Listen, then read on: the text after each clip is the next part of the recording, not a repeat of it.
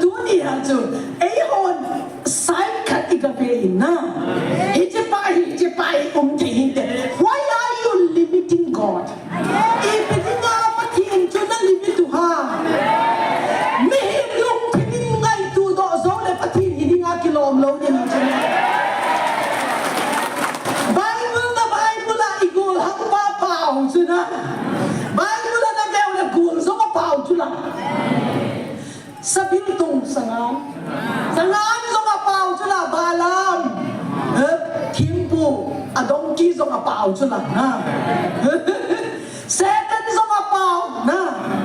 ginam niya na umnong tingol na chiho so kapaw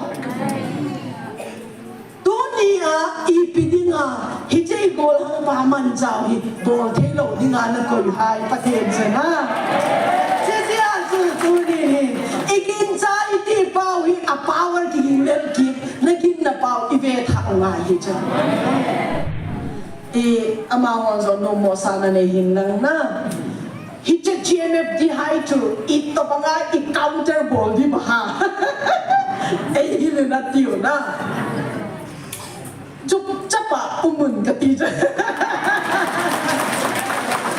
kana say ma chu ahile amawon ipimina hijet na atong ha pakay Jesu Krista mina na Paulson Filipi bung kacang som le niya kuna som le geta chun ipipi hisong le na pakay Jesu Krista mina say ke kakipa epi chula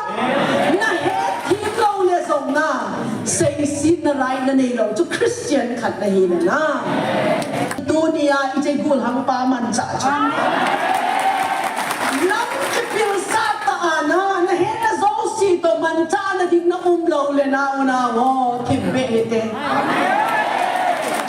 dunia hijizo zaini hitizak na apui kum patin na power kadin japui hijira na no setan power kita o ha ako ye na hila zong dunia hijilaya hukomon pakai Yesu Krista thang bale chunga kuna pakaya kuna lo chun pakai Yesu Krista athang bate Tuni na ay pui ko ma power ko khom tu hi ipati na hin ipakai Yesu Krista thagaw tin ko hi iba choy ai do kuki ham ki thim het la na nung ta bo ni kan nok thia ka thep pe se lo in izong le ka hin manggut dinga hin God ya chu kuki worship service a thu ka sei in DP how ki bin pass mark AP ta he God ya aku na hungo una pa Paulin ho zong apul le sin singa ko na zong message ay thotita na ahong ngin ka kin chain hoi la ya ha ko ati lang zong ai Paulin dunia injilaya kong ding hi evangelist speech in kolam ha mai ilawin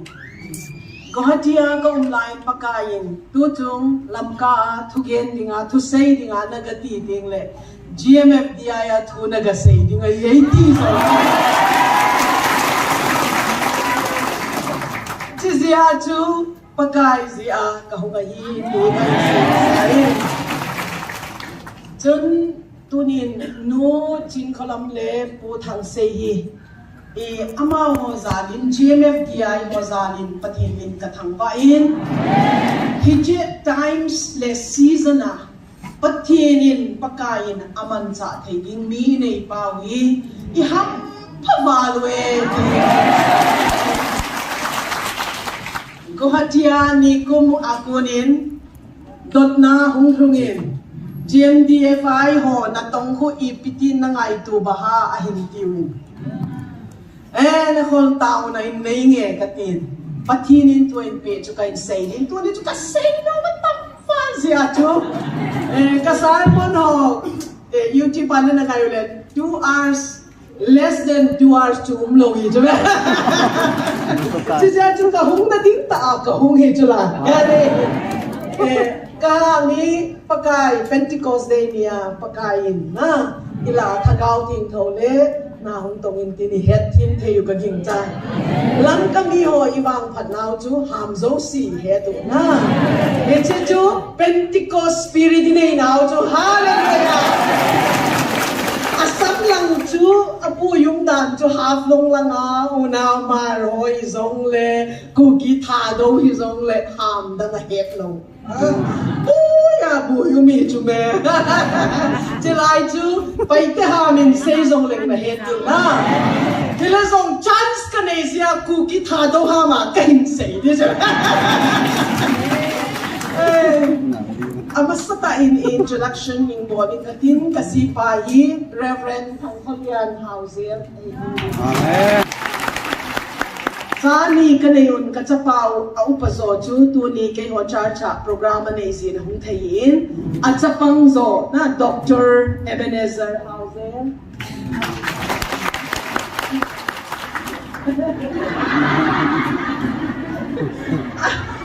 Aza sa TV beta.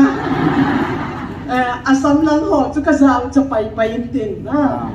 Ila hizang thagaw ting ho ting le kiza cha ting tanok chu me.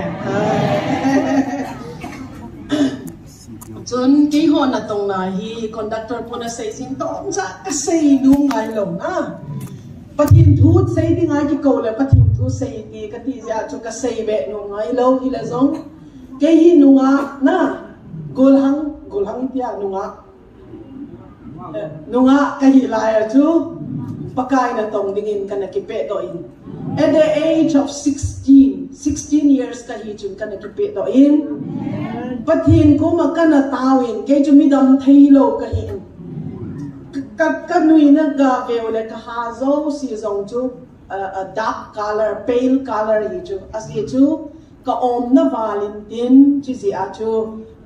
antibiotic overdose ya chu kahazo season na nalogam ta eza lo pina chu kazipa chu ka kitengwa na si hoi na sa na pen in say na ti de havom mati ja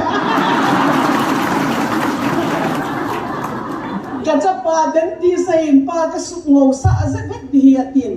boy kanumi na pan na lay sa nai che pai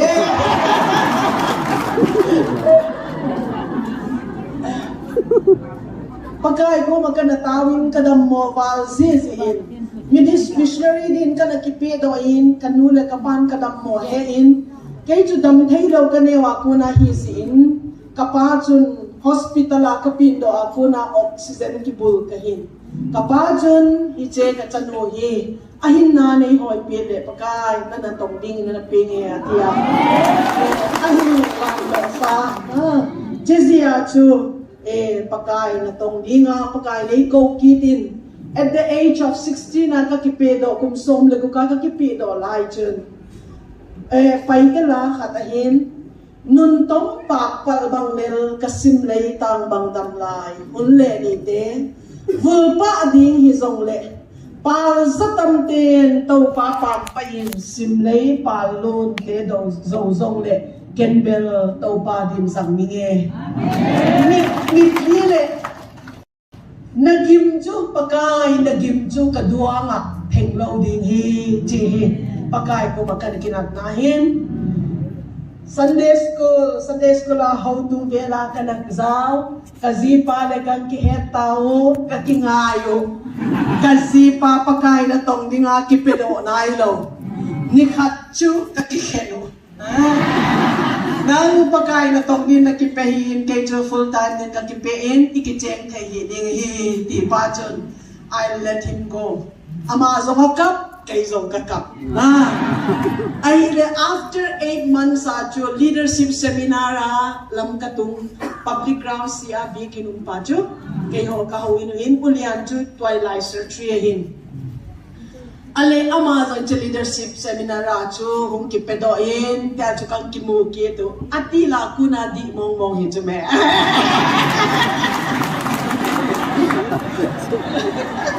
na ayun atila mo gilaw ting le na among lami good thing le thei long chu me ni we no wa hi le zong kitel le pha na lai di chu pakai grace pakai mercy pakai favor and there's a grace called restoration na restoration to wasted years zong ka return dinga hi na phan anana naman sa ho zong kape kid dinga hi na lokason ane si ho zo si song ka return back dinga hi ti pa chu inezia chu dunia wang pha ham pha na ti het da yung isan chun here my ministry si atomin kan say dinga hin pakayin mitam ta hi vision valley gin chalo na kay zong traditional background na ikata ki pudo ahin vision ho zong inagin cha pe lo today hile zong pakayin ai piting le ka ginja poi ti thei da lo today imu pa chu I saw what I saw is into la na ai hon imu lo si wa chu igin na pau zong tiam chu la imu chet pating le kai hon ka thu sei chu nung zoi yon ipia sei ha ka thu sei chu ka za be pui lo kamu pa chu ka sei hi Bible nagaveu le now ho ivele Genesis akuna Revelation chen encounter aneyu chula Genesis, Exodus, Leviticus, Number, Deuteronomy, Dan, Buiti, Ba, Azi, Tupa, Koi, Ha, Mosi, Iju. Mosi, Ipitia, Azi, Baha, Aumma, Tuchu. Na, Amazon, Pingai, Lo, Aipiti, Baha, Aito, Banga, Azi, Ha. Because he had an encounter with God. But he encounter in Asia. But he dun kamay lam na mo thaylaw di kanung lam pa chuka vesa di na hiyatin. Anong lam avele atila chu patinin valvele sime ti chu heto si chula. Mihi masim dan zong chu ni khat ni pa chu ni jesse ni pa ni chu ni thum ni pa chu ni li ni pa chu ti na sim chu. Old Testament na Lord him Law book in azik tu mosi tam tak kasi man lo ding chethui tu niya message ding kasi nung balsing at taya katay dito. New Testament na 1/3 of the New Testament wrote by Paul who was Saul. Azik tu pa Paul tu 1/3 mun thuma henatu mun khat munni 2/3 of New Testament zik tu pa tu ta sa ka Hagawa kahelo junglama kagaka tawin hiche kamu Damascus lampia to encounter ane na ai ho to buksa hiche a reality aung pale kin jakit talo na chesia to vision kanai patini nei mo sa ho zo si to Bible kamu 1997 kanu pawa pat kai na tong din kakilanin kazipa zong kilanin pakai na tong dingin 1991 December 14 kakitengun 1992 May June pakai na tong din kachido un kay home lamka zong chiche gam zong katara na almost 33 years itana here am I ministries ti hikapat daw din iti interdenominational organization ahin tu ni GMFDI ho ko matupatu kasi kay pagkain na tong nasong ministries of to say ting la kathet ngilzi na pagkain no tu kathet kasi no balzi tu ni here my ministries is all sin tao na nay man pi ding hitan kakipa avale na kalo vale hallelujah pagkain chika thang bae Hije organization hi kazipa to kanapat doon tun 36 missionaries are working under us mo missionaries som tumlet pagub kanoyo na tawin mission field mun som let huma kinein school mun niya kinein na gawati azong him agape center kitiin training center kinein missionaries ho local evangelists ho women leaders ho youth leaders din ho training at kipin na to mga to nakitong ahin hije organization nam chum homin tua him agape center Guwahati in charge pa chu thangmin lun tota kitin zo ho ahin ama ho in charge in umin 24/7 counseling centers ang ahin hallelujah ahin chun pakai zalin kachate ni higul hang na laihin kasi pa chun achina na amaw ding a hol se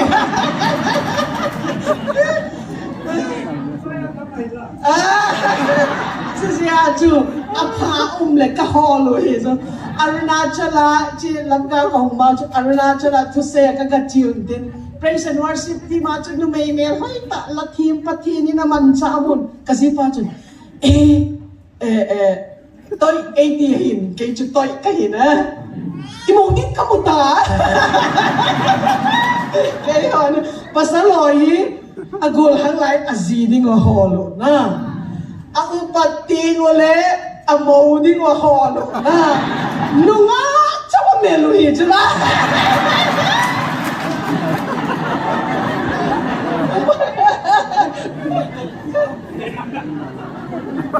di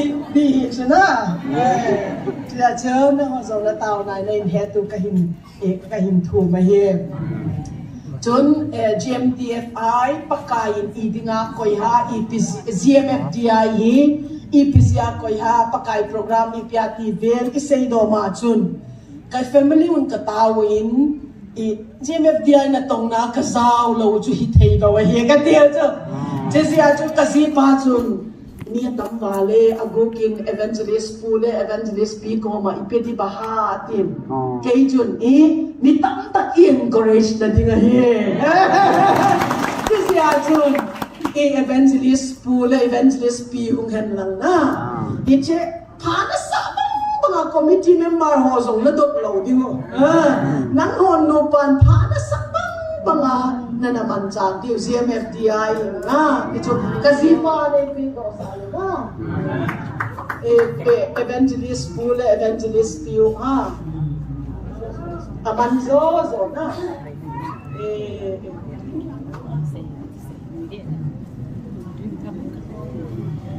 unglaw na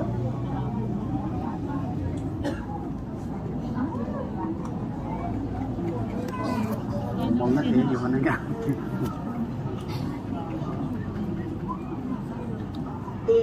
nga umlaw ba ha umlaw nila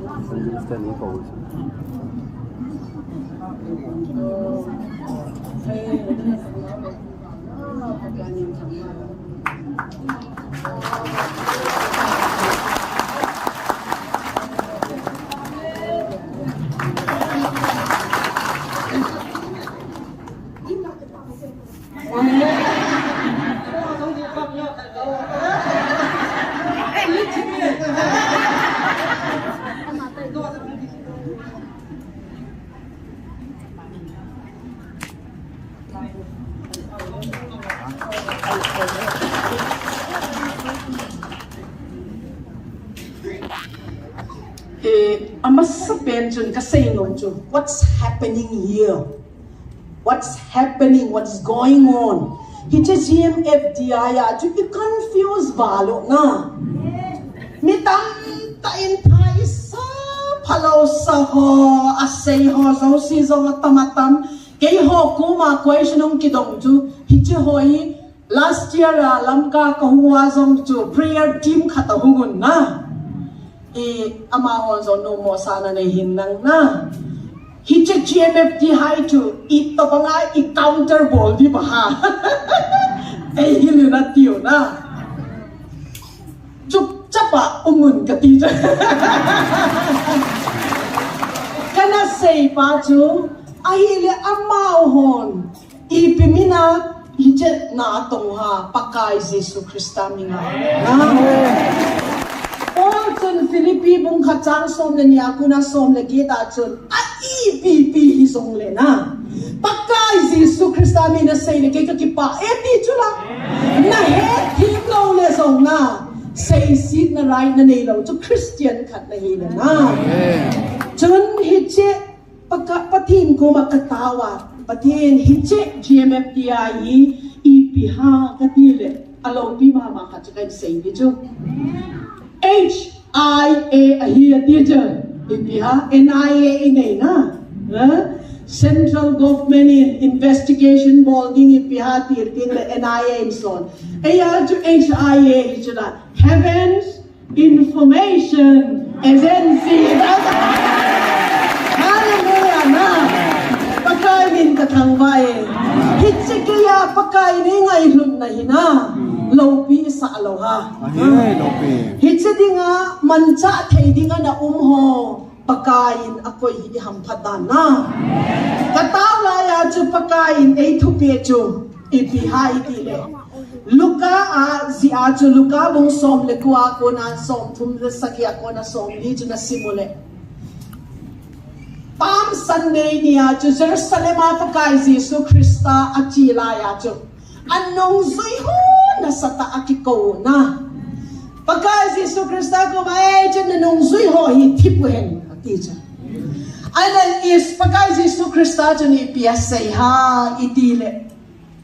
amaho at hipule na sung no ho kakiko do sa ating unaw ho betang na GMFTI neo pi neo panamuha Patinin nung zui kiti ho bungalan ta ho mancha ding amu ta lo siya jo. Song no ho neo pi neo pa ho gulhang patinin na mancha pa jo. Na veo le mihima jo lingna ni lo chula. Hizong le patinin alol jo ama jo mancha jo. Hallelujah. Jesu Krista Palm Sunday achi laya jo hitche thuai pi donkey chu ai ho ha mai pi sanga chunga chun Israel gamana chiule che sanga anui lima ko yu chula na sangan donkey chu na sabentung pai te ha ma chu sabentung ka tim na sabentung dizing te na sangan Hije chunga tau sa ma chu kipa Valentin anui sabengtung mga tau sa tau pathin chun dunia ije gul hang pa man cha chu nang kipil sa taana na hena zo si to man cha na ding na umlaw le na ho tipe ite hije huna ding a timeless season na ding a Heaven's information isn't sitting aman chapa to low pivale. Nako ipinga no chin kolam ho no thang se amao on tin se na tilo. Ba thang se na. Adi ha? Ipinga na no yu. Pai te ha ma chu pau hia mi hat ka hin yo na. Sai hia purval ting le na. Ano pang gaveti akimancha na wina na say sile mo si ju Aaron ho asangam no Miriam na say siya pa jing chume duna na hello ta sina na isunga tumning pa ju ki cha na he thim lo wahile na ai ho i problem kan say no chu ama ho hin sein ti lo chula Hina dong pagkain na chilaya thuna ka say di nga hiti ati pa chun thuay pi pa chun ka say lo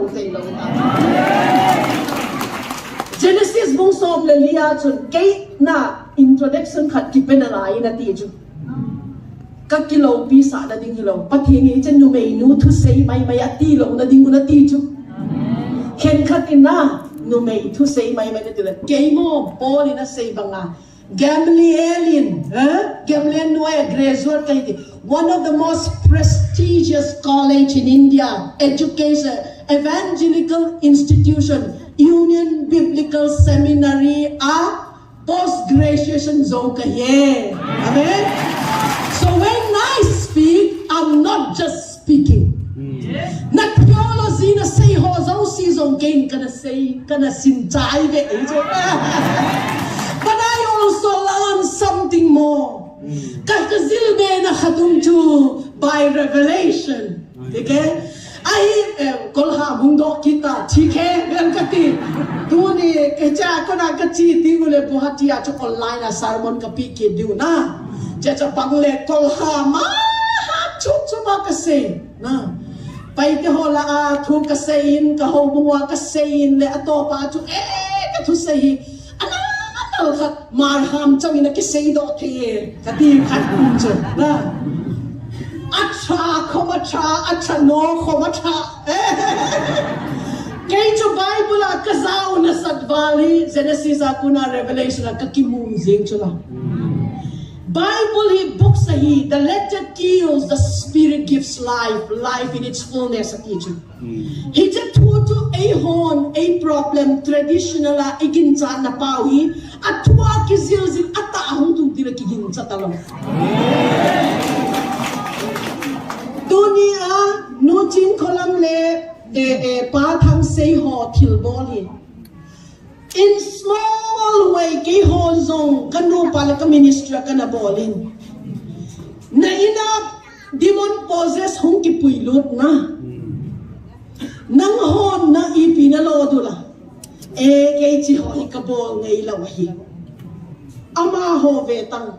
tao na naman pito. Dakar ni asun azan umlaw pachu na palbi hizang le kholom hilaw zang le zan khuwa tao na niyo nang huwa din ay tao ting le na kay nik say nom chu abang le na ham se zong se kipudo na curse kipudo zan zong imulo nikat niya zong chu suicide attempt mol kat ka hun ka mamatin ka tao pion hiche pa chu zan zong imungay lo tia chu umzingat kagatao piu phat kaman pi chu kay zana second khat zong kay ulo. But we never say those things to those people na amaho ko makiga say kitalo pati ni cha cross puwa ka zuini mo izuini nga tizia chu kizuita chu ne na say sit ho na anato na heto nga hijo nangoa din na mo kita lo nang puyo tao na naman piu na azan le ipi ma ho na thuha na hello chula complain na ko mo azang bo lo na lai hitagala khatin na gan nom nom na se Bible la umilaw ha matay bong som le go bacho doi ho zong na ho do digo tang speaking ham chum chum azong na pau digo kul ho zong na khutwa na la digo poison ho zong na don digo le a ham lo din taksa suk nak lo din na tingo le Adam din ay le hichet mini le thumbo bol ding na saw ha bakay na tong hozo si nang king to kiti hozo si itong di chume ay le nang chu na hichet price ping am ngai khat i het kin na lai di chu many are called but few are chosen di chu mi ta hok dam na dinga chu mi tam tak ki ko chu me hele zong special use ding achu Timothy achu insung achu level tam tao me ahilla mi akisukhin le you'll be a vessel of honor man tam ta man cha hiding ahiti nang nakipedong nong num lo si a man tam ta man thelo na hi sia mi na dem chu hilaw Genesis mong som laliyad sa patinin Abraham po maipiyasaya. Look to the north, to the south, to the east, to the west at ito. Eho hama ipi. Swalam, tumlam, malam, simlam, enokche. Veyin na teacher. Veyin na ti eho na. Swalam na. Side cut iveyin. Ay iti ve pa jo na sayo dilaw hilaw jo me hilzaw side cut jo na ve tingole not na ve le south a ipilong ha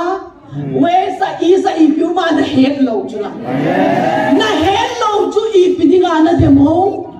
na hello na ve ta kazilding na lai hindi iti di jo na una wa ngai tu tim tua ahong ho sa si jo angai ho na kivia na pwedeng ho kasi ni je na dunia hitzo zaini hizat na apui ko patin na power kadin sa pui jala ngano pia setan power titao ha ako ye na hila zong dunia hijalaya hum komon pakai Yesu Krista thang bale chunga kuna pakaya kuna lo chun pakai Yesu Krista athang ba te jis kya chu doni na ai pui ko ba power ai ko khom tu hi ipati na hin ipakai Yesu Krista thangau ting to hi ifa joy ai last week chun Shillonga unao kat kuki kat dammo hospital chizeno doctor in zona na hello katao pi dingu chu counseling them chakat nei ngai kazi pa chun aku ki ham le pai ti ham counseling a ball gol le loinu chun pastor pu reverend pu pai ti ham ka head lo kulia chu ki surrender ta kay kakipat kidin counseling kan bolo counseling ka so tao na khat demonic doorway kha ngai chu na ama kesa chu chu ka kha pe ding chu o no ka sei nung nung is ga sein katin ka sei le tun so ti ni ba ken ka het ta lo ku ki ha ma chu chatuan ka ti le aman ka taw la chu tun so ha tun so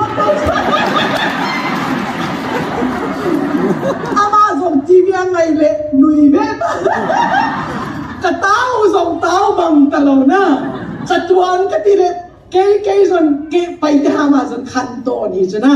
chatuan ti chuma ro mi zo ho ha mi ta na he za ku ki ham dinga tun so chu ka he do so ro chatuan ka ti tun so tan ti ha tun so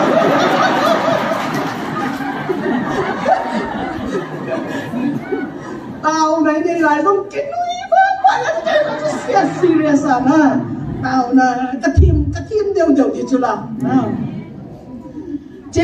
chứ gì à chứ tu ni à chứ ấy hồn sai khát ít cà phê in na hi chế pai thấy in đấy why are you limiting God if it is not a team to not limit to ha me him long thì mình ngay tu đó dấu lại phát hiện hi đi ngã kilom lâu đi mà chứ Bible là igol hang pa pao chứ na Bible là mèo là gul giống a pao chứ na sabil tung sangan giống a pao chứ na balam thiempu adongki giống a pao chứ na Satan giống a pao na kinna mia na nong tingule chi ho giống a pao dunia ipidinga hijay gol hang paman chao hi bol thelo dinga na koi hai paken jana chizia chu tuni ni ikin chai ti pau hi a power ki lel ki nagin na pau ti ve tha nga hi cha chizia chu tuni ni cha GMDFI hi cha igal huna time le season na dinga pakai to mga aman chan na lopida dozong chu Wednesday ay dil ki dinga tina hallelujah pakai Jizia chun heaven's information agency ita jala na information hunglung email mahola information zong hunglung nangong khobru ki hen ti ho na seiwa khobru na gin cha un lo pao chu kan sei na lai di chu ka thu sei num ka sei nai lo hi chu me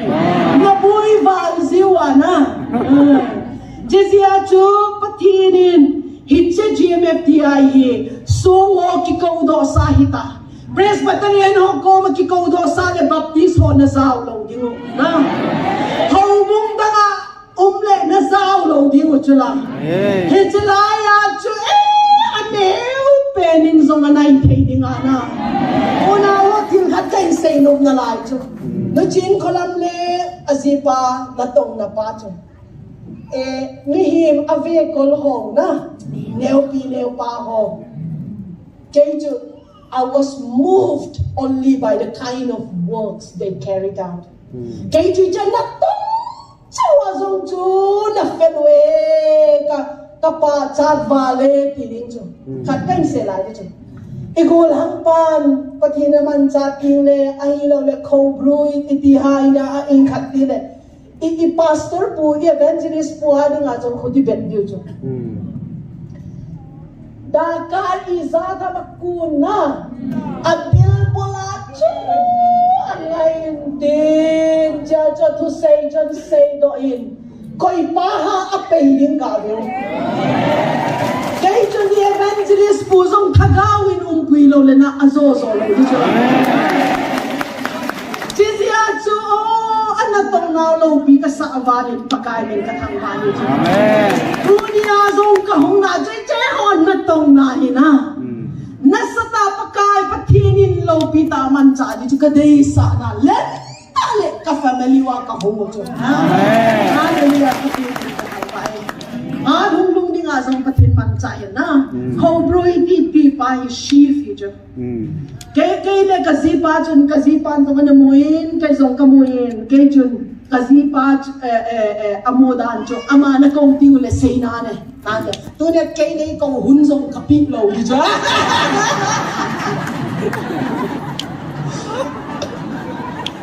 kay kamu pa cho gulpi ya na setani kithat song le thi thei lo in hile zong we can crush his head isuda across the margin na the gulpi kana muin ang ngong may sagian nin lamka thu ka say na youtube a umve ta ka say do ki thei lo de sia chu may sagian nin hi chu ang ngong kana chek bong chu la hallelujah na on thau ro ki man na ti na kin ja nom lo Gayon ka na check bong ucho lang. Lujin ko namin ka check bong pa ucho ano man na. Aham do sao hitalaw niya. Hallelujah. Again, kabay na. Chisiya chu,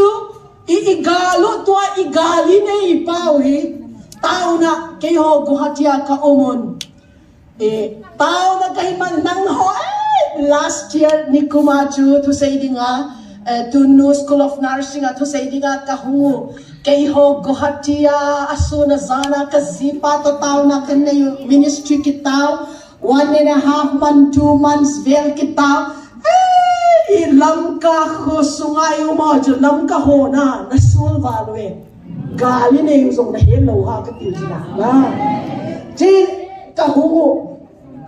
patin to kan say kazipa ko ba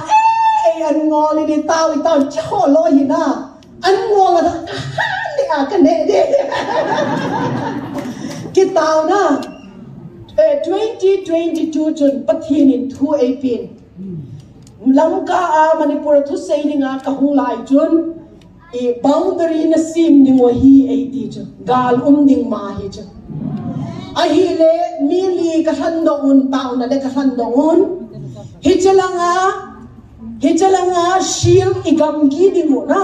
a boundary buffer zone bolding kasol to aminu ka seizing na ma ho zon nung sa mo hirte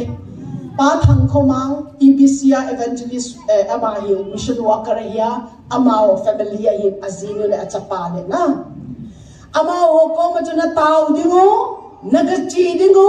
patinin thun pe four corners sana kishil sa ahin ane nachi dingo nagatao dingo pathinin hichet chanin marking boli na ti na chan na mark ding okathiu ale hichelanga hung ho chun kang vai chana chu marking alang agabon chu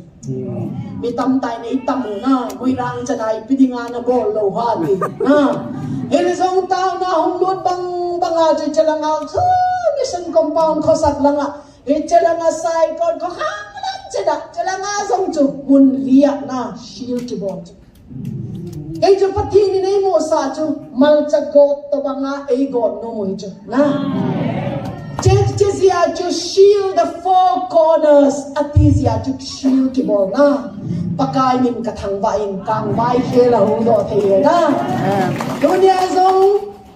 ilungai lo na ding khat jo kain sei nun jo kay jun pakai Jesu Krista jo aban na ya jo phal banza ka kang vai ko chunga chuna เดี๋ยวจะบานจาก็อาคุตพาร์ซิงจุละแกก็จีหาหนาวจะการฝ่ายเบลส่งโปรแกรมต่างๆก็เดี๋ยวก็เซ็งโดดลุ่มเราสิสิอาจูบานซาอินดินอาสังคนอาส่งกมูนังหอยจุลายาเฟล็กเบลน่าเซ่จิวาจูอาสังคนอาคาเลอร์ส่งก็เซ็งนุ่มตาเราจุละอันนั้นอเบจุเกนกมูจุละสิสิอาจูสังคนสังคนโลปีเลยนะคุยโลปวนคัลเลอร์จูก็เซโลซินนี่ตาเจจูอันบานซันกมูอินเจสไซก็ลังอาจุน angels บานติลเขาจู white อาคิฟันเล่เมรูนอาคิฟันโรนีอากมูจูเจสิอาจูปฏินินอีกำจูเอเวนสาฮีที่มาจากซึ่งที่กำวัดงาเต่าในเนปฏิกุมาก็คงมาสักว่าทรงจูปฏินถ้วยปีจูเหล่าปีวาเลมิเลทรงก็เซนุ่มเบลเราอาจีจูอีปีหายทีลุงคำเจ็บปวดเห็นลังนะปฏินฮอลเจ็บเร็วตีกันนุ่มสิวะฮิเลทรงเจ็บเอ็ดเดียยาจูอีกูลหักปานปกายในยุมปีน่าจะเสียเสียน่าเท้ามุงแล้วฮะฮิเจ็บแบบทรงจูเหล่าปีแล้วฮะแล้วฮะนั่นลาวโอ้ไม่เลยหอยนี่ก็มองลูสูดิตาวาติเลยฮิเจโกลหัมปาปกายน้ำมันใจนะน่ะเมื่อมาก็ดูสาตาฮิติปาจูฮิเจเขียนเราปีละนักขี่เดนักขี่จัตุสันทรงในมุดน้ำโลนะฮิเจทุบนเสียจะลุงมงตะการเอาไว้แล้วฮะเสียจูนะโอตัวเดียนะปฏินิโอไอลงเสียตังฮิโลปีกษาบาลีนะปฏินก็มากตาวินปฏิอหิเลกามูบุยนะไปอีจันได้ดิบาฮาอีติเลนังโซนในปีดิบาฮาที่จุนกตาวินไอเลปฏินิโดนนะปาจูอีตินะเซนa first year จุนข้าสิมาก็เหตุเรานะ first year จนนักกิหอมดิ้งนะน้องเราไม่แต่นักกิหอมดิ้งนั่นเองดิ้งsecond year จนอามาอากูนะหงปิงดอกปาจนนั่นเองดิ้งthird year กูนึงจนเสพมาจนนั่นเองตาดิ้งเลยปังไงนักขันไปนะจีเสียจูปฏินินไอลุงสิไออโลปีวาลนะอีเมลมาโหตัวนี้ฮีไอโหดงกูลีเหล่านะไอทรงปฏินินดาวสัยปฏินินทางใบตัวนี้พาสเตอร์โหไอฮีเหล่าเล่โหบุงมากายโหไอฮีเหล่าเล่อินามาโหตูโหฮิจลายามิตามencouragement bol dinga umozo si zalin pathin min chuka thang bai ni pi sei zong le na thuta na din pingam na pa chu na pathinin malsong nen tinu me ei hon dunia i response ding dan hi che CMF DI i response ding dan chu number 1 hi che huna gali nei laya pathinin thamung na ahi lo le atil ho na ap pal chu thamon na ap na pa chu I thamung din na atil ho na ap na pa chun kin ipikasin do dingum ha ti pa chu ki holding chu chun tu niya ipidinga GMF DI nasa hidia mi izau khom na ipisi ha itile na pathina puna kidang cha ta chu hobung lam kai religious city ho ana iha san na pa ilungai na pa chu answerum talo chu kitisi a chu nan ma pula na noblo na hobung makai ho ni pisei zong le agu gu hi zong le nagachina ahin say siu na ho mga nakay zong le meeting na sa ulong may thay na hile zong tu niya i response din no chin kolam le azipa le jelet ya ana tu ipiha le se dai pakay na tong ta ho chu hebraizi bung som le khat na chang som thum le gi ta chun Ama ho he they wandered in desert. Ho hama sim sadi uma. Hebrews chapter 11 verse 38 achun. Hebrew na.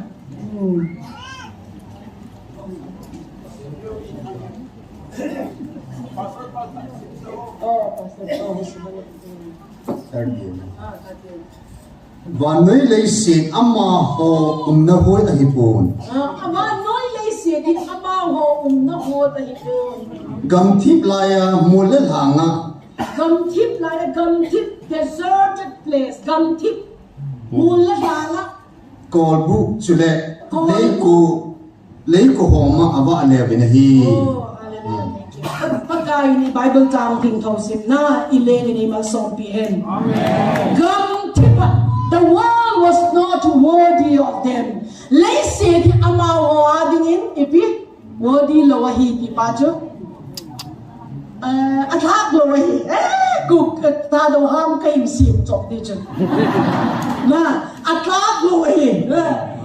Ating lowahi na aching zoke. Khopel amaw ten na dingin atak ki. The world was not worthy of them. They wandered in deserted place. Gamtip. Ona o dunia pakai Yesu Kristanu Old Testament ako na veule. Very lonely life, deserted life. Gamtip ito. How mga zong tagawa na tale pa mun na italaw yun. Now, religious spirit dante kahinsay dito pan ay ho tao mi siya itaw na ding point song kahinsay di ngayon. Tuni na deserted place dito gamtip na. Mi ho va choy na zong chang talaw til pa say na zong talaw vetang doy le ka ho na sugboy ho akon puyo ana tao piu kay ho kainwa cho zing ho ba mama azang kipuy zingo na. Asungwa som lut doya lut na. Ay hon tao na let huni naman cha pina. Suta. Ay hon di setan til boli beta. At di ba ko masol din kanopita jula. Kibay isa din na. Kan say din jo til kan pami ka say law din ko hatia jo. Nunga kan na golhang 13-14 years kan banga zong kalzing na ama jo pastor na kole pastor zong I challenge you na teacher na akhat pa jo na kisulpi na mai zong thisen god na ai le in nei nu chung along ai na hello cross khata nei un din na across a face sale slipper again kay ho sa Sunday hindi ka kola chu kasi pa kaya chu miss kola dinta na chu kamanwa chu 7:30 vela chu ka call back kole buyo apaw chu lawa luma ki khumje hostel khata gol hanga gubana ko na ai le kay ho ka chiu room khata na khumo chira isong chu bangai ta na ki khai jeng chula pat kaman piu ang dam do na akin pastor ho chu ka challenge city na jizi a chu ikive phat ngai chu na don Paul ka he na Yesu Krista ka he nan ka he yeng ti kha ding pa chu ki cha to to is na ile zong to ni mi pi hon what should be our response I had to khat chu kan say no mean da then again kasay sa chu kasay to chu south na via north east west na hello siya chu south na via na muna pa chu na say chu di lo na doon na ho mga pastor ha makay ho in asay pa di lo di na hilaw don't never look down nang ida na via no idin so hilaw hilazong ama na mo pa asin amu pa junang namu kiting le ama ko na nang nelingum talo chizia chu sa thau jo kizo na pa ko man hol thim ngai ta chula ABC he chun ABC say ding DEF he chun DEF asay ding nang ABC na fasting le na hicha chu sin ningum talo na chicha chu DEF na hold do ding Bible a chun 10 versions chula na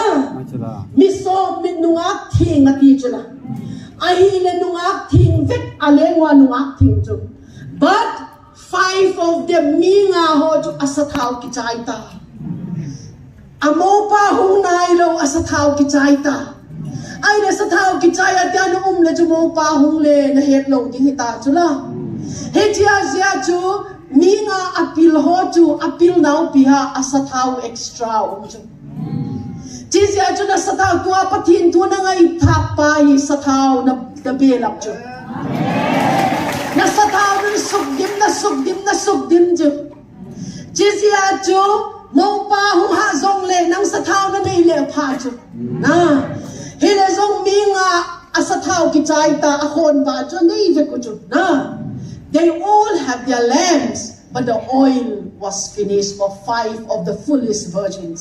minga angol ho a oil ki chai ai le angol ho chun mo pa hum pha da chu mo pa hum tai te het da chung thau don mi pil ho ko ma na sathau ei hom ti tia Om chai ho mi na ti le mi pil hon chu i pia sei wa ki ho ani le nang ho ani kin lo din ka chiun lang azo na muna ga cho na ti dunia gim la chol ta to na zong num la wa chu sa thau cho na hiu chu me sa thau na cho wa ha sat na kong na pa chu sa thau man na pi na chu me na in veng pan hit lai chu phalo da nang na chi na chu na in veng pa sei sin na chu na sa thau man pi na chu le mi ni pe sei di ba ha ti na ngai lo pa chu na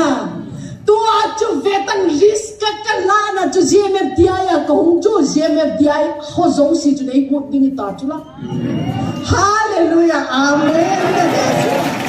aze chu pakai chu ni piete I say ha if you honor me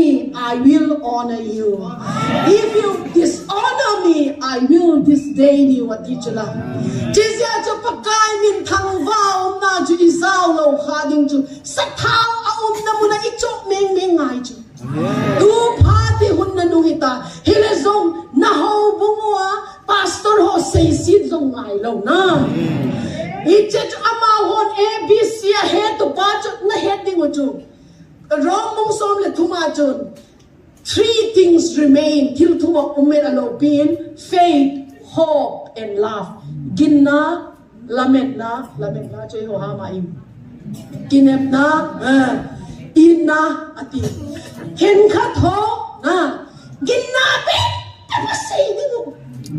ata ama wan zong anei na lai di ba hai het ta lo chula he le zong one part of the gospel na Paul so nai piti zong le sei le patin to le ka ki pa ti ding na he le zong nang pa chun lamen na doi in na doi le na sa thau na muna chu na ka holding i chu me aman chu chu nasipan citahin ati mai thei chula ha nasinun citahin ati mai thei chu na ho bung mi hon song ati mai thei chula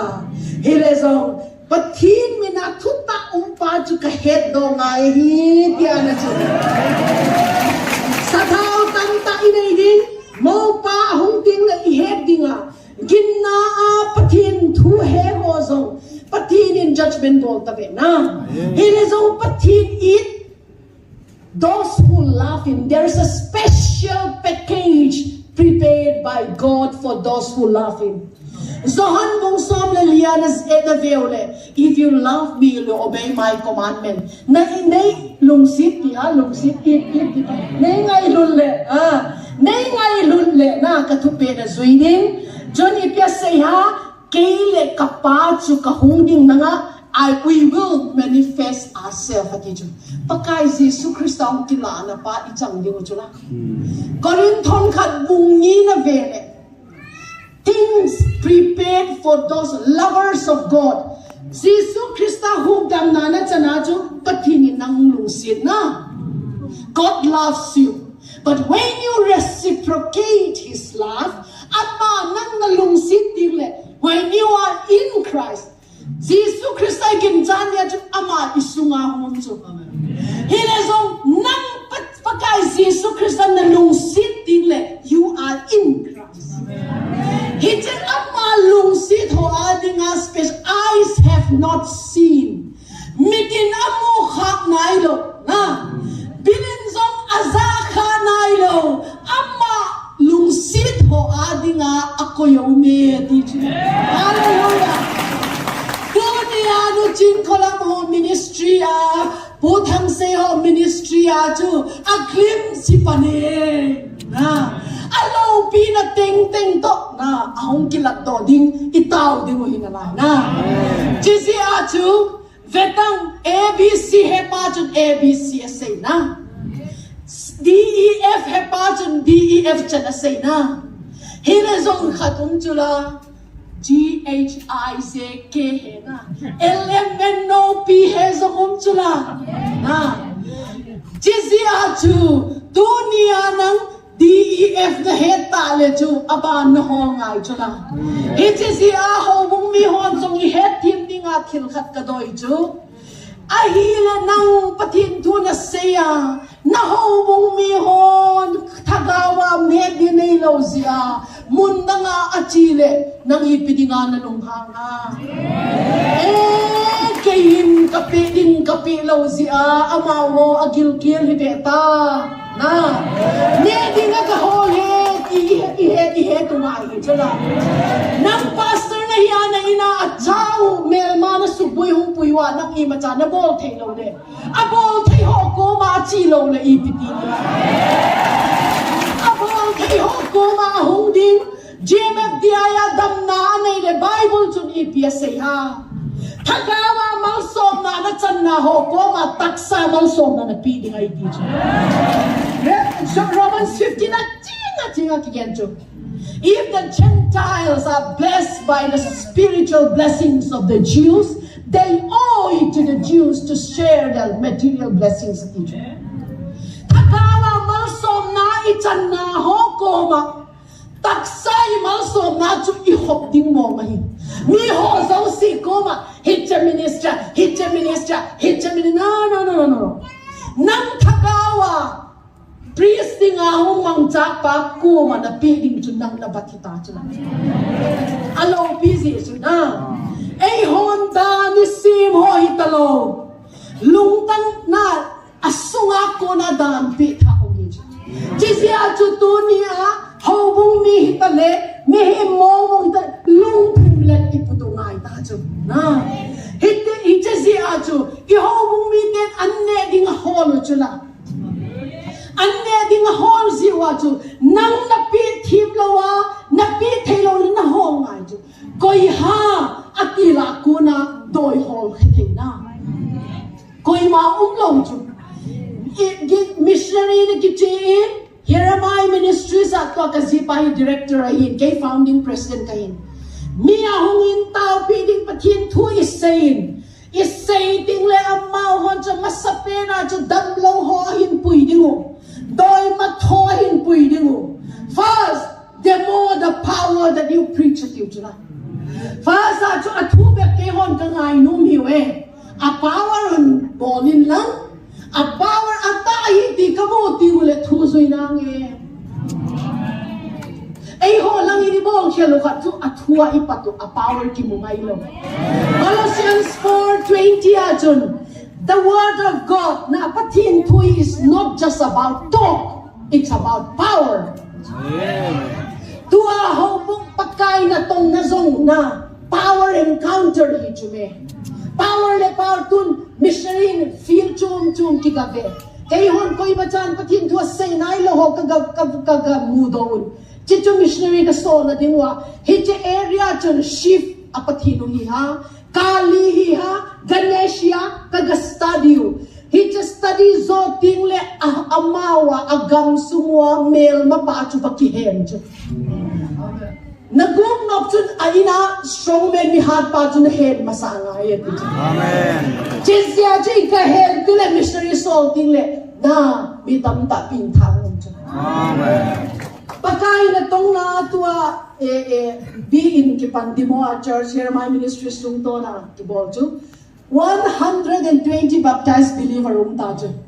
Assam very corner of Assam Arunachal le border na all of them including the missionaries a missionary pasong thidinga damlo tauna hongdam that training kipin agamwa ki soldo kina Jizya chu kolhola ei ho chu iphabalwa na athui het mai de zong igin cha mai na ile gin cha na ti pau na ve ki ti le paisa na ha sa ti le gin cha na ki chai ta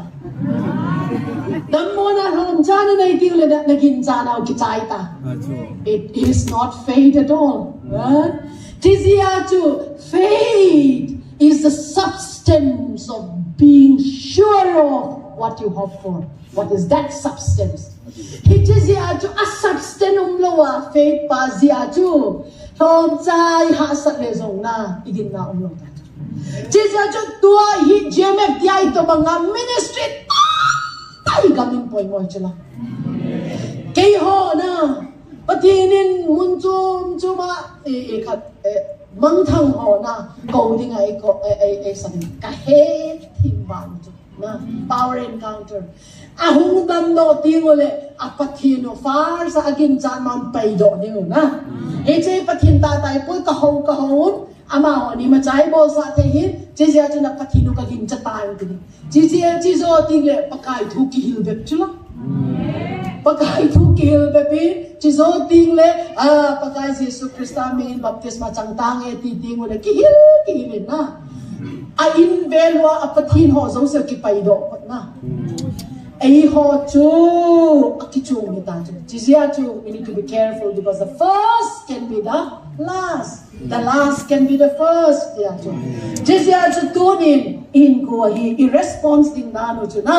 chun ho bung makai hon zong abc na hen adike di lo hi def na hen adike di lo hi hi song le FGHI omum na la hi na hi che mi dang in asay ding le ahi et di pe hi te na patini to dang ye ahi lo le na Paul a religious spirit to laya chun sola hi lai chun na Stephen zong athatsa na Christians zong persecuted dunia ho bung makayo Pharisees o sadukai ho to bang idi khating kicha ta ume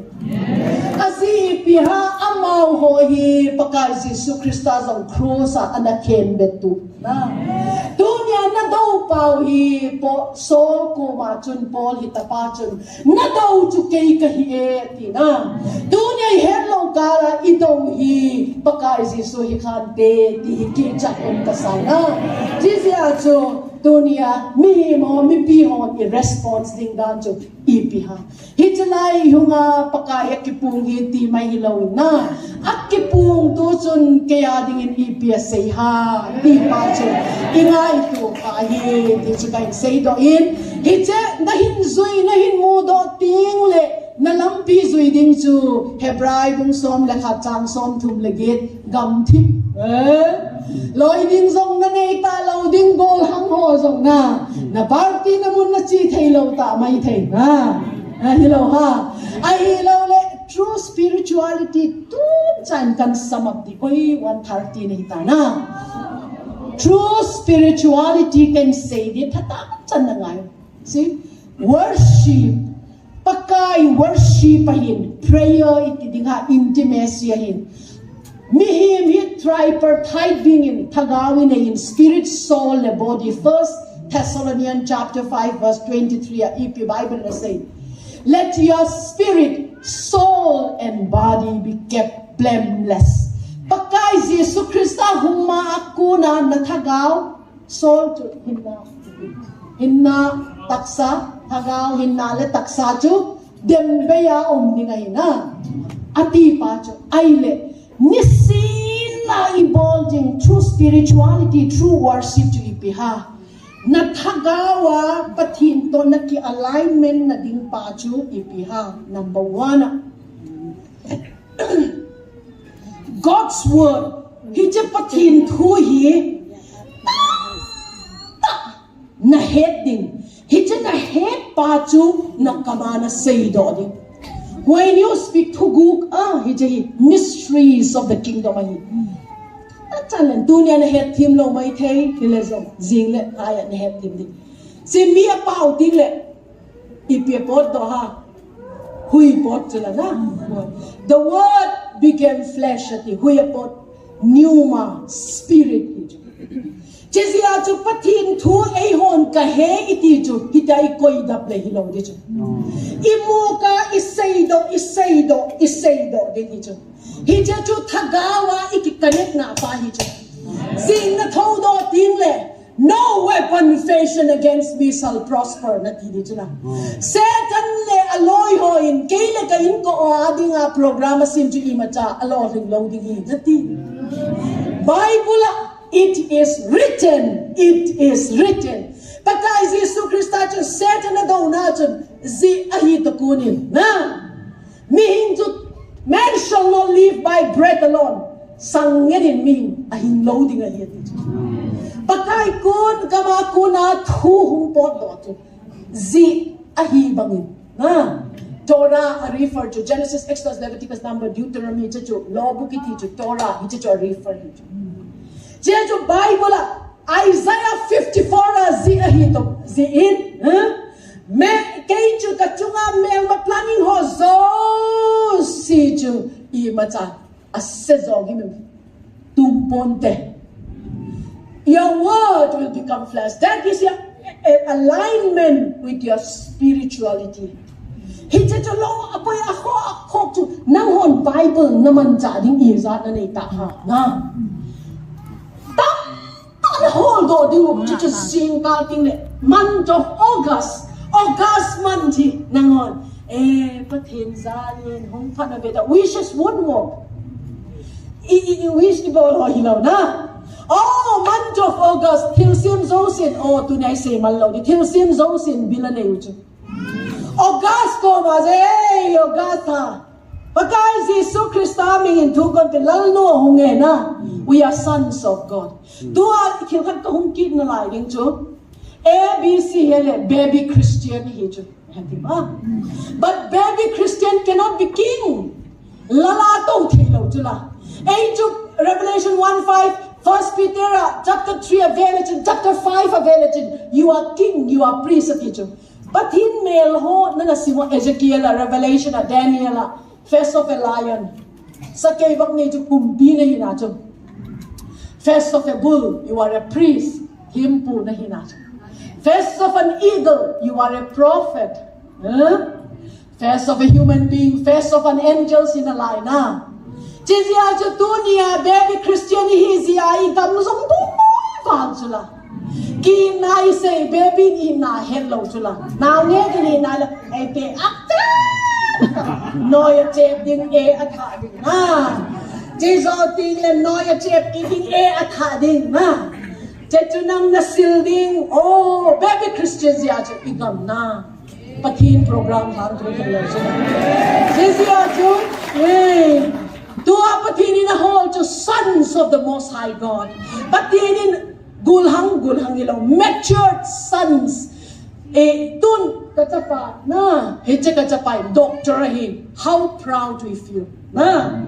nung kasadan na ama chun shoulder to shoulder responsibility pudo thaita na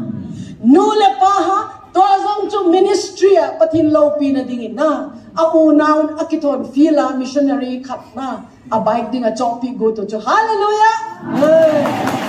chizia chu ipia mature ding le nule pan angan si thaita chuna baby noi du den na then baby thilo chula nang nu nang pan bon matured sons and daughters who will be able to shoulder your responsibility hiteta pa chanu na delevan pathin chun che hol chula now pang baby Christian ho ko ma thubu ka sei thilo chula hitla ya nu chin khola mo lo baby Christian ho na head team lo di chula Jisia chu na son sa pakai Jesus Christus ong veo lang 30 years he jen chu he equipped himself how synagogue vera kachin pathin thua kasir while prove himself to qualify for the salvific plan God has for him mihim ho salvation hukdam na iping na dinga qualified that even the son Jesus Christ has to prove himself Jisia chu baptisma chang niya chu this is my beloved son in whom I'm well pleased Hije ka chapa ka do ka hom thoma ma hin achunga ka kipake ale kum som thum chita chu kipalo ham kum som thum chita chu ama san hidinga qualified matured hidinga na hije pathini na pil palal hiding pui thim hiding zol nei hidinga mo puna apipa chu asem do hidinga ti qualifying destination Hije zau peta chu thagao thing thoina puna kona chu me ma kisapan chu me Hije thagao thing thoin chika chapadoi tho ta hi tiang pung do chu setani na he mi zo si na he thita no chin kolam ho pu thang sei ho chu gali nei le amino thang che hi chu la patin nei ta ho chu na mo Joseph zongen vetamon femin kiao chu ho ha kiao na kiao kid le prime minister atong sing chula mi ai sei se di ko lo la thil phai ma chai bol hi ti nai chu me ipakai Jesus Christa za aphapen palgon Beelzebul pawara ye le ho adinga chu het thimum wang na doi pai khatin enu remi ka ngai ti le chu ki chak umi dila doi pai in I hate you ti le chu hallelujah ti de chala na ti ha sia chu about hot het thim ba lo hi ti span say no ai na hi sia chu tu ni a chu behind it somehow that we are entering an age called the wrath of God the vengeance of God tu hun bi it's a reset til kha hun ki panding The year of the Lord's favor akuna, the vengeance of God papakai, revenge na namun lung tha namun akilud din ita. Extra oil na nailo le na. Hijin na oil baintin na zon ting le kilet tamay thay na. Pakai si sohungin, room sunga lutun, ruma at hilbo lucho. Pakai lo pina sulat hozo sojo ahead pata lojo. 5 virgins, foolish deho. Jizya jutunin, how should we respond? Tua itinbol pahi, ioi iho pahin saying. I know in a him. Chunda dana ka say chu. Spirit alignment na pacho. We have to speak it out with our mouth. Imuka is say do din. Patin tu na hedo tilpa zing na tho chu. Bible Genesis bungkha ta chu. Vak humum hen ati pacho. Na insunga na tho to kito na chu na insunga. Let there be light as it is written. Bible ang kisay bang inatiu. Nya tim chu tim bod do indi ngai lo chu. Vaum ding le tim chu. Tai dok zing na. Tai dok zing chu. Jisi ajo imuka chu spirit alignment solical alignment hinna ki alignment pacho tua nangolaya kangai rubal je kai sein na het him lo zong na lagin solical alignment pai meditate ije thui kain sei doding a het be nu hon isui le het Joshua bungkhat changgit kije in hiltuma umin Joshua chapter 1 verse 8. Ay ho kami ni pastor yung sim sakit le na kasi nung tata kalud na ilaw chube ka kinota pa chula ka kinota pa Joshua bung khatsangit Teche dan thua ke thu se zo si na kam sung to ki chat lo hil ding the kam sung to ki chat lo spiritual alignment na dinga na kama spirit po na hui po to na nakama kichar lo di thilpa Bible changa ho cho nakin na say di da kama cho ni na nang man sun le zana na kial jing zinga nang man sun le zana na solical alignment to na lung timana gial zing sa hita Bible chang pa chu Etima, with your imagination, with your thoughts, your affections should always be above. Chung lama na affection na ko ising sabi meditate upon the word of God. Sun le zana Bible tu chu na lung timana nga itu ding, and then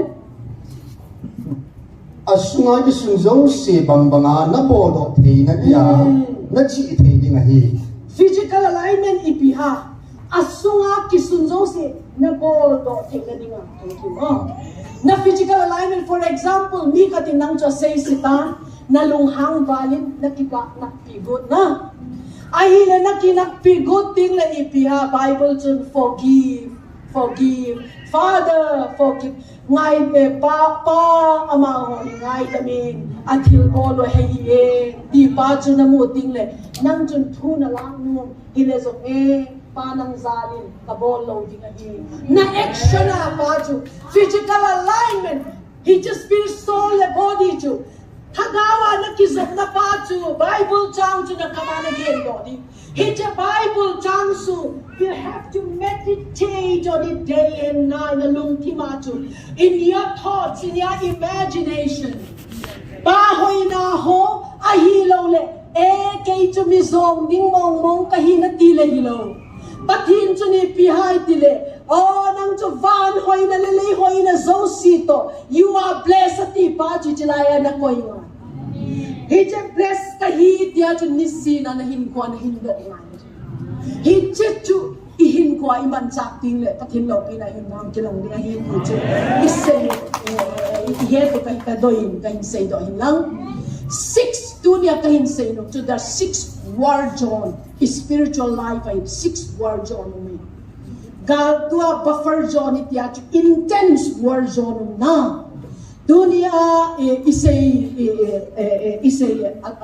highlight kahin mo dingahin patin na lung tataadang chaho ko matam sen say do pihan lang war zone number 1 Efesa bungu kachun. Put on the full armor. Your struggle is not against flesh and blood. Na daw pa chu kisen le taksa ahi ay hon het him lo tua zong chu I het hinga ka doi mama chu tun tao na mun in hin je me pyaya I het hinga ide chu ito pau chu ta sa le kisen hino dunia I het dingo chu May te ho le ki dong hilong chu me ho chu. May te ho chu nga demons, the demons that are at work upon them. Power. FSC bung buka chu na ve ule. Lala thunay na iti ho chu demons iti ho ama iti ha. Kita mo? Hagaw hilong. Ma ho sa nga buiwe. Bukihan team ho sa nga buiwe. Kita song ilaw chu demons kahit ay doy tua na do chu lalna thunay na lalna itihosong doy chu thunay na itihosong they are demons they are principalities mihima hunglet kya hitche ho chun ama ho chun na atong zika na ama ho ay ho ito ama ho chunga na tong bangin Hamas ho chunga zong atong ama ho Israel do amit haddan ho zong gavele chin na kibang so we are not fighting anyone mainly ho ito hilawin we are fighting a battle spiritual battle ito Jizya chu hilaya spiritually a victory na di hong kisay spiritual battle hito tua ihet hindi mo chu mi ido pa chu mi him hilaw tua hite ihet him lo le na tunong dilen may tigal zong le na ay ho sing sang mi la azong mi him kidaw kiti Hete siya chu tua thado ha kuki ha hilo. Ipu German ahong damdon kipaon na. Patpakain ahong doin kipaon van na. Gamla ta zong ngai dilo. If that same demon is at work over them. Jizia chutua imaak izong humomle. Certain plan ihedling ju. Political division ako idin. Religious division ako idin. Ay hola ju denomination division ako idin. Presbyterian, Baptist, Lutheran, Hitchet group, itiw na, Independent Church itiw. Division ako Lord rin bale. Chiso ting le tribe division ako inalaydin. Chiso ting le language division ako inalaydin. Ay ho ibeta tale na. Kuki koyam guite kuki hama ham khalle. Guite paite hama ham zong kisul the. Guite gel language division. So the battle is not between you and me. Dunia ho bung makain politics sa imakai ho zong iheding utu. It's not about tribe. It's not about language. No. It's about the demons that walk over us. Korinthoni bungli changli achun. There is a demon that blinded the minds of people. Number one achun. War zone masakit pen to Bible achun. He just yachun na spiritual battle do na hiun na. Just yachun ipihak kinang na zong le. Nama ikivelo mong di. Individual nang kan senta ka di chu. Nang na hoy na kisa bala ba nga chu. Hiche patin thagaw siya chu na bolo may chula. Na zinon mulong di kile. Adultery so na commit thay di chula. Patin thagawin na nakimodi kiwa. Guess ka tahong sa na bolo may chula. Jeremiah bung som le sagi jang ku chun. Human heart are desperately deceitful at each. Mihim lung tim pa chu. Desperately deceitful to ahon is ahead him ding zongan. Till so bol ding at. Ria ready zing na pa chu. Ilenga. Ilenga. But the good news is, Tagaw King Tozia Bo Lo Ham Na. Tagaw King Tozia Bo Lo Ham. Gay can say, Dina.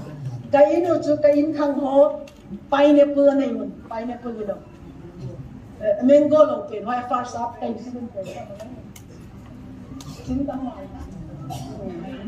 Pineapple willow. Papaya! Papaya! Koy kain khang ho in wa chu aga chu ha ni kha chu ka thong chu ta ka pat khang ka ding le pa papaya chu hoi ba ma no papaya hoi ba le ke ho mo nga na ke compound le phadi re ka ti chu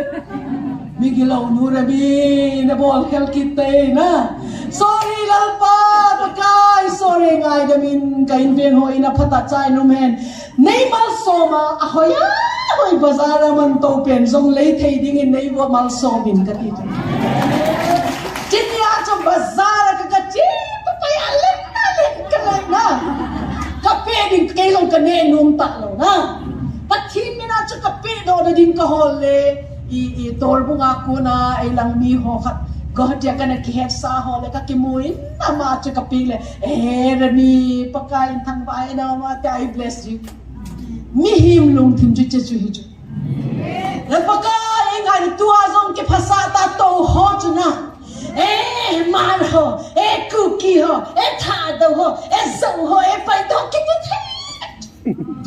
But today I want to remind you, nang zong worst of the worst na hi na. Him is on the battlefield pa chu ipina ko na adaming nature ba chu na. Nang hon British on divide and rule policy bol the saule hilo chu Satan itula divide and rule policy bol chu Jizia chu dunia jila ya thu khom tao khom ninga ho zong sin isei I tao khom ding le na hiche chunga him chunga thu nei pa mihim lung thim pa chu suboi na suboi pa chu I hen chu tu nga hi chu hiche talo dina bezia kina na talo dina hije hen chimita dingle o anop ding dan dan chan chichu bol theina dinga pathina thakau thing tho hin so no. And I praise God for GMFDI chip to banga tao na muno zin pathin ka thang ba e nan ho hi atmosphere clear dinga pathin na koi na hiwe hijizia chu dunia hije atmosphere i clear lo le i mabagwa chu kidona thau thau di azi chu ei ho i do wi het lo na jizia chu dunia first word John chu na do chu sale thisana hi in atizi a chu lalut ho demons tun lalut khat chu i ho to pa chu nga mu tu le na lalut jing ding anop na pa bol ding alal theina dinga na he thi mu ha hi cha demon in a lu ting le a hi lo le thu nei ut khatum de hi cha la ya accountant pau na announcement bo zong lum jing na ama chu nga thu nei ut na to yu le na thu nei ut fa ni na pa bo jing ni na he thi mu ha he cha si a chu pathin galvan put on the full armor of God pathina ko na kithop na ding galvan chu kapi a hi ati chu ama sapena chu the helmet of salvation ati chu na luwa chu lukhu na helmet na khuk di wai ti chu hi chen na lu pau hi na tum the pathin thu chu i helmet hi chu pathin thu be ba hijlaya ka una khat ka gen si ding ding le pathin bola hi pathin na lung si de neo pa pathin na lung si banga chu dang le ke song hi lung si una ho pakaya kuna in na takinai ding le na hichet division thei talo chu hichet division thei talo division sakpa mel ma pa chu inol nga hi chu tua una paite hizong le mar hizong le cookie hizong le koi ho vai pacing de zo hizong le khata thi ding le ika na ai le una ipzi ai che ika theile tu ni a khat le khat ho isin na ding ke hol the ya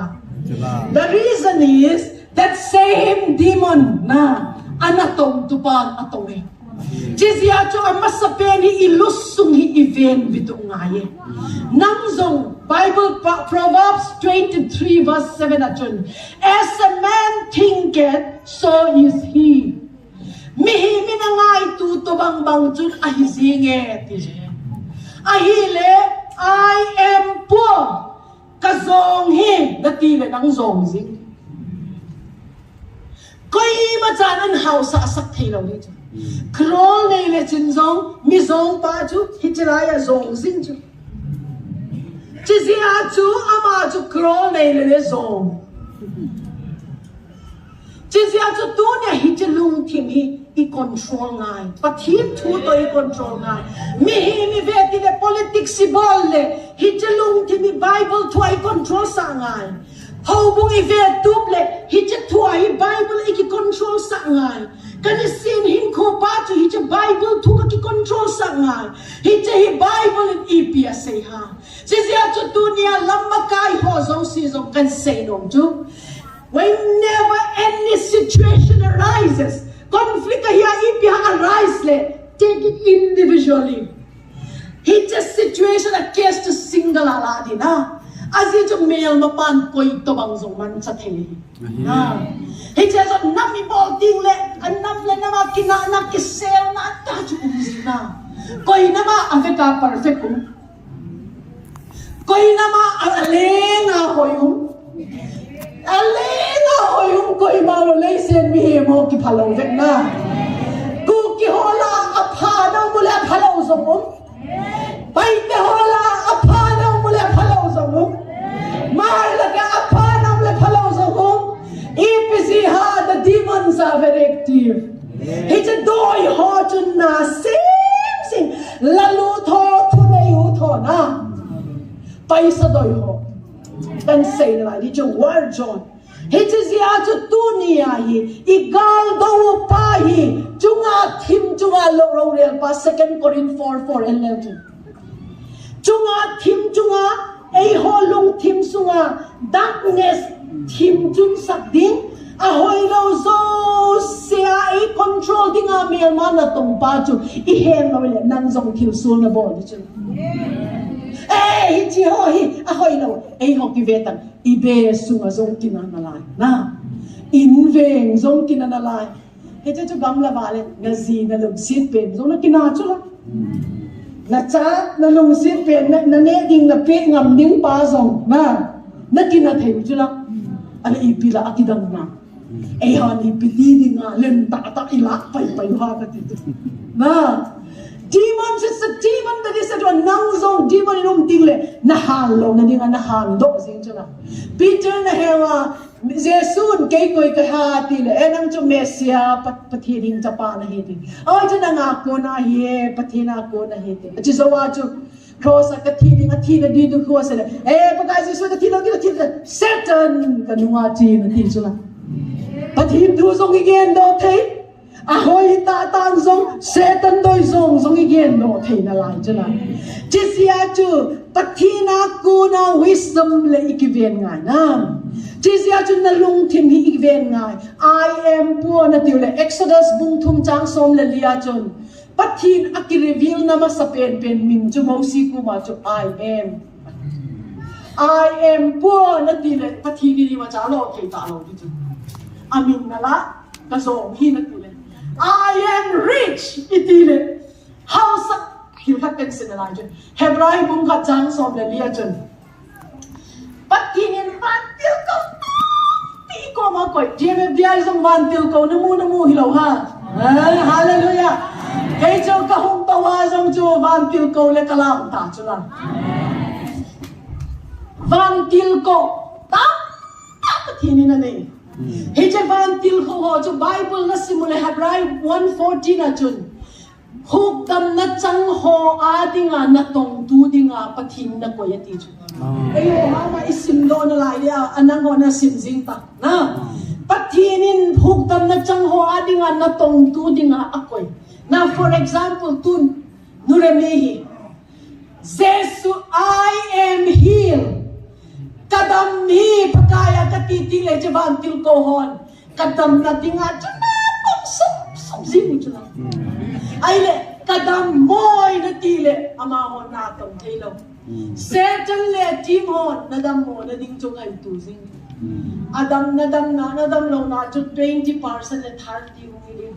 na lung ti ma chu na va le pot do hin hong ki ti ding thu hoi lo tam tan sei ding 20% adam lo chu 50 na hi ding na ki sam sing ni chu Jisi achu tu ni ilung kim pa chu I control sa lo di mel ma pa chu Jisi achu put on the helmet of salvation ati na Chuna ni na ding pa chu oi tam walin sao kan say ti lo din Veila ma pa chu shield of faith ati chu na ginnalum ati chu FSC bungu ka chu na armor of God pathin gal thum ki ya galvan shield of faith velam kiti hi hausat na hi chu sumle pa hi chu God's economy control tu koi han hewa Satan hi chila he was in the garden of Isaiah soblelina simule na Ezekiel 28 na simule he was in the garden of God pathin Eden huna umin suman tam chisom le ni ju ama custody a ni ju Satan in a big tu pi ju ahil ma na before he rebel against God Jizya ju very love itile house Jizya ju Jesus Christa kuma worship me kay worship ibi ayo ama nei hawin house na lo pita kapitin Jizya chu tu nia ikama ibui na pau I veilam tu chu azong hon paisa toi valin paisa dinga nok bol the demon of money ti mammon hi chu another demon that is at work is mammon doi len cho hi che pai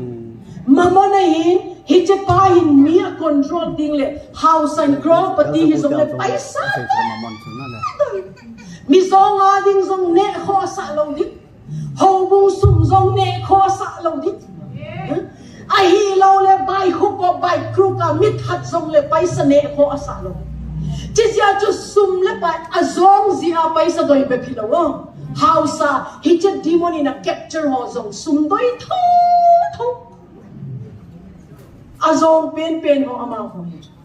hi che demon of mammon in igamon na ha tong ba tam tai zon sa intin hi che chu paisa pe ingai tu na ding wai koi na a khen ho lai house zo le hi che doi nei na matta zia chu hi che paisa pe ingai tu i u zong inau zong i zu do zin thei ding he che zia chu ho bu mi on i tao ding chu bind the demon of mammon because we just paisa hina we need money Bible at kay chu pakai na tong din ka kipiun pati ni nei pe kha chu the rich shall rule over the poor mi house hon mi zo ho chu ngal ro re ding a hi ti pha no chu e pakai kay hang san ta ka na thu ka sei thi na ding I cannot be poor ka ti na thu hang san ta ka sei do thi na dia ka house ta na ye ka ti hi lo le ja mi khatin kay chu paisa pe le thu ti zo ka sei ngam lo ni chu la a nga kom zong le he pu ka ti ni chu la ta nuông hi ka I cannot be poor. Bible na veole. Patin in mi hima bolton have dominion ati na. Over the fowl of the air. Again man tanaw din. Over the fishes. Over the wild beasts ati. Oh, alaw bijo. Be multiply, increase and rule over. Hung pungul lang, tamping pan lang na kovel jung aro relo na tijo. Ay malsom na chang sa FSC bung khat chang som niya kon som thum chan na simule. We are blessed with all heavenly blessing. Van malsom na zo si to ki bless ita chula. Dunya na heading to kay chu patina ko na malsom na chang kahi. Na house I'm rich, I'm not poor. I-izol na boss pa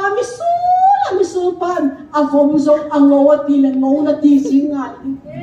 nom hitan hicha thuguk hicha demonin ki control inu plau de chu dunia ko na pathin athing sata thutta a ka hindo thaina dingin mi hau hon mi song ho tunga ro re lim ke nei zon sa hi le fang chu mi hau mi hoi lo hon ta tunga ro re lim ta nom na longan hicha thubu na mo so ti lai chi demon in nang control lo ni I ho bunga I accountant in dan kana seya paisa chu slavery na ina dong ding ai man ting le hoi I master a ting le hoi lo jesia chu hicha mamon hi ki slave ding ina dong ding a I koi ding na missionary som thum la gup alo ding chu nung ta ki lo chana paisa lo la ki same thing lo di chu jesia chu hicha paisa hi we need to keep under our feet jesia chu paisa ho chinai pe lai pa chu ki da ufa a best place na la zipa amuna chu na paisa na sil chu la hello chidi hello paisa chu na go and serve me paisa na mando tigle kilo kata 50,000 na sendo na hicha na tong dingin nang da chin lang tapoy mo na nang kikting ahi return back whenever I need you na paisa chin nang cha heads because they need a master to rule over them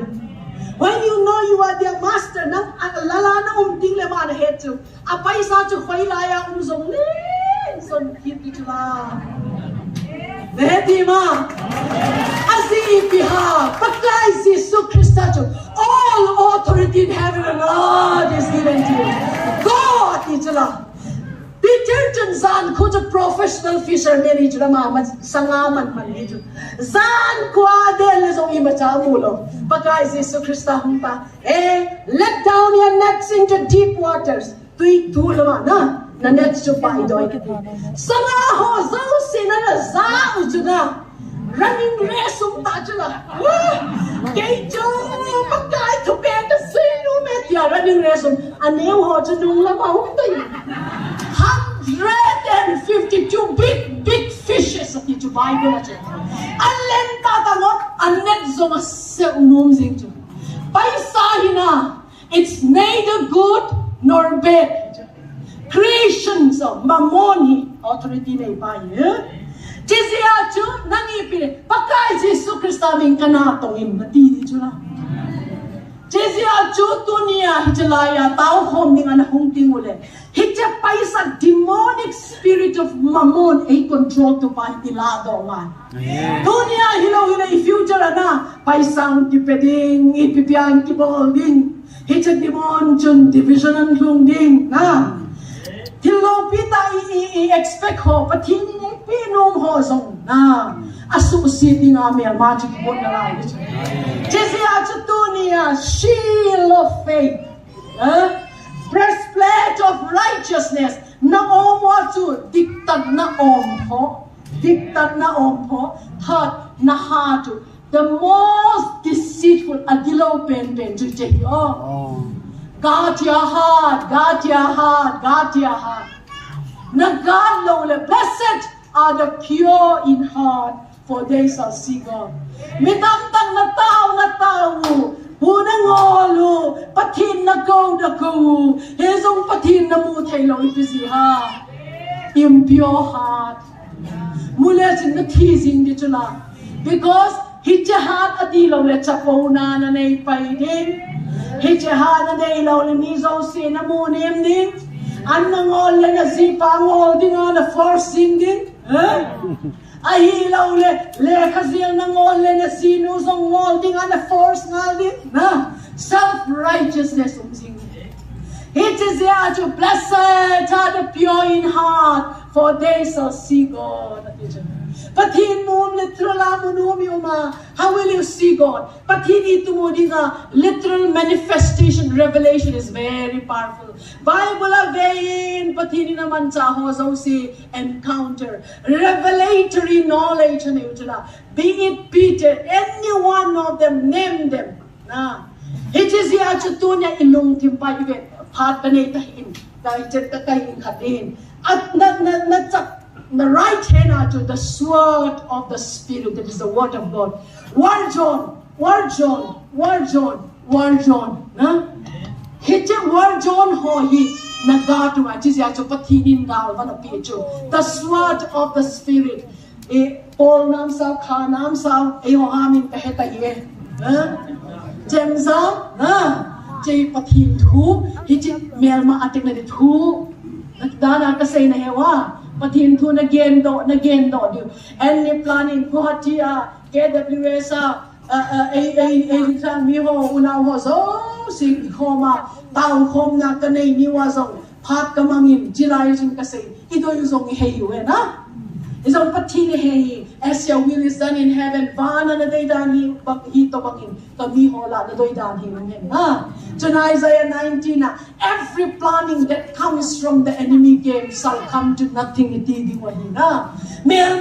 ako na courtroom ako na ho sit na dinga program ho so siya fail din tintaw ito. Fail sila na.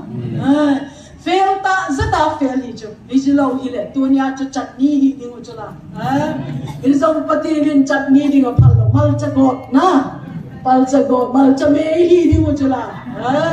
Isang patinin na palo na. Just word of God. Tuasang chila tao tingole mer mo plan ho so si ichilay gul hampan hun pundo se kipa umdan na. Mer mo plan na sitan ho ihedon. Patinin niya ding plan ho ihedon alo pivale na. Alo pivale. Tuasang tu patinin niya ding program tumbang bangta ahile mer masong nasa semang tigol din na. Tribe led tribe. Hitchet demon and division yung klung dito. Chizia chiche pa chi igat ho yung ay. Finance sumle pa yan na. Money. Heart event patong ay. And the sword of the Spirit, God's word. Any planning nang zong na. Patin kaya hituat hilpa ka gel ho. mi ma ko na le tu pet de la do pi in nakitizel ma nakitizel lo le we human being hun tam ta ki shellfish pai na chizia chu ei ne hei zong patin thua chu ki check ngai chu I hello kala zong I heart zong na Second Chronicle 25 ahibaha na veole. He did everything right in the eyes of God, but with the wrong heart. Til hoy so si chu hoy bolin along tang adikhiet chu along tang adikhiet. We can be the same. John the fifth word John loins. Loins Hijalahi belt of truth atina tuta akong ga di kiti bacho iloin say una ho ido tam tahi ikanga hi umso numay pasal thang tat na hizong lay in the loins na itisena bacho isukti ngai cho DNA we need to pay Bible in EPS say he is a God who can visit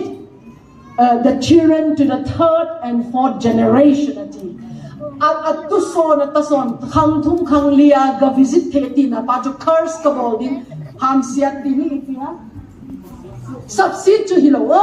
I will visit means for example gavenge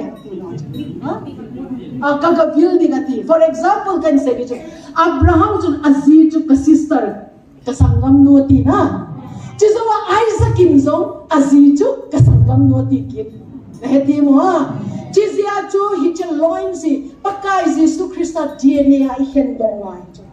ahilo le na ikhanguiwa zona kiti pazong chu ikhanguiwa mtejo.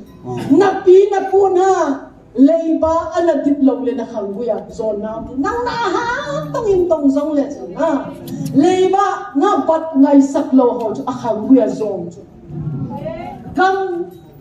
gam inmun na sot ho zong chu Bible wicked atu azia cha ho gam nei lo zong sot ho chu wicked atu no mei thai ho taga ho koma taksia ta ho zong chu generation person if people Bible veton Zudahon pakai Jesu Kristana thatun hijat hisani ke ho le kachate ho chunga umhen tu ne thil tam ta na het thim lo I thu ho I in kon hi zong le in nam hi zong le I pile puten thil khen khat ana seyo na ana bolu the avil na hum kit pa cho tamak tam hi so the word on na chate zong ke a spiritual battle tamzo jo nang le na nu na loi nu le na loi pa le na family wa ko ni je secret du ho zo na pi na pu ka ve ti secret du le na chapa jo ati na di chula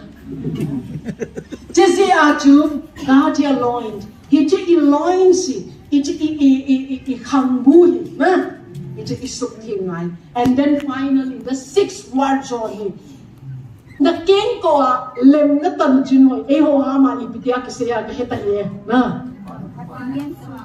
ki pa na ken pha na sintan nang ki sintan pai ta ma chu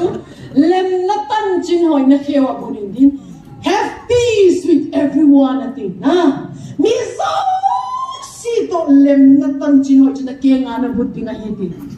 ana ton no remil thua se na Hichalaya chuta inveng patong hen lang zanya ka ki boxing pi pa hi la chuba kasi ngam ta long hichala natia ai lo le chalaya no ramin twasin anu nga alaya agulang lui pa na tom tale chai di kita chala hichisia to holiness give you the strength boldness, the courage to go forward boldly with the word of God.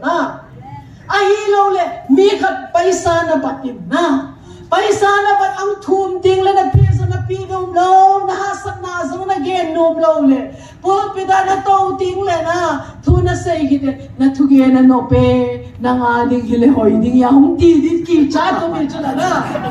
na tayo zig lo le na tiwa. As far as you are kan san tan chin hoi iti chu ipia gospel iti chu ipia len na tan chin chu vale le mi him ho kilem talo chu pakai Jesu Krista tan chin hoi chu kilem na si na nang langa chu mi zo se tan kilem ni na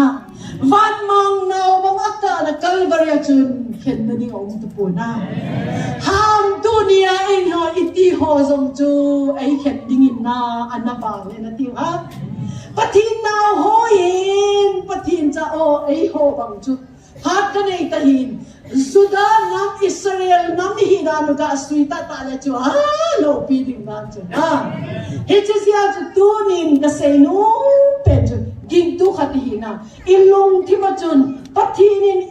inna na innai ti chu ipi ngai lun na long ngal koi ma ipi na bat lo ding wa hi atina ngai lun na na nei lo le bang nang i ma cha na hi e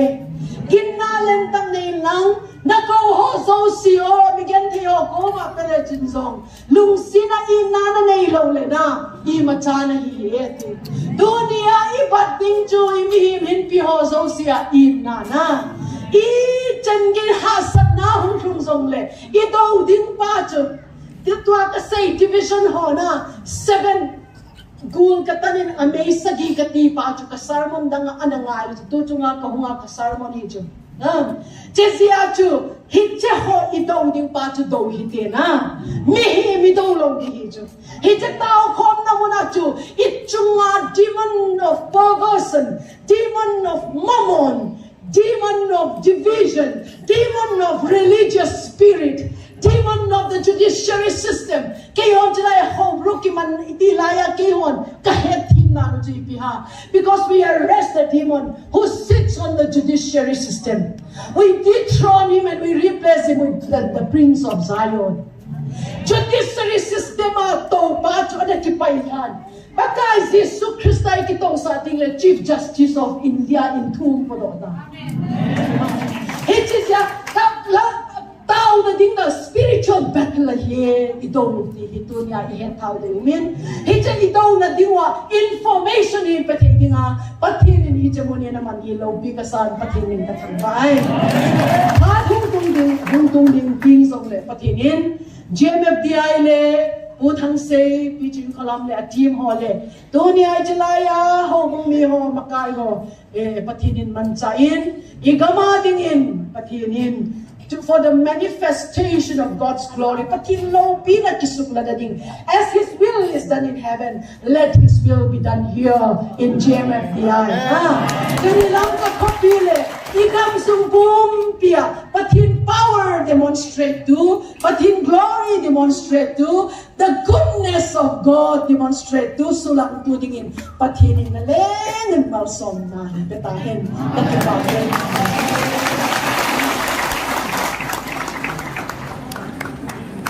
Hallelujah, Simha. Nura mi say so lang la ka to na ka din do sa san. Oi la ham khana kia ma ki thu han na le. Kia ma ki pai tara re ga la ka tha nom be san. Ke le ke ki mu bang khun ka ki ya ne ka tha nom wa le. Ei pau san ni ka su sei do the na le ki chi di sa di le. Thiên là cao và con hết thần thế này này nào, in số là họ có câu là ra nó gặp bèn ra gì mình gặp bấy cầm tàu, tiếng đó thằng cầm ra rồi, cùng cả đi tới bao nhiêu lâu rồi chỉ cái ngày khóc lâu thì là sắm bể sẽ, mà rằng là chỉ cả cùng cả thun bể sẽ thì là không chịu cái tiền như thế mà hết, mà anh giống thì hiện ai cái một tụ thôi. Phone YouTube họ rằng là khi hà luận mình này vàng dân thì hết chú mi tâm bị hình in thật rồi hiện nó xin nó hình này hiện nằm chỉ tìm nó cho xây nên thật rồi YouTube Facebook họ WhatsApp họ ít lúc rằng là CKL chỉ nó phải kitab này nó phải lúc rằng cả luôn nôm gì quan đây là cái kisim riêng thật sự lắm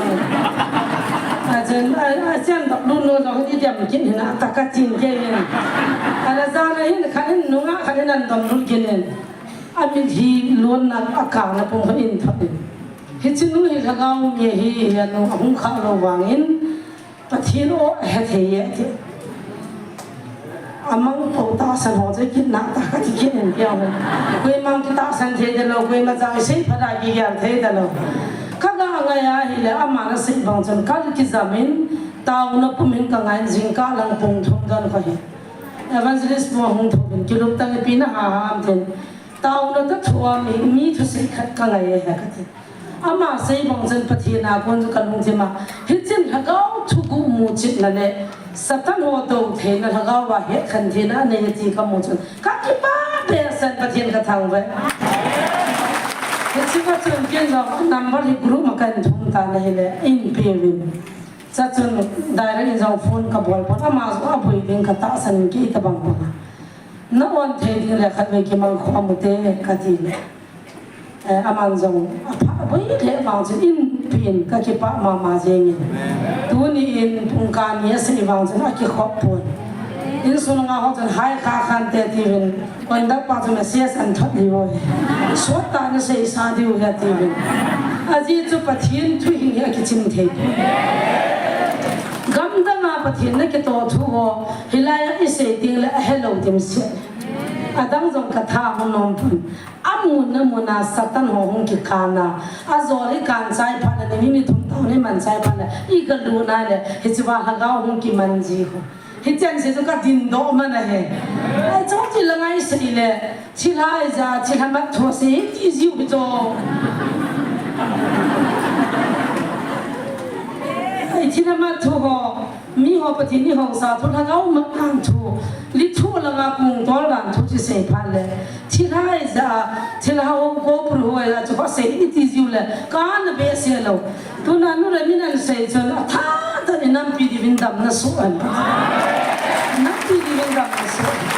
Tu tak pernah Bible kita saya lain nom ta. Haleluya dia. Quran sung sima, Peter sung simla. He koi macam lo. Kagau ti lo ho ke he na. Even here ke ki po ang. He dia chu. Diri tol pila Gujarat, Mumbai, Kolkata, New Delhi. Tren sung ang kita nom lo kasi bongkang ka kila bongkang ka ta uza missionary ka chisi. Hijau ganti to hari diwal muna blackmail na bol hokan na say ka say ziba ko koi man hatim the tu ni say on so hatim the mai the mi satan na he o ho thapha pui do ke ti chu Christian hin khoi to diu lien pi satan chu na kan lo le satan na he kha chu na gu do the lo tu ni nan tan say baby Christian hon te che mi chu lo he the lo han tin pathin ka thang ba Hiti tu kin ngai tan ka sei the hi.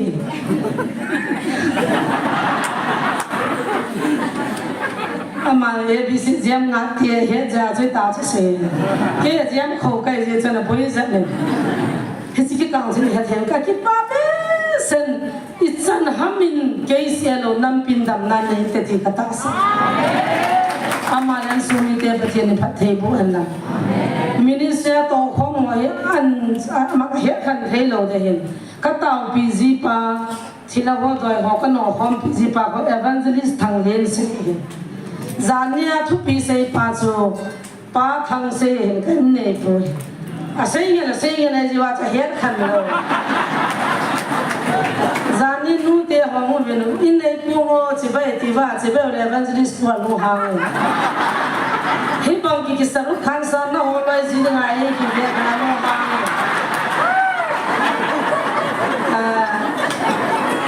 police ka hung ji ne SI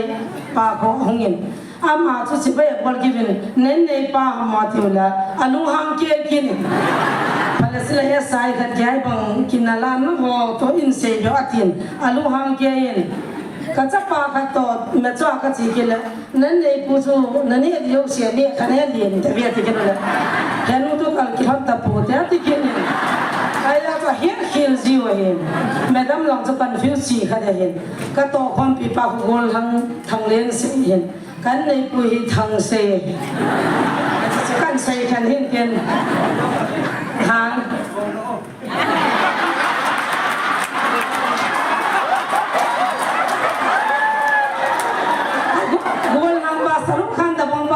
do ano la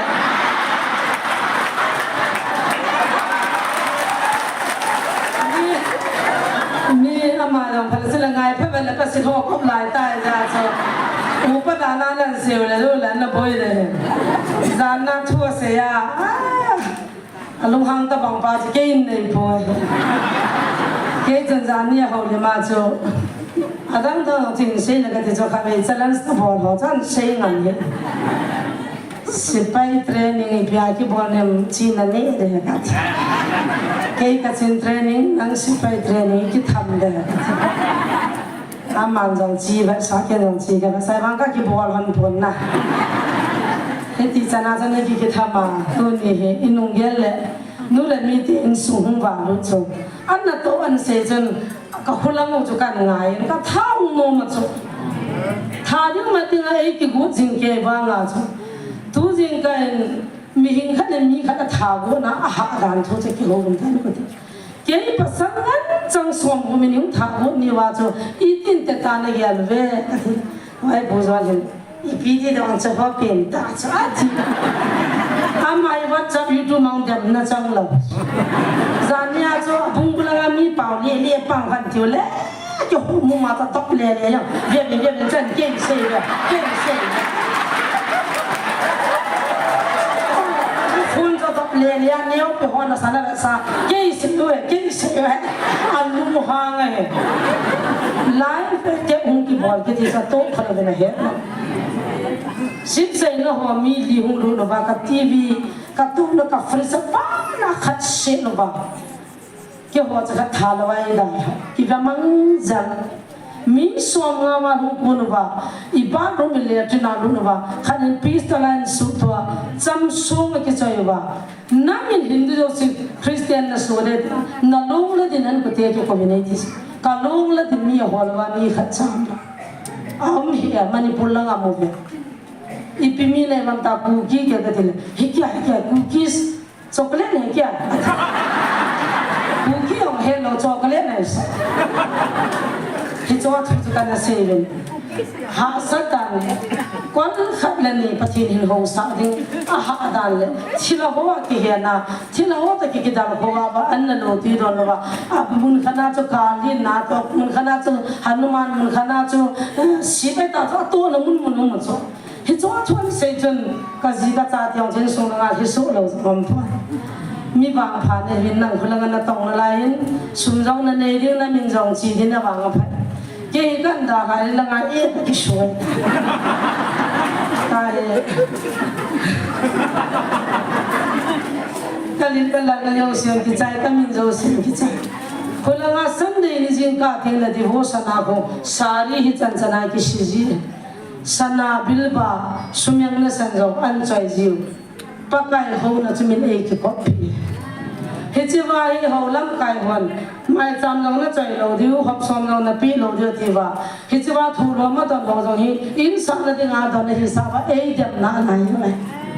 ก็เต่าเปียดำหัวเลยพิงท่าหัวเลยประเทศก็หัวสาวเลยก็ปุยปีหัวโลดอจุกันนี้ที่งานโลแม่ที่อันเสียดอจนประเทศก็ทั้งเลยยิ่งก็เสียงปนเสียงก็เสียเทปเสียวังละขดตัวไอ้ที่คิดดูถ้าเราที่นี่มั่งเดี๋ยวก็ไปพิจารณาว่าทำยังทำหัวต้องเห็นอาจารย์จีนี่ขันนี่ถ้าคำนั้นนู่นหันยังส่งเอาคิดทำมองตะช้างนี่ทำใครกับพี่เองอากิจันนั่นที่งานกระทรวงที่ปานไม่จำสิ่งหงวิทย์ก็ที่น่าหงปูอาจารย์บอกพันอาจารย์จีไว้แต่กำดังอาความจำปูก็แต่มินตูทานตัวละจีหลังสังสวมงานรู้เดียตูทานกับเซเลรีसब कुछ आपको दे दूँगा अतिजीवा अतिजन नदी मंजा कोई हूँ पीजी इसा खाओ ही गम दंगा में पूछे से तेनू रे मियाँ होती ताज हगाम मंगी मज़ो से पतिने हो साजो से कौन हक सो माय जाम ए पियो आई बांगा मणिपुर लगा का मीडिया हगाओ कहीं जाकर मिचोल बाय हो कहीं जा कसल भी संकदालाก็ที่ป้านะถึงตัวข้าทุกวันเสียด้วยอาทุกวันเสียวันเราก็จะไงป่วยเย็นก็สายยงก็จะยิ้มเสีย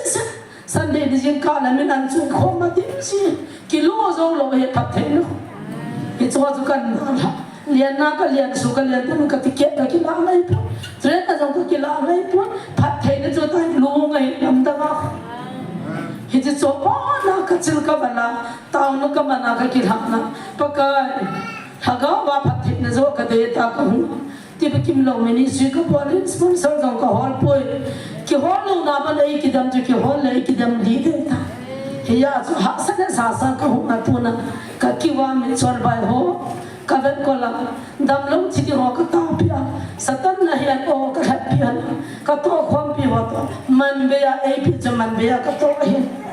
ตัวนี้เห็นมีปีศาจตัวดิ้งหลงสตุยหลงกันในโจป่วยพัดเทียนนั่นลุงเฮียเลยเกี่ยวนี่เขาขัดเล็บพัดเทียนบุตรที่สุกกินเล็บเลยตัวนี้กินในเลยนู่นมีเตียนกูกำเสาจีเดียเป็นเท้าเวสุนพีเทจงเลยตัวนี้ก็เล็บสนบอลกินเลยโซ่ลอยพีพีโซ่โซ่ที่เราทำกันเลยไอ้ที่พี่เอาที่พูดสองเดียวที่เราว่าจะเรียกแต่เราจะกินเวลาอีกกินเลยนู่นมีเลนส์มีแต่อีมาจากปีถึงกันในพวกปากไก่นายตัวคนน้องน้ำนายตัวคนน้อยปฏินิพัฒน์พวกหันดังน้ำปุ่มปีมินินเจียมเอฟดีไอมุนาปฏิโลปีนันหุ่นพูนนะจุงอ่ะอินน้ำมินกีปานะจาเลนทิลปีพูนสิเนียวจ้าจ้าน้ำปูนกันสิลปีเดียวฮิตจูสนาดังกากรุลบังอันนี้เกลปีเดียวฮิตจูกันที่มีนังสิเกตรีปางอินทินอินน้ำปุ่มพิวทักยาเลนเกนียนอามอินกูพูนเนียวจ้าจ้าหินเจียปีเพ่งกเต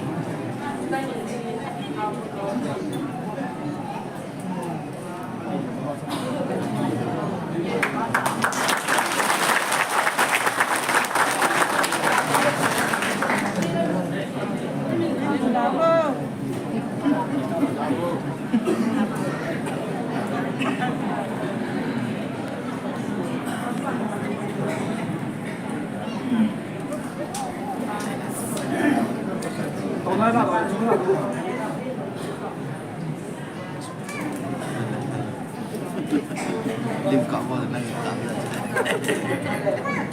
ปัลปันสังเกตมันก็เห็นไอทีเลียข้าจะเห็นเพียนเห็นอาภัยมีปีศาจตัวความมันโนมินกีปามินจงเล่เวเนสเดย์นี้จิงก้าทุกคนคิดถึงจงฮีตาวนั้นทุกคนคิดตาฮีลำหินจอดปนัมตาเวสามนากันเล่นกังโปปีดิฮิลังแบงก์ลาปนาตาวน้ำมันหินดันมีอามุลำกาตุยกาบุยน้ำละวะกังทุนจะดิ่งนินตาวก็มันจะมีตัมปีหัวเหอันนั้นหัวหินอินาโฟน่ะไลฟ์ว่าเวเป็นนายหัวหินอากำลังหัวหินอมุยันตลอดหินตาวนั้นนี่ก็มาเป็นดามากังทุนจะดิ่งอันที่เป็นกำลังปีเปียนตลอดดิ่งจงตาวก็มาหินดังเสลาปะกันในหัวปีน่าว่าจังหวะอิจากินจะดิ่งอีปีนหัวปีที่หัมปะเทนจิกาทุ่งไอเทเอก็ยังดิ่งจงตาวว่าเทนอีบอนจะเป็นโอโลปีเปียนจะสักข้อมาหินเห็นที่สาใจอยู่พันในบอนจันตาวข้อมาถึงตาวใจนะรีเฟรนซ์ใส่ไปไม่เอามาห้องละมาอินสูงละมาคุณดูดันเฮ้ป้าป้าต้นลำจันเนี่ยรีเฟรนซ์ลำจันเนี่ยตันที่บอนจันเป็นตาวที่ตาวใจนะรีเฟรนซ์ลำจันเนี่ยโอ้ลูกปีเป้ที่จะสักข้อมาถึง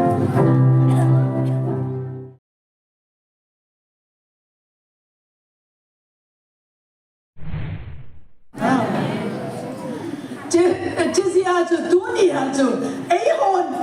สายขัดอีกแบบนี้นะฮิจไปที่หินเด Why are you limiting God อีกเป็นงานปฏิญาณนั้นลิมิตตัวฮะไม่เห็นลูกที่นี่ไงตัวดอกโซ่เลยปฏิญาณงานกิโลมโลเนี่ยมันจะBible ละอีกูหักบ้าเปล่าจุนะ Bible ละแมวละกูส่งมาเปล่าจุละsabi nitong sangan so kapao sila balam timpo adongki so kapao sila na second so kapao na ginam niya na umnong tingo na jiho so kapao tu pa man chào hi bol thế lộ đi ngàn nó coi hai phát hiện xem ha chia chú đi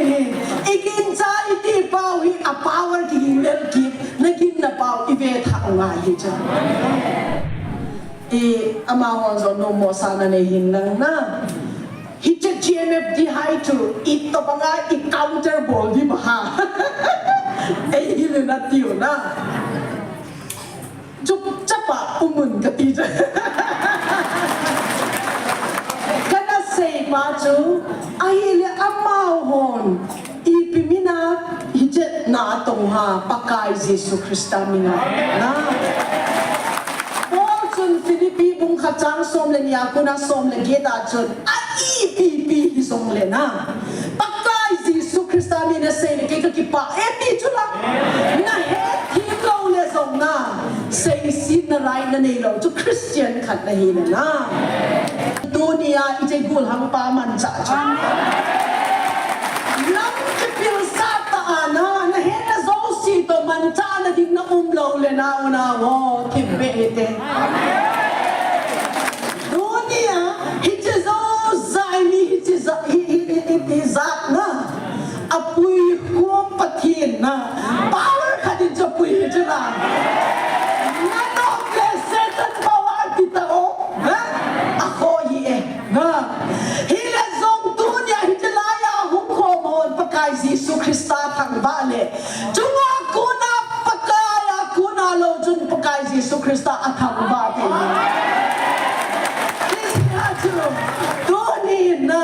ai pui ko ba power ai koi khom ko khom tu hi ipati na hin ipakai Jesus Christa thagau tin ko hi ipa choi ai do ku ki ham ki thim khen la na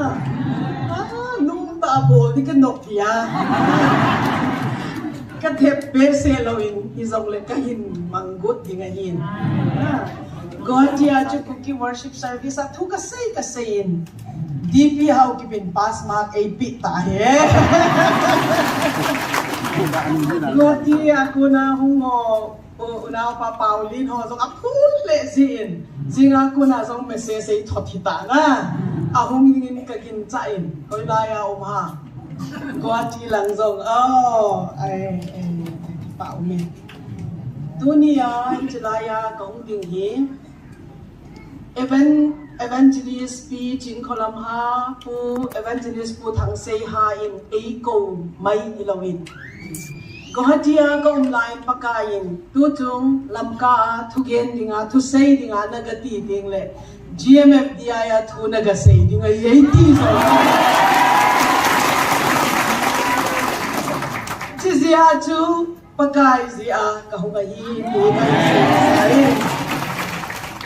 chun tunin no chin kholam le pu thang sei hi ama ho zalin GMF DI ho zalin pathin min ka thang va in hije times le season a pathinin pakain aman cha thei ding mi nei pawi I ham phavalwe gohatia ni kum akunin dotna hungrungin GMDFI ho na tong ko ipitin na ngai tu baha ahin tiwin na khol tao na in nei nge katin pathinin tu in pe chu kain sei in tu ni chu ka sei no matam fa sia chu ka sar mon ho YouTube an na kayo le 2 hours less than 2 hours chu lo hi chu chi ja chu ka hung na ding ta ka hung he chu la ka ni pakai Pentecost day niya pakain na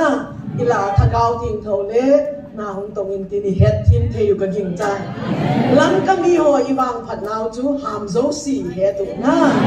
he che chu Pentecost spirit nei nau chu hallelujah asam lang chu apu yung dan chu half long lang a una ma roi zong le ku ki tha do hi zong le ham da na het lo ya bu yu mi chu me che lai chu pai te ha min sei zong le na het tu na Hila zong chance ka nei sia ku ki tha do ha ma ka hin sei de Amasta in introduction ning boling katin kasi pahi Reverend Pangkalian Hauser. Amen. Sani kanayon katsapaw aupaso chu tuni kay ho charcha programa na isin hung thayin at sa pangzo na Dr. Ebenezer Hauser.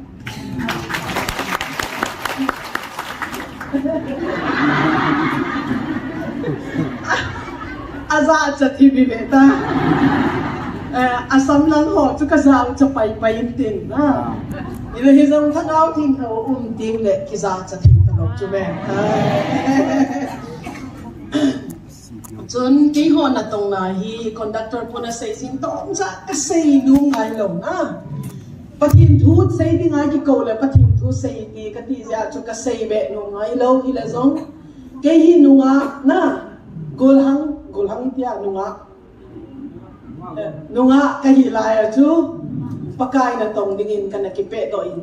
at the age of 16 years kahijun ka nakipe do in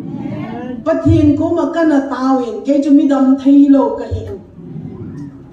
kanui na ga vele ka hazo si zong chu a dark color pale color hi chu as hi chu ka om na valentine chi si a chu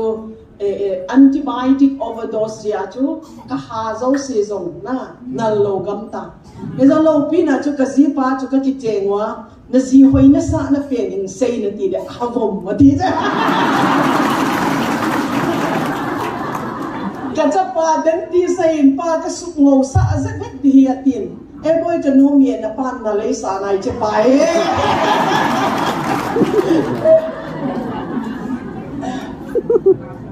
pagkay ko magkanatawin kadam mo valsisin missionary din ka nakipidoin kanula kapan kadam mo hein kay judam thaylo kanewa ko na hisin kapachun hospitala kapindo ako na oxygen kibul kahin kapachun hiche ka chanuhi ahin nanay hoy pile pagkay na natong ding na napingi atia ahin lang sa jezia chu pakai na tong dinga pakai na ikaw kitin at the age of 16 na kakipedo kung somlago ka kakipedo lai chun pay ka la katahin nun tong pakpal bang nil kasimlay tang bang damlay unle ni te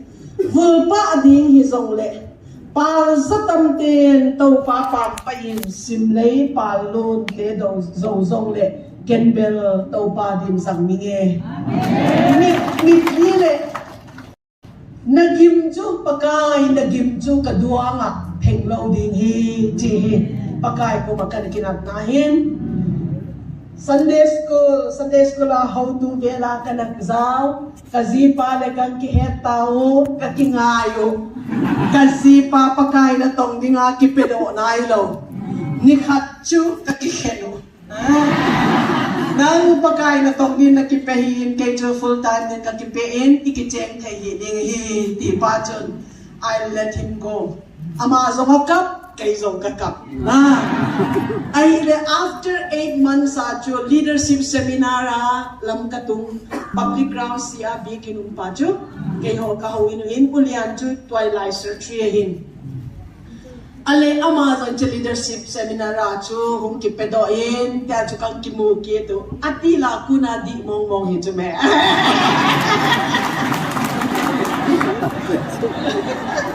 na ayun atila I mo gi lo ting le na among la mi mo di go ting le thai lo chu me na ti na wa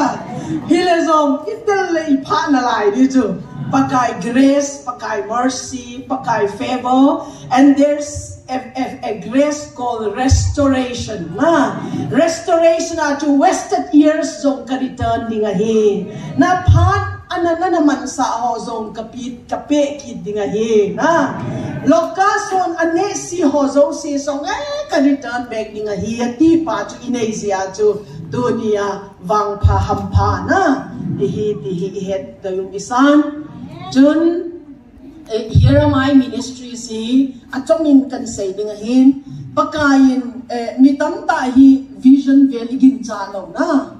kay zong traditional background na ikata kipudo ahin vision ho zong inagin sabi no today hi le zong pakai nei pi ting le ka gin cha poi ti ti ta long chung imu pa chu I saw what I saw is in tula na ai hon imu lo si wa chu ikin na pau zong tiam chula imu chet pha ting le kai hon ka thu sei chu nung zoi hon i pia sei ha ka thu sei chu ka za be pui lo kamu pa chu ka sei hi Bible nag-avail le now ho i-vail Genesis ako na Revelation chen encounter ano jula Genesis, Exodus, Leviticus, Number, Deuteronomy dan buiti pa azi to pa koy ha Mosi ito Mosi ipitia azi baha awag matil tuchi na Amazon ping nailo aipiti baha aito mga azi ha because he had an encounter with God. But he encounter in Asia. But he jun kamay lam na mo tayo di kanung lam pa chu kavesa di na hiyatin. Anong lam avele atila chu patinin valele si me ti chu heto si chula. Mihi masim dan zong chu ni khat ni pa chu hi chesi ni pa ni chu ni thum ni pa chu ni li ni pa chu ti na sim chu. Old Testament Law book ini azik tu Mosi tam tak kasi man loading chethui tu niya messaging kasi nung balzing at taya katay dito. New Testament na 1/3 of the New Testament wrote by Paul who was Saul. Azik tu pa Paul tu 1/3 mun tuma henatu mun kat munni 2/3 of New Testament zik tu pa tu taksa ka Hagawa kahedlo jungla makagaka tawin hiche kamu Damascus lampia to encounter ane na ay ho to buksa hiche a reality ahulun palakin jakit talo na chesiya to vision kanay pati ni mo sa ho si to Bible kamu 1997 kanu pawa pat kay na tong din kakilanin kazipazong kilanin pagkain na tong dingin 1990 1991 December 14 takitengun 1992 May June pagkain na tong din katsidoon kay home lamka zong chiche gamzong kadara na almost 33 years ita na here am I ministries ti hikapat daw din iti interdenominational organization ahin tuni GMFDI ho kung magpapatro kasi kaya pagkain na tong nasong ministries of to say ting la katet ngilzi na pagkain no to katay kasi nung balzin dunya here my ministries is si tao na naiman pi di nguhitan kakipa avale na kalo vale hallelujah pagkain chika thang bae Hiti organization hi kazipa to kanapat doon tun 36 missionaries are working under us mo. Missionaries som tumlet pagod kanoyo na atongin mission field mon som let huma kinayin school mon niya kinayin na. Gawati azong him agape center kitiin training center kinayin missionaries ho local evangelists ho women leaders ho youth leaders din ho training at kipin na to mga to nakitong ahin hiti organization in namchum homin tua him agape center buhatia in charge patu thangmin lun tota kitin zo ho ahin ama ho in charge in umin 24/7 counseling centers ang ahin hallelujah amen chun pakai zalin kachaten yuhigul hang na laihin kasi pa chun achina na amaw ding a hol se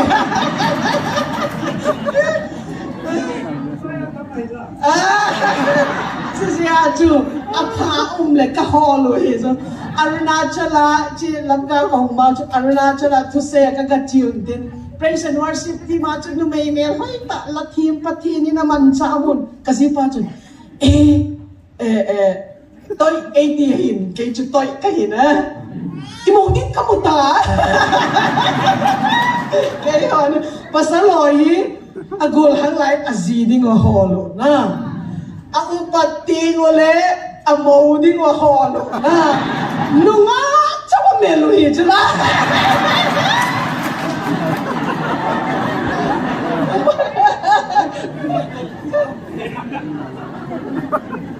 đi chứ đó thì là chớ nó họ rồi là tàu này lên hết tụ cái hình thù mà hiền chốn GMDFI pakai idinga koi ha GMFDI hi IPCA koi ha pakai program IPAT vel isei do ma chun kai family un ka tawin GMFDI na tong na ka zau lo chu hi thei lo he ka tia chu chesia chu ka si pa chun ni tam vale agokin evangelist pule evangelist pi ko ma ipeti baha tim kei chun ni tam ta encourage na dinga he chesia chun evangelist pule evangelist pi hung hen lang na iche phana sa mga committee member ho song na dot lo dingo nang hon no pan phana sa mga na naman chan tiu CMFDI na ito kasi pa na ipito sa na evangelist pula evangelist tiu ha amanzo zo na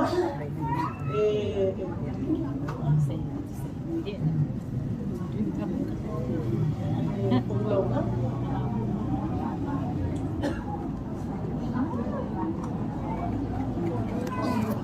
mong nó thì gì mà nó ngặt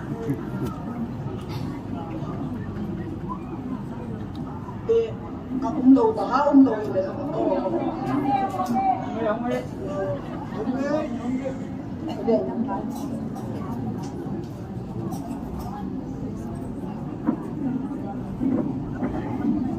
ta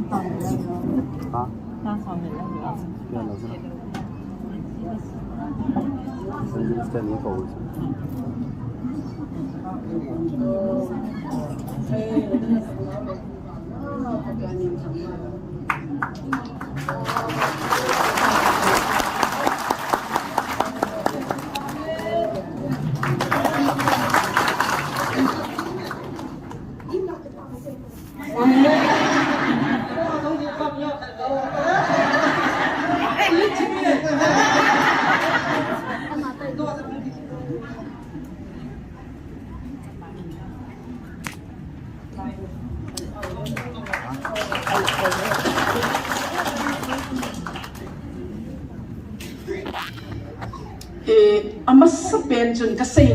What's happening here? What's happening? What's going on? It's a GMFDI. You confuse balo na. Mitam ta intai sa palo sa ho asay ho so si so tamatam kay ho kuma question kidong ju hichi hoi last year lamka kahuwa zong ju prayer team katahungun na. Amahon so no mo sana na hinang na. Hiche GMFDI to ito pa nga i-counter ball di ba ha? Eh hili na tiyo na. Chuk chapa umun ka tiyo.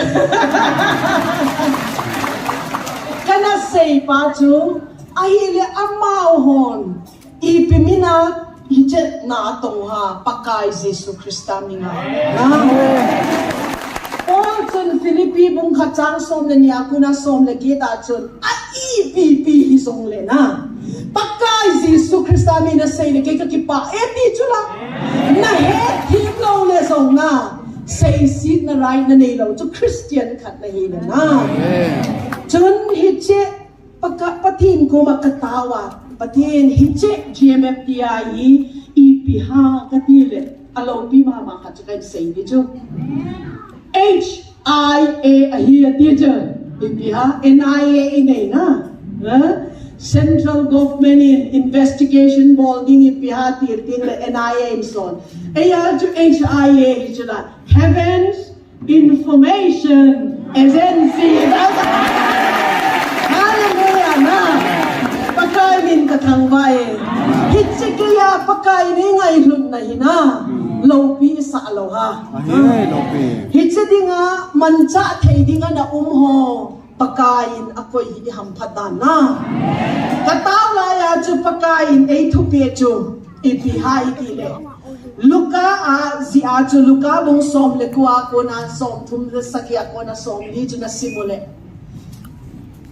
Palm Sunday niya chu Jerusalem apakai Jesu Krista achila ya chu anong zui ho na sata akiko na pagka Jesu Krista ko mai chu anong zui ho hi thipu hen ati chu Alan is pagka Jesu Krista chu ni piasai ha itile amaho atipule na sung no ho kakiko do sa ating una ho betang na GMFDI neo pi neo panamu ha pati ni nung zui kiti ho bunga lenta ta ho mancha ding amu ta lo sia je sung no ho neo pi neo pa ho gul hang pati ni na mancha pa chu na veo le mihima chu limna nei lo chula hizong le patinin alol chu ama chu mancha chu hallelujah Pagka Jesu Krista Palm Sunday achi la ya chu hit tu pi donkey chu ayo ha mai pi sanga chunga chun Israel gamana chiu le chu sanga anui lima ko yu chula na sangan donkey chuna sabentung paite hama chu sabentung katiu na sabentung dizing de na sangan hije chunga tong sa ma chu kipa valentina nui sabentung mga tong sa tong pathin chun dunia ije gul hang pa man cha chu nang kipil sa taana na hena zo si to mancha na din na umlaw le na ho tikme ite hiche huna dinga timeless season na dinga heaven's information is in si dinga mancha pa jo low pi male na mo ipidinga no chin ko lam ho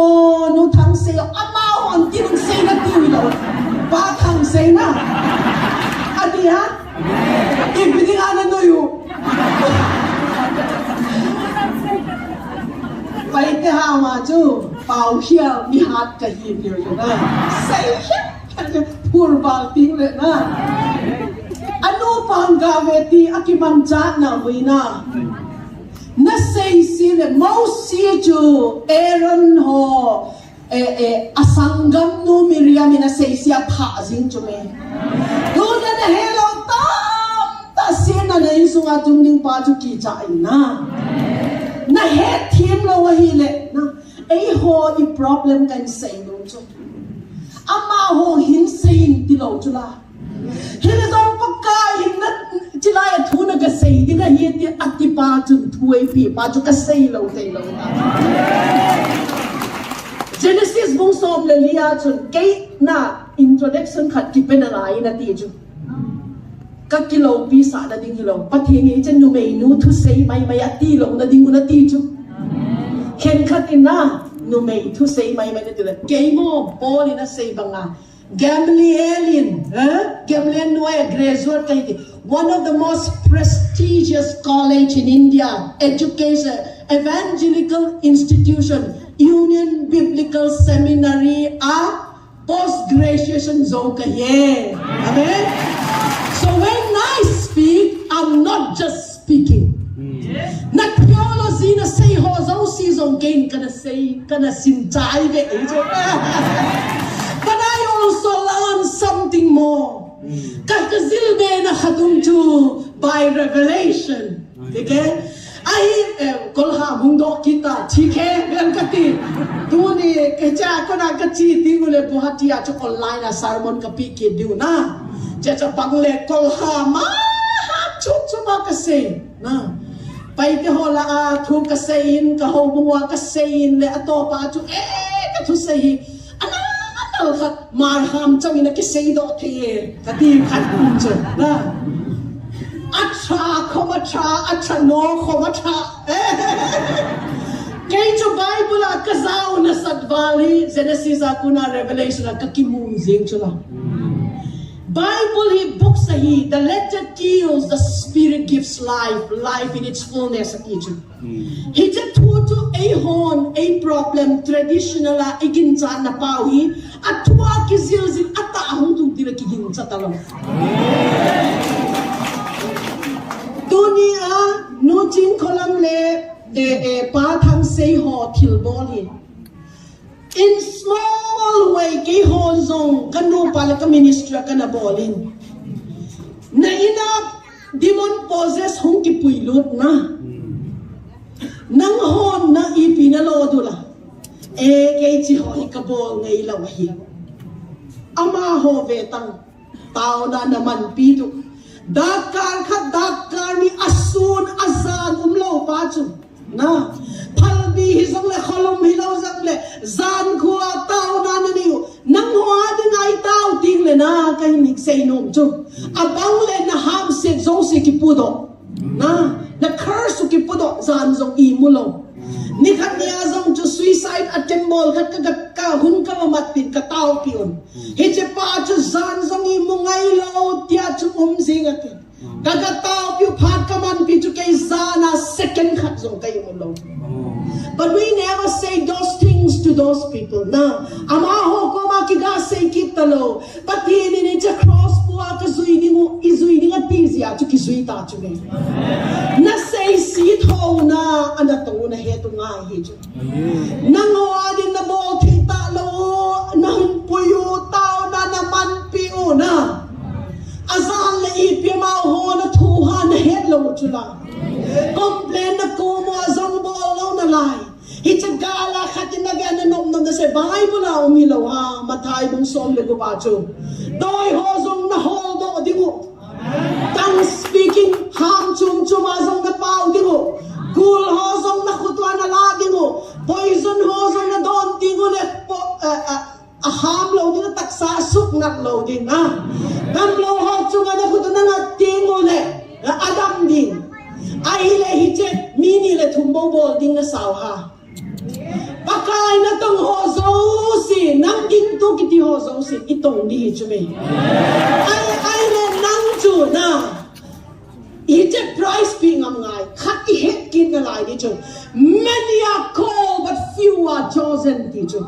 mi tam ta hok dam na dinga chu mi tam ta ki ko chu me hele zong special use dinga chu Timothea chu insunga chun level tam ta ume ahilla mi akesuk thin le you'll be a vessel of honor man tam ta man cha hiding ahiti nang nakipi dom nong num lo si a man tam ta man thailo na hi zia mi na dem chu hi lo Genesis bong som le lia chu patinin Abraham puma ipiasaya look to the north to the south to the east to the west at ito ho hama ipi swalam tumlam malam simlam enok vein na teacher vein na ti ho na swalam na side cut i vein ai ti ve pa chu na sayu di lo hi lo chu me hilzong side cut chau na ve ti mole not na ve le south a I pi lunga west a east a I pi ma na head lo chu na head lo chu I pi dinga na demo ka head lo na ve ta ka zil di na lai din te iti di chu na ona wa ngai tu tim tua hung ho sa chi chu angai lu ho na ti via na ve ding ho ka sei ni je na dunia hitzo zaini hizat na apui kum pathin na power khadin cha pui chila nano apya satan power titao akho ye na hila zong dunia hitlaya hum khomon pakai Jesu Krista thang bale chunga kuna pakaya kuna lo chun pakai Jesu Krista athang ba the Doni na ay pui ko ba power ay ko khom tu ipati na hin ipakai Jesu Krista thagaw tin to ipa joy ay last week chun silonga unaw kat kuki kat dammo hospital chizeno doctor in zone na hello ka tao pi dingu chu counseling them chakat nei ngai ka zi pa chun aku ki ham le pai ti ham counseling a bol gol le loi nu chun pastor pu reverend pu pai ti ham ka het lo kunya chu ki surrender ta ke ka ki pat ki din counseling kan bol counseling ka so tao na khat demonic doorway khả ngài chu na ama ke sa chu chu ka khả pe ding chu o no ka sei nung nung es ka sein ka tin ka sei o le tun so ti ding ba chu ken ka het ta lo ku ki ha ba chu chatuan ka ti le aman ka taw la chu tun so ha tun so ama zong ti biang ngai le nui ve ta ka tao dòng tao bằng tao lâu na chặt tuan cái gì đấy cái rồi cái bay đi ham mà rồi khăn to đi chứ na chặt tuan thì chúng mà rồi mi zo ho ha mi ta na he ra ku ki ham đi nga tun so chu cái he do so lo chặt tuan cái gì này tun so tan đi ha tun so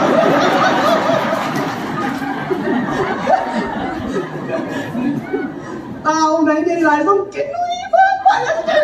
nó serious à na tao na cái team đều đi chula chứ gì à chứ tu ni à chứ ấy hồn sai khát ít cà phê in na hi chứ pai thấy in đấy why are you limiting God if it is not thiên chu na limit tu ha me him lung thì min ngay tu do zo le phát thiên hi đi nga kilom lo đi chứ Bible là igol hang pa pao chu na Bible là na mèo là gul zo ka pao chu na sabil tung sangam zo ka pao chu na balam thiempu adongki zo ka pao chu na Satan zo ka pao na kinna mi ana no tingu le chi ho zo ka pao dunia ipidinga hijay gol hang paman chao hi bol thelo dinga na koi hai paten sana chizia chu kunin hi igin chai ti pau hi a power ki lel ki nagin na pau ibe tha nga hi cha chizia chu tonin hi cha GMDFI hi cha igal huna time le season na dinga pakai to mga aman chan na lopi da dwazong chu Wednesday ay dil ki dinga tina hallelujah pakai Jizia chun heaven's information agency ita chala na information hunglung email mahola information zo hunglung nang hong khobru ki hen ti ho na seiwa khobru na gin cha un lo pao chu kan sei na lai di chu ka thu sei num ka sei nai lo hi chu me ma bui val ziwa na Jizia chu patinin hitche GMFTI hi sungo ki kaudo sa hita Presbyterian ho ko ma ki kaudo sa le baptist ho na zaw lo dingo na hobung danga umle na zaw lo dingo chula he chula ya chu aneu penin zong anai thei dinga na ona ho tin khat kai sei no na lai chu no chin kolam le azipa na tong na pa chu Nihim ave kol hong na neo pa hong. I was moved only by the kind of words they carried out. Keju jana tong chawa zong chu na fenwe ka pa chat vale piling chu. Kat kain se lai chu. Igol hang pan pathina man chat le ahilo le khobru iti hai na in khat ti le. I pastor po, i evangelist po hali nga dyan ko di bendio dyan. Dakar izata makuna, abil pula dyan, ngayon din, dyan to say doin, ko'y paha apay din kawin. Kaya dyan ni evangelist po, zong tagawin umpwilo le na azozo lang dyan. Sisiatso, natong naulaw bika sa avalin pagkain katang bayo dyan. Amen. Dunia zong kahong na jay hon natong nahina. Nasa tapakay patinin lo lo pita man cha di ka dei sa na le ale ka family wa ka homo chu hallelujah hung lung ding a zong pathin man cha yan na ho broi ki pi pa shi fi chu อืม Kay le kazipa chun kazipan to na muin kay zong kamuin kay chun kazipa amodan cho ama na kong ting le sei na ne nande tu ne kay ne kong hun zong kapit lo di ja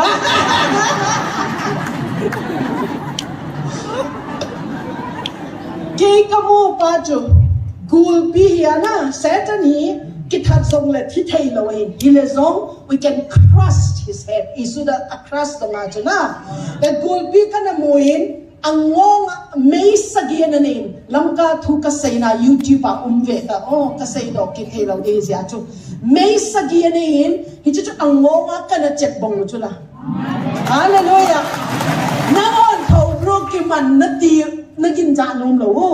Gayon ka na check bong chu la Lujin ko lang ka check bong pao chu ano man na aham do sao hitalaw niya hallelujah agay na Chisiya chu igalo to igali na ipaw tao na kayo guhatia ka umon tao na kay man nang ho last year ni kumachu to say di nga to New School of Nursing to say di nga kahungu kayo guhatia asuna zana kazipa to tao na kanay ministry kitaw 1.5 months 2 months vel kitaw lamka ho sungay mo jo lamka ho na nasul value gali na yung zong na hello ha katil sila na ji kahungu pathin tu kan se kasi pa ko ma an ngoli ni tao itaw cho lo hina an ngola na ni akan de kitaw na 2022 chun pathin in 218 Lamka Manipur to say nga kahulay chun boundary na sim ni mo hi ay ti gal ding mahi chu ahile mili kahandoon tao na de kahandoon hichalanga shield igamgi di mo na a boundary buffer zone bolding nga kasol chu aminu ka say nge na ma ho zon sa mo hirte Pathang komang ibisia evangelist amahi mission worker hiya amao family hin azino le achapale na amao ko majuna tao dingo nagachi dingo patinin thun pe four corners sana kishil sa ahin ane nachi dingo nagatao dingo patinin hichan marking boli na ti na chan na mark dingo kathiu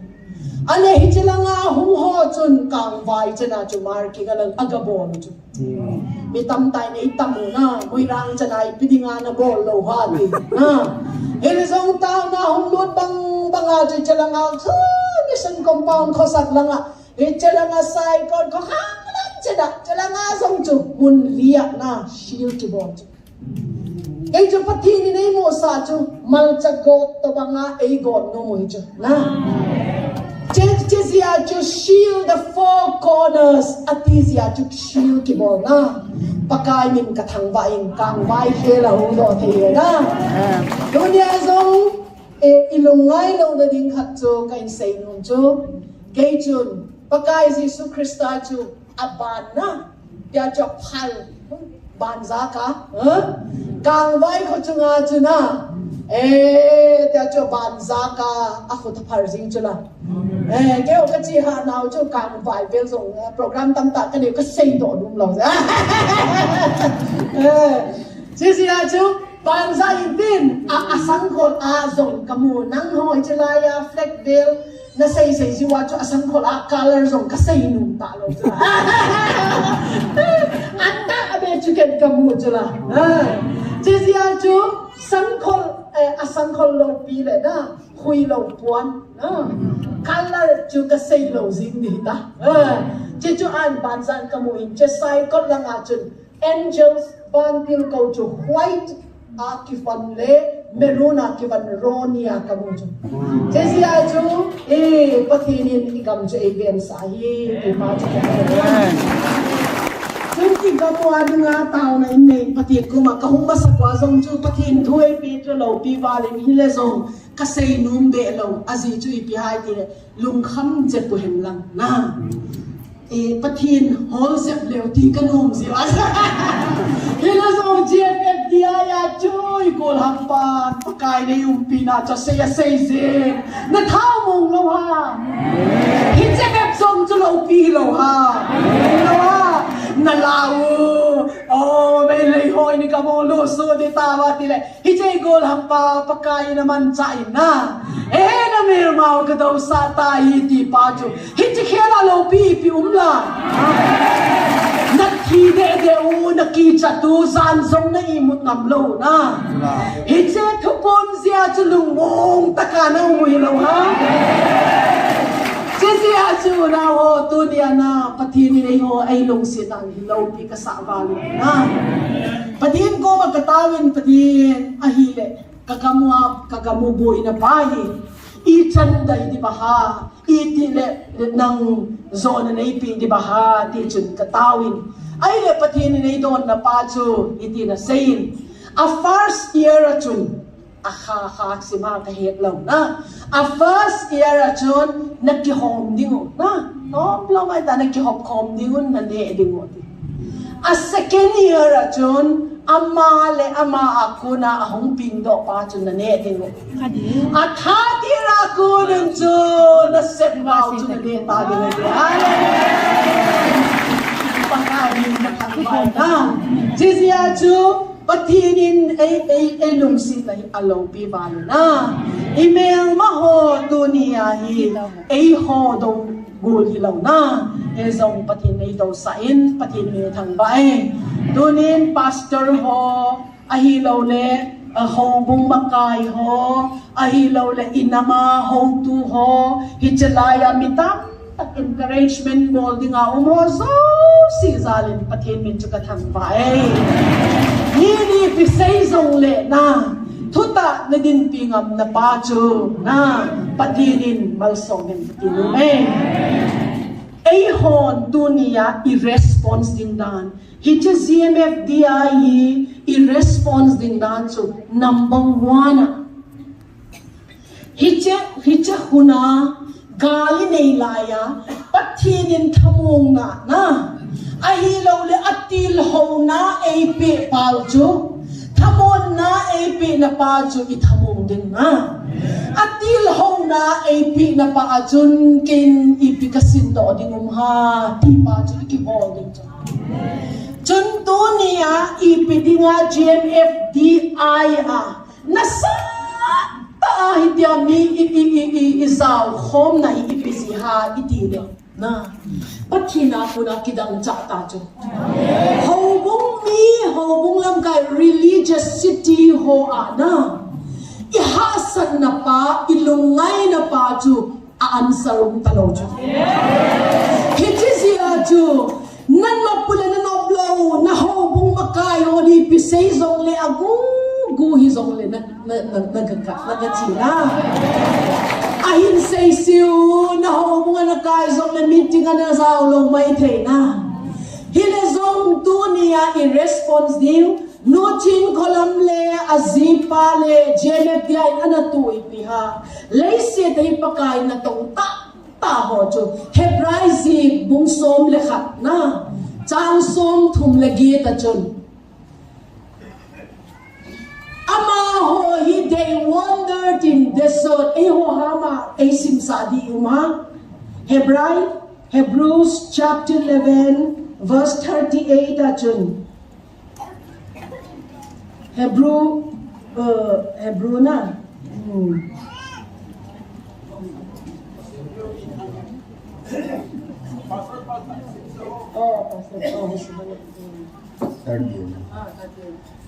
Vanoi leisin ama ho umna hoi na hipon. Vanoi leisin in ama ho umna hoi na hipon. Gamthip laya mulal hanga. Gamthip deserted place. Gamthip mulal hanga. Kolbu chule leiku homa aba ale binahi. Oh, hallelujah. pakai ni Bible tang ping thau sim na ileni ni mal som pi hen gam tipa the world was not worthy of them lay said ama wa dingin ipi worthy lo hi ti pa cho athak lo hi ku ta do ham kai sim chok ni cho na athak lo hi ating lo hi na achin zo ke khopel amau ten na dingin atak ke the world was not worthy of them they wandered in deserted place gam tip ona o dunia pakai Jesus Kristanu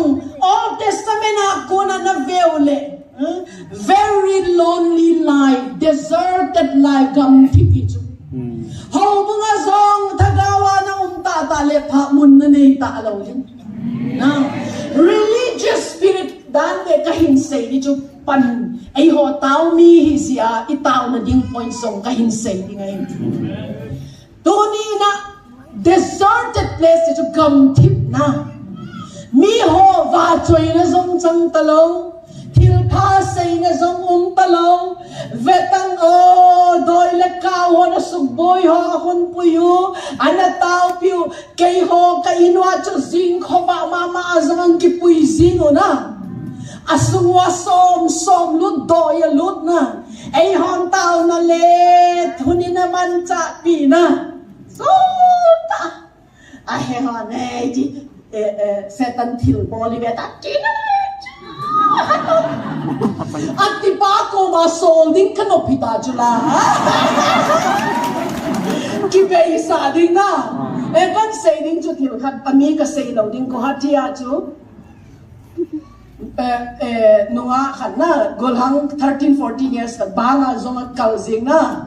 ama ho jo pastor na kole pastor zong you I challenge you na teacher na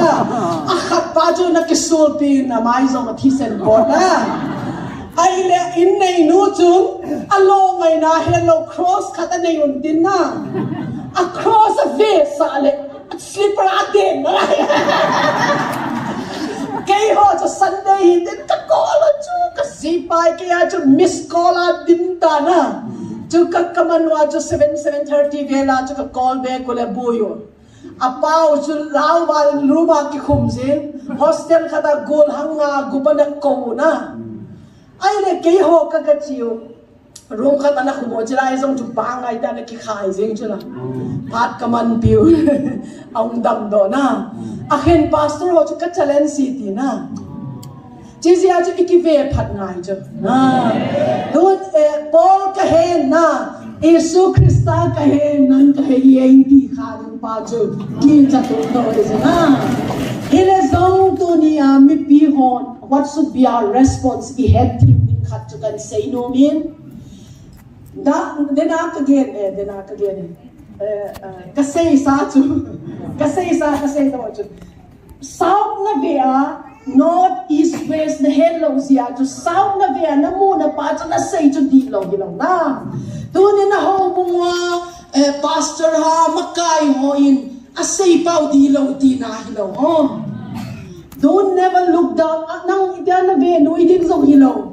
hile zong ama na mu pa asin amu pa chu nang namu kiting le ama ku na nang ne dingum talo chizia chu sa thau chu kizo na pa ko ma na hol thim ngai ta chu la ABC he chun ABC saying DEF he chun DEF saying nang ABC na fasting le na hija chu sin dingum talo chizia chu DEF na hol do ding Bible ajan 10 versions sung chula na mi so min nungak thing ati chula ai le nungak thing vet alengwa nungak thing chu but 5 of them minga ho chu asathau ki chaita amo pa hung nai lo asathau ki chaita ai le sathau ki chaya ta no le chu mo pa hung le na het lo ding ta chula he chia sia chu Minga apil ho chu apil now piha asathau extra chu chizia chu na sathau tua pathin tu na ngai thap pa hi sathau na belak chu na sa thao nang sugdim ju jizia ju mong pa hung ha zong le nang sa thao na nei le pha ju na hele zong mi nga asa thao ki chai ta a khon ba chu nei ve ku chu na they all have their lamps but the oil was finished for 5 of the foolish virgins mi nga angol ho a jo oil ki chai ai le angol ho chun mong pa hung pha ta chu mong pa hung tai ke het da chung thau don mi pil ho ko ma na sa thao ai hom ti tia hom chai hom ni ti le mi pil hon chu i pia sei wa ki ho ni le nang ho ani kin no din ka chiun lang azo na muna ga cho na ti dunia gim la chol ta to na zong num la wa cho sa thao cho na hiu chu me sa thao na cho wa ha sat na kong na pa chu sa thao man na pi na chu me na in veng pan hit chlai chu phalo ta nang na chi na chu na in veng pa sei sin na chu na sa thao man pi na chu le mi ni pi sei di ba ha ti na ngai lo pa chu na tua chu vetan risk ka la na chu gmf dia ya ko hung chu gmf dia ho zo si chu nei ko ding ta chu la hallelujah amen aze chu pakai chu ni piete I say ha if you honor me I will honor you if you dishonor me I will disdain you what you la jizia chu pakai min thang vao na chu izao lo kha ding chu sa thao a na mu na I chok meng ngai chu tu pha ti hun na nu hita hele zong na ho bungwa pastor ho sei sit zong ngai lo na iche chu ama hon abc a he to pa chu na he ding chu rom mong som le thuma chun 3 things remain till thuma umen alo pin faith hope and love ginna lamet na choi ho ha ma im kinep na ina ati ken kha tho na ginna pe pa sei ding ata ama wa zong anei na lai di ba hai he ta lo chula he le zong one part of the gospel na Paul so na ipiti zong le sei le patin to le ka ki pa ti ding na he le zong nang pa chun lamen na doi in na doi le na sa thao na muna chu na ka holding I chu me aman chu chu na zipan chi tahin ati mai thei chula na zinun chi tahin ati mai thei chu na ho bung mi hon zong ati mai thei chula hele zong pathin mina thutta pa chu ka het do ngai hi tia na chu sa thao tam ta inai ding mo pa hung ting na I het dinga ginna a pathin thu he ho zong pathin in judgment bol ta ve na hele zong pathin it those who love him there is a special package prepared by God for those who love him Zohan bong som le lianas eta veole if you love me you will obey my commandment na inay lungsit it nay ngai lun le na katupe na zuiding John ipya say ha keile kapa chu kahungding nanga we will manifest ourselves at you. Pakai Jesus Christ ang kilala pa ichang ding chula. Korinthon khat bungi na vele. Things prepared for those lovers of God. Jesus Christ hum dam na na chana chu pathini nang lungsit na. God loves you. But when you reciprocate his love, ama nang nalungsit dile. When you are in Christ, Jesus Christ ay ginjanya chu ama isunga hum chu. Hele zong nang pagkai Jesus Christ na lungsit dile, you are in Christ. Hitin ama lungsit ho ading aspect eyes have not seen. Mitin amo khak nailo na. Binin zong azaka nailo ama lungsit ho ading ako yaume ti chu. Hallelujah.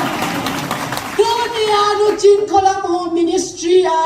pu thang se ho ministry chu aklim sipane na alo pi na teng to na ahong kilat to ding itaw ding hinalai na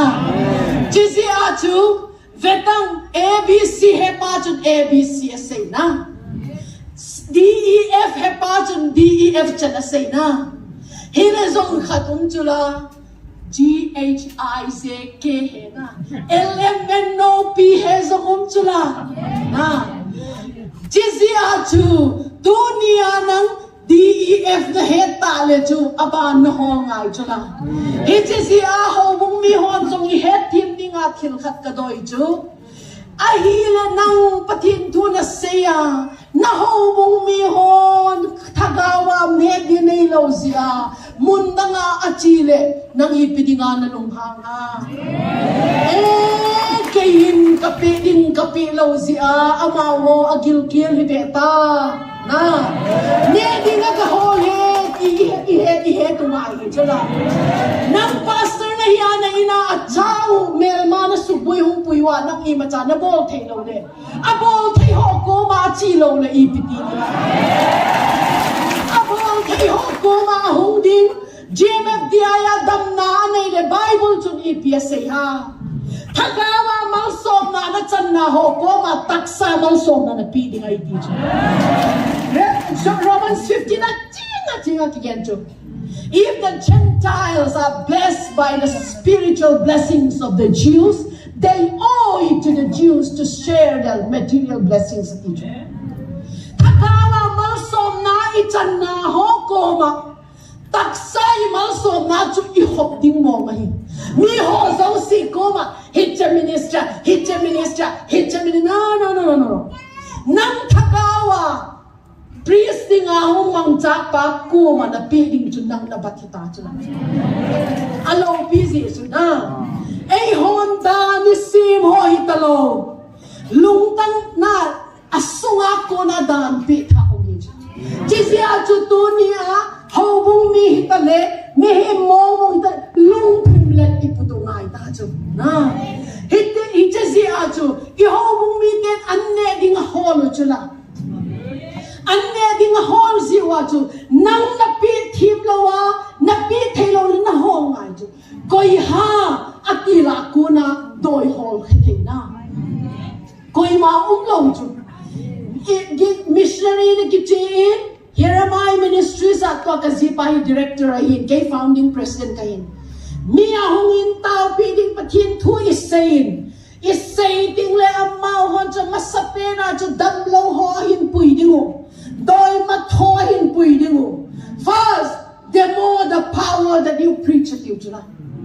first achu athu be ke hon ka ngai num hiwe a power on bolin lang a power atai ti kamo ti ule thu suina nge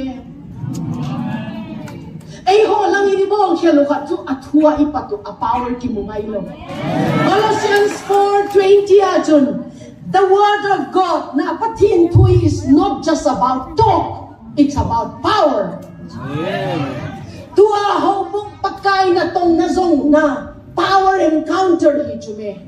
Power le power tun missionary feel chum kikave. Kay hon koi bachan patin thua say nai lo ho kaga mudon. Chichu missionary ka so na dingwa hiche area chun shift apathin hi ha. Kali hi ha Ganesha kaga study he just study zo tingle amawa agam sumwa mel mapachu pakihen nagum nopchun aina strong men mi hat pa chun head masanga ye amen jizya ji ka head tule missionary soul tingle na mi tam ta pin thang amen pakai na tong na tua be in ki pandimo church here my ministry sung to na ki bolchu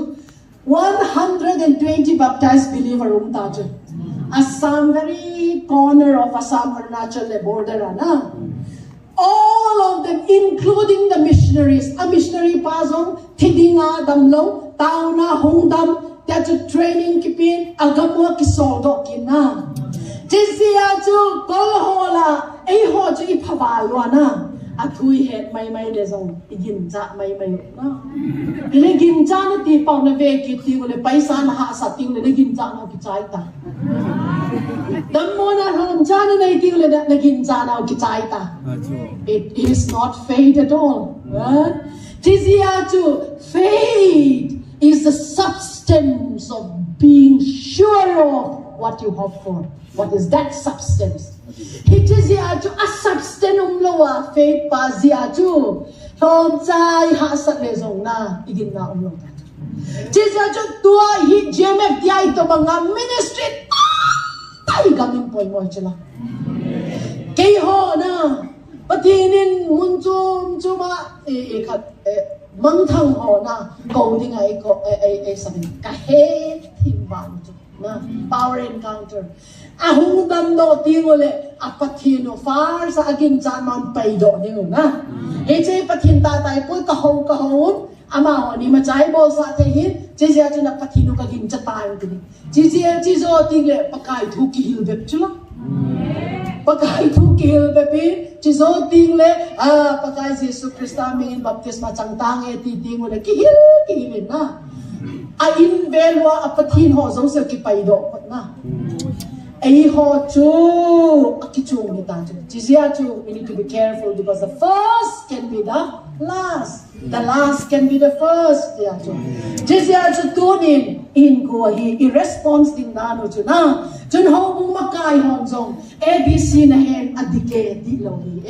DEF na hen adike di lo hi hi song le FGHI omum na la hi na hi che mi dang in asay ding le ahi et di pe hi te na pathini to dang ye ahi lo le na Paul a religious spirit to laya chun sola hi lai chun na Stephen zong athatsa na Christian zong persecuted dunia ho bung makai ho Pharisees so sadukai ho to bang idi khating ki chat ume asi piha amau ho hi pakai Jesu Krista zong cross anaken betu na dunia na do pau hi po so ko ma chun Paul hi tapa chun na do chu kei ka hi e ti na dunia hello kala ido hi pakai Jesu hi khan te ti ki chat um ka sai na jizia chu dunia mi mo mi pi ho i response ding dan chu ipi ha hitlai hunga pakai akipung hi ti mai lo na akipung tu chun ke ya ding in ipi sei ha ti pa chu ingai tu pa hi ti chu kai sei do in hi che na hin zui na hin mu do ting le na lampi zui ding chu Hebrai bung som la kha chang som thum le git gam thi loi ding zong na nei ta lo ding bol hang ho zong na party na mun na chi thei lo ta mai thei na hello ha ai lo le true spirituality tu chan kan samap di oi 130 nei ta na true spirituality can say di thata chan na ngai see worship pakai worship hin prayer iti dinga intimacy hin mihim hit tripartite being in tagawin in spirit soul and body. 1 Thessalonians chapter 5 verse 23 EP Bible na say let your spirit soul and body be kept blameless pakai Jesu Krista huma akuna na tagaw soul to hinna taksa tagaw hinna le taksa chu dembeya omninga hina ati pa chu aile nisina evolving true spirituality, true worship to ipiha. Nathagawa pathin to naki alignment na ding pachu ipiha. Number 1, God's word. Hije pathin thu hi na heading. Hije na head pachu na kamana say do ding. When you speak to Guk, mysteries of the kingdom.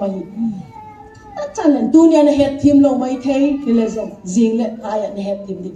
Si mia pau dingle ipie pot do ha hui pot chela na. The word became flesh ati hui pot pneuma spirit. Chizia chu pathin thu ei hon ka he iti chu hidai koi dap le hilo di chu. Imu ka iseido di chu. Hija chu thagawa ikikanet na pa hi chu. Sing na thodo ting le. No weapon fashioned against me shall prosper na ti di chu na. Satan le aloy ho in kaile ka in ko adi nga programa sin chu imacha alo ring long di hi na ti. Bible it is written. It is written. Pagka Jesu Krista chu Satan na daw na chu zi ahito kunin na. Mihinjut man shall not live by bread alone. Sangedin min ahin loading ahit. Pagka ikun kama kuna tuhong pot do zi ahibangin. Na. Torah refer to Genesis, Exodus, Leviticus, Number, Deuteronomy, law book iti Torah iti refer to. Jeju Bible Isaiah 54 zi ahito zi in me kay chu kachunga me maplaning ho zo si chu I macha assezogi me tumponte. Your word will become flesh. That is your alignment with your spirituality. Hita chu lo apoy ako chu nang hon Bible naman cha ding izat na ni ta ha na. Hold on, you just sing calling the month of August month nangon. Patin zalin hong panabeta wishes one more. Wish ni bolo hilaw na. Oh, month of August till sim zosin. Oh, tunay say malaw di till sim zosin bilanay ucho. August ko maze August ha. Pagka Jesu Krista mingin tugon pilalno hongge na. We are sons of God. Dua kilkat ka hongkid na laing jo. ABC hele baby Christian hi jo. But baby Christian cannot be king. Lalato thilaw jula. Revelation 1:5, 1 Peter chapter 3 available, chapter 5 available. You are king, you are priest hi jo. But in male ho na nasimo Ezekiel, Revelation, Daniel, face of a lion. Sa kaibak ni jo kumbi na hinacho. Face of a bull, you are a priest. Himpu na hinacho. Face of an eagle, you are a prophet. Face of a human being, face of an angel sinalay na. Chizia cho dunia baby Christian hizia igamzong tumoy fag sila. Kinay say baby ina hello sila. Now ngayon kinay na pe actor. Noya chep ding athading na. Jizo ting le noya chep ding athading na. Chechu nang nasilding oh baby Christian zia cho igam na. Patin program thang to hello sila. Jizia cho Dua patinin na hall to sons of the Most High God. Patinin gulhang ilaw. Matured sons. Tun kachapa na. Hitche kachapay. Doctor him. How proud we feel. Na. Nung kasaadan na. Ama chun shoulder to shoulder responsibility po do taita na. Nule paha. Tuwazong to ministry patin low pinadingin na. Aunaw akiton fila missionary kat na. Abike ding a choppy go to hallelujah. Chizia chu ipia mature tingle nule pan angan si theta chula. Baby noy du den na. Etche den baby thelo chula. Nang nu nang pan bon mature sons and daughters who will be able to shoulder your responsibility. Hitchapa chanu na delevan patin chun hol chula. Now pang baby Christian ho ko ma thubu ka say thino chula. Hitchaya nu chin kola mona bolo baby Christian ho na head team lo chula. Chizia chu na sons of pakai Jesu Krista so lang 30 years he jenju. He equipped himself. Synagogue vera kacil patin tua kasir while prove himself to qualify for the salvific plan God has for him. Mihim ho salvation hook dam na ping na dinga qualified that even the Son Jesus Christ has to prove himself. Chisiya chu baptisma chang niya chu hitche this is my beloved Son, in whom I'm well pleased. Hijaka chapa ka do ka hom thoma mahin achunga ka kipake. Ale kumsom dum chita chu kipalo ham. Kumsom dum chita chu ama son hidinga qualified, matured hidinga na. Hijaka thini na pil palal hiding, pui thim hiding zol na hidinga mo puna apipa chu asem do hidinga ti qualifying destination. Hije zau peta chu thagao thin thoina puna kona chu me ma kisapan chu me. Hije thagao thin thoin chika chapadoi tho ta hi tiang pung do chu setani na he mi zo si na he thita. No chin kolam ho pu thang sei ho chu gali nei le amino thang chi chi hi chu na. Patin nei ta ta ho chu na. Mo Joseph sangen vetangon femin kiao chu ho ha kiao na kiao kid le prime minister atong sing chula mi ai sei se dingo lo le thil phai ma chai bol hi ti nai chme ipakai Jesus Christa za aphapen palgon Beelzebul pawara hi le ho adinga chu het thimum wal na doi pai khatin enu remi ka ngai ti le chu ki chak umi dila doi pai in I hate you ti le chu hallelujah ti de chala la ti ha si a chu amau hot a het thing ba ro hi ji ban sei no ai na hi si a chu tu ni a chu behind it somehow that we are entering an age called the wrath of God, the vengeance of God. Tu hun bi it's a reset til tha hun ki panding. The year of the Lord's favor akuna, the vengeance of God, papakai, revenge la na mun thap lung tha na mun akilut din ita. Extra oil na nailo le na. Hijin na oil beintin na zon ting le kilet ta mai the na. Pakai si so hungin room sunga lotun, ruma athil bol chu. Pakai lo pina sula thozo so chu ahead phata lo chu 5 virgins foolish they were. Jizya chu tunin, how should we respond? Tua itin bol pahi, I oi iho pahi ti pahin say ay na inahin. Chun dana ka say chu. Spirit I alignment na pa chu. We have to speak it out with our mouth. Imuka is say do din. Patin tu na hedo tilpa zing na thaw chu. Bible Genesis bung khata chu. Vak humum hen ati pa chu. Na insunga na thaw to kito na chu na insunga. Let there be light as it is written. Bible ang kisay bang inatiu. Nya tim chu tim bod do indi ngai lo chu. Vaum ding le tim chu. Tai dok zing na. Tai dok zing chu. Jisi a chu imuka chu spirit alignment solical alignment hinna ki alignment pa chu tua namolaya kangai rubal je kai sein na het him lo zong na lagin solical alignment pa meditate ije thui kain sei do ding a het be nu hon isui le het Joshua bungkhat changgit kije in hilthuma umin Joshua chapter 1 verse 8. Ay ho kami ni Pastor Hong Sim Sakil le na. Kasi nung tata kalud na ilaw chube ka kinota pa. Chula. Ka kinota pa. Joshua mong khatsanggit. Echi dan thua kei thu se zo si nakam sung to ki chat lo hil ding. The kam sung to ki chat lo is spiritual alignment na dinga nakama spirit po na hui po to na nakama ki chat lo di thilpa Bible changa ho cho nakin na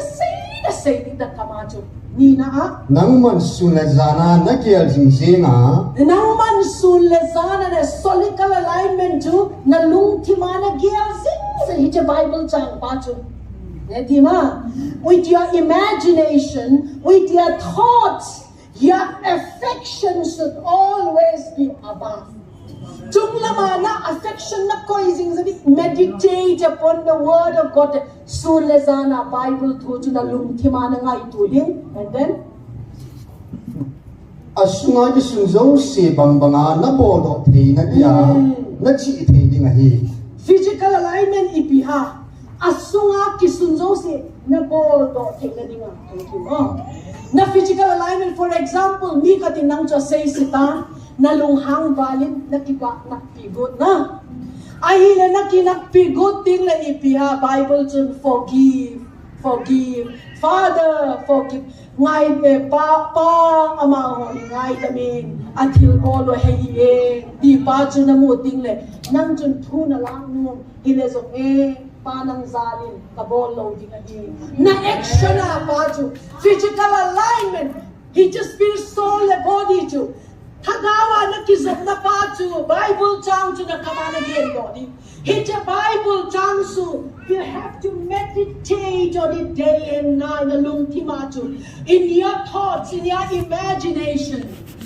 bahoy na ho ahilaw le kay chumizong ding mong kahina tila hilaw Pathin chu ni pihai tile nang chu van hoi na lele hoi na zo sito you are blessed ti pa chi chilaya na koi nga he je bless ka hi dia chu nisi na hin ko na hin do nga he je chu ihin ko ai man chak ting le pathin lo pi na hin nam kilong dia hin ku chu isay he ko ka doin ka hin say do hin lang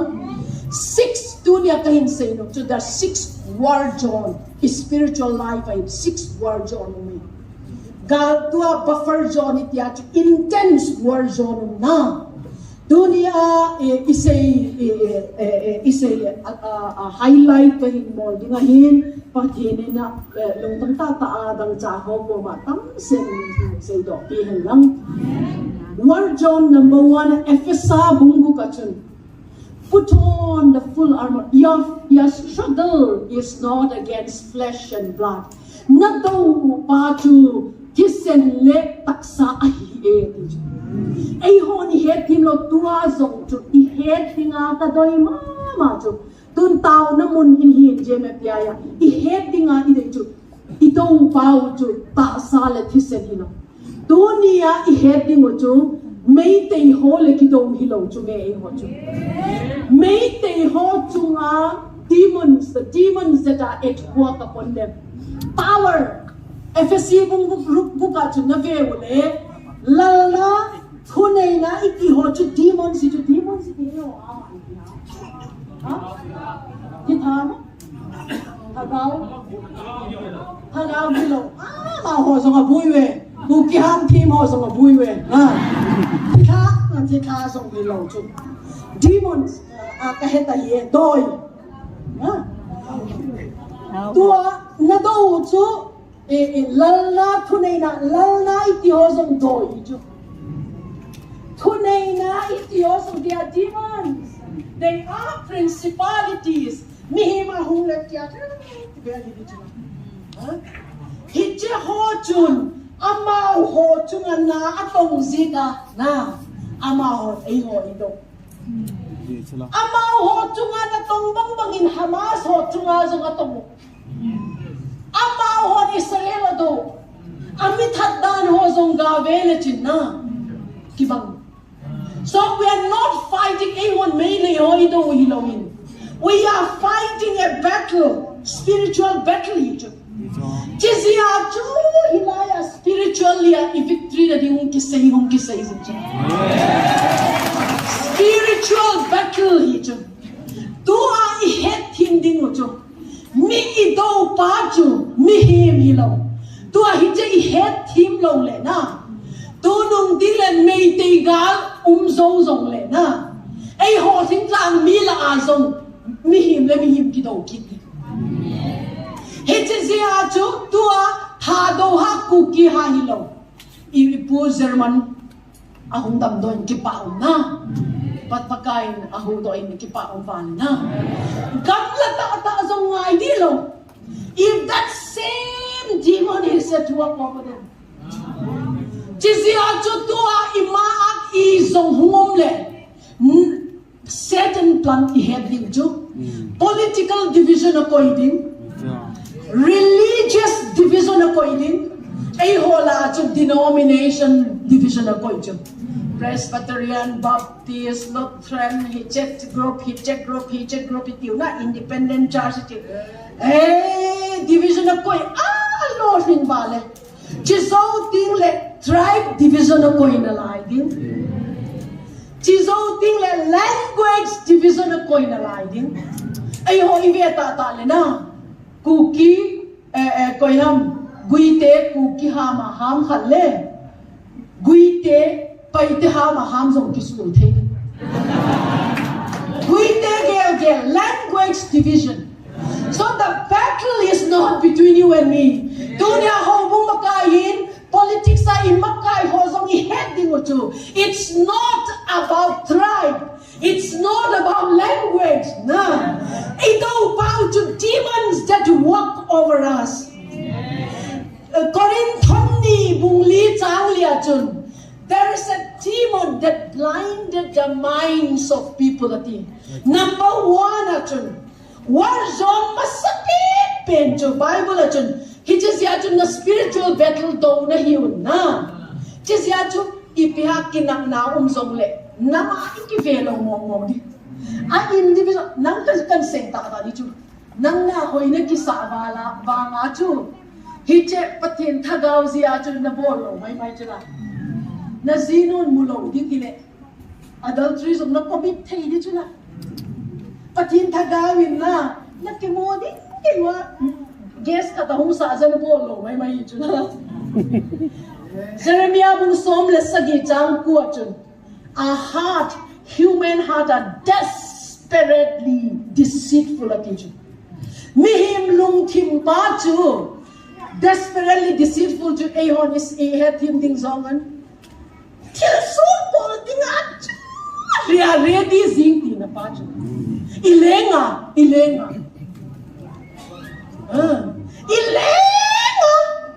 But the good news is, Tagaw King Tozia go low ham na. Tagaw King Tozia go low ham. Kay kan say din na. Kain no chu kain kang ho pineapple na yun. Pineapple ilaw. Papaya. Papaya ako na. Hoy kain kang ho ino chu aga chu. Ni khat chu ka thau chu kya ka pat kha ka ding le pa papaya chu ko ima ma. Mo papaya ko ipale ke ho hunga na ke compound umle phadi rebi ka tichu migilo nurabi na bol khel kitte na sorry lalpa pakai sorry ngai damin kain ven ho ina phata chai no men nei mal soma ahoya hoi bazar man to pen zong lei thei ding in nei bo mal somin ka tichu chinya cho bazar ka chi papaya len na kape din kailong kane nung taklo na patin mina cha kape do na din ka hole I torbo nga ko na ilang mi ho kat gohtia ka na kihet sa hole ka kimuin na ma cha kapile remi pakain thang bai na ma ta I bless you mi him lung tim ju chu hi chu la pakai ngai tu azong ke phasata to ho chu na man ho, cookie ho, thad ho, zong ho, pai do But today I want to remind you, nang zong worst of the worst na hikaya na. Hini zong na battlefield pa ju ipina ko na adaming nature pa ju na. Nang hon British on divide and rule policy bol na saule hilaw ju. Satan hitula. Divide and rule policy bol ju. Chizia chu tu ni ai chulaya thu khom tao khom ni nga ho zong si ni sei I tao khom ding le na hi che chunga thim chunga thu nei pa mi him lung thim pa chu suboi na suboi pa chu I hen chi mi tu nga hi che hen chi mi ting le pau zia kina na talo dina be zia kina na talo dina hi che hen chi mi ta ding le of ding dan chan chichu bol theina dinga pathina thakau thing tho in so no and I praise God for GMFDI chit to banga taw na mun ho zin pathin ka thang ba nang ho hi atmosphere clear dinga pathin na koi na hiwe hi chizia chu tu nia hi cha atmosphere I clear lo le I mabagwa chu kido na tho di azi chu ei ho I do we het lo na Chizia chu dunia first 1 John chu na to to sale tisana hi in ati si aju lalut ho demons Yang ayat tun lalut khat chu i ho to pa chu nga hu tu le na lalut jing ding ano na pa bol ding alo thei na ding na he ti mu ha hi cha demon in alo ting le a hi lo le thu nei ut khat um de hi cha la ya accountant pau na announcement bo zo lum jing na ama chu nga thu nei ut na to yum le na thu nei ut fa ni tin na pa bol jing ni chu Nehti mo ha. Hejesi aju patin galvan put on the full armor of God. Patin ako na kitop na din galvan to kapi ahi atijo. Ama sapen aju the helmet of salvation atijo. Naluwa ju lukhu na helmet na huk diway atijo. Hijan nalupa hi natum the patin tu ju helmet hijo. Patin tu bet Hijlaya ka unaw kat kagen si ding ding le patin bola hi patin na lungsi de neo pa patin na lungsi banga chu dang le kay song lungsi unaw ho pakaya ko na in na takinay ding le na hijat division thei talaw chu hijat division thei talaw division sakpa mel mapa chu inol nga hijat tua unaw paite hisong le mar hisong le cookie hisong le koi ho vai pacing de zo hisong le khata thi ding le ika na ai le una ipzi a che ika theile tu ni a khat le khat ho isin na ding hol the ya the reason is that same demon na anatom tupan atong Jizya cho amasapen hi ilusung hi event bitu ngaye. Nangzong Bible Proverbs 23 verse 7 achun. As a man thinketh, so is he. Mihi minangay tuto bang bang chun ahisinge tije. Ahile I am poor. Kazong hi natile nang zong zing. Koi machanan house asak thailaw ni. Krol nei le chin zong mi zong pa chu hijraya zong sin chu chizia chu ama chu krol nei le zong chizia chu tu ne hijlung thim hi I control ngai pathim thu to I control ngai mi veti le politics si bol le hijlung thim I Bible thu I control sa ngai Hobung I ve tuple hijat thu I Bible I ki control sa ngai Kani sin hin ko pa chu hi Bible thu ka ki control sa ngai hi Bible in ipia say ha si sia chu dunia lamba kai ho zo si zo kan say nom chu whenever any situation arises conflict here ipia arise le take it individually hi situation a case to single aladi na azi chu mel mapan koi to bang zo man sa theli na Hijau so nami bolting le, anam le nama kina na kisel na ta chu umzina. Koi nama Africa perfect kum. Koi nama alenga hoyum. Alenga hoyum koi malo le sen mi mo ki phalo vek na. Ku ki hola apha na mule phalo zong. Pai te hola apha na mule phalo zong. Mar la ka apha na mule phalo zong. Ipisiha, the demons are very active. It's a doi ho chun na sing. Lalu tho thu nei hu tho na. Paisa doi ho. Ben say na di chu war John. It's a chu tu ni ai. Igal do pa hi. Chunga thim chunga lo ro real pa 2 Corinthians 4:11. Chunga thim chunga ei ho lung thim sunga darkness Thim chun sak ding ahoy lo zo sia I control ding a mel man na tong pa chu I hen lo le nang zong thil sul na bol chu chi ho hi ahoy lo ei ho ki vetan I be sunga zong kin na lai na in veng zong kin na lai he chu bang la ba le na zi na lo sit pen zong na kina chu la na cha na lo sit pen na ne ding na pe ngam ding pa zong na kina thei chu la Ano ipila akidang na. Han ipiti di nga len ta ila pai ha ka dito. Na. Demons, it's a demon that is at a nangzong demon in tingle. Nahalo na dinga nahando sing chuna. Peter na hewa Jesus kay koy kahati le enang cho Mesia pathiring tapa na hiti. Ay chuna ngako na hiye pathina ko na hiti. Chisawa cho cross a kathiring athina didu ko sele. Pagka Jesus kathina kathina Satan kanunga chi na tin chuna. Pathim du song igen do thei. Ahoy ta tan zong Satan doi zong igen no thei na lai chuna. Chisia chu pathina ko na wisdom le ikiven ngai na. Chisia chu na lung thim hi ikiven ngai. I am poor na tiu le Exodus bung thum chang som le lia chun. Pathin aki reveal na ma sa pen min chu mo si ku ma chu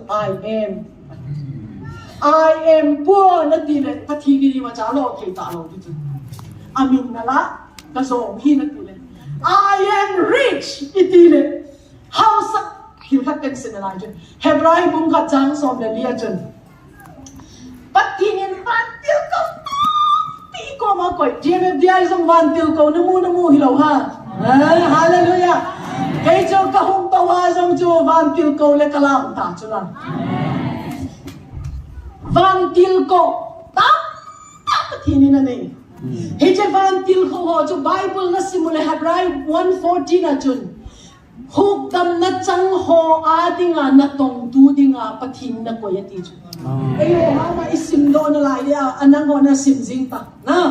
pathinin hukdam na chang ho adinga na tong tu dinga akoy na for example tun nuremehi Jesu I am healed kadam hi pakaya katitile javan til kohon kadam na dinga chuna som zing chuna aile kadam moy na tile amahon na tom thelo Satan le tim hon nadam mo na ding chung ai tu zing adam lo na chu 20% le 30 hungili na lung ti ma chu na vale pot do hi Ang kitiding to hoy lo tam tan say ding 20% adam lo to 50 na hindi na kisamsing ni chu. Jesi a chu tu ni ilung kim pa chu i control sa lo di mel ba pa chu. Jesi a chu put on the helmet of salvation atina. Chu na ni na ding pa chu oy tam walin sao kan say ti lo din. Vela ma pa chu shield of faith ati chu. Na Ginnalum ati chu FSC bung buka chu na armor of God pathin gal thum ti kaya galvan shield of faith velam kiti hi hausat na hi chu sumle pa hi chu God's economy control tu koi han hewa Satan hi chila he was in the garden of Isaiah of Lelina simule na Ezekiel 28 na simule He was in the garden of God. Pathin eden huna umin. Sung man tam chisom le ni ju ama custody ni ju. Satan in a bed to be ju. Akhil ma na before he rebelled against God. Chizi aju very la mitile house. Chizi aju Jesus Christa kuma worship me kay worship ipi ayo ama. Nei hawin house na lo pita kapinin. Chisia chu tunya ikama ibui na pau hi veilang thui chu. Azong hon paisa toy valin paisa dinga nok dog bol the. Demon of money ti mammon hi chu. Another demon that is at work is mammon. Doy alen chu hi pa. Mammon hi pa hin mi control ding le house and property hi song le paisa. Mi zong a ding zong ne kho sa lo dit ho bu sum zong ne kho sa lo dit ai hi lo le bai khu ko bai kru ka mit hat zong le pai sa ne kho sa lo chi sia chu sum le pai a zong zia pai sa doi be philo wo house a hi che demon in a capture ho zong sum doi tho a zong pen ho ama ho hi che demon of mammon in igamon na ha tong ba tam tai zon sa intin hija ju paisa pe ingai tu na din wai koi na a khen ho lai hau sa zule hi chu do ini na matta zia chu hi chu paisa pet tapi ngai to I uzong inau zong izu do zin thei ding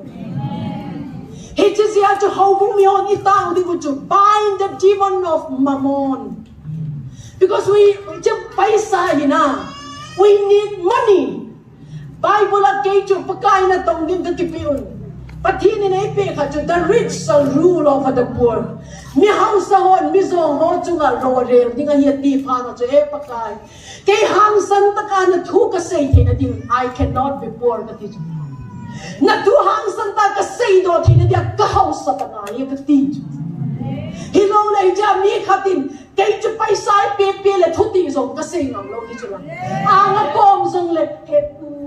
pu ka ti di chu la. Ka nuong hi ka I cannot be poor. Bible na veole. Patinin mihima bolchen have dominion ati na. Over the fowl of the air. Again man tanaw din. Over the fishes. Over the wild beasts ati. Oh, alaw video. Be multiply, increase and rule over. Hung pungul lang, tampimpan lang na cover jung aro relo na ti.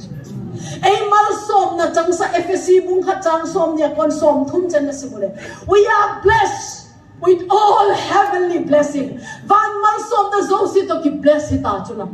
Dunya na heading to kay chu patina ko na malsom na chang kahi. Ka hausan I'm rich, I'm not poor. I-izol na na boss pa misupan avom zong angawat tilang ngawna tisingal nom hitan hita tuguk hita demonin ki control inuplow dito dunia ko na pathin ating sata tuta ka hindo thay na dingin mi hawhon mi song ho tunga rowarelin kay nei zon sa hile fang chu mi haw mi ho ilohon ka tunga rowarelin ka nom nalungan hita tubo na muso tilay si demon ng control ni. Iho mo nga accountant ni dan ka na siya. Paisa chu slavery na inatong dingay man dingle hoy. I-master ang dingle hoy lo. Siya chu hita mamon hi ki-slave ding inatong dinga ikoy ding na. Mystery som tumlagok alo di ko chu nung dati mo lo na. Paisa umlo na ki-same din lo di chu. Jesiya chu hija paisa we need to keep under our feet. Jesiya chu paisa ho chilai pelai ko ito kita upa.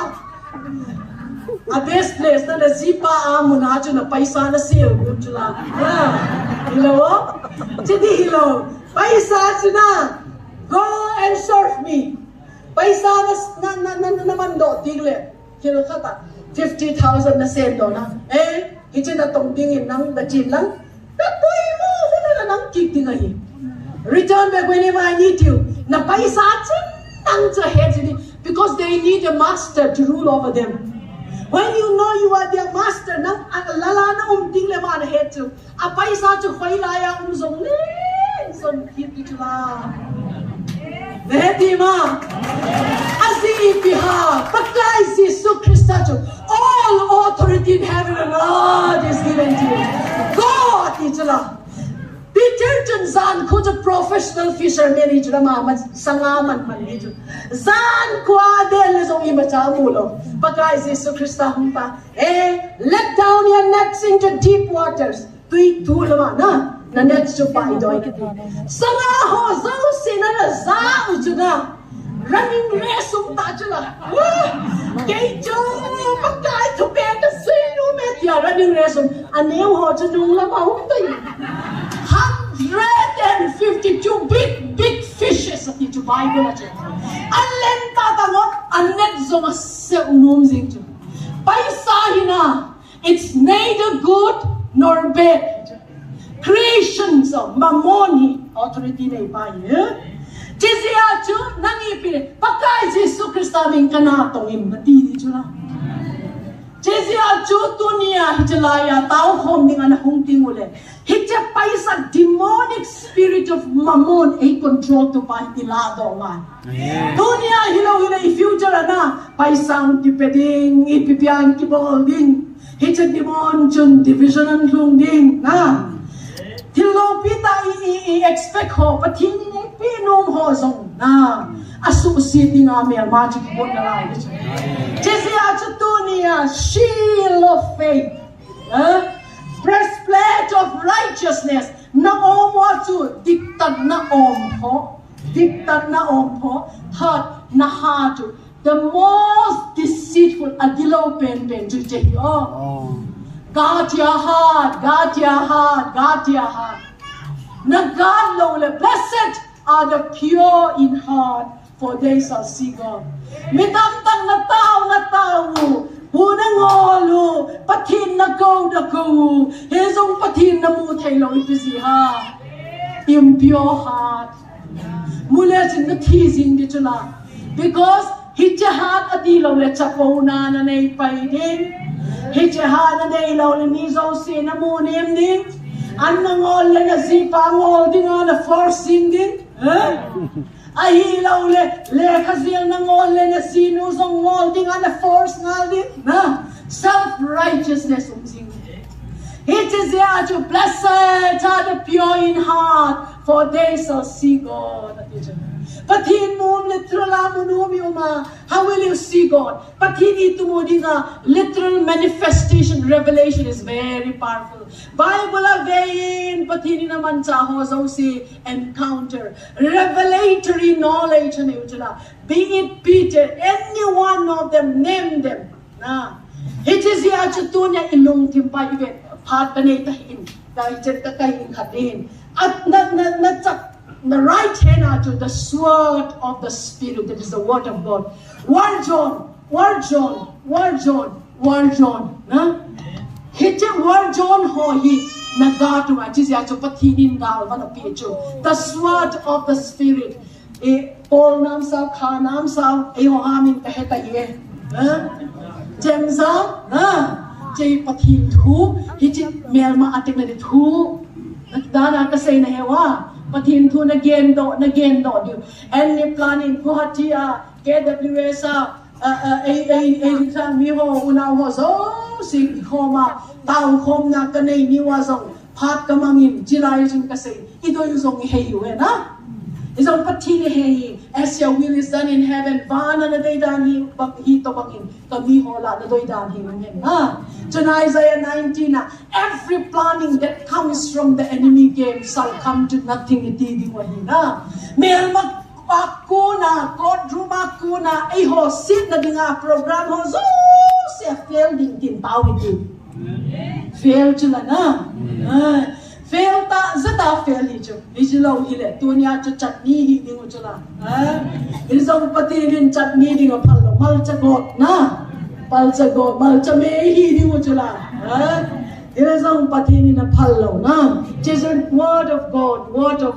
Tuasang chula tao tingole. Mer ma plan ho so si. Ichilay gul hampan pundo se kipa umdan na. Mer na plan na sitan ho ihedon. Patini niya ding plan ho ihedon. Alo pivale na. Alo pivale. Tuasang tu patini niya ding program tumbang bangta ahile mer mazong nasa semang tigol din na. Tribe led tribe, hitchet demon and division yung tung ito. Chisi ajo itche pa ajo igat ho yung ay. Finance sumle pa yan na. Money. Heart event patung ay. And the sword of the Spirit, God's word. Any planning, nang le nang zong na. Patin, kaya ito at hilpa ka gel mo. Mihima po ng umle, tu pet day la do piin, nakitizel nga. Nakitizel law le, we human being, untam ta ki shellfish pay na. Jizya to ay ne hay zong patin tuwa to ikichek nga jom. I-hello kala zong i-hard zong na. Second Chronicle 25 ahibaha na veole. He did everything right in the eyes of God, but with the wrong heart. Til hoy so si cho hoya bolin along dang adikiyet we can be the same na. John the 5th word John loins hijalahi belt of truth atina tuta akong ga di kiti bajo loins say una ho ido ta hi i khanga hi jo nu mai pasal thang ta na hi zong lei chin the loins na it is na pa jo i suk ti ngai jo DNA na we need to pay Bible in EPS say ha he is a God who can visit the children to the third and fourth generation ati at tu son at son khang thum khang lia ga visit theti na pa jo curse ka bol din ham siat ti ni ti ha substitute to hilo I will visit means for example gavenge building ati for example kan say bicho Abraham jun aziz ju ka sister ka sangam no ti na chizawa Isaac kim zong aziz ju ka sangam no ti kit heti mo chizia chu hi chen loin si pakai Jesus Christa DNA ai hen dong ai chu ahi lo le na I khangui wa zon na kiti pa zong chu I khangui wa ang te chu na pi na pu na leiba ala dit lo le na khangui a zon na nang na ha tong in tong zong le chu na leiba na bat ngai sak lo ho chu a khangui a zong chu gam in mun na sot ho zong chu Bible wicked at chu azia cha ho gam nei lo zong sot ho chu wicked at chu no mei thai ho taga ho ko ma taksia ta tho zong chu generational person if people Bible ve taun juda hon pakai Jesus Christana thatun hi che thisani ke ho le ka cha te ho chuga hen tu ne thil tam ta na het thim lo I thu ho I in kon hi zong le in nam hi zong le o I pi le putin thil khen khat ana seyo na ana bolu the avil na hum kit pa cho tama tam hi so the word on na cha te zong ve a spiritual battle tam zo cho nang le na nu na loi nu le na loi pa le na family wa ko ni chu secret du ho zo na pi na pu ga ve di secret du le na chapa chu ati na di chu jesi a chu God ya loin hi chi I loin si I chi I khang bu hi na I chi I suk thi ngai and then finally the sixth word on him na ken ko lem na tan chin hoi e ho ha ma I pitia ki se ya ka heta ye na ki pa na ken pha na simtan nang iti simtan pai da ma chu lem na tan chin hoi na khewa bunin din have peace with everyone atin na mi so si to lem na tan chin hoi na ke nga na buti nga hiti ana ton no remir thua se na hichalaya chu ta inveng pa to hen lang zanya ka ki boxing pi pa ni la chu ba ka se ngam ta long ti chula natia ai lo le chulaya no ramin thua sein anu nga laya agul hang lui pa la tom tale chai di ta chula hichalaya to holiness give you the strength boldness, the courage to go forward boldly with the word of God ahilo le mi khat paisa na batim na paisa na bat ang thum ding le na pisa na pinum lo na hasat na zong na gen nom lo le pol pida na to ting le na thu na sei gite na thu ge na no pe na nga ding hile hoi ding ya hum ti dit ki cha to mi chula na tai do zig lo le na tu ha as far as you are concerned tan chin hoi iti chu ipia gospel iti chu ipia lem na tan chin chu vale le mi him ho kilem talo chu pakai Jesus Christa tan chin hoi chu lem na si na nang langa chu mi zo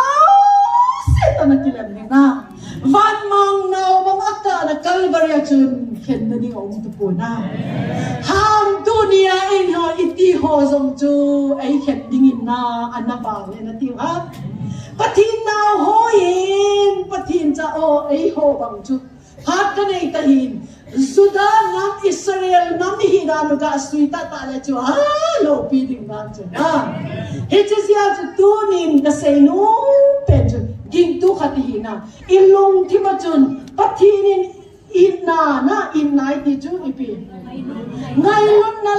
long al koi ma ipi na bat lo ding wa hi ati na ngay lut na na nei lo le wang nang I ma cha na hi e kin na len tang nei lang na ko ho so si o mi gen thi o ko ma pele chin song lung si na I na na nei lo le na I ma cha na hi e ti dunia I bat ding chu I mi him hin pi ho so si a I na na I chen gi ha sat na hung thung song le I do ding pa chu ti tua ka sei division ho na 7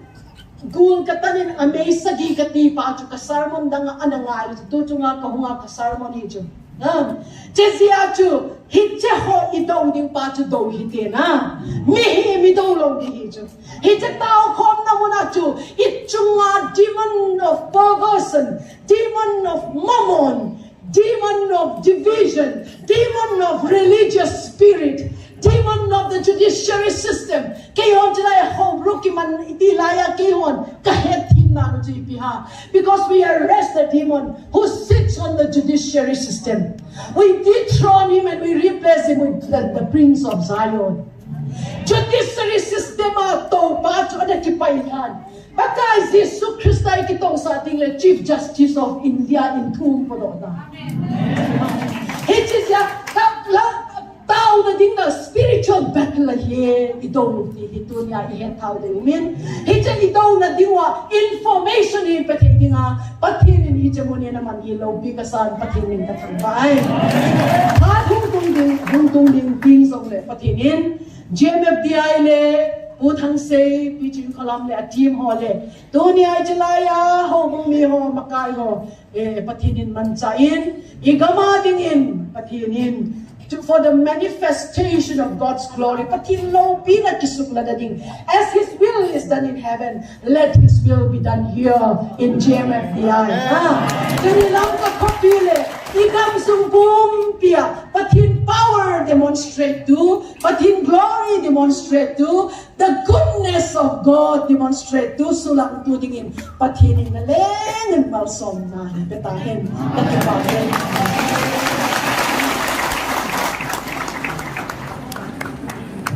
Hallelujah, Simha.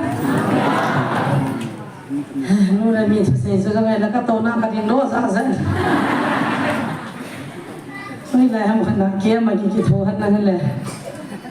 Ti ma ki pai tara le ngi ya la ka tha nom be sa.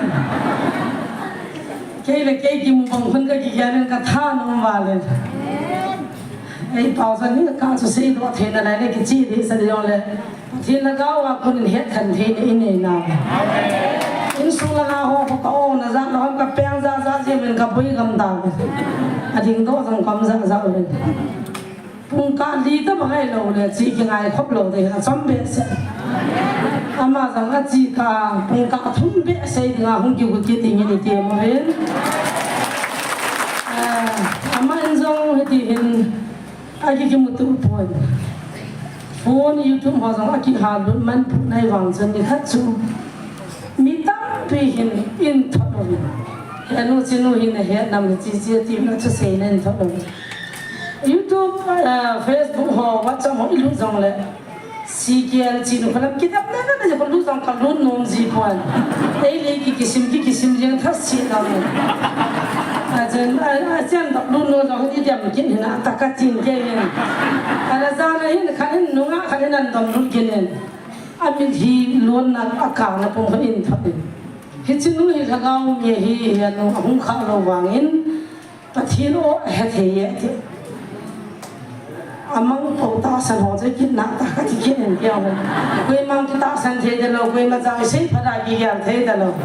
Các ngày thì là amana sinh bằng chân các cái zamin tao nó cũng mình cả ngày dính cả lần bùng thùng đơn phải evangelist mua hung thùng cái lúc tăng cái pin ham thì tao nó tất thua mình mi thu sinh các ngày hè cái ama sinh bằng chân phát hiện nào con cái lùng thì mà hết chân thằng gấu thu cụ mua chít là nè satan hoa đầu thế là thằng gấu và hết khẩn thì nó này thì có một chân các cái ba bè sen phát hiện cái thằng vậy Kasi ka chun kien lo number hi group makan thum ta nei le in pevin cha chun direct in zong phone ka bol pon ama zo apui ding ka ta san ki ta bang pa na on the ding le khat ve ki mang kho mu te ka ti le aman zong apa boi le bang chu in pin ka ki pa ma je ni tu tu ni in pungkan ni sei wang chen a ki khop pun in sunanga ho chen hai kha khan te ti win kon dak pa chen sia san thot li wo so ta na sei sa di u ya ti win a ji chu pathin thu hin ya ki chin the gam da nga pathin na ki to thu ho hilaya i sei ting la hello tim se adang jong katha honom pun amun na muna satan ho hong ki kana azori kan sai phana ni mi thum taw ni man sai phana I ga lu na le hi chwa ha ga hong ki man ji ho hi chen se ka din do ma na he ai chong ji la ngai si le chi lai ja chi han ba tho se ji ji bu jo ai chi na ma tho ho mi ho pa thi ni ho sa tho na ga ma kan thu li thu la nga pung to lan thu chi se phan le chi lai ja chi la ho ko pru ho ya chu se I ti ji le kan be se lo tu na nu re mi nan se chon tha ta ni nam pi di vin dam na su an nam pi di vin dam na su tu ta banga bible ki kisai lai nom ta hallelujah tia koran sung sima pitar sung sim la he koi ma cham lo Hagau ti lo ho ki hena even hial ke ki po ang hitia chu dihi tol pila Gujarat Bombay Calcutta New Delhi dihi tren sung ang ki to nom lo kasi bong kang ka kila bong kang ka to za missionary ka chi hitia get ti to har diwal muna blackmail na bol ho kana se ka se jiwa ho koi man ha thim the tu ni se yo so ha thim the mai the mi satan na he ko ho thapra pui do ke ti chu Christian hi khwai to diu lien pi ne satan chu na kan lo le satan na he kha chu no gu do the lo tu ni nan tanan se baby Christian hon te che mi chu lo he the lo han tin pathian ka thang ba he ti chu kin ngai tan ka sei the hi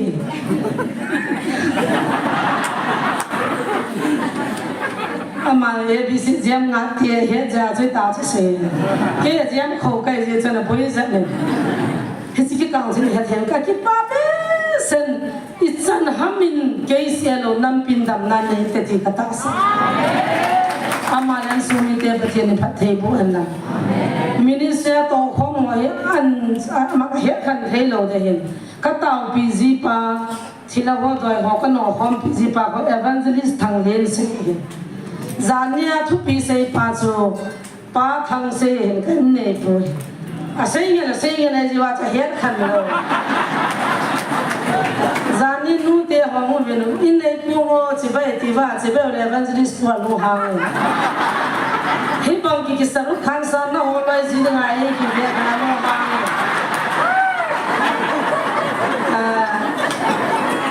police ka hung jin SI pa ko hungin ama chu chi bai bol gi ben nen nei pa ma tiula alu hang ke kin palasila SI ka gai bang kinala no ho to in se yo atin alu hang ke yin ka cha pa ka to me cha ka chi ke la nen nei pu chu nen ne yo se ne ka ne lien ta wi ti ke la hanu to ka ki hot ta pu ta ti ke ni ai la ba hier khil ji wa hin madam long chu confuse chi kha da hin ka to khom pi pa ku gol thang len se hin kan nei pu hi thang se kan se kan hin ken hang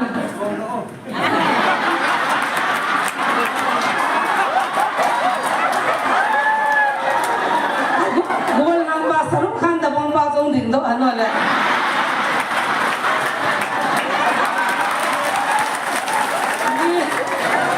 mi ama long phal sila ngai phe bel ka si tho khop lai ta ja so u pa da na lan se le lo lan na boy de zan na thua se ya alung hang ta bang pa ji ke in nei boy ke jan jan ni ho le ma jo adang da jing se na ka ti jo kha be chalan sa bo ho chan se ngan ye sipai training pia ki bonem china ne de ka ke ka chin training nang sipai training ki tham de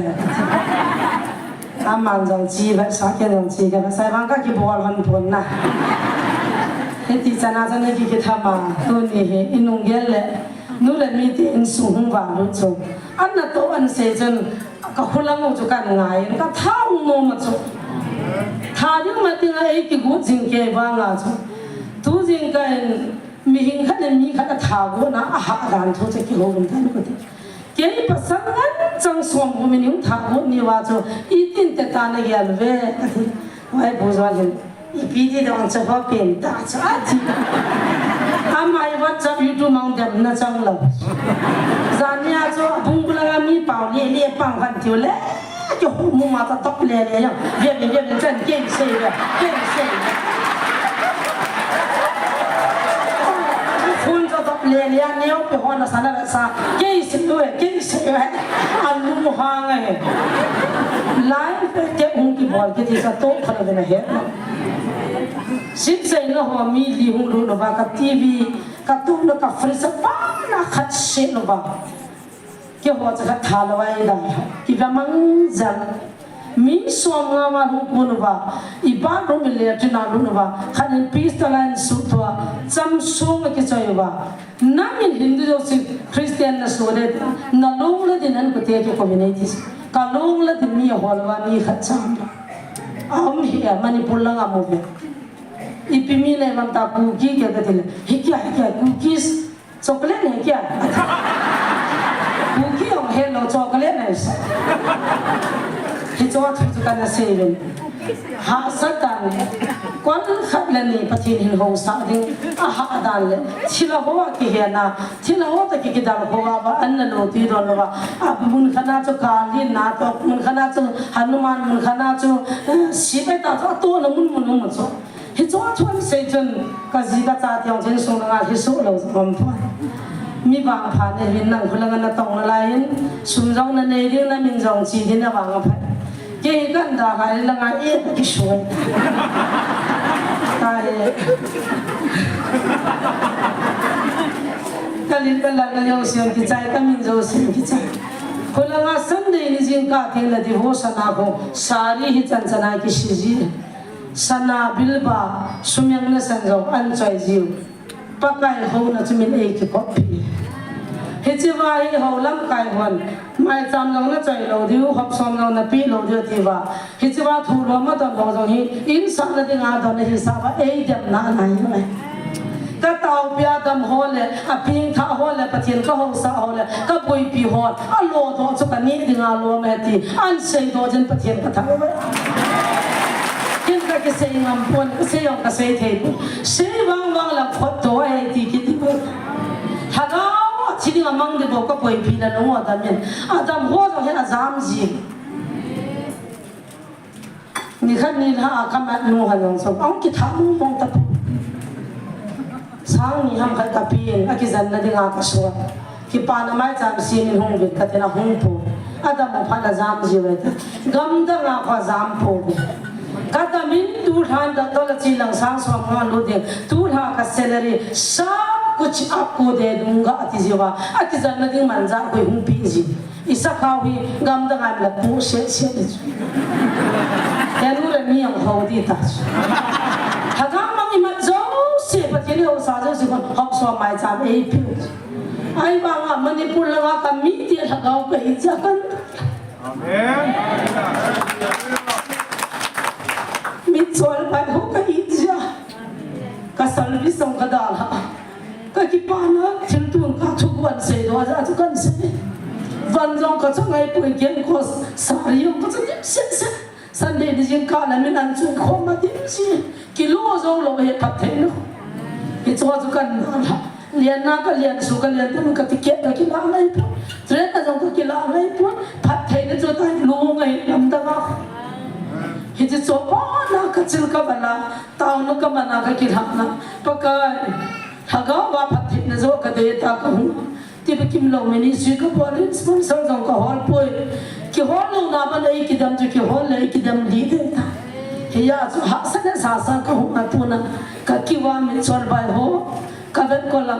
ดำลงที่หัวก็ตาเปียสตันนะเฮียโอ้ก็แฮปปี้นะก็ตัวความปีว่าตัวมันเบียไอพี่จะมันเบียก็ตัวเฮียตัวนี้เห็นมีปีศาจตัวดิ้งหลงสัตว์ตัวหลงก็ในโซ่ป่วยพัฒนาแล้วลุงเฮียเกี่ยวนี่เขาขัดเล็บพัฒนาบุตรที่สุดก็กินเล็บเลยตัวนี้กินในเลยนู้นเรื่องมีเตียนกูกำเสาจีเดียเป็นเท้าเวสุนพีเท dòng lệ tu nhìn collection là ball kia lên cho loài pi cho suốt nhiều hàng cái lên ai chỉ biết ông cái phố sau tiếng thì lo vào giờ này tao hết kia là ít kia rồi nu đã đi lên xuống mi thế ý mà sao bị tiếng cái này phố pakai này to không nào năm này to không nào bắt thiên phát thấy phố hắn lắm năm pum pi minin GMFDI muna pathin lo pin na hum phun na chunga inna min ki pa na zanen thilpi pun sinya cha cha nam po no kan sil video hiti chu sana dang ka kurul bangani gel video hiti chu kan ti mi anang secretary pa hongin tin inna pum piu tha kyalin ke nien amo in ko pun nya cha cha hin je pi veng ka the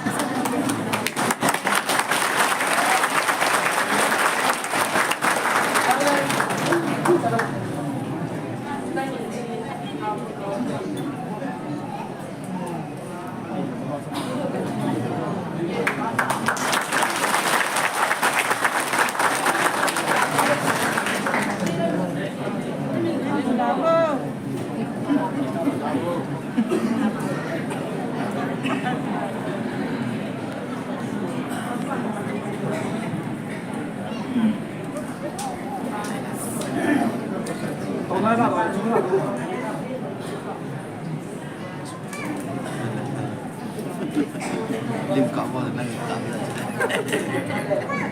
pal pan sang ke man ka nai ti le kha chin pen tin apa en mi pi zale to khom an no min ki pa min chong le Wednesday ni jing ka thu pum ki ding chong hi taw nan thu no te ta hi lam hin zot pan nam ta wen asam nagaland kang po pi di hilang bengal la pa na taw na mun hin dal mi amu lam ka tui ka bui nam lawa kang thun da ding nin taw ko min ti mi tam pi ho he anai ho hin ina phone na live a ve na nai ho hin agam na ho hin amu yan lo hin taw na ni ko ma bin da ma kang thun da ding an ti ve kam na pi pya da lo ding zong taw ko ma hi tin dam se la pa ka nei ho pi na wa chang ho la za kin da ding ho I pin po pi di ham pathin chi ki ka thungai the e ko ni ding zong taw ho tin I bon sa ben ho lo pi pi jo sa kho ma hi tin he chi sa cha yu pha ni bon chan taw kho ma tin taw chai na reverence sei boy me ma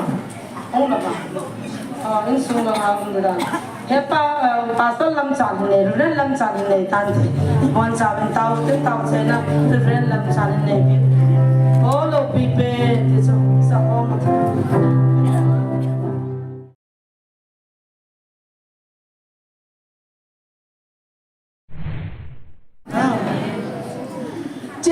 chứ gì à chứ tu đi à chứ ấy hồn sai khát đi cà phê na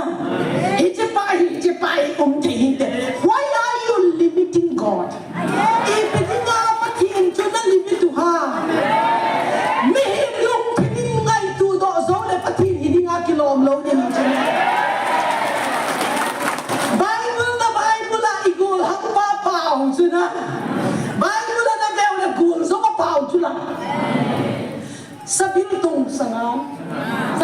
zo nga pao chu la balam thimpu adong ki zo nga pao chu la na second zo nga pao na kinam niya na umnong tingo le chi ho zo nga pao tu niya ipidinga hijay gol hang paman jaw hi bol thelo dinga na ko hai pathen sa na siya tu ni ikin cha iti pau hi a power ki lel ki nakin na pau ive tha nga hi cha e ama hon zo no mo sana ne hin nang na hi che GMF di hai tu it to banga I counter ball di ba ha e hi le na tiu na chup chapa umun ka ti cha kana sei ma chu ai le ama hon ipimina hije na tong ha pakai Jesus Christa mina na Paul sun Philippi hung khachang som le nia kuna som le geta chun a pi hi som le na pakai Jesus Christa mi na se ne ke ki pa e pi chula na he ki lo le som na se sin na rai na nei lo chu Christian khat na hi na dunia ite gul hang pa man cha cha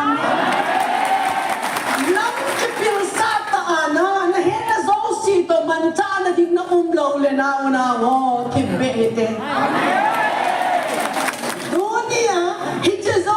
zai ni ite za ite za na apui kum pathin na power khadin cha pui cha na na no ke setan power kita o na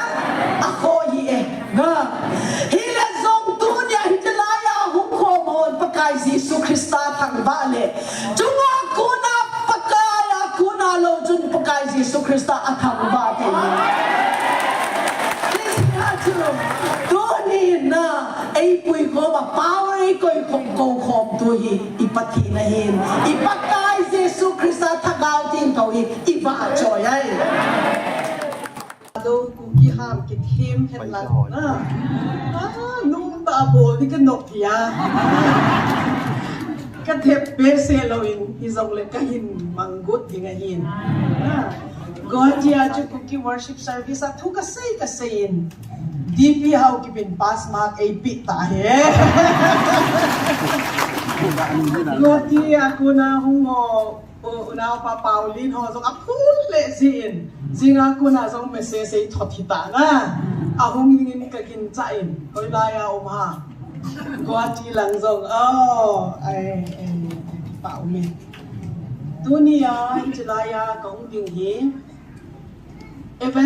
evangelist pi chin kolam ha pu evangelist pu thang sei ha in ei ko mai ilawin ko hatia ko online pakain tu chung lamka thugen dinga thu sei dinga nagati ding le GMF dia ya thu naga sei dinga yei ti so chi zia chu pakai zia ka hunga hi pu kai sei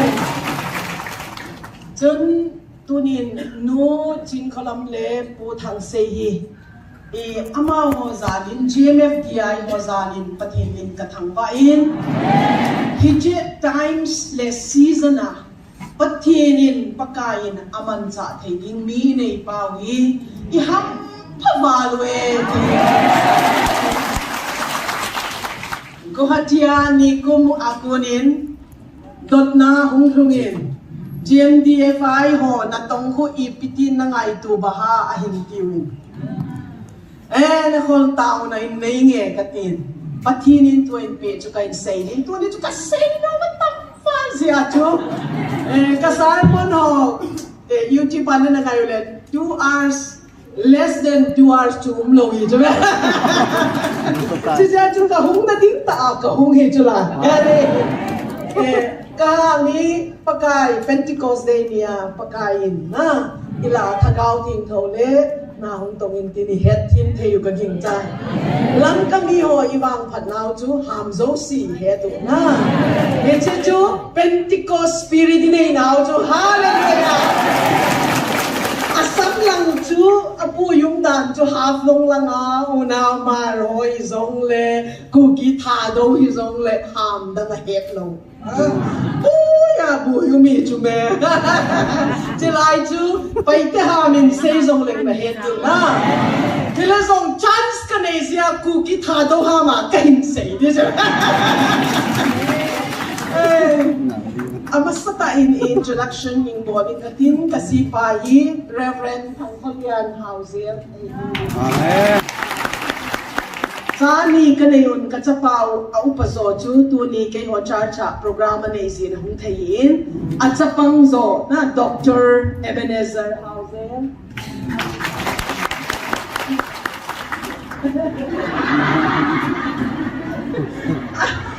Azat sa TV beta. Asam lang ho chu kazaw cha pai tin na. Ila hizang thagaw ting ho ting le kiza cha ting tanok chu me. Chun ki ho na tong na hi conductor po na say sing tong sa kasay nung ngai lo na. Bắt hình thút xây đi ngay cái cầu là bắt hình thút xây đi cái tí ra cho cái xây bẹ nụ ngay lâu hi là giống cái hi nụ ngã na gol hang tia nụ ngã cái hi lại chú pakai na tong dingin ka na kipe do in at the age of 16 years ka hi chun ka na kipe do in bắt hình ko ma ka na tawin cái chú mi dam thei lo ka hi các nuôi nó gà về là cái hà dâu xì dòng chú dark color, pale color gì chú, gì chú cái ôm nó Valentine chỉ gì chú antibiotic overdose gì chú cái hà dâu xì dòng na lâu gam ta, cái dòng lâu pin chú cái gì pa chú cái chèn quá, nó gì hồi nó sa nó phiền hình xây nó tí đấy, hao vòng mà tí chứ. Cái chấp pa đến đi xây pa cái sụp ngầu sa rất hết đi hiện tiền em ơi cái nuông miệng là pan là lấy sa này chứ phải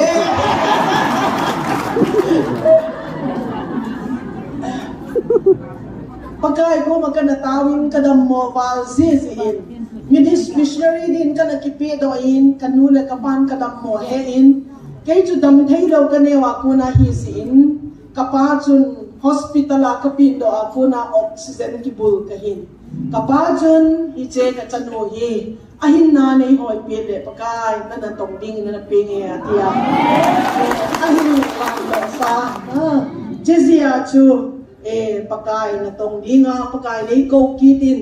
at the age of 16 na ka kipedo kum som le ka kipedo lai chun pai ka la khatahin nun tong pak pal bang nel kasim lay tang bang dam lai un le ni te vul pa ding hi zong le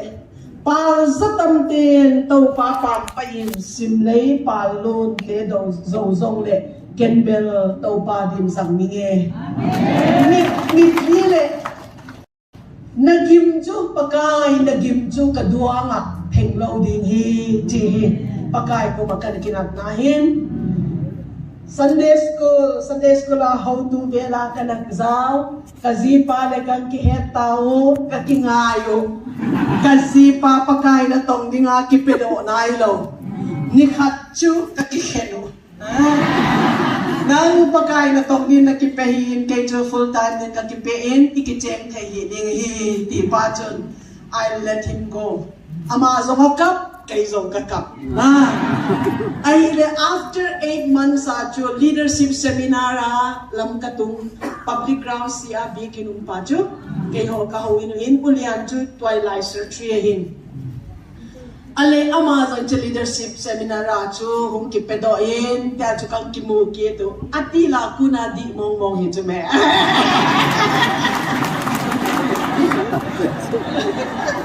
na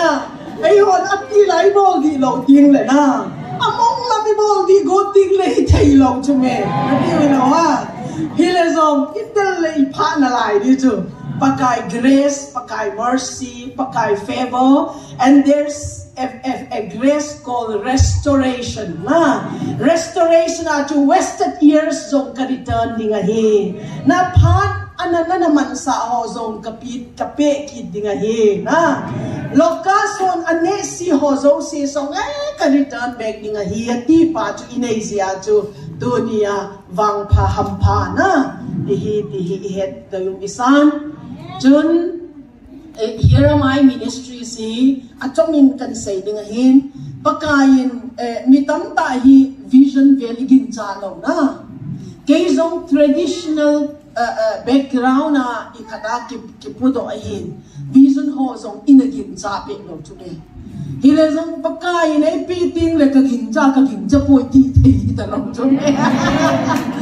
Imo pachu I saw what I saw is into la na ayun imo lo si wa chu ikin na pau zong tiam chu la imo chet pating le kay hon ka thu sei chu nung zoi yon ipia sei ha ka thu sei chu ka zabe puilo kamu pa chu ka sei hi Bible nagaveu le now ho ivele Genesis ako na Revelation chen encounter anayo chu la Genesis, Exodus, Leviticus, Number, Deuteronomy, dan buiti pa azi tu pa koi ha Mosi hijo. Mosi ipitia azi baha au mathil thuchu. Na Amazon ping ngai lo. Ai piji baha, ai to mga azia. Because he had an encounter with God. Pathin na encounter in Asia. Pathin chun kamay lam na mo thaylo di kanung lam pa chu ka vesa di na hiyatin. Anong lam avele atila chu pathinin valele si me ti chu heto si chula. Nihi masim dan zong chu ni khat ni pa chu hi chesi me ni pa ni chu ni thum ni pa chu ni li ni pa chu ti na sim chu. Old Testament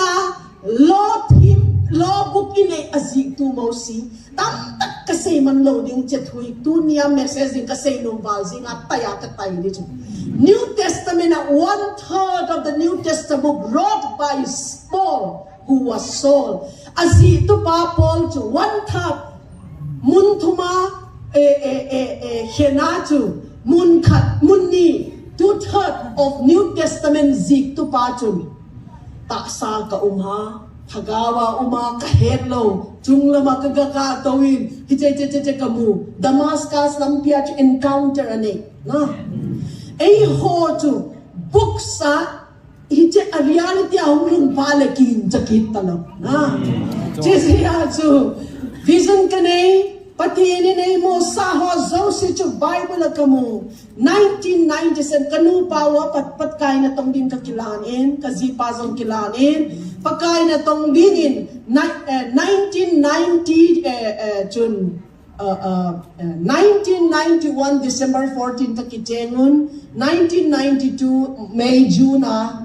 bakay na tong din katsidoon kay home lamka zong chiche gamzong kadara na almost 33 years itana here am I ministries ti hikapat daw din iti interdenominational organization ahin tuni GMFDI ko magpapatro kasi kaya pagkain na tong nasong ministries of to say ting katet ngilzi na pagkain no to katet kasi nung balzi to niya here my ministries is si tao na naiman pi di nguhitan kakipa avale na kalo vale hallelujah pagkain chika thang bae hiti organization hi kazipa to kanapat doon tun 36 missionaries are working under us mo. Missionaries som tumlet pagod kanoyo na atawin. Mission field mon som let huma kinayin school mon niya kinayin na. Gawati azong him agape center kitiin, training center kinayin. Missionaries ho, local evangelists ho, women leaders ho, youth leaders din ho training at kipin na to mga to nakitong ahin hiti organization in namchum homin tua him agape center Guhatia in charge patu thangmin lun tota kitin zo ho ahin ama ho in charge in umin 24/7 counseling centers ang ahin hallelujah ahin chun pakay zalin kachaten yuhigul hang nalaihin kasi pa chun achina na amaw ding a hole se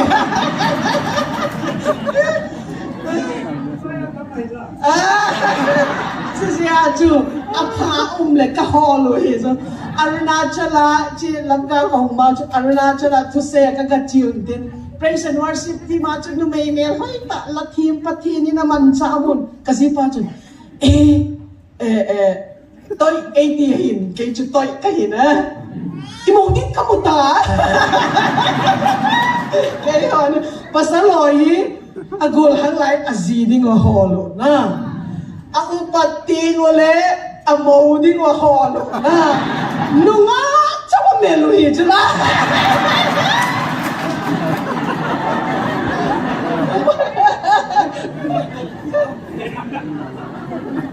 di jana chia chớm na ho zo la tao nai nei he tu kahim thu ma he chun GMTFI pakain idinga koiha GMFDI hi IPCA koiha pakai program ipiati vel isay do ma chun kay family un katawin GMFDI na tong na kazaw lo chu hitay do he ka tia chu jesiya chu kasi pa chun ni tam vale agukin evangelist pule evangelist pi ko ma ipedi baha tim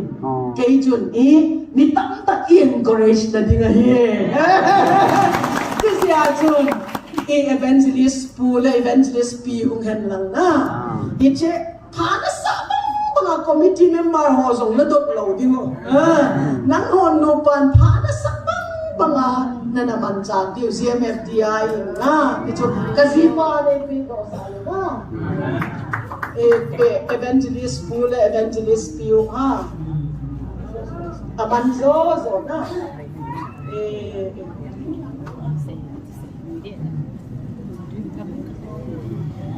umlaw na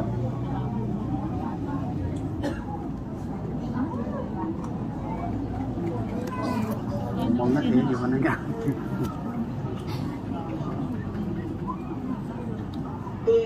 nga umlaw ba ha umlaw nila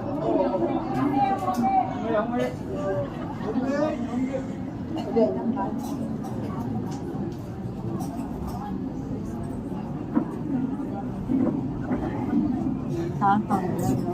，ha 他放没了有。 kaya lang sa sa ni ko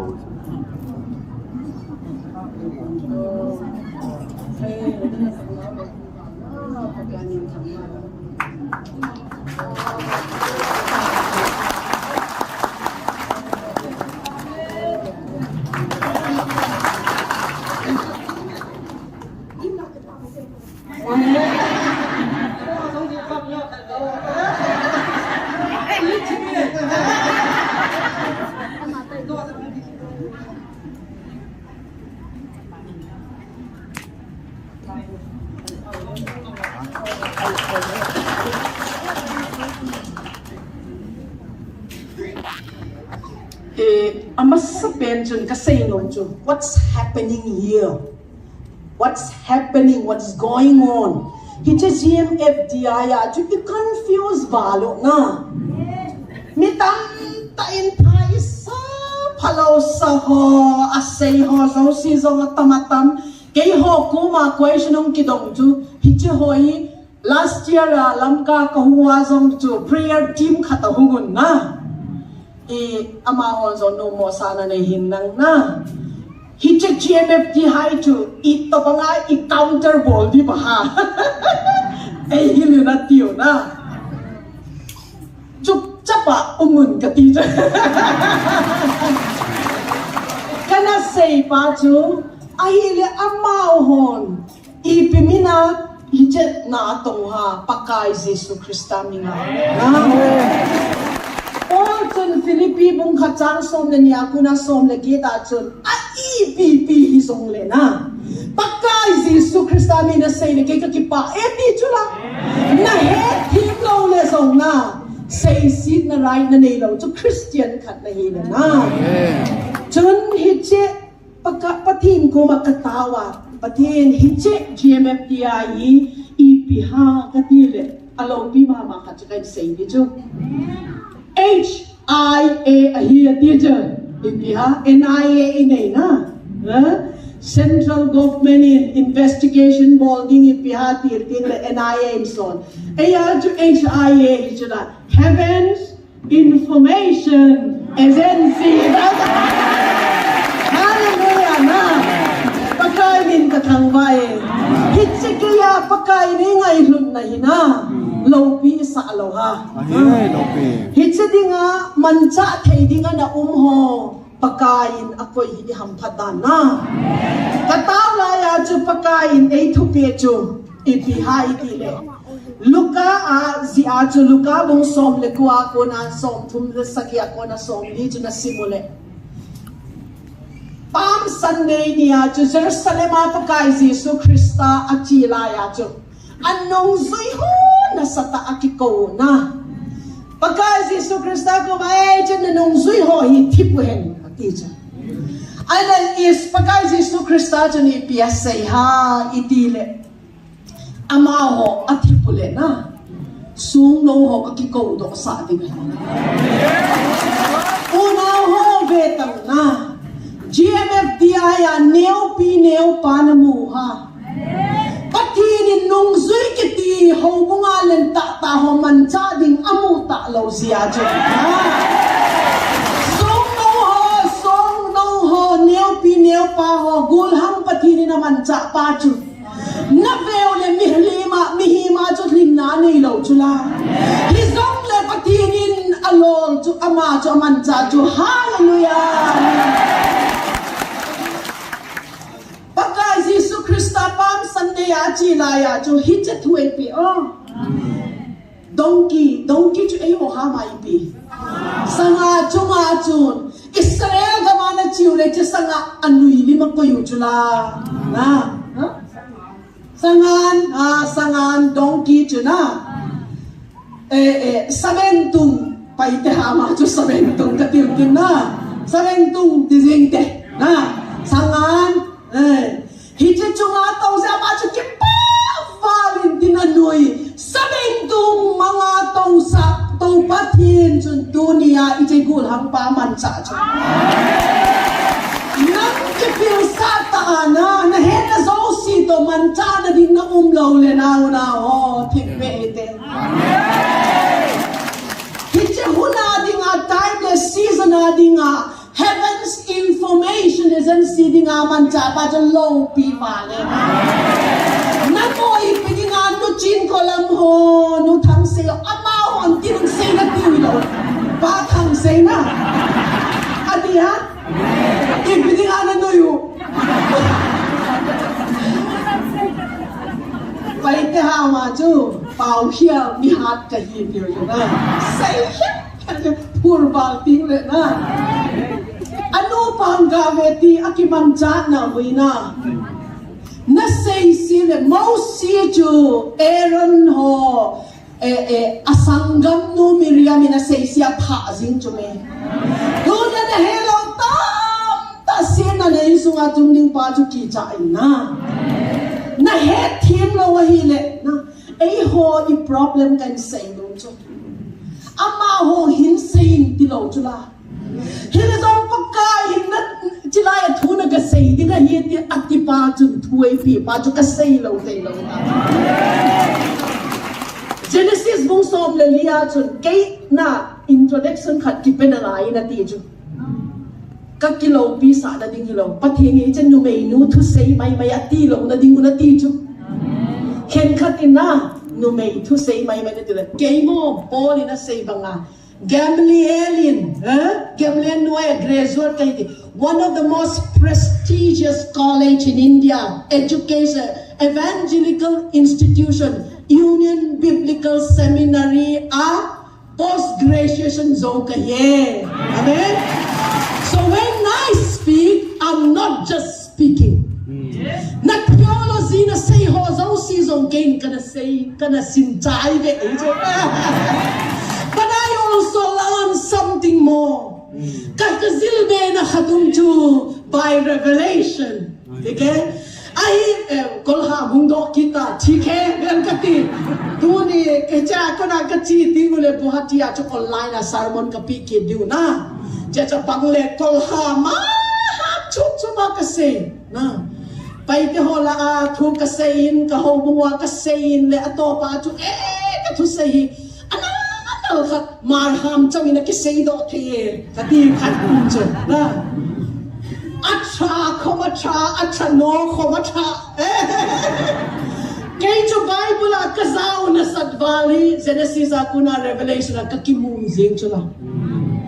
Bible hi book sahi the letter kills the spirit gives life in its fullness of each he just told to a hon a problem traditional igin chan na pawi atwa ki zil ata ahung tung tira ki gin sa talong dunia no chin kolam le pa thang sei ho thil boli in small way ke ho zong kanu pala ka ministry ka na bolin na ina demon possess hung ki puilut na nang hon na ipina lo dula ke chi ho ka bol ngai la hi ama ho ve tang tao na naman pidu dakar ni asun azan umlo pa chu na phalbi hi zong le kholom hi lo zang le zan khuwa tao na ni say no chu abang le na ham se zo se ki pudo na curse ki pudo zan zong I mulo ni khat nia zong chu suicide attempt mol khat ka hun ka mat pin ka tao pion he che pa chu zan zong I mu ngai lo tia chu zing at ka tao piu phat ka man pi chu kai zana second khat zong kai mulo. But we never say those things to those people. Na, amaho ko makiga say kitalo. But yini ni cha cross puwa ka zuini mo izuini nga tizia chu kizuita chu ne. Na say sit ho na anato na heto nga hijo. Nangoa din na mo kita lo na humpuyo tao na naman piyo na. Azan la ipi ho na tuha na hello chula. Complain na ko mo azang bolo na lai. Itagala khatin na gana nom na sa Bible na umilaw ha matay mong som lego bacho. Doi hozong na holdo dingo. Tang speaking ham chum chumazong na pao dingo. Gul hozong na kutwa na la dingo. Poison hozong na don dingo le ham lo dingo taksasuk na lo din ha. Tam lo hozong na kutwa na dingo le adam din. Ay le hichet mini le tumbo bol ding na saw ha. Bakay na tong hozo si nang ginto kiti hozo si itong di hichume. Ay le nang chu na. Hichet price ping am ngai kat I het kin na lai di chu. Many are called but few are chosen di chu. Mi tam ta hugdam na dinga chu mi tam ta kiko chu me. Hile zong special use dinga chu. Timothea to insunga to level tam tao me ahila mi akisukhin le you'll be a vessel of honor man tam ta man cha hindi nga hiti nang nakipidom nong num lo zia man tam ta man thaylo na hizia mi na dem chu hilaw Genesis mong som la liya chu patinin Abraham puma ipiyasaya. Look to the north, to the south, to the east, to the west at ito. Eho hama ipi. Swalam, tumlam, malam, simlam, enokche. Veyin na teacher. Veyin na ti eho na. Swalam na. Side cut iveyin. Ay iti ive pa na sayo dilaw hilaw jume. Hilsong side cut chow na ve tingole. Not na vele south a ipilong ha. West a isa ipiuma na hello jula. Na hello ju ipini nga na demo. Na hello na veta kazildi na lai hindi itidi jula. Unawang nga ito tim tua ang ho sa masito. Angay ho na. TV na pwede mo kasay nito. Na, doon niya, hitizak na. Apoy ko patin na. Power ka din sa apoy ito lang. Nano, kaya certain power dito ho. Ako ye. Na. Hilazong dunia hitilaya hong komon pagkay si Yesu Krista thang bale. Tunga kuna pagkaya kuna lojun pagkay si Yesu Krista at thang bate. Kisyacho dunin na ay puy ko power ay ko kom to ipatinahin. Ipagkay si Yesu Krista thagaw tin to ipachoy ay. Last week chun Shillong nga unaw kat kukikat dammo hospital at chisiano doctor in zona na hello katao pi dingucho counseling ken chakat nei ngai kasi pa chun aku kiham le pai tiham counseling a ball gol le loino chun pastor pu reverend pu pai tiham ka hello kulya chu ki surrender ta kay kakipat kidin counseling kan bolo counseling ka so tao na khat demonic doorway kha ngai chuna ama kesa chu chu ka kha pe ding chu o no ka say nung is ka sayin katin ka sayo le tun so ti ding pa chu ken ka het ta lo ku ki ha ba chu chatuan ka ti le aman ka taw la chu tun so ha tun so TV ngày lệ lùi vết cái tao dòng tao bằng tao na chặt tuan cái tỷ lệ cái rồi cái phải đi ham mà rồi khăn to đi chứ na chặt tuan thì chúng mà rồi mi zo ho ham ita na he ra ku ki ham đi ngang tuôn sót cho cái hết đó rồi chặt tuan cái tỷ lệ tuôn sót anh đi ha tuôn sót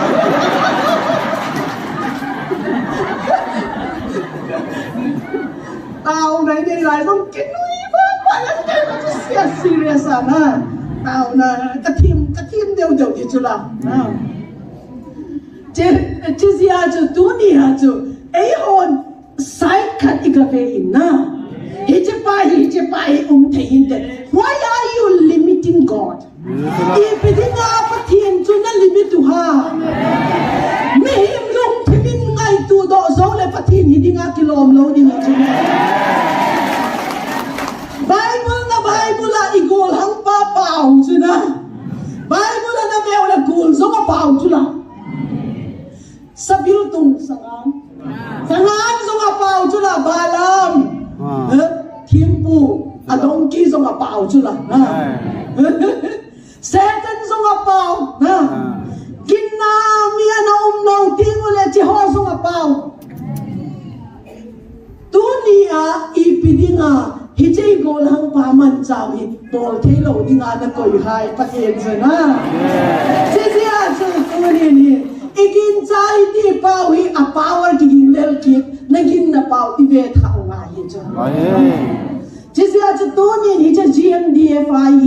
hi cha igal huna time hi cha timeless season na dinga pakai to mga aman chan na lo pida to jong chu Wednesday ay dil ki dinga tina hallelujah pakai Tiziachun, Heaven's Information Agency, information hunglung, email mahola information zong hunglung, nangong kobru kihenti ho na saywa, kobru na ginta ulo pao cho kan say na lai di chu. Ka thu say nung ka say nai lo hi chu me. Na bui val ziwa na. Tiziachu patinin. Hitche GMFTI hi songo ki kaudo sa hita Presbyterian ho ko ma ki kaudo sa le baptist ho na zaw lo dingo na hobung danga umle na zaw lo dingo chula he chula ya chu aneu pening zong anai thei dinga na ona wa tin khat kai sei no na lai chu na chin kolam le azipa na tong na pa chu mihim ave kol hong na neo pa hong I was moved only by the kind of works they carried out keju jana tong chawa zong chu na fenwe ka pa chat vale ti ding chu khat kain se lai chu igol hang pan pathina man chat king le ai lo le khobru iti hai na in khat ti le i pastor po i evangelist po ha nga jong khudi bet dio chu da kar izada makuna abil bola chu angai din ja to say do in koi pa ha apei ding ka dio kay chu ni evangelist po jong thagawin pui lo le na azo lo di chu Chizia chu na tong na lo pi ka sa avani pakai min ka thang mani chu amen dunia zong ka hong na che hon na tong na hi na na sata pakai pathinin lo pi ta man cha di chu ka dei sa na le ale ka family wa ka hong chu amen hallelujah pati ka thang pai hong lung ding a zong pathin man cha hi na ho broi ti pi pai shi future Kay le kazipa chun kazipan to na muin kay zong kamuin kay chun kazipa amodan cho ama na kong ti ule sei na ne ande to ne kay ne kong hun zong kapit lo di ja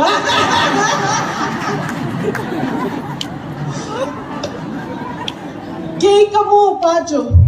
gul pi ya na Satan hi kithat zong le thi thei lo hin hile zong we can crush his head isuda across the margin na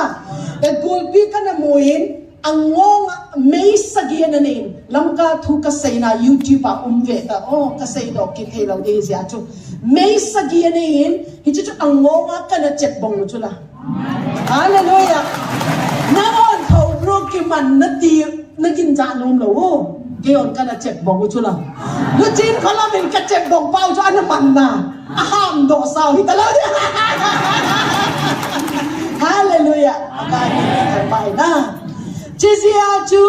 igalu tua igali nei bao hi tao na cái hồ của hatia ka omon tao na cái man nang ho last year ni kumachu to say dinga to new school of nursing to say dinga ka hu cái hồ của hatia asuna zana ka zipa to tao na cái này ministry kitao 1.5 months 2 months vel kitao lam ka khusungai uma chu lam ka ho na sul value gali ne yung na hello ha ka tiu na chi ka hu pathin thu kan se ka sipa ko ma an ngoli ni tao cho lo hi na an ngol la ni a ka ne de ki tao na 2022 chun pathin in 218 Langka a Manipur thu sei ninga ka hulai chun boundary na sim ding wa hi ai ti chu gal ding ma hi chu a hi le mili ka han do un tao na le ka han do un hi chalanga shield igam gi ding mo na a boundary buffer zone bol dinga ka sol chu aminu ka sei nge na ma ho zo num sa mo hiun te pa thang khomang EBCA evangelist amahi mission worker hiya amao family hi azinu le achapa le na amao ko ma chuna tau dingo nagachi dingo patinin thun pe four corners sana kishil sa ahin ane nachi dingo nagatau dingo patinin hichachanin marking ball na ti na chan na mark dingo kathiu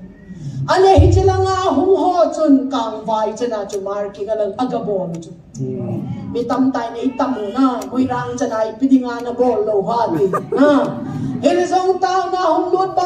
banga chu chalanga chu mission compound khosak langa hichalanga sai kon ko hanglan chada chalanga song chu mun lia na shil ki bon chu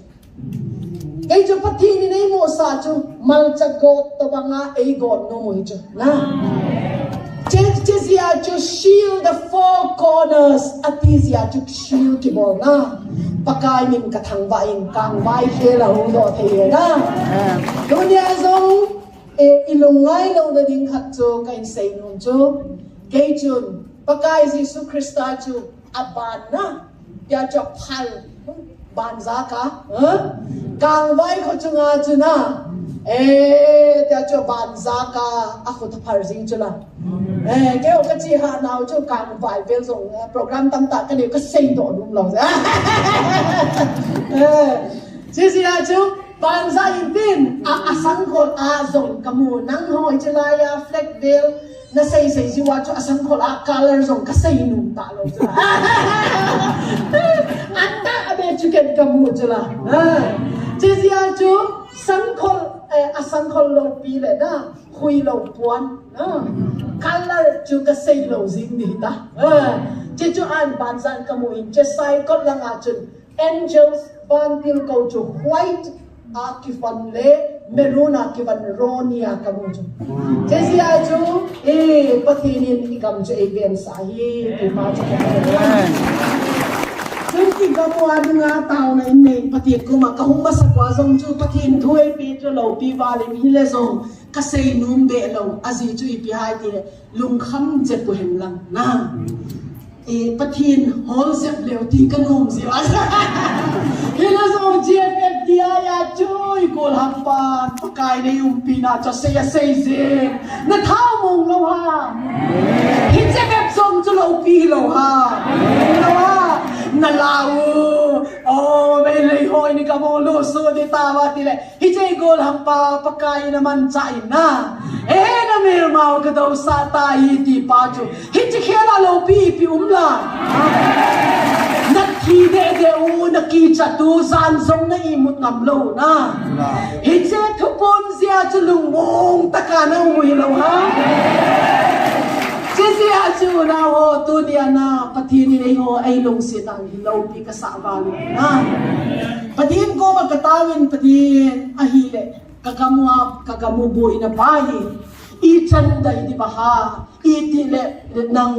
zona na ipin di baha tichin katawin. Ay le pathin ni don na pachu iti na sayin. A first year achun aha si mga kahitlaw na. A first year achun nagkihom dingo na. No, lang ay ta nagkihom dingo na ne dingo.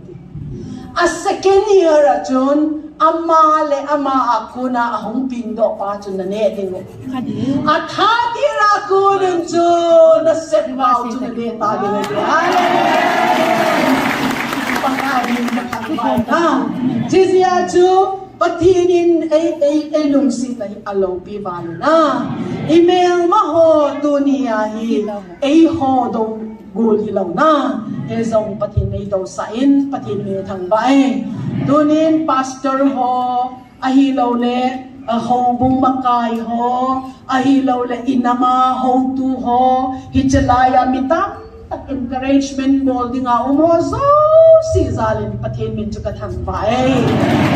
Hini pisay zong le na tuta na din pingam na pacho na patinin malsongin patinume. Ahon dunia i-response din dan. Hitya ZMFDI i-response din dan so number 1. Hitya huna gali nailaya patinin tamong na. Ahilaw le atil ho na AP paljo tamon na AP na paljo itamong din na atil ho na AP na paajun kin ipikasin do ding umha ti paljo ikihol din chun dunia ipidi nga GMFDI nasa taahid yami isaw hom na ipisiha itile na patina ko na kidang chata jo hobong lam kay religious city ho ana ihasan na pa ilungay na pa jo aansarong talaw jo kiti siya jo nan mapula na noblaw na hobong makayo ni pisay zong le guhi zong le nagkatsina ahin say siyo na ho mga nakaisong na meeting na sa ulong may thay na. Hilazong dunia i-response din, nuchin kolamle, azipale, JMFDI anatu ipiha. Laysi tayo pakain na tong taho jo. Hebraizi bungsom lekat na. Chansom tumlagi tachon. Amaho they wandered in desert. Eho hama simsadi uma. Hebrews chapter 11 verse 38 achun. Hebrew na.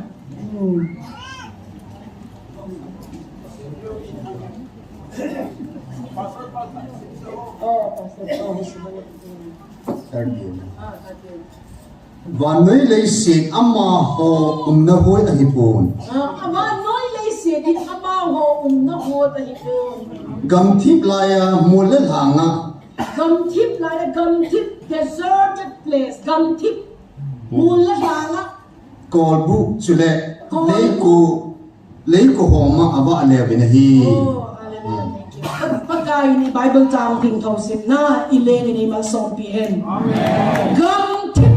The world was not worthy of them. Laysi amaw adingin ipi worthy lawahi ti pacho. Athak lawahi. Kuk tado ham kaim sim chok di chen. Na athak lawahi. Atling lawahi na aching zo ke. Khopel amaw ten na dingin atak ke. The world was not worthy of them. They wandered in deserted place. Gamthip. Una o dunia pagka Jesu Kristano Old Testament ako na naveule. Very lonely life, deserted life. Gamthip ito. How mga zong tagawa na umtatale pa mun na nita alaw yun. Na ka hinsay di chu pan ai ho tao mi hi zia I tao na ding point song ka hinsay di ngayon Tuni na deserted place di chu gam tip na mi ho va choi na zong chang talo thil pha say na zong talo vetang o doi le ka ho na suk boy ho hun puyu ana tao piu kay ho ka inwa chu zing kho ba mama zang ki pui zing o na asungwa som lut doi lut na ai hon tao na le thuni na man cha pi na so ta a he ho ne ji setan thil boli beta tina at di pa ko ma solding kanopita jula kibay sa ding na kan say ding chu thil khat ami ka say lo ding ko hatia chu nunga khan na golhang 13-14 years ka banga zong kalzing na ama jo pastor ana kole pastor zong you I challenge you na teacher na akhat pa jo na kisulpi na mai zong thisen bod na ai le in nei nu chu along ai na hello cross khata nei un din na across a face sa le slipper atin na kay ho sa Sunday hindi ka call chu kasi pa kaya chu miss call din ta na chu kamanwa chu 7:30 vela chu ka call back ko le buyo apaw chu raw wal luma ki khumje hostel khata gol hanga gubana ko na ai le kay ho ka ka chiu room khata na khumo jira isong chu bangai ta na ki khai jing chula pat kaman piu ang dam do na akin pastor ho chu ka challenge city na jizi aju ikive phat ngai chu na don Paul ka hen na Yesu Krista ka hen nan ka hen ti kha ding pa chu ki cha to do is na hele zong to ni mi pi hon what should be our response I had thing ding khat chu kan say no min da denak again kasay sa chu kasay to chu south na via north east west na hello siya chu south na via na muna pa chu na say chu di lo na tuni na ho bunga pastor ha makai ho in asay pau di lo ti na hilo don't never look down nang ida na ve no idin zong hilo hila zong ama na mo pa asin amu pa chu nang namu kiting le ama ko na nang ne dingum talo chizia chu sa thau cho kizo na pa ko ma na hol thim ngai ta chula ABC he chun ABC say ding DEF he chun DEF say ding nang ABC na fasting le na hija chu sin dingum talo chizia chu DEF na hol do ding Bible ajan 10 versions sung chula na miso min nungak thing ati chula ai le nungak thing vet alengwa nungak thing chu but 5 of them minga ho chu asathau ki chaita amo pa hung nai lo asathau ki chaita ai le sathau ki chaya tian le chu mo pa hung le na het lo ding ta chula he chia sia chu minga apil ho chu apil now piha asathau extra chu chizia chu na sathau tu apathin tu na ngai thap pa hi sathau na belap chu na sathau na sukdim chu chizia chu mong pa hu ha zong le nang sathau na nei le pha chu na he le zong minga asathau ki chai ta akhon ba chu nei ve ku chu na they all have their lamps, but the oil was finished for 5 of the foolish virgins. Ninga angol ho aja oil kitai. Aile angol ho chun. Mopa hum phata cho, mopa hum tai te het da chung thau don. Mi pil ho ko ma na sa thau ei hom ti tia. Hom chai hom ina ti le mi pil hon chu ipia sei wa. Ki ho adi le nang ho adi kin lo din. Kachiun lang azo na muna gacho na dunia gimla chol ta to na zong num lawa cho sa thau cho na hiu chu me sa thau na cho wa ha sat na kong na pa chu sa thau man na pi na chu me na in veng pan hi chlai chu phalo ta nang na chi na chu na in veng pa sei sin na chu na sa thau man pi na chu le mi ni pi sei di ba ha ti na ngai lo pa chu na tua chu vetan risk ka la na chu GMFDI ya kong chu GMFDI ho zo si chu nei ku ding ta chu la hallelujah amen aze chu pakai chu ni piate I say ha if you honor me I will honor you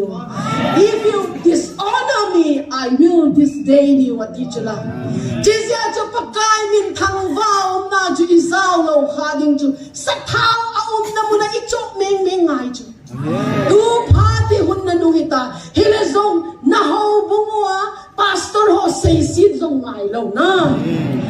iche chu ama hon ABC he to pa chu na he ding chu rom mong som le thuma chun 3 things remain till thuma umen alo pin faith hope and love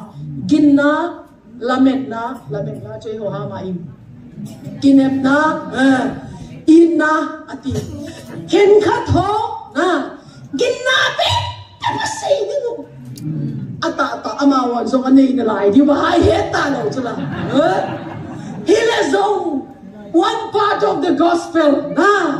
Paul so na ipiti zong le sei le patin to hele ka ki pa ti ding na hele zong nang pa chun lamen na doi in na doi le na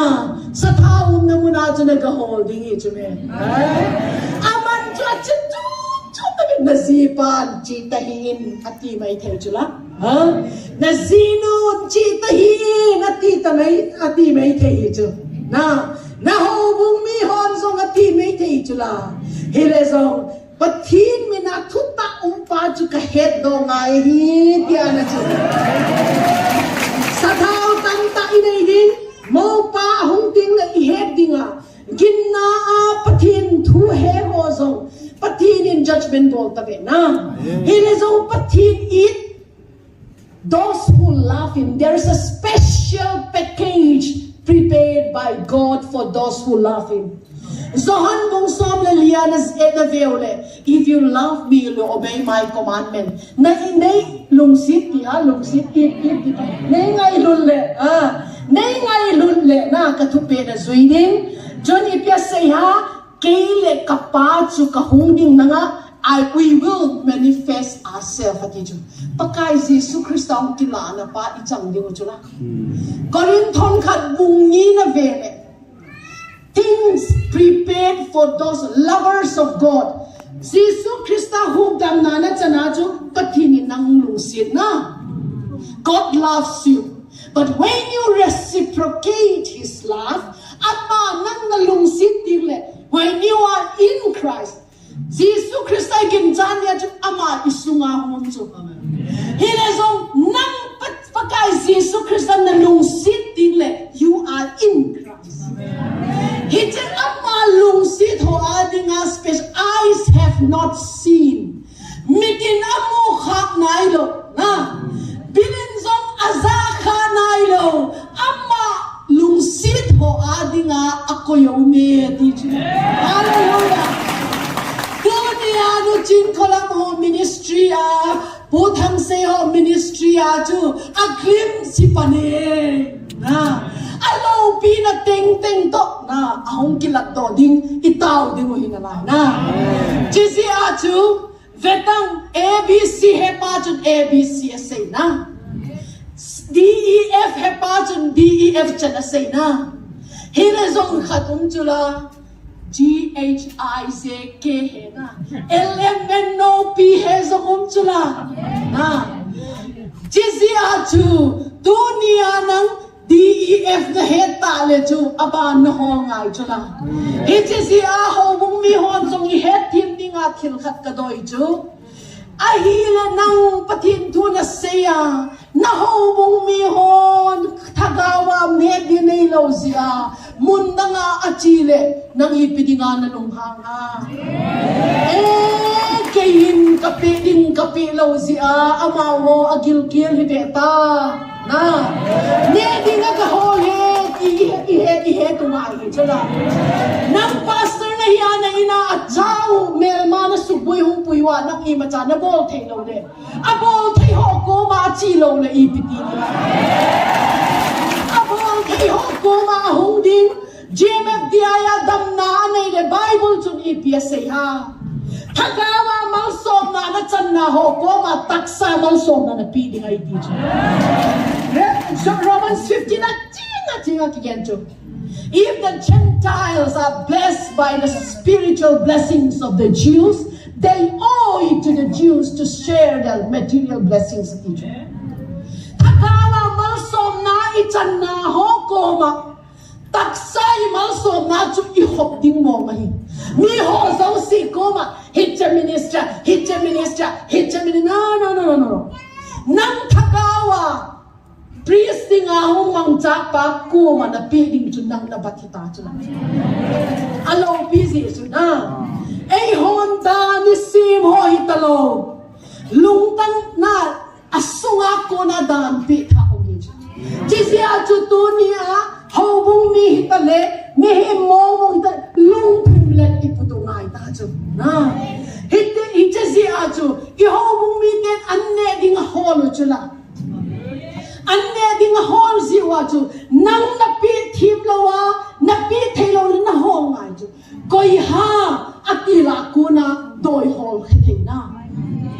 koi ma lo chu missionary ne kitin Jeremiah Ministries at to kazipai director ahin kay founding president kahin Mia hungin tao piding pathin thu isay ding le amao hon cha masapena chu damlo ho hin pui dingo doi mathoin pui dingo first the more the power that you preach at you tonight first chu athu be ke hon ka ngai num hiwe a power on bolin lang a power atai ti ka mo ti le thu soi na nge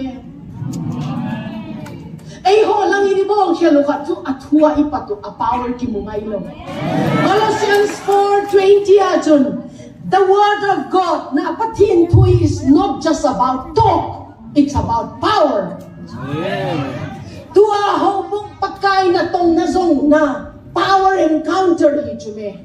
power le power tun missionary feel chum ki ka ve kay hon koi bachan pathin thua sei nai lo ho ka mu don chichu missionary ka so na dingwa hiche area chun shift apathinu hi ha kali hi ha ganesha ka study hiche study zo tingle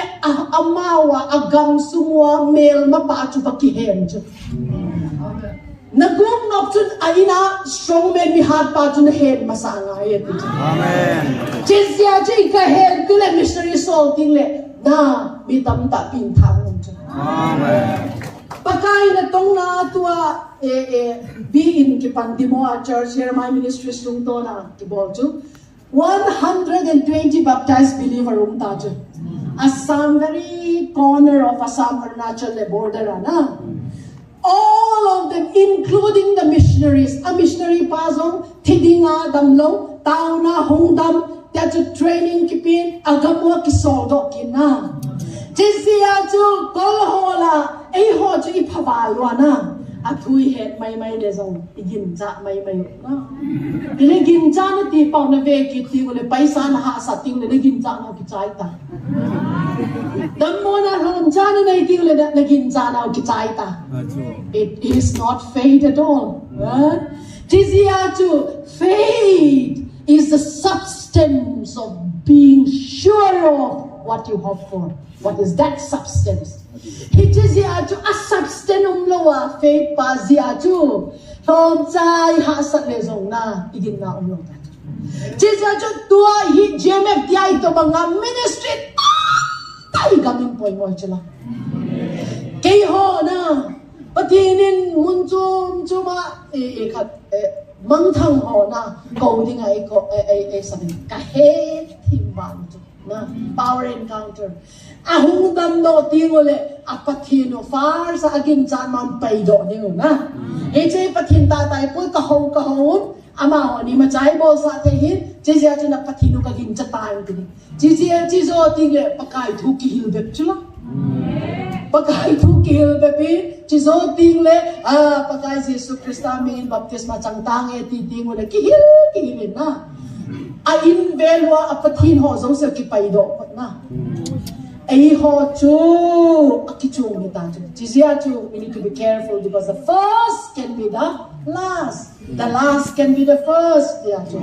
jizia chu tunin in go hi i response din na no chu na chun ho bung makai hon zong abc na hen adike di lo hi def na hen adike di lo hi hi song le FGHI omung na la hi na hi che mi dang in asay ding le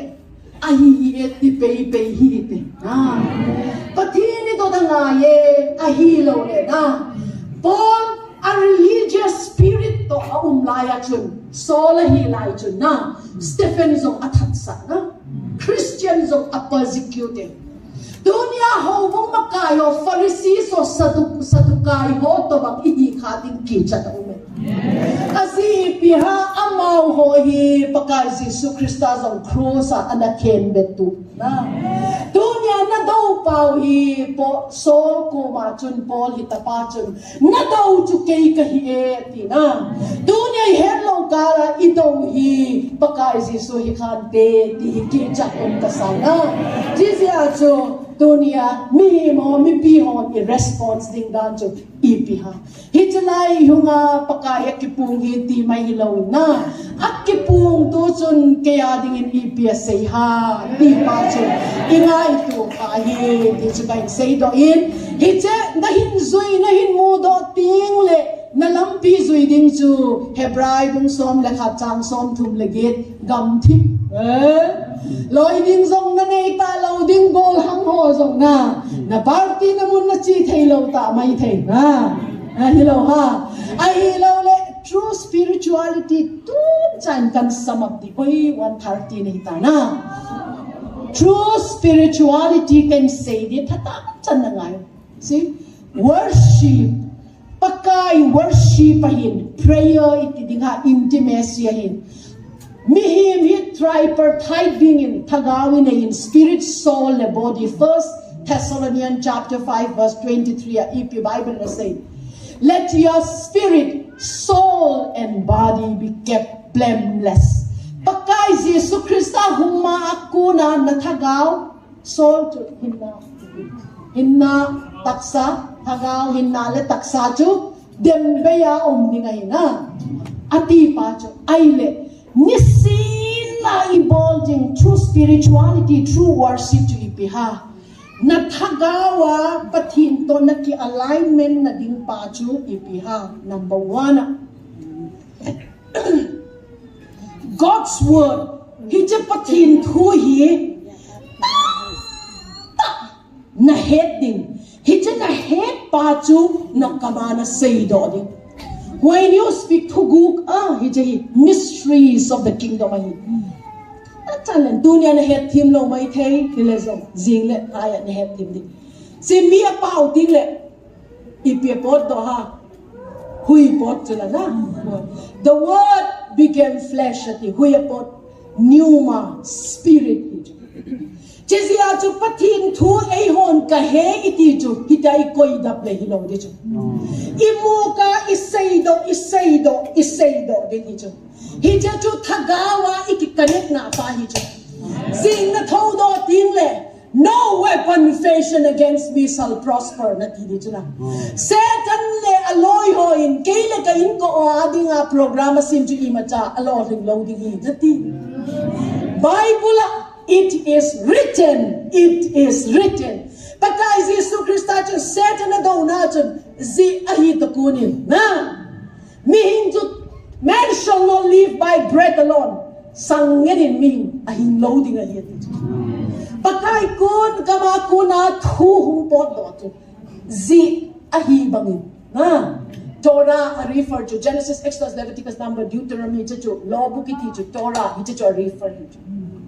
Jeju Bible Isaiah 54 zi ahito zi in me kei chu kachunga me ma planning ho zo si chu I macha assezo gi me tumponte Your word will become flesh. That is your alignment with your spirituality. Hita cho lo apoy ako to nang hon Bible naman ja ding izat na nei ta ha na. Ta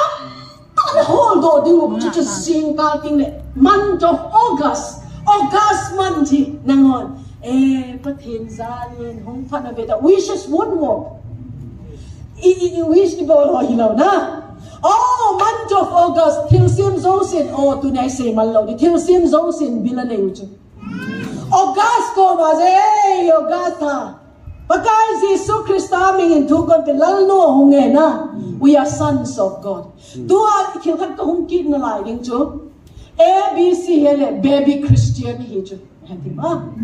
But baby Christian cannot be king. Lalato thilaw jula. Revelation 1:5. 1 Peter chapter 3 available, chapter 5 available. You are king, you are priest of teacher. But in male ho na nasimo Ezekiel, Revelation, Daniel, face of a lion. Sa kaibak ni jo kumbi na hinacho. Face of a bull, you are a priest. Himpu na hinacho. Face of an eagle, you are a prophet.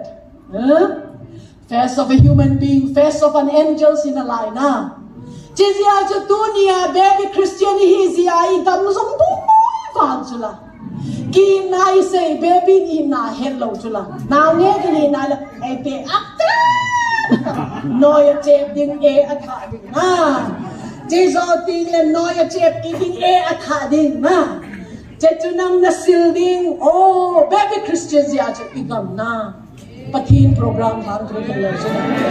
Jizia jo Dua patinin na hall to sons of the Most High God. Patinin gulhang ilaw. Matured sons. Tun kachapa na. Hitche kachapay. Doctor him. How proud we feel. Na. Nung kasada na. Ama chun shoulder to shoulder responsibility po do taita na. Nule paha. Tozong to ministry patin low pinadingin na. Aunaw akiton fila missionary kat na abike ding a choppy go to hallelujah Jizia chu ipia mature tingle nule pan angan si theita chula baby noi du den na etche den baby thelo chula nang nu nang pan bon mature sons and daughters who will be able to shoulder your responsibility. Hitchapa chanuna delevan pathin chun hol chula. Now pang baby Christian ho ko ma thubu ka sei thino chula. Hitla ya nu chin khola mona bolo baby Christian ho na het team lo chula. Jizia chu na sons of pakai Jesus Christus ho geu lang 30 years he jen chu. He equipped himself. Synagogue vera kacil pathin tua kasir. Prove himself to qualify for the salvific plan God has for him. Mihim ho salvation hukdam na iping na di nga qualified that even the Son Jesus Christ has to prove himself. Jisiachu baptisma chang niachu hitche. This is my beloved Son in whom I'm well pleased. Hitche kachapa ka do ka hom thoma mahin achunga ka kipake. Ale kumsom dum chita chu kipaluham. Kumsom dum chita chu ama son hidinga qualified matured hidinga na. Hitche pathini na pit palal hiding pit thim hiding zol na hidinga mo puna apipa chu asem do hidinga ti qualifying destination. Hitche zau peta chu thagao thin thoina puna kona chu me ma kisapan chu me Hitche thagao thin thoin chika chapadoi tho ta hi tiang pung do chu setani na he mi zo si na he thita no chin kholam ho pu thang sei ho chu gali nei le ami no thang che hi chu na patin nei ta ho chu na mo Joseph songen vetangon femin kiao chu ho ha kiao la kid le prime minister atong sing chu la mi ai sei se ding lo la thil phai ma chai bol hi ti nai chu me ipakai Jesus Christa za aphapen palgon Beelzebul pawara ye le. Ho adi nga chu het thi mum wang na. Doi pai khatin nu remi ka ngai ti le chu ki chat umi di la. Doi pai in I hate you ti le chu. Hallelujah. Di chala la. Nati ha? Sisiya chu amao hot a het thi ding ba lo hi di ban say no. Ai na hi. Sisiya chu tu ni a chu behind it. Somehow that we are entering an age called the wrath of God, the vengeance of God. Tu hun bi it's a reset. Til tha hun ki panding. The year of the Lord's favor akuna, the vengeance of God, papakai, revenge la na hun thak lung tha na hun akilut din ita. Extra oil na nailo le na. Hijin na oil paintin na zon ting le kilet tamay thay na. Pakai si so hungin, room sunga lutun, ruma at hilbo lucho. Pakai lo pina sulat hozo so jo ahead pata lo jo 5 virgins, foolish devil. Jizya jo tunin, how should we respond? Tua itilbol pahi, ioy iho pahin sayin. Ay na inahin. Chunda na kasay jo.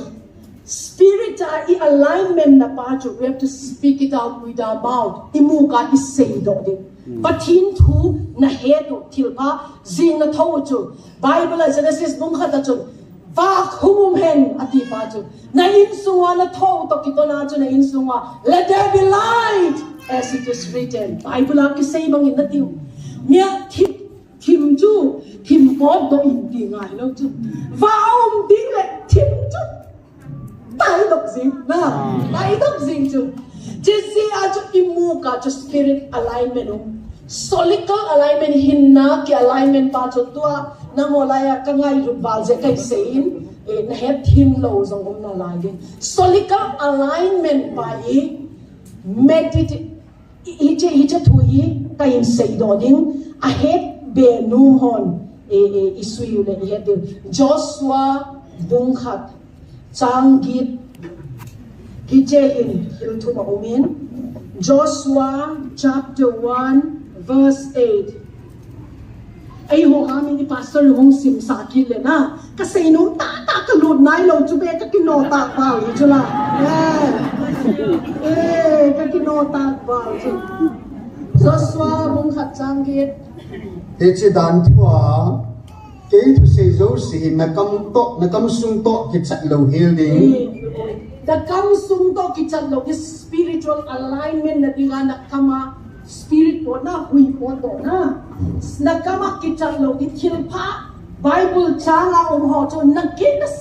say di nakama to ni na nang man sun la zana na kial jing singa nang man sun la zana na solical alignment to na lung timana gial sing sa hija Bible chang pa to Netima, with your imagination, with your thoughts, your affection should always be above.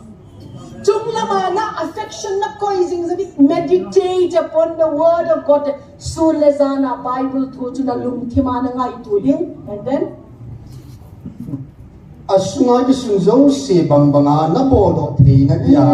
na chi the ding hi physical alignment ipiha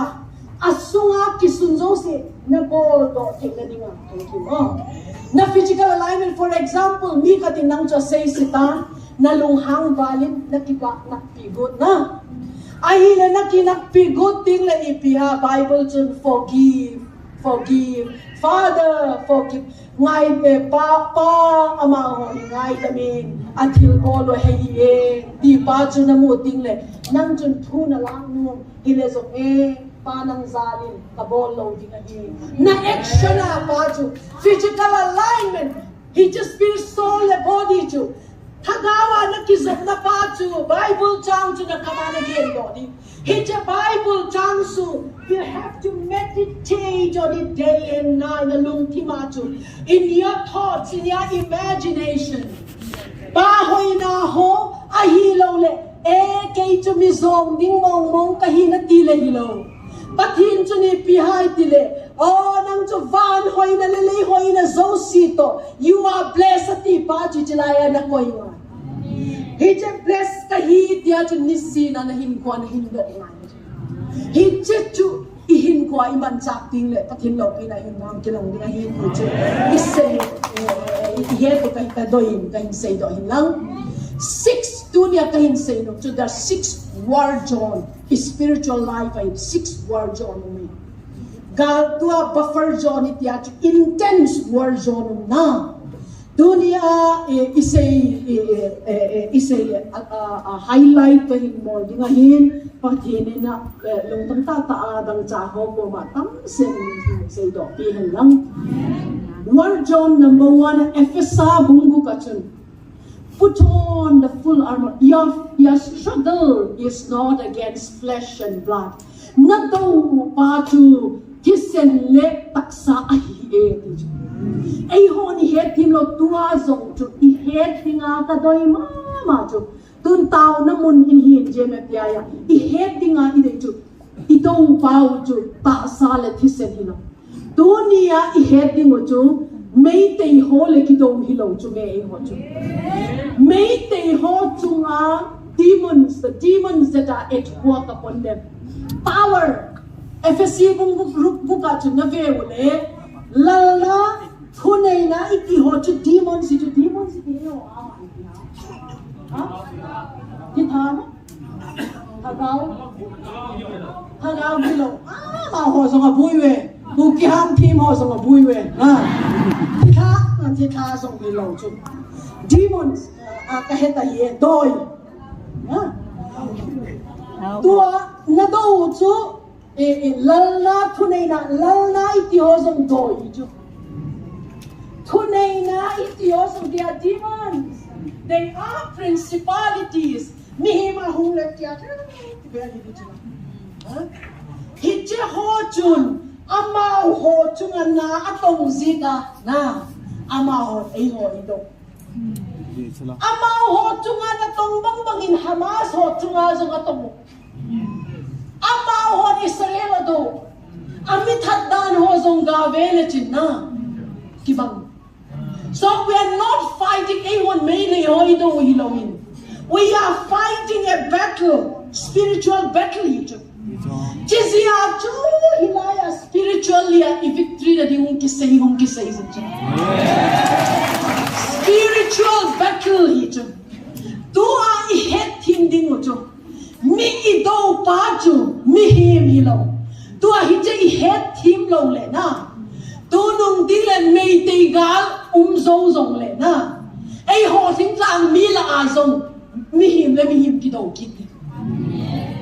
Hechizia chu tua thado ha kuki ha hilo ipu German ahong dam doin ki paon na patpakain ahong doin ki paon van na gamla ta zong ngai dilo if that same demon is at work over them Chizia chu tua imaak I zong hungom le Satan plan I heading chu political division according religious division according ay hola chu denomination division according Presbyterian Baptist Lutheran hijet group itiw na independent church division according Lord rin vale chiso ting le tribe division according na laiding chiso ting le language division according na laiding ay ho ibeta ta le na kuki koyam guite kuki hama ham khalle guite paite hama ham zong kisul thei guite ge language division so the battle is not between you and me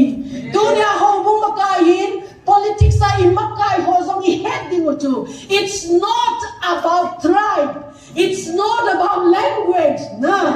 it's about demons that walk over us Korinthoni bungli changlia chun there is a demon that blinded the minds of people number 1 achun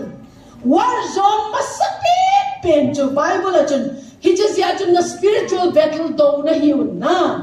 jizya chu ipiha kinang na zong le nama ikivelo mong di a individual nang kan senta ka di chu nang na hoy na kisabala ba nga chu hi che patin thagau zia chu na bol lo mai chula na zinun mulo dikile adultery som na commit thei di chula patin thagawin na nakimodi kiwa guess ka ta hung sa jan bol lo mai chula Jeremiah bung som le sagi jang ku chun a heart human heart are desperately deceitful atiju mihim lung thim pa chu desperately deceitful chu a hon is a het him ding zongan til so bol ding at ria ready zing ti na pa chu ilenga ilenga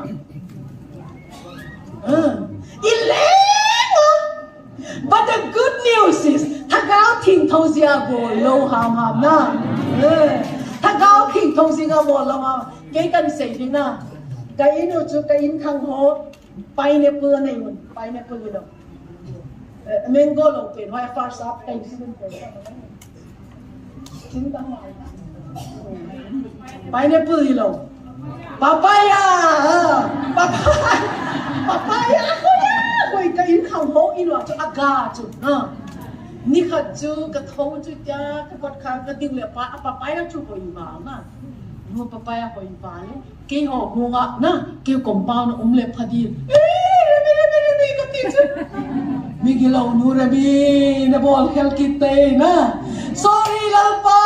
kai sorry ngai da min ka in ben ho ina phata chai no men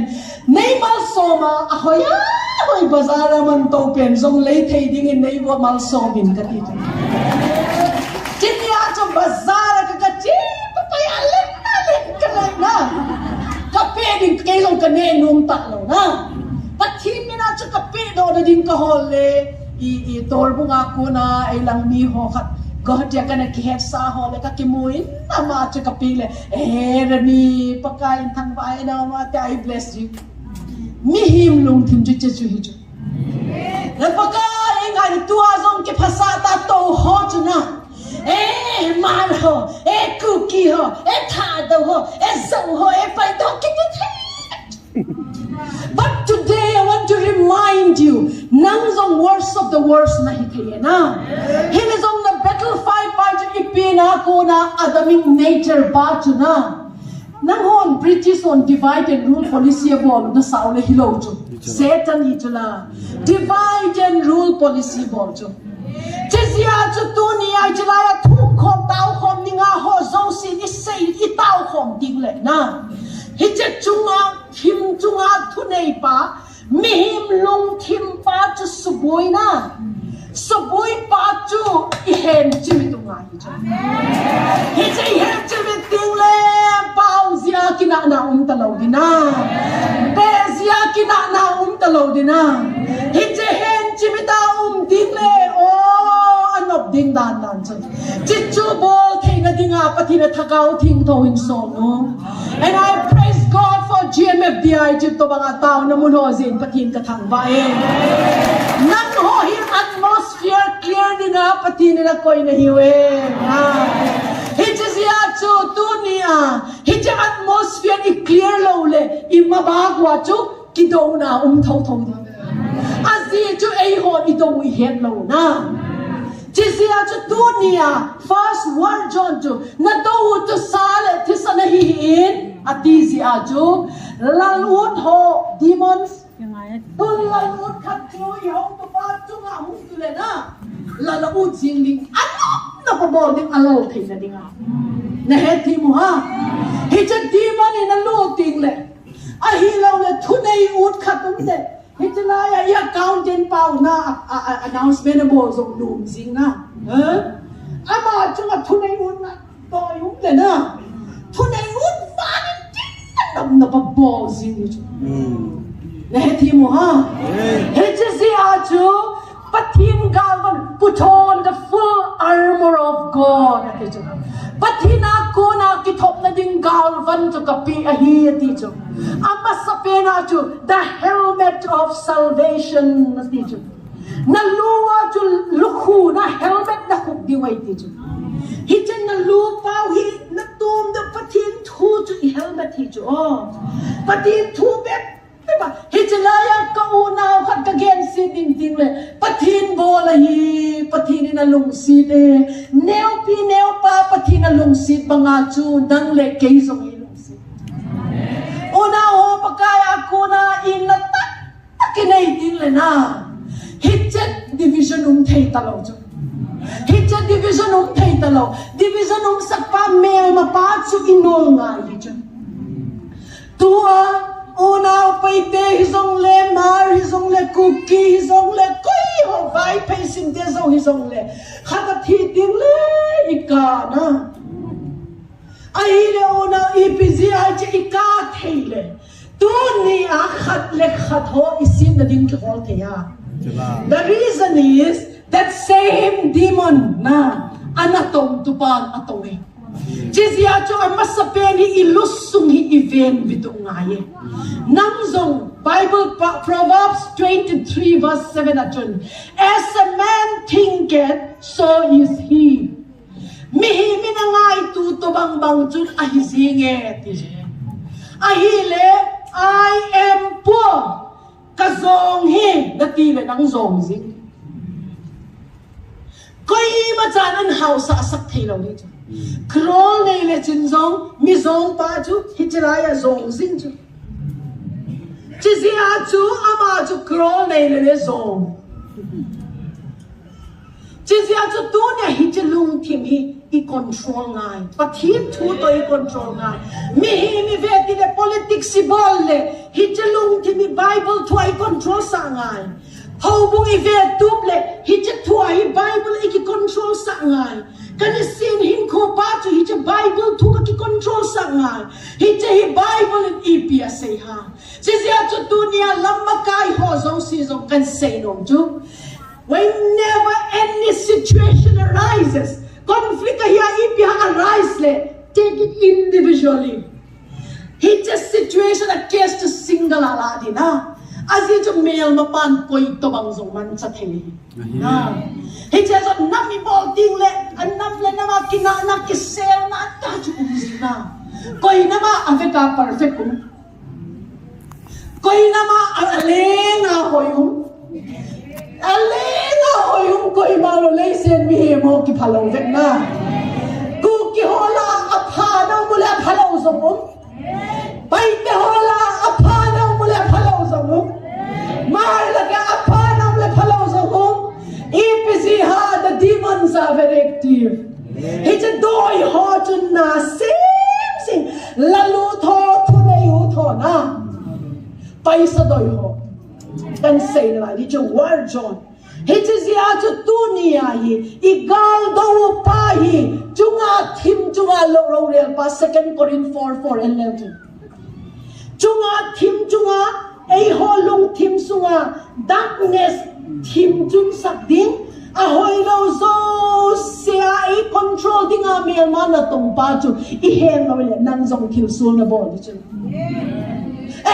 chi ho hi ahoy lo ai ho ki vetan I be sunga zong kinan na lai na in veng zong kinan na lai he chu gam la wale na zi na lung sit pen zong na kina chu la na cha na lung sit pen na ne ding na pe ngam ding pa zong na kina thei chu la Ala ipila akidang na. Han ipiti nga len tata ila pay ha katito. Na. Demons is a demon that is a nangzong demon inum tingle nahalo na dinga nahando sing chuna. Peter na hewa Jesus kay koy kahati le enang chu Mesia pathiring Japan na hiti. Ay jana ngako na hi pathina ko na hiti. Chisawa chu cross a kathini athina dito ko sa pagka Jesus kathina Satan kanunga chi na tinsula. Pathim tu zong igen do thay ahoy ta tang zong Satan doi zong igen do thay na lai chuna. Chisia chu pathina ko na wisdom le ikiven nga na. Chisia chu na lung tim hi ikiven nga. I am poor na tiule Exodus bung thum chang som le liya chun. Pathin aki-reveal naman sa pen min jumosi ko ma chu I am poor na tile pathin ni ma chalo kay talo dito. Amin nala kasong hi na tile. I am rich itile. How sa hilkat kan sinalay Hebrahi bung kat jang som le liya chun. koi GMFDI zong van til ko namu hilaw ha. Hallelujah. Kay cho kahong tawa zong cho van til ko le kalam ta cho lang. Van til ko ta patini na ni. Heje van til ko ho cho Bible na simule Hebrew 1:14 na chun. Huk dam na chang ho adinga na tong tu dinga pathin na ko yati chun. Ayo mama isim do na lai dia anang ho na simjing ta na. Pathinin huk dam na chang ho adinga na tong tu dinga akoy. Now for example tun nuremehi. Jesu I am healed. Kadam hi pagaya katitile jaban til kohon. Kadam na tinga chuna kong subzing chuna. Aile kadam moy na tile amahon na tong tilo. Setan le tim hon nadam mo na ding chung ay tuzing. Adam nadam lo na chut 20% at 30 umilin. Nalung timachi na navale pot do hiin. Ang kitiding to hoy lo tam tan say ding 20% adam lo to 50 na hindi na kisamsing ni chum. Jesi achu tu ni ilung tim pachu iki control sa alo di mel ba pachu. Jesi achu put on the helmet of salvation atina. Chunan ni na ding pachu oy tamwalin sao kan say kilo din. Veila ma pachu shield of faith atichu. Na ginalum atichu. FSC bungu kachu na armor of God pathin gal thum tikiya alvan shield of faith veilam kiti hi hausat na hi sumle pa hi God's economy control tu koihan hewa Satan hi jila. He was in the garden of Isaiah Soblelina simule na Ezekiel 28 na simule. He was in the garden of God pathin Eden huna umin. Suman tam chisom le ni ju ama custody ni ju. Satan in a bed to be ju. Ahil ma na before he rebelled against God. Chizi aju very love kile house. Chizi aju Jesus Christa kuma worship me kay worship ipi ayo ama. Nei hawin house na long pita kapitin. Chizia chu tunia ikama ibui na pau hi veilam thui chu. Azong hon paisa toi valin paisa dinga nok bol the. Demon of money ti mammon hi chu. Another demon that is at work is mammon. Doi alen chu hi chu pa. Mammon hi chu pa hin mere control ding le house and property hi zong le paisa. Mi zong ading zong ne kho sa lo dit hong bu sum zong ne kho sa lo dit ai hi lo le bai khu ko bai kru ka mit hat zong le pai sa ne kho sa lo chi sia chu sum le bai a zong zia pai sa doi be philo wo how sa hi che demon in a capture ho zong sum doi tho a zong pen ho ama ho hi che demon of mammon in igamon na ha tong ba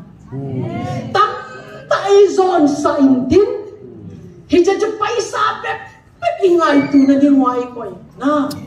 a khen ho lai house sa zo hi cha doi nei na matta zia chu hi cha paisa pe ingai tu i zong inau zong i zu do zin thei ding hi cha zia chu ho bu mi on i tang di chu bind the demon of mammon because we cha paisa hina we need money. Bible at kecho pagkain na tong dim kakipiun. Patinin ay peka cho the rich shall rule over the poor. Mi hausa hon mi zong ho chunga rorel dinga hiati pa na cho pagkain. Kay hang san taka na thu ka say na ding I cannot be poor ka ticho. Na thu hang san ta ka say do tin dia ka hausa ta na ye ka ticho. Hilong lai ja mi khatin kay chu paisa pe le thuti zong ka say ngam lo ticho la. Ang kom zong le hepu ka ti ticho la. Ta nuong hi ka I cannot be poor. Bible na veole. Patinin mi hima bolchen have dominion ati na. over the fowl of the air, again man tanawin, over the fishes, over the wild beasts at the, oh, alo, be multiply, increase, and rule over. Hung pungul lang, tamping pan lang na, kovel jung aro, relo na tiyo. Ay malsom na jang sa FSC bung kachang som niya kon som thum jan na simule. We are blessed with all heavenly blessing. Van malsom na zo si to ki bless ita chuna. Dunya na heading to kay to patina ko na malsom na jang kahi. Ka hausan. I'm rich, I'm not poor. Iizol na boss pa misupan avom zong angawat bilang ngawat tisingal nom hitan hijat tuguk hijat demoni ki control inu blow dito dunia ko na pathin ating sata thutta ka hindo thai na dingin mi haw hon mi song ho tunga rorelim kay nei zon sa hile fang tu mi haw mi hoi lo hon ta tunga rorelim ta nom nalungan hijat tubo na muso tilay si demoni ng control lo ihaw mga accountant dan ka na siya paisa chu slavery na inadong di ngay man ting lehoy i-master akong ting lehoy lo siya chu hijat mamon hi i-slave di inatong di nga ikoy di na mystery som tumlagup alo di ko chu nung dati mo lo na paisa lo like same thing lo di chu Jesiya chu hijab paisa we need to keep under our feet. Jesiya chu paisa ho chilai pelai pa ito kita ufa. A best place na zipa amuna chu na paisa na seal chula. Hello?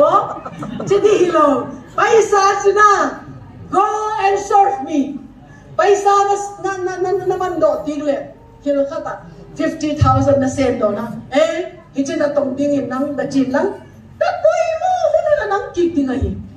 Return back whenever I need you. Na paisa chin nang sa heads because they need a master to rule over them.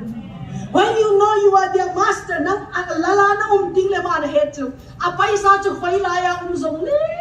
son kiti chula. Nehetima, asi ipiha, pagkay si Yesu Krista chu. All authority in heaven and earth is given to you. God, itula. Peter Zan ko the professional fisherman itula mama sangaman man ito. Zan ko adel zong imachamulo. Pagka Yesu Krista humpa. Let down your nets into deep waters. Tuy tulama na nets to pa ito. Sangaho zong sinana za utuna. Running race chula. Kay pagkain to bed sino metya running race anew ho chunung lama humtay 152 big fishes at ito Bible at alen tatangot anet zong se umumsing to paisahin na it's neither good nor bad creations of mamoni authority na ipahin Jesiya chu nangipin pagka Yesu Krista ming kanatongin matidi chu na Jesiya chu tunia hijalaya tao hom ning anahong tingule hija paisa demonic spirit of mammon ay control to pa hilado man tunia hilo future na paisang tipeding ipipiang kibolding hija demon chun division ang lungding na Hilo pita i-expect ho, pati ni pinom ho zong na associating ami ang magic book na lai. Jesi ato niya shield of faith, breastplate of righteousness. Na omo ato diktat na ompo, third na hatu. The most deceitful adilaw pen to jehi Guard your heart, guard your heart, guard your heart. Na God lowly, blessed are the pure in heart, for they shall see God. Mitantang na tao, punang olo, patin na ko, hezong patin na mutay lang ipisiha. Impure heart. Mula sin na teasing dito lang. Because hijahat at ilaw na chapona na naipay Hijahan na ilaw ni miso sinamunim din. Ang nangol na zipa ngol din na forcing din. Ahi lau le khazil na ngol le na sinu zong ngol ding ana force ngal din na self righteousness umsing. It is here to blessed are the pure in heart, for they shall see God. Pathin mo literal amunumi uma. How will you see God? Pathin itu mo dinga literal manifestation, revelation is very powerful. Bible avein pathin naman chaho so si encounter revelatory knowledge na yutula. Be it Peter, any one of them, name them. Na. It is here to tunya ilung timpa event. Part panay tahin, dahil tahin katin. At the right hand to the sword of the Spirit, that is the word of God. War John. Na? Hiti War John ho hi nagatuwa. Jisya cho patinin gal vana picho. The sword of the Spirit. Paul nam sao, Kha nam sao, Yohamin kaheta ye. James sao, na? Jay pathin thu, hiti melma atik na thu. Dana kasay na hewa. Pathin thu na gendo do. Any planning ko hatia KWS mi ho una ho zo si khoma tao khom na kanay niwa zong pat kamangin jilay jing kasay ito yung zong heyu na. Isang pathin heyi as your will is done in heaven vana na day dan hito bangin kami hola na doy dan hin na. In Isaiah 19 na every planning that comes from the enemy game shall come to nothing itidi wahina. Merma akuna courtroom akuna ho sit na dinga program ho zo siya fail din kin tawid fail chila na. Fail ta zata fail hi chu ijilo hile tunya chu chutney hi ding chula ilzong patinin chutney ding phalo mal chagot na pal chagot mal chame hi ding chula ilzong patinin na phalo na Jesus word of God tu hazong chuna tao ting ole mel ma plan ho zo si hi chilai gul hampan hun pun do se ki pa dan na mel ma plan si dan ho he don patinin ne adinga plan ho he don alo pi vale na alo pi vale tu hazong tu patinin ne adinga a program tung bang ta ahile mel ma zong na sa semang ki gol na tribe led tribe hitchet demon and division yung klung ge jo chesi aju che pa che igat ho yung ai finance sum le pa ya na money heart event patunga and the sword of the Spirit, God's word, any planning nang le nang zong na pathin kaya hitua thil pha ka gel ho mi ma ko na umle tu pet de la do pi in nakiti zel ma nakiti zel lo le we human being huntam ta ki shellfish pai na chizia to ele hei zong pathin thua chu kichek ngai chu I hello kala zong I heart zong na second Chronicle 25 ahi baha na veole he did everything right in the eyes of God but with the wrong heart ati til hoy zo si chu hoya bolin alung dang adikhiet chu alung dang adikhiet we can be the same na John the fifth word John loins Hijalahi belt of truth atina tuta akong ga di kiti bajo iloin say una ho ido tahi ikanga hi umso numay pasal thang tat na hi zong lay in the loins na itisena bajo isukti ngai jo DNA we need to pay Bible in EPS say he is a God who can visit the children to the third and fourth generation ati at tuson at tason khang thum khang lia ga visit theti na pa jo curse ka bolding ham siat tini itia substitute to hilo I will visit means for example gavenge building ati for example kan say Abraham jun aziz ju ka sister kasangam nuti na Chizawa Isaac kimzong azizu kasangam noti kit. Heti mo Chizia chu hichen loin si pakai Jesu Christa DNA ai hen dong ai chu. Ahilaw le na ikhangguywa zon na kitipa zon jo ikhangguywa ang tejo. Napi na po na leiba anaditlaw le na khangguya zon na nang nahatong intong zong le na leiba nga bat ngai saklo ho akhangguya zon jo. Gam inmun na sot ho zong jo Bible wicked at jo Asia cha ho gam nei lo zong sot ho jo wicked at jo no may thai ho taga ho koma taksia ta ho zong jo generation person if people Bible veton Judahon pakai Jesu Kristana thatun hichet hisani ke ho le kachate ho chunga umhen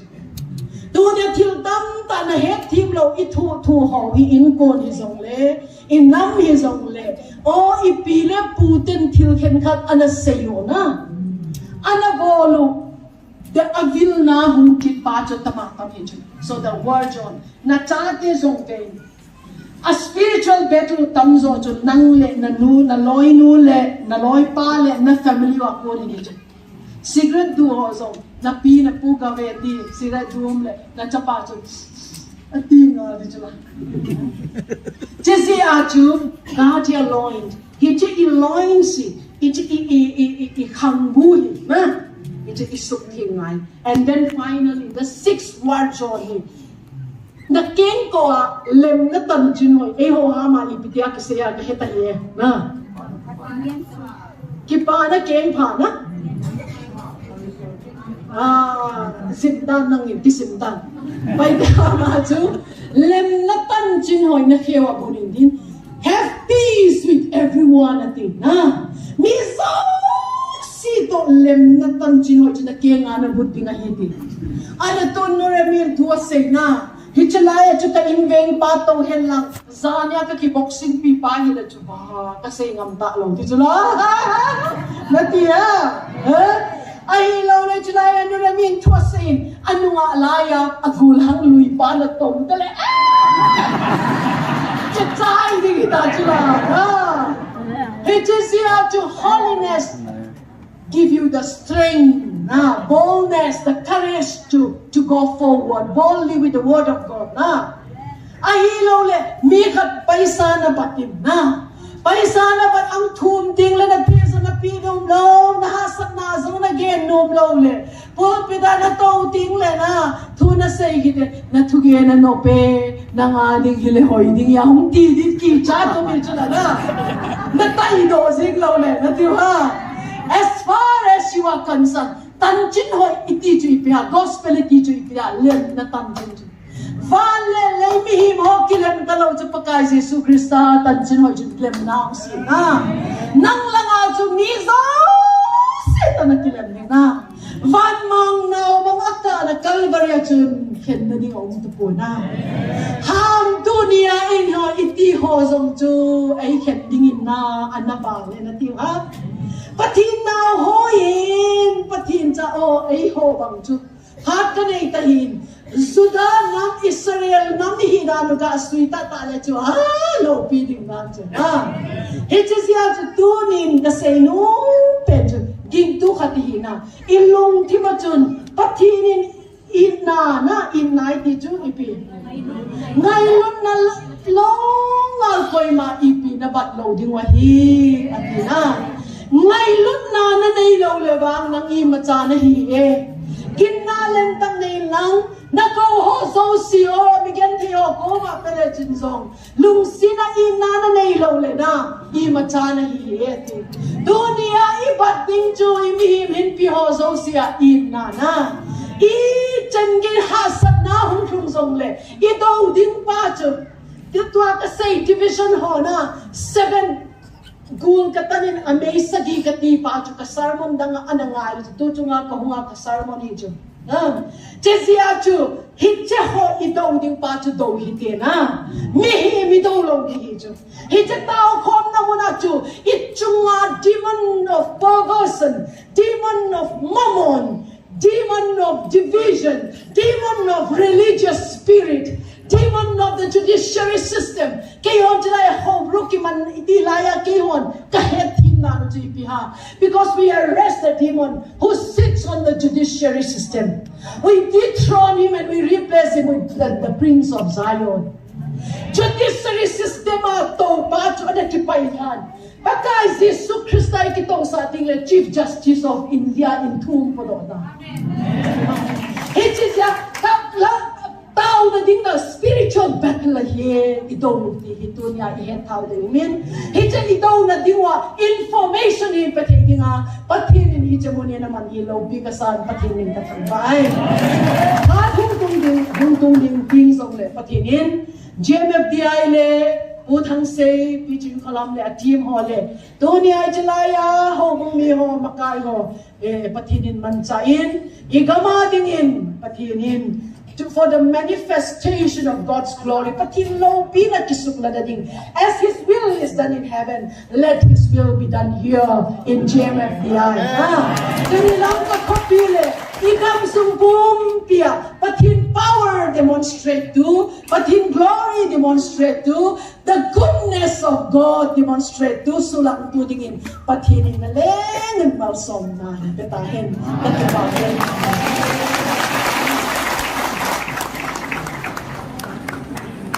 Hallelujah, Simha.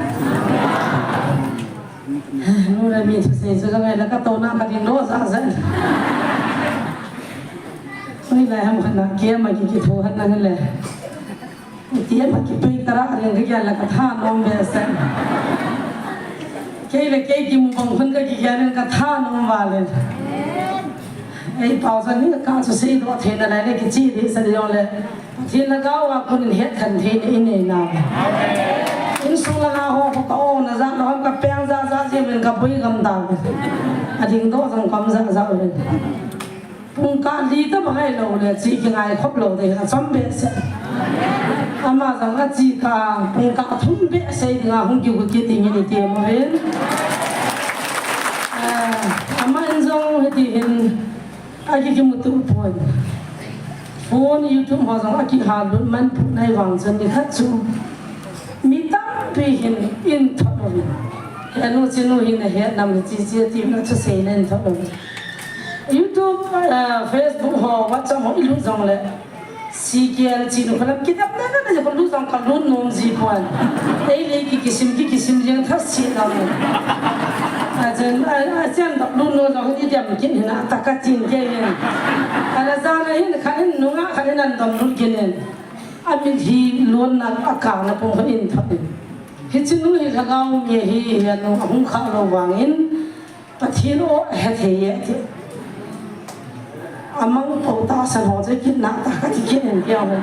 quên mang cái ta san thế đó quên mà ra sẽ phải ra cái thế đó các ngày thì là mà nó sẽ bằng chân các cái zamin tao nó cũng mình cả ngày dính cả lần bùng thùng đó phải evangelist mua hung thùng cái lúc tăng cái pin ham thì tao nó tất thua mình mi thu sẽ các ngày hết cái mà sẽ bằng chân phát hiện nào con cái lúc gì mà hết chân thằng cao thu cụ mua chết là này satan hoa đầu thế là thằng cao và hết khẩn thế là này chỉ có một chân các cái ba để sen phát hiện cái thằng vậy Jadi kita cakap number di group makan thumta nahi le in payment. Satu direct injau phone kabul pun amas apa itu kata san kita bang bang. Nawan thedi le kami kimang khamute kati le. Aman jauh apa itu le bang in payment kaki pak mama jengi. Tu ni in pungkan ya seni bang jen aki khapun. In sunung aku jen hai kakan tetivin. Kondak pasal Mesir sangat liwai. Suatu ni saya sadi udah tiwin. Aji tu patien tu hingga kicim thei. Gamda na patien na kita tu ho hilaya isi tinggal hello timsi. Adang jong kata honom pun. Amun na muna satan ho hong kikana. Azori kan sai pada ni mimi tum tahu ni man sai pada. Ikan luna le hijwa hagau hong ki manji ho. Hijan saya juga dindo mana he. Jauh je lengai sini le. Cilai je, cilai mat thua sih tisu itu.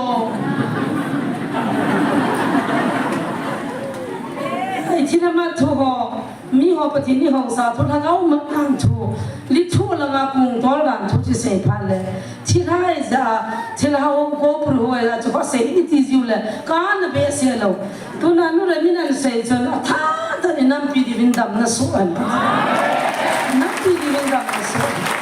tu tabanga bible ki kisai nom ta hallelujah tia quran sung sima pitar sung simla he koi macham lo khagau ti lo ho ki he na even hial ki po a hitia chu dihi tol pila gujarat bombay kolkata new delhi tren sung ang ki to nom lo kasi bongkang ka kila bongkang ka to za missionary ka chi Hita yati to hari diwal muna blackmail na bol hokan na say ka say ziba ho koi man hat him the tu ni say on so hat him the mai the mi satan na he o ho ha pui do ke ti chu christian hin khoi to diu lien pi ne satan chu na ka lo le satan na he kha chu na gu do the lo tu ni nan tan an say baby christian hon te che mi chu lo he the lo han tin pa thien ka thang ba cái ngày tân cả xây thể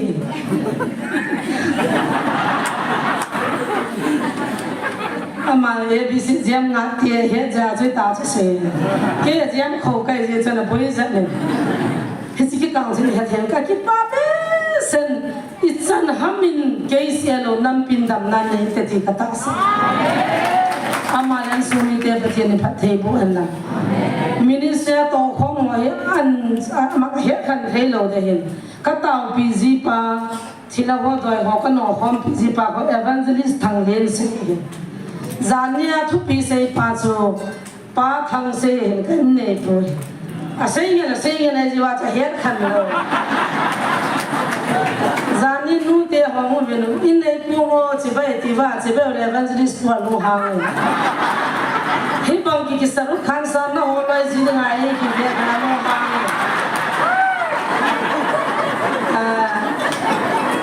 police ka hung jin SI pa ko hungin ama chu chi be bol given nen nei pa ma tiula anu ham ke kin palasila SI ka gai bang kinala no ho to in se do atin alu ham ke yin kacapa kato mecha ka chikile nanne puchu nani dio se ne khane lien te bia tikene henu to kal ki hatta pu te tikene aya ka her khil jiwa hen madam long to confuse chi khade hen ka to khom pi pa ku gol thang len se hen kan nei pu hi thang se kan se kan hen ken hang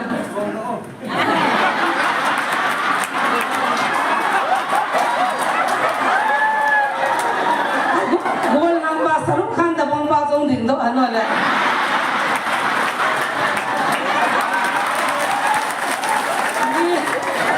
mi ama dòng phải là ngày phải là bác sĩ họ cũng lại tại ra cho u bắt đàn anh lần xíu là rồi là nó bơi này gian na thua xe à lúc hàng ta bằng bao cái này bơi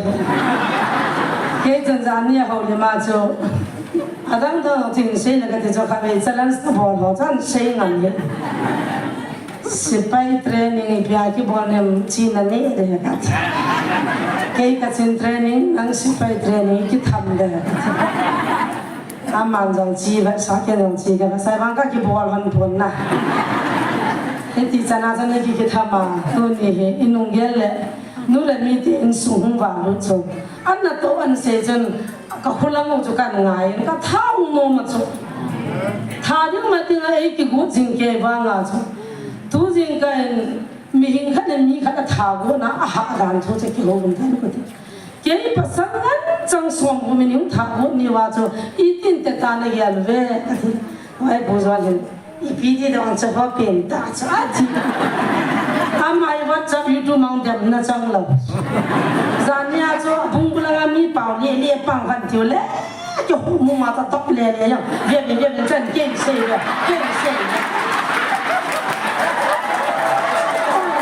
phun cho tập liền ya neo pe hoa na sana sa ke se alu mo hang ai live pe te ung ki bol ke ti sa to phal de na he sit sai no ho mi li hung lu no ba ka TV tu na ka frisa pa na khat se lo ba ke ho cha ka tha lo ai da ki ga mang jan min som nga ma ru ko no ba I ba ro mi le tu na ru no ba khan peace ta lan su to cham song ke chai ba na min hindu jo si christian na so de na long la din an ko te ke community ka long la din mi ho lo ba mi khat cham am hi manipur la ga mo be ipimi ne man ta cookie ke gadil hikya cookies chocolate ne kya cookie on hello chocolate ne hi chwa thu ka na seven ha satan kon khatlani pathin hin ho sa ding a ha dan le thila ho ki he na thila ho ta ki dal ho ba an lo ti don ba ab mun khana cho ka li na to mun khana cho hanuman mun khana cho sibai ta to na mun cho hi chwa thon se chen ka ji da cha tiang chen so na hi so lo sam pha mi ba pha ne hin nang khulang na tong la yin sum jong na nei ding na min jong chi din na ba nga pha ke gan da ha la nga e ki so ta e kalin ka la yo sim ki chai ka min jo sim ki chai khulang a sam de ni jing ka thing la di ho sa na ko sari hi chan chana ki si ji sana bilba sumyang na sanjo an choi jiu pakai ho na chumin e ki copy hichiwa hi ho lam kai hon mai cham long na choi lo diu hop som lo na pi lo diu ti ba hichiwa thu lo ma don lo jong hi in sa na ding a don hi sa ba e jam na na hi ka tau pia dam ho le a ping tha ho le pathin ka ho sa ho le ka poi pi ho a lo do chu ka ni ding a lo me ti an sei do jen pathin ka tha kinka ke sei ngam pon sei yong ka sei thei sei wang la khot to ai ti ki ti ko thagao chini ngamang de bo ka poi pi na lo da men adam ho so he azam ji ni khan ni ha ka ma nu ha long so ong ki tha mu mong ta sang ni ham kha ta pi a ki zan na dinga ka so ki pa na mai cham si ni hong bit ka te na hong po adam pha la zam ji we gam da nga kha zam po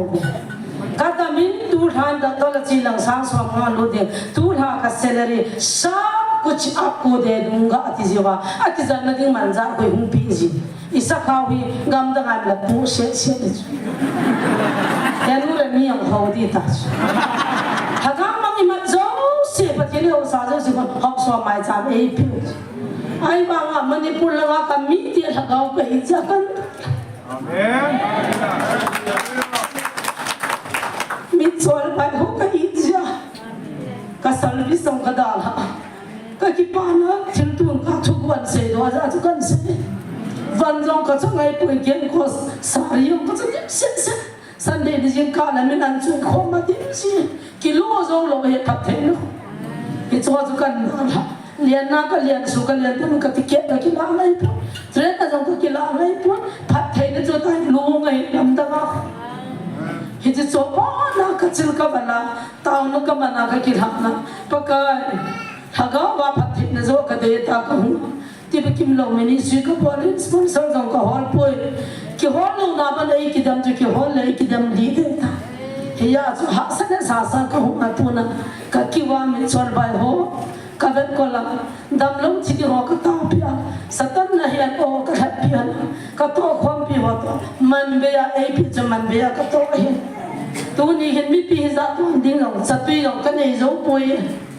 pathin na lunga hi le kyo ni khu khat le pathin bot ti chu ka ki le ne tu ni hi kin nei le anu re mi te no ko gam sau chi de hi ben thau ve sun pi the zong le tu ni ko le sa na bol ki ne ben so lo pi pi so so ti ham ka ne ai chi bi ang tu ki po so de te lo wa ze re ta le te ki ne na i ki no ben nu da ni len so mi te i ma cha pi ding ka nei po pa kai nai to khom no nam nai to khom no pathin ni phat thei po han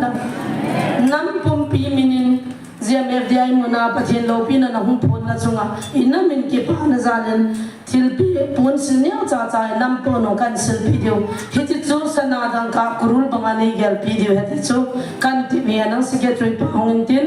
ina pum pi tha khialin ke nien amo in ko pon ne cha cha hin je pi veng ka the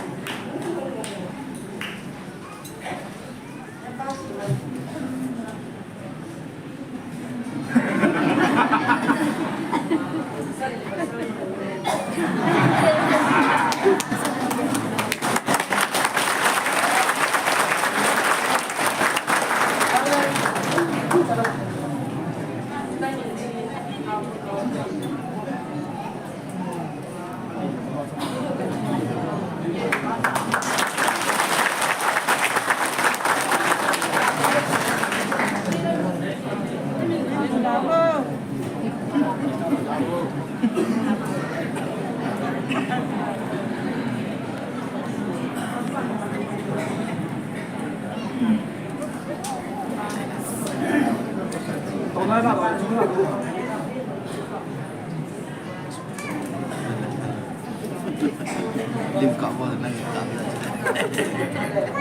Tal panjang ke man ka hinai ti le kha jing pian tin apa in mi pi zane to khon an no min ki pa min chong le Wednesday ni jing ka thu pun ki ding chong hi taw nan thu no te ta hi lam hin zot pa nam ta wen asam na ga len kang po pi di hi lang beng lo la pa na taw na mun hin dal mi amu lam ka tui ka bui nam la wa kang thun da ding nin taw ko min ti mi tam pi ho he anai ho hin ina phone na live a ve na nai ho hin agam no ho hin amun han lo hin taw na ni ko mo bin da ma kong thun da ding an ti ve kam na pi pya da lo ding zong taw ko mo hi tin dam se la pa ka nei ho pi na wa chang ho za kin da ding mo I pin po pi di ham pathin chi ke ka thungai the e ko ni ding zong taw ho tin I bon sa ben ho lo pi pi jo sa kho mo hi tin he chi sa cha yu pha ni bon chan taw kho mo tin taw chai na reverend sei boy me ama ong la ma in su la ma ung da he pa pastor lam chan ne reverend lam chan ne tan thi bon sa ben taw tin taw chai na reverend lam chan ne pi ho lo pi pe ti so sa kho mo tin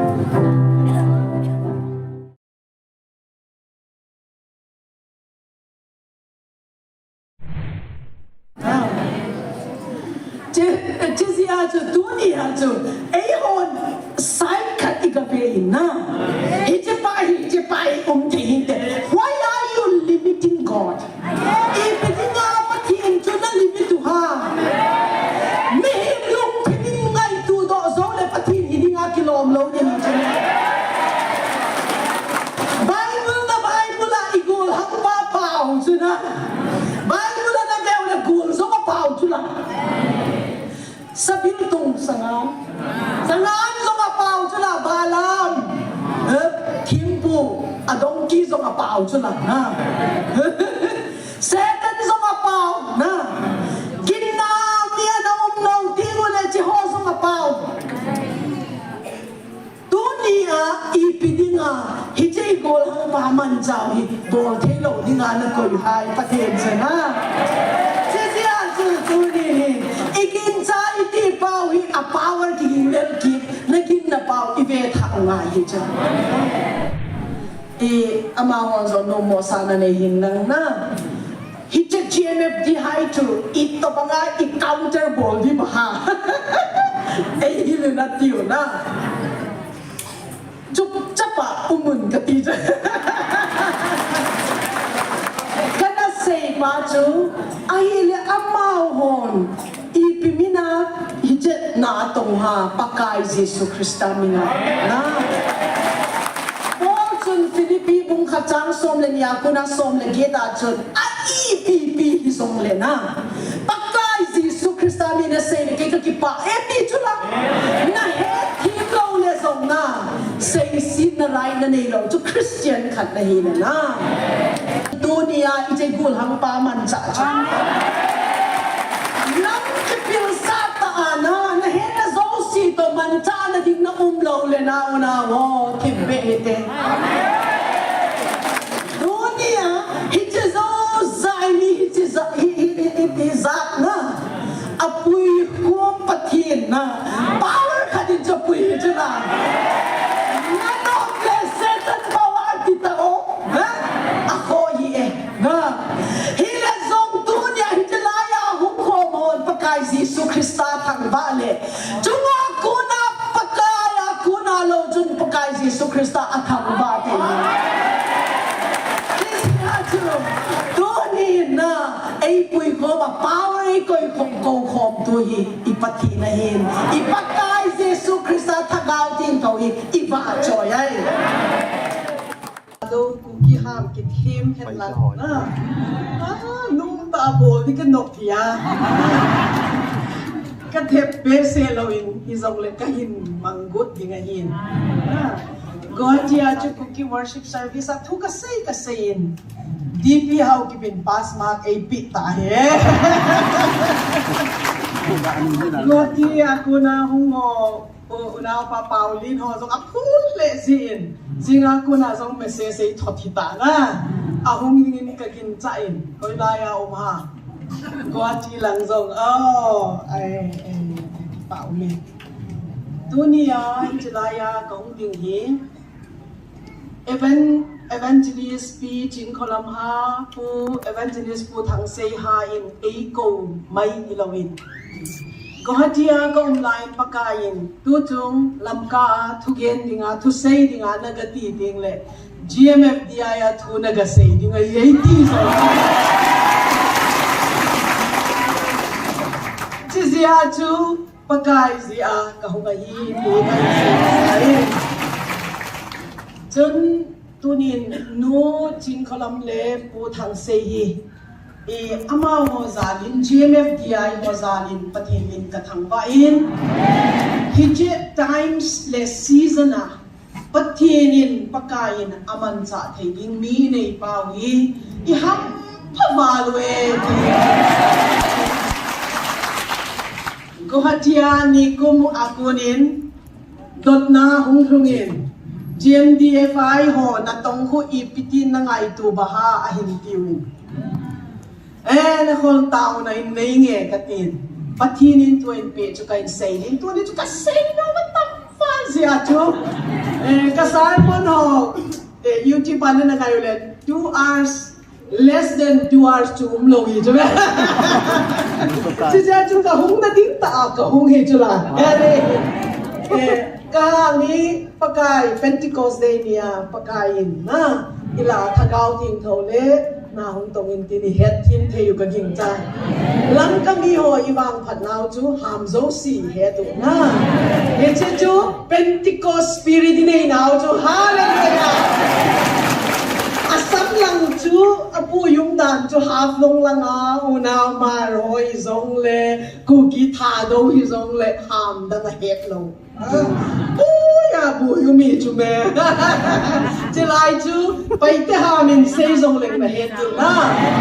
kila zong chance ka nei sia ku ki tha do ha ma ka hin sei de cha amasata in introduction ning body katin kasi pa yi Reverend Thangkholian Hauser amen Sani kanayon kachapaw upaso chu tu ni kay ho charcha programa na isin hung thayin at sa pangzo na Dr. Ebenezer Hauser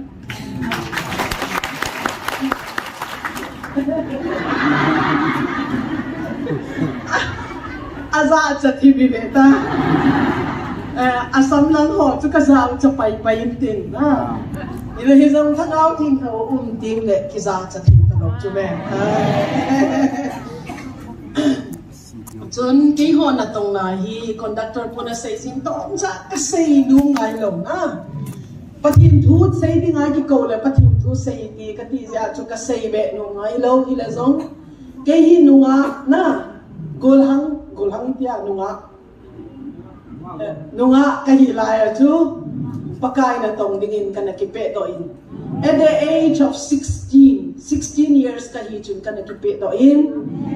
pathin ko makana tawin ke chu midam thailo ka hin ka nui na ga vele ka ha zo si zong chu a dark color pale color hi chu asi chu ka om na valentine chi si a chu antibiotic overdose ya chu ka ha zo si zong na lo gam ta e za lo pi na chu ka si pa chu ka ki chengwa na si hoi na sa na pe ning sei na ti de havom ma ti ja ka cha pa den ti sei pa ka su ngo sa za vet ti atin e boy ka no mi na pan na le sa nai che pa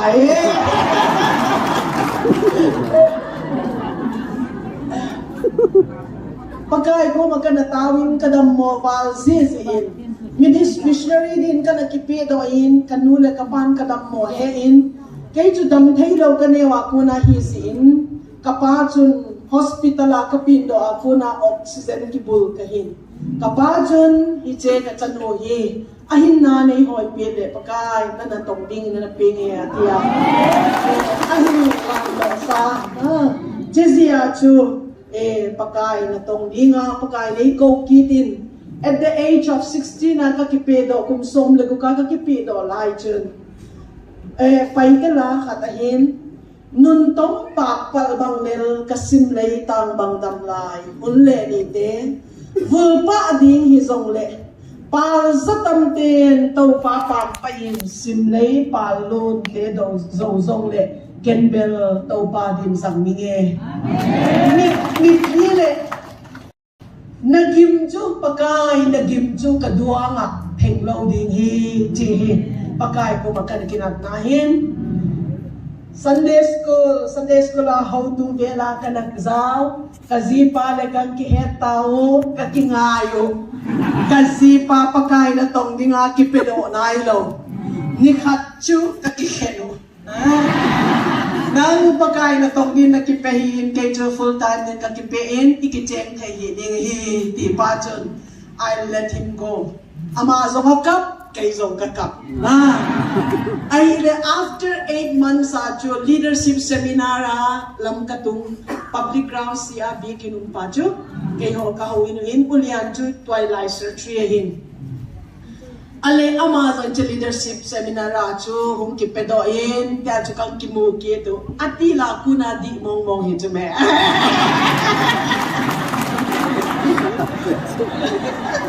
na ayun atila ibol di lo ting le na among lami bol di go ting le thai lo cho me na na wa hilezom itel le pa na lai di chu pakai grace pakai mercy pakai favor and there's a grace called restoration restoration to wasted years zong ka return dinga hi na phat anana naman sa ho zong kapit kape kid dinga hi na lokason ane si ho zong si song ka return back dinga hi ti pa chu inezia chu dunia wang pha hampa na hi het da yung isan chun here am I ministry si atongin kan say dinga hin pakayin mitam ta hi vision valley gin chalo na kayong traditional background na ikata kipudo ahin vision ho zong inagin chape lo chume hile zong pakayin ay piting le kagin cha po ti ta lo chume Imo pachu I saw what I saw is into la na ayun imo lo si wa chu ikin na pau zong tiam chu la imo chat pating le kay hon ka thu sei chu nung zoi yon ipia sei ha ka thu sei chu ka zabe puilo kamu pa chu ka sei hi Bible nagaveu le now ho ivele Genesis ako na Revelation chen encounter ane chu la Genesis, Exodus, Leviticus, Number, Deuteronomy, Dan, Buiti, Ba, Azi, ito pa ko'y ha, Mosi, ito.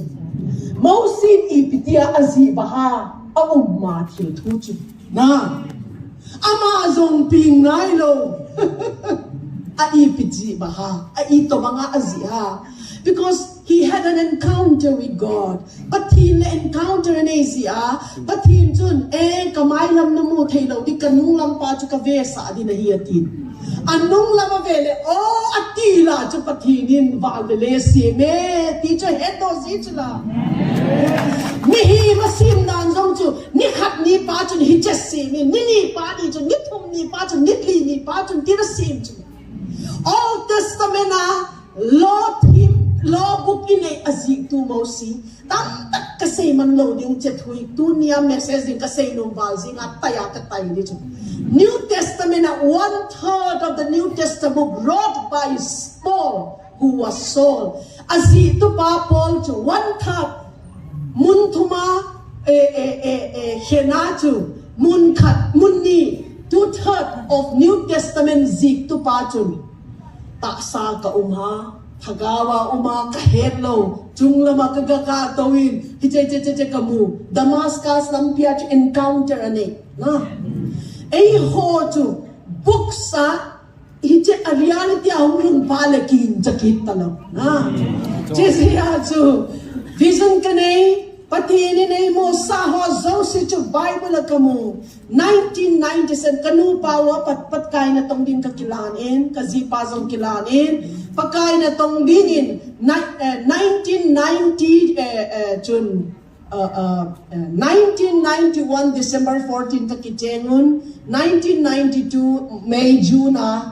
bakay na tong din ka chido un kay hom langka zong chiche gamzong kadara na almost 32 33 years ita na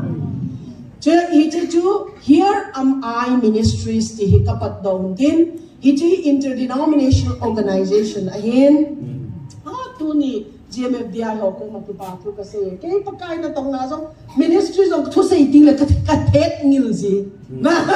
pagkain no to katet kasi no balzi to niya here my ministries is si tao na naiman pi di nguhitan kakipa avale na kalo vale hallelujah pagkain si katang bae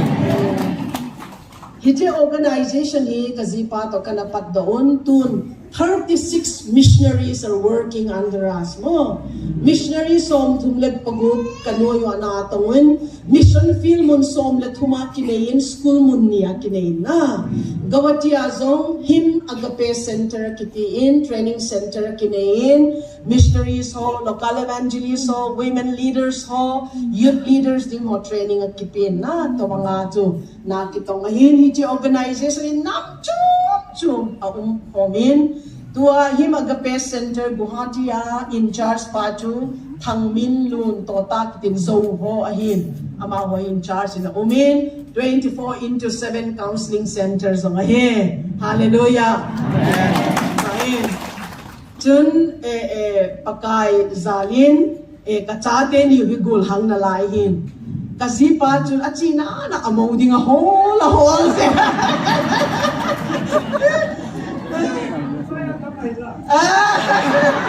siya chu apa le ka holo he so arunachala chi lamga kong ma chu arunachala tu se ka ga tune din praise and worship ti ma chu no may mel hoy ta lathim pati ni naman sa amun kasi pa chu toy 80 hin kay chu toy ka hin imongin ka mo ta kay on pasaloy agol hang lai aziding wa holo na ang pating ule amoding wa holo na nunga chawa melu hijla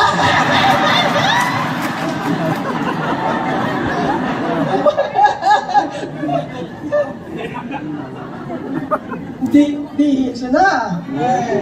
chia chớm nó ho zo la tao nai lên het tu kahim thu ma he chun GMTFI pakain idinga koiha GMFDI ipisia koiha pakai program ipiati ver isay do ma chun kai family un katawin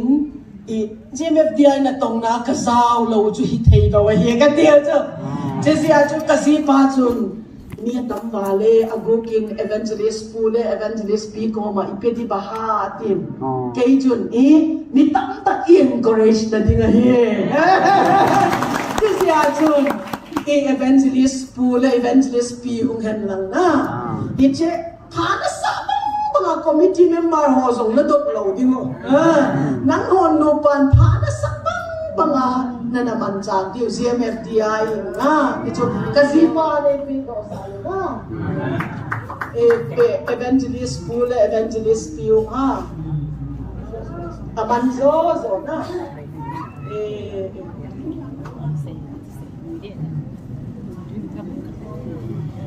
unglaw na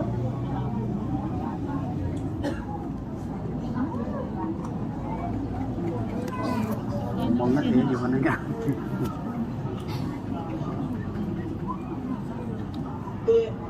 umlaw ba ha umlaw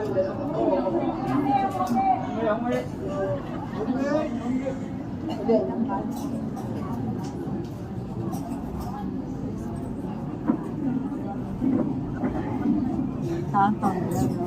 hả tháng còn nữa giờ là sao Sen istediğin kovulsun.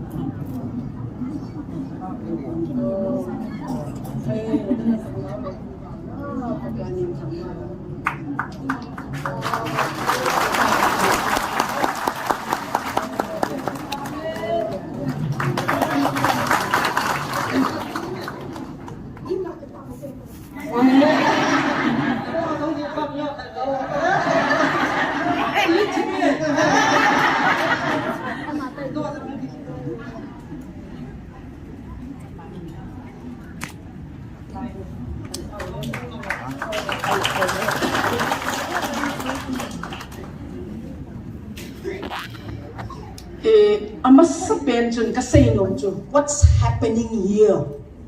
What's happening? What's going on? Hita GMFDI you confuse balo na. Mitam tain tayo sa palaw sa ho asay ho so si zo tamatam kay ho kuma question ng kidong ju hita hoi last year alam ka kahuwa zong ju prayer team katahungun na. Amahon zo no mo sana na hinang na. Hita GMFDI ju ito ba nga i-counter ball di ba ha? Hili na tiyo na. Chup chapa umun katija. Kana say pa ju ahili amahon ipimina hita na atong ha pakay Jesu Krista minga. All chun Philippi bung kacang som le niya kuna som le kita chun IPP hisong le na. Pakay Jesu Krista mi na say le kay kakipa di chula. Na het himlaw le song na. Say sit na right na nailaw to Christian kat na hila na. Chun hitche patin ko makatawa. Patin hitche GMFDI ipiha katile. Alaw pi mama katsakay say di chun. HIA here teacher ipiha NIA inay na Central Government Investigation Holding ipiha tirting le NIA inson aya to HIA itula Heavens Information Agency hallelujah na pagkain katangbae hitsi kaya pagkain ngay lun na hina Lopi sa aloha. Hitsi di nga mancha thay di nga na pagkain ako'y hindi hampadan na.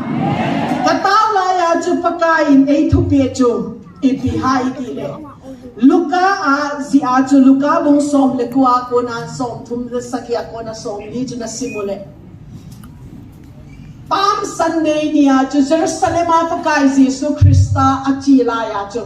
Anong zuyho nasa taakiko na. Pagka si Jesu Krista ko dyan na nung zuyho hitipuhin ati dyan. Alam is pagka si Jesu Krista dyan ipiyasay ha itile. Amaho at hipule na. Sungno ho kakiko do sa ating unaw ho betang na. GMFDI neo pineo panamuha. Patinin nung zui kiti ho bungalan ta ho mancha ding amuta law siya dyan. Song no ho neo pineo pa ho gulhang patinin na mancha pa dyan. Naveole mihima dyan linanay law dyan. Hizong le patinin alol dyan ama dyan mancha dyan. Hallelujah! Pagka Jesu Krista pam Sunday chila ya jo hitche tuwe pi donkey jo ay mo hama ipi sanga chunga chun Israel gamana chiule che sanga anui lima ko yujula na sangan donkey chuna sabentung paite hama jo sabentung katim na sabentung dizengte na sangan hita chunga tau sa pa chukipa Valentina Nui sabendung mga tau sa tau patin chun dunia ije gulhang pa mancha chun nang kipil sa taana na hena zo sito mancha na ding na umlaw le na ho tikme ite hita huna ding a timeless season na ding a Heaven's information isn't sitting aman chapa dyan low pimale. Nako ipingan no chin ko lang ho no thang sayo amaw ang tinong say na tiwilaw batang say na adi ha ipingan no yu paite hawa jo pau hiya mi hat kahin yo na say hiya purbal ting le na ano pang gaweti akimanja na wina na say sile mo siyo Aaron ho asanggam no Miriam na say siya pa zing chume doon na sunga tum ding pa chu ki cha in na het thim lo wa hi le na ei ho i problem kan sei no chu ama ho hin sein ti lo chu la hin dong pa ka in na chi la ya thu na ka sei di na hi ti ati pa chu thuai pi pa chu ka sei lo te lo na Genesis bung som le lia chun ke na introduction khat ki pen la ina ti chu ka kilo pi sa na ding kilo pathingi chen nu mei nu thu sei mai mai ati lo na ding na ti chu khen khat ina nu mei thu sei mai mai na ti le ke mo bol ina sei banga Gamaliel nu a graduate kai one of the most prestigious college in India education evangelical institution Union Biblical Seminary a post graduation zone ka ye amen. So when I speak, I'm not just speaking. Na theology na say ho zo si zong gain kana say kana sin chai ge but I also learn something more. Ka zil be na khatum chu by revelation. Okay? Ai kol ha bung do kita thike ben kati tu ni ke cha ko na ka chi ti ngule bu hatia chu online na sermon ka pi ke du na cha cha pang le kol ha ma chu chu ma ka se na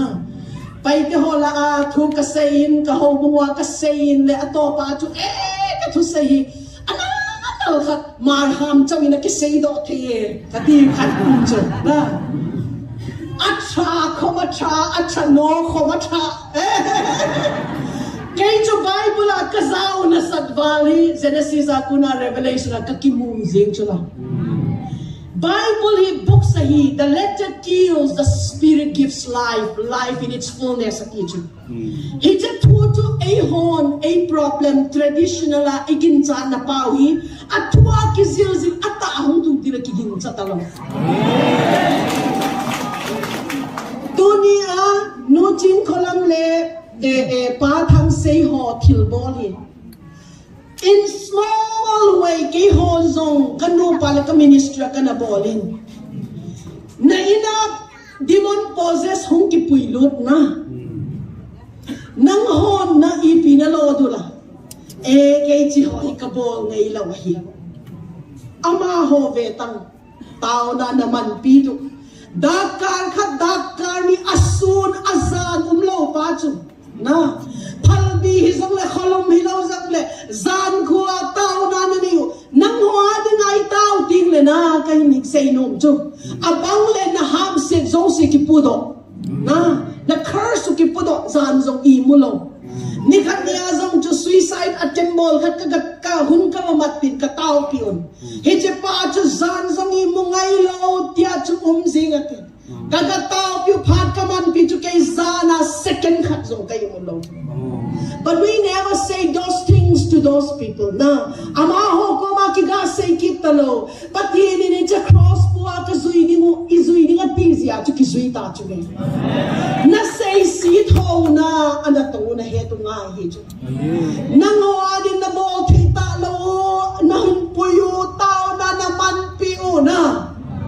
azan le ipi ma ho na thu ha na he lo chu la complain na ko mo azang bo lo na lai Hichagala khatin na gana nom na se Bible la umilo ha mathai bung som le go ba chu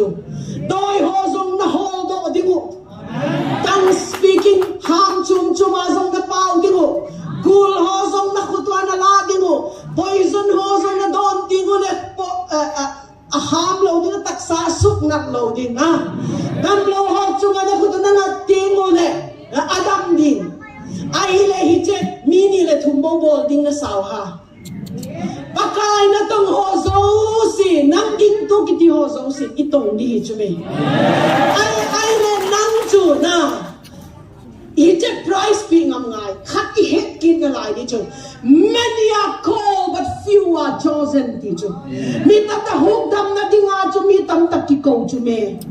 hele zong special use dinga chu Timothea chu insunga chu le bel tam tau me ahilla mi akesukhin le you'll be a vessel of honor man tam ta man cha hindi nga hindi. Nang nakipidong nong numlaw siya, matanda man kayo na siya, mina dem chuhilaw ito. Genesis mong som laliyad sa patinin Abraham po maipiyasaya. Look to the north, to the south, to the east, to the west at ito. Eho hama ipi. Swalam, tumlam, malam, simlam, enokchin. Veyin na teacher. Veyin na ti eho na. Swalam na. Side cut iveyin. Ay iti ive pa na sayo dilaw-hilaw jume. Hilsaw side cut chow na ve tingole. Not na vele south na ipilong ha. Wesa isa ipiuma na hello chula. Na hello chu ipidi nga na demo. Na hello na veta kazildi na lai hindi itidi chula. Una wong nga itu tim tua ang ho sa si chu angay ho nga. TV na pwede mo kasi ni na dunia hichizo zaini hizak na apuy ko patin na power ka din sa puy hijila nano kaya Satan power titao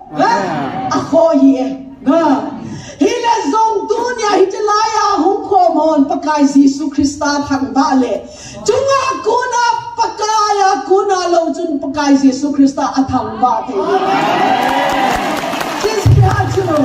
Tunin na ay puy ko ba power ay ko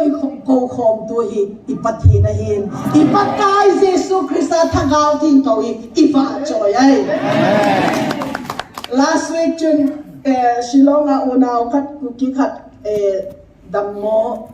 hospital chizeno doctor in zona na hello kataw pi dingo chu counseling kem chakat nei ngai kazi pa chun aku kiham le pai kiham counseling a ball gol le loy no chun pastor pu reverend pu pai kiham ka head lo kunya chu ki surrender ta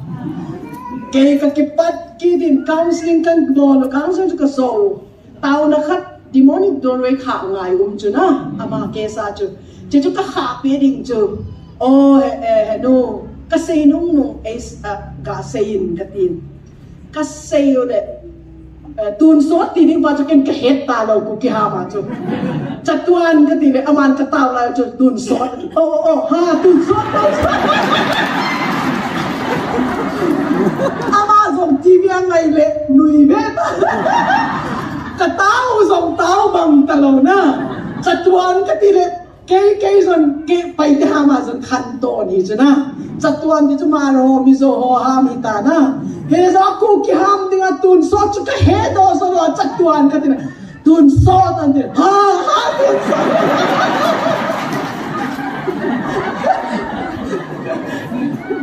tao này đi lại không cái nuôi ba là cái nó serious à na tao na cái team đều đi chu la chứ gì à chú tu ni à chú ấy hồn sai khát ít cà phê na hi chế pai thấy in đấy why are you limiting God ibidin nga patien chú na limit tu ha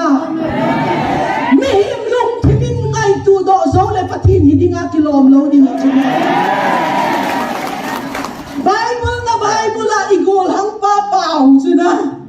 Bible na meo la gul zo ma pao chú la sabil tung sangan zo nga pao chu la balam thiempu adong ki zo nga pao chu la Satan zo nga pao kinna mia na nong ting ule chi ho zo nga pao tunia ipidinga hijay gol hang paman chao hi tol thelo dinga na koi hai paken sana sisia chu tunia igin chai ti pau hi a power ki lel ki nagin na pau ti ve tha nga hi cha jisia chu to ni hi cha GMDFI hi cha igal huna time le season na dinga pakai to mga aman chan na lo pida dozong chu Wednesday ay dil ki dinga tina hallelujah pakai jisia chun Heaven's Information Agency ta chana na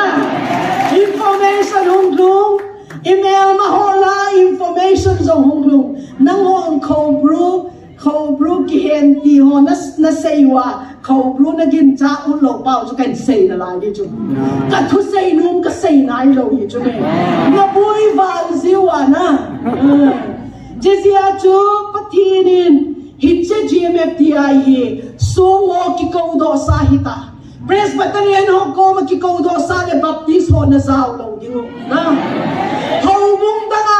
umle na sao lo dingo chula he chula ya chu ane pening zong anai thei dinga na ona ho tin khat kai sei nom na lai chu no chin kolam le azipa na tong na pa chu ni him ave kol ho na neo pi neo pa ho keju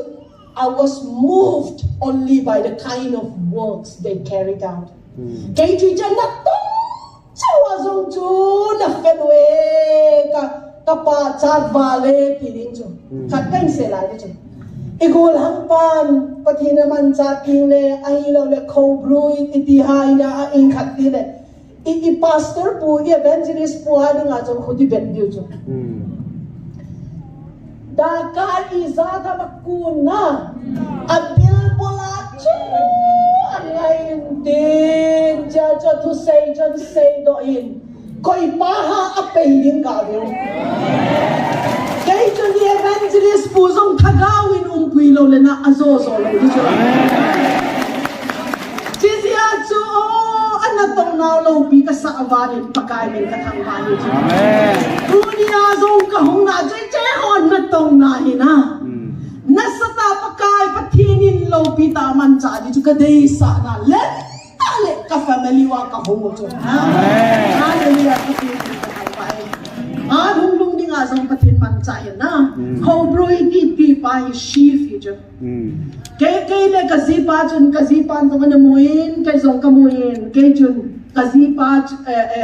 amodan chu ama na kong ti ule sei na ne nada tu ne ke nei kong hun zong ka pi lo di cha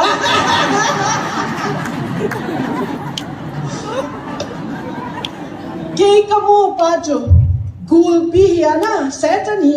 kithat song le thi thei lo in hile zong we can crush his head isuda across the na the gulpi kana muin angong may sagian nin lamka thu ka sayna YouTube a umve ta ka say do ki thei lo de sia chu may sagian nin hichu angong kana check bong chula hallelujah naon thau ro ki man na ti na kin ja nom lo Geon kana check bong chula lu chin khala min ka check bong pau cho an man na aham do sao hi talo hallelujah bai na Jizia chu igalu tua igali ne ipau hi tau na ke ho guhatia ka omon tau na kai man nang ho last year ni kumachu to say dinga to New School of Nursing to say dinga ka hungu kay ho guhatia asuna zana ka zipa to tau na kanne ministry kitao 1.5 month 2 months vel kitao lam ka ho sungay mo ju lam ka ho na nasul value gali ne yung zong na hello ha ka ti na ji ka hungu pathin thu kan se ka zipa ko ba an ngoli ni tao cho lo hi na an ngol na ka ne de ki tao na 2022 chun pathin in 218 Langka Manipur thu sei dinga ka hulai chun boundary na sim ding wa hi 80 chu gal ding ma hi chu a hi le mili ka hando un tao na le ka hando un hichalanga shield igam gi ding mo na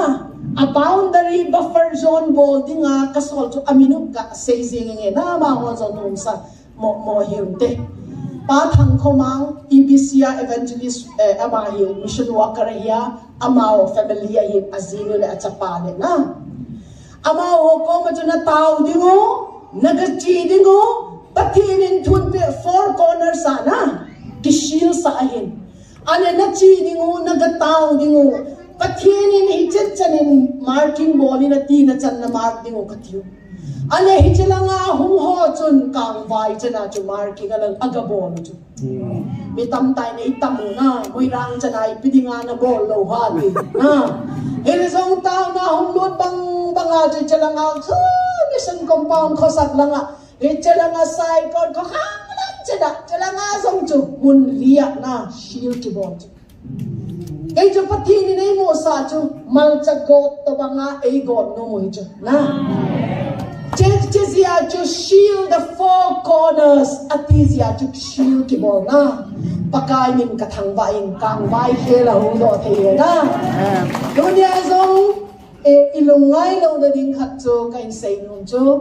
cái chun pakai Jesu Christa chu aban na ya cho phal ban za ka kang vai ko chunga chuna ta cho ban za ka ako ta phar jing chula ke o ka chi ha naw chu kang vai vel zong program tam ta ka ne ka sei do dum lo za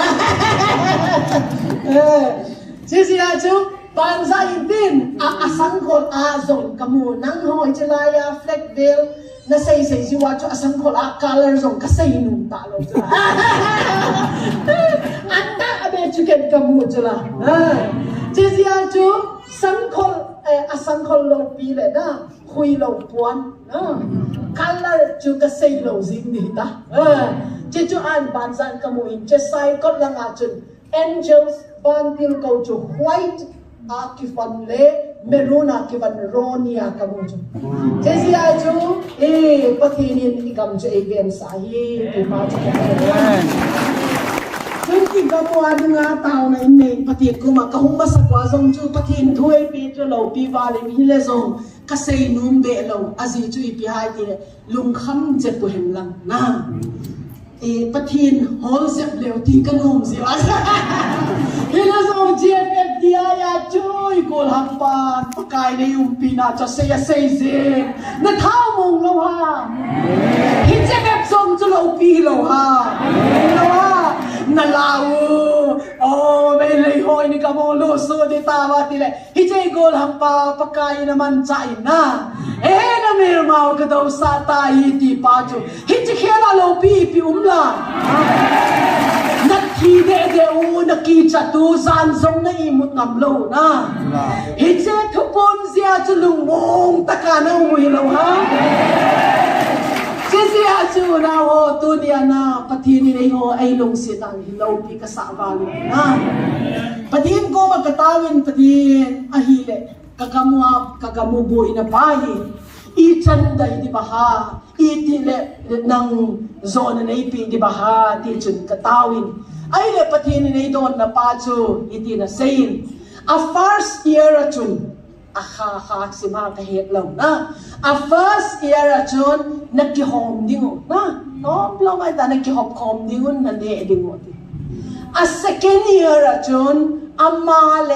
akuna ahong pingdo pa chun na ne dingo a thati ra ku dun chu na set wow chu na de ta dingo pakai na kan na jizia chu patinin ai lung si tai alo pi ban na email ma ho dunia hi ai ho dong gul hi lo na e zong patin nei do sa in patin me thang bai tunin pastor ho a hi lo le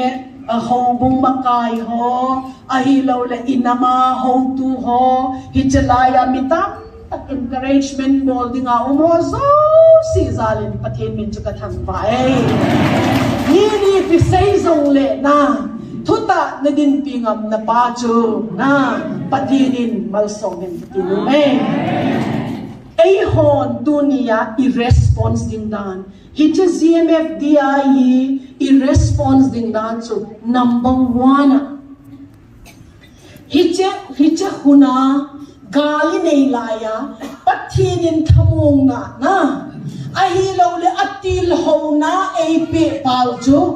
thamon na ai pe na pa chu i thamong din na atil ho na ai pe na pa chun kin i pikasin do ding ha ti pa chu ki bol din chu chun tu niya ipidinga GMFDI nasa hindi mi izaw home na ipisiha itile na patina po na kidang chata jo hobong lang kay religious city ho na ihasan na pa ilungay na pa jo aansarong tanaw jo hitisiya jo nan mapula na noblaw na hobong makayo ni pisay zong le guhi zong le nagkatsina ahin say siyo na hobong na kay zong le meeting na sa ulong may train na hile zong tu niya i-response din no chin kolam le azipa le jemet di ay anatu ipiha leise day pakay na tong taho jo hebraizi bung som lekhat na chang som thum legi ta chun ama ho he they wandered in desert ho hama sim sadi uma Hebrews chapter 11 verse 38 ta chun Hebrew na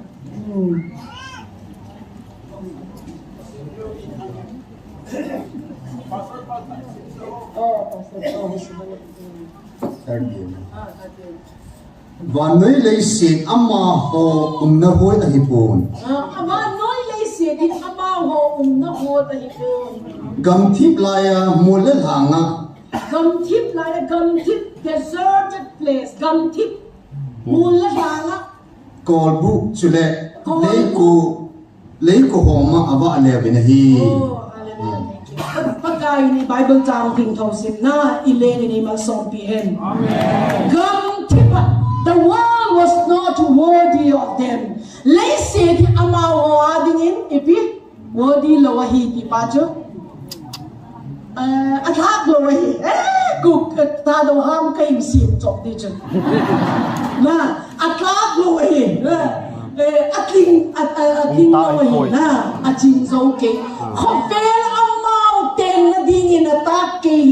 The world was not worthy of them. They wandered in deserted place. Gamtip.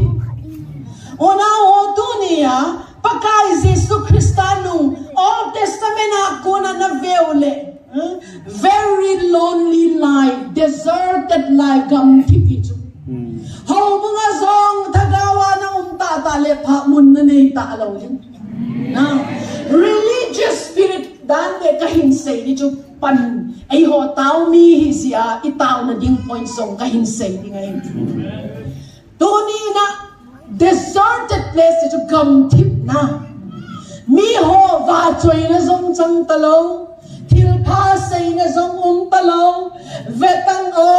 doy le kao na suboy ho akon puyo anataw piyo kay ho kainwa cho zing ho ba mama azang kipuy zingo na asungwa som lut doy lut na ay hon tao na let huni naman cha pi na sulta ay hon ay di setan til boli beta at di ba ako ma-solding kanopita jula? Kibay isa din na. Evan say din jo tilkat pami ka say daw din ko hatiya jo. Nunga kan na golhang 13-14 years ka banga zo magkausing na. Ama ho jo pastor ana kole pastor zo I challenge you na teacher. Akhat pa jo na kisulpi na mai zo mathisen ko na. Ay le innay nutun alongay na hello cross kata na yun din na. Across a face ale at slipper again. Kayo sa Sunday hindi kakola jo kasipay kaya jo miss call at dinta na. Jo kakamanwa jo 7:30 vela jo call back kule buyo. Apaw jo lawa luma ki khumse hostel kata gol hanga gupanak ko na. Ay le kayo kagachiyo room kata na kumo jila isang jo bangay ta na kikai zing jila. Pat kaman piyo ang damdo na. Akin pastor ho jo ka challenge city na. chỉ riêng cho ít về phật ngài chứ luôn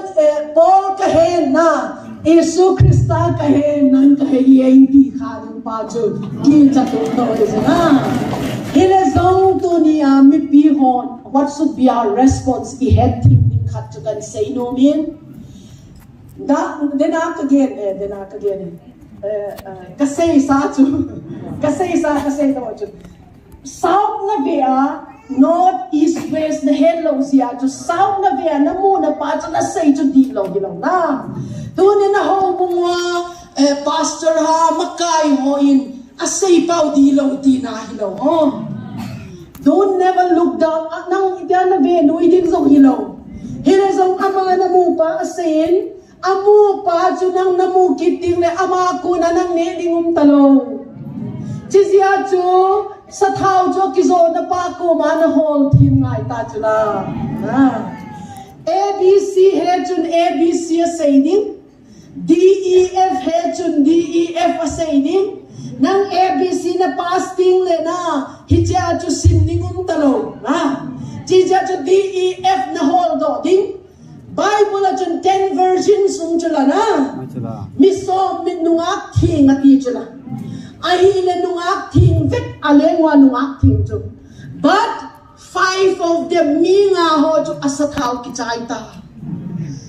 amo pa hung nai lo asathau ki chaita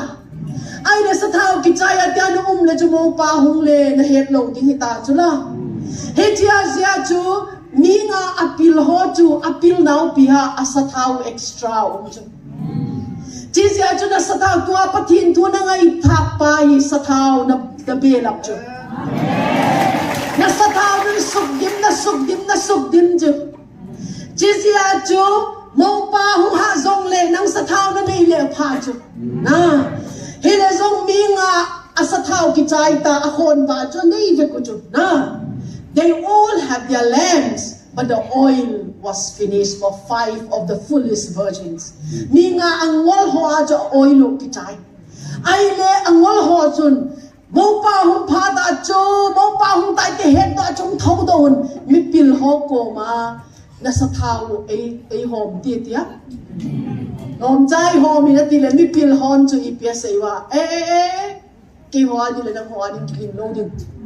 Ka chiun lang azo na muna gacho na dunia gimla chol ta to na zong num lawa cho sa thau cho na hiu chu me sa thau na cho wa ha sat na kong na pa chu sa thau man na pi na chu me na in veng pan hi chlai chu phalo ta nang na chi na chu na in veng pa sei sin na chu na sa thau man pi na chu le mi ni pia sei di ba ha ti na ngai lo pa chu na tu a chu vetan risk ka la na chu GMFDI ya ko hung chu GMFDI ho zong si chu nei ko ding ta chu la hallelujah amen aze chu pakai chu ni pia te I say ha if you honor me I will honor you if you dishonor me I will disdain you what you la jizya chu pakai min thang vao na chu isao lo kha ding chu sathau a na mu na ichok meng ngai chu tu pha ti hun na nu hita hele zong na ho bungwa pastor ho sei sit zong ngai lo na iche chu ama hon ABC a he to pa chu na he ding chu rong mong som le thuma chu 3 things remain till thuma umen alo pin faith hope and love ginna lamet na choi ho ha ma im kinep na inna ati hen kha tho na ginna pe ta sei ding ata ama wan zong anei na lai di ba hai het ta lo chula he le zong one part of the gospel na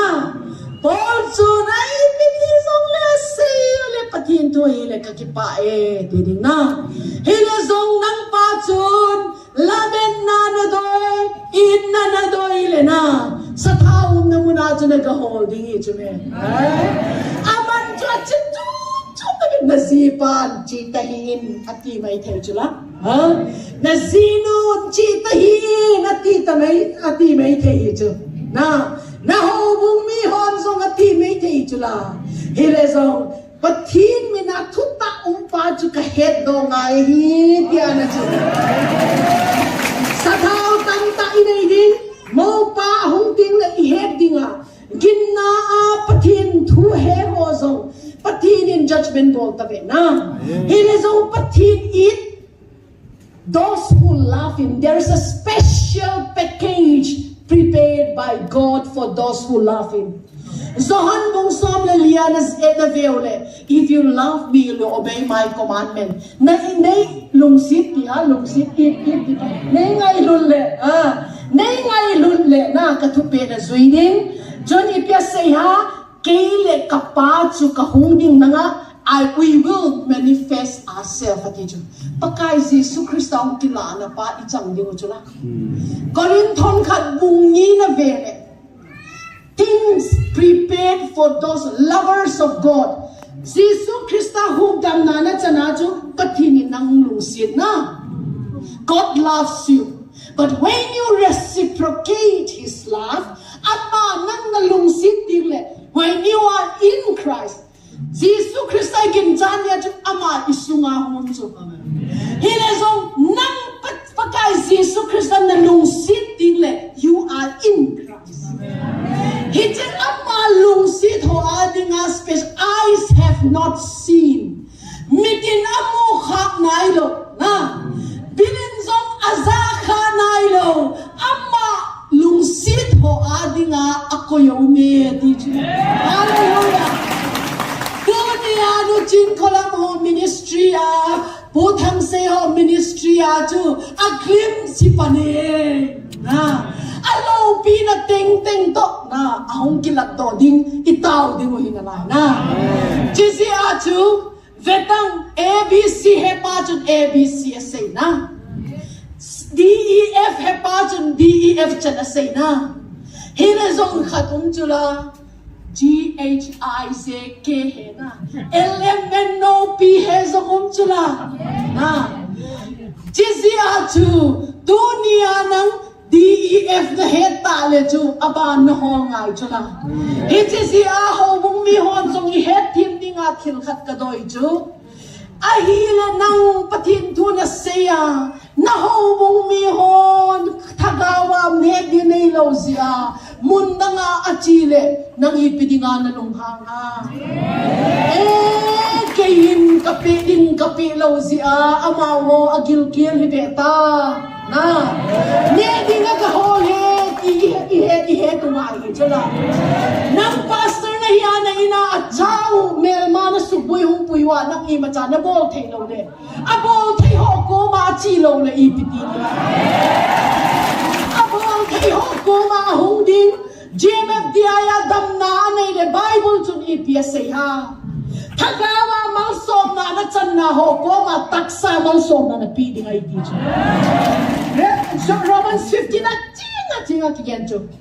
If the Gentiles are blessed by the spiritual blessings of the Jews, they owe it to the Jews to share the material blessings of each other.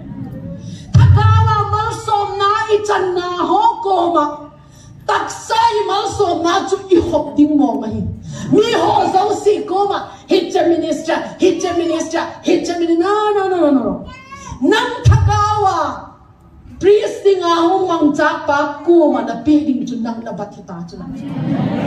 Alo busy chuna. Honda ni sim ho hitalo. Lungtang na asunga ko na dan pita ugi. Jisia chutunia hobong mi hitale mi himong lungtim let iputungay ta chuna. Jisia chu ihobong mi ten anne ding holo chuna. Anne ding hol ziwa chu nang napi thim lawa napi thelo na hong ai chu koi ha atila kuna doi hol khena koi ma lo chu missionary ne kitin here am I ministries at to kazipai director ahin kay founding president kahin mi ahong in tao piding pathin thu is saying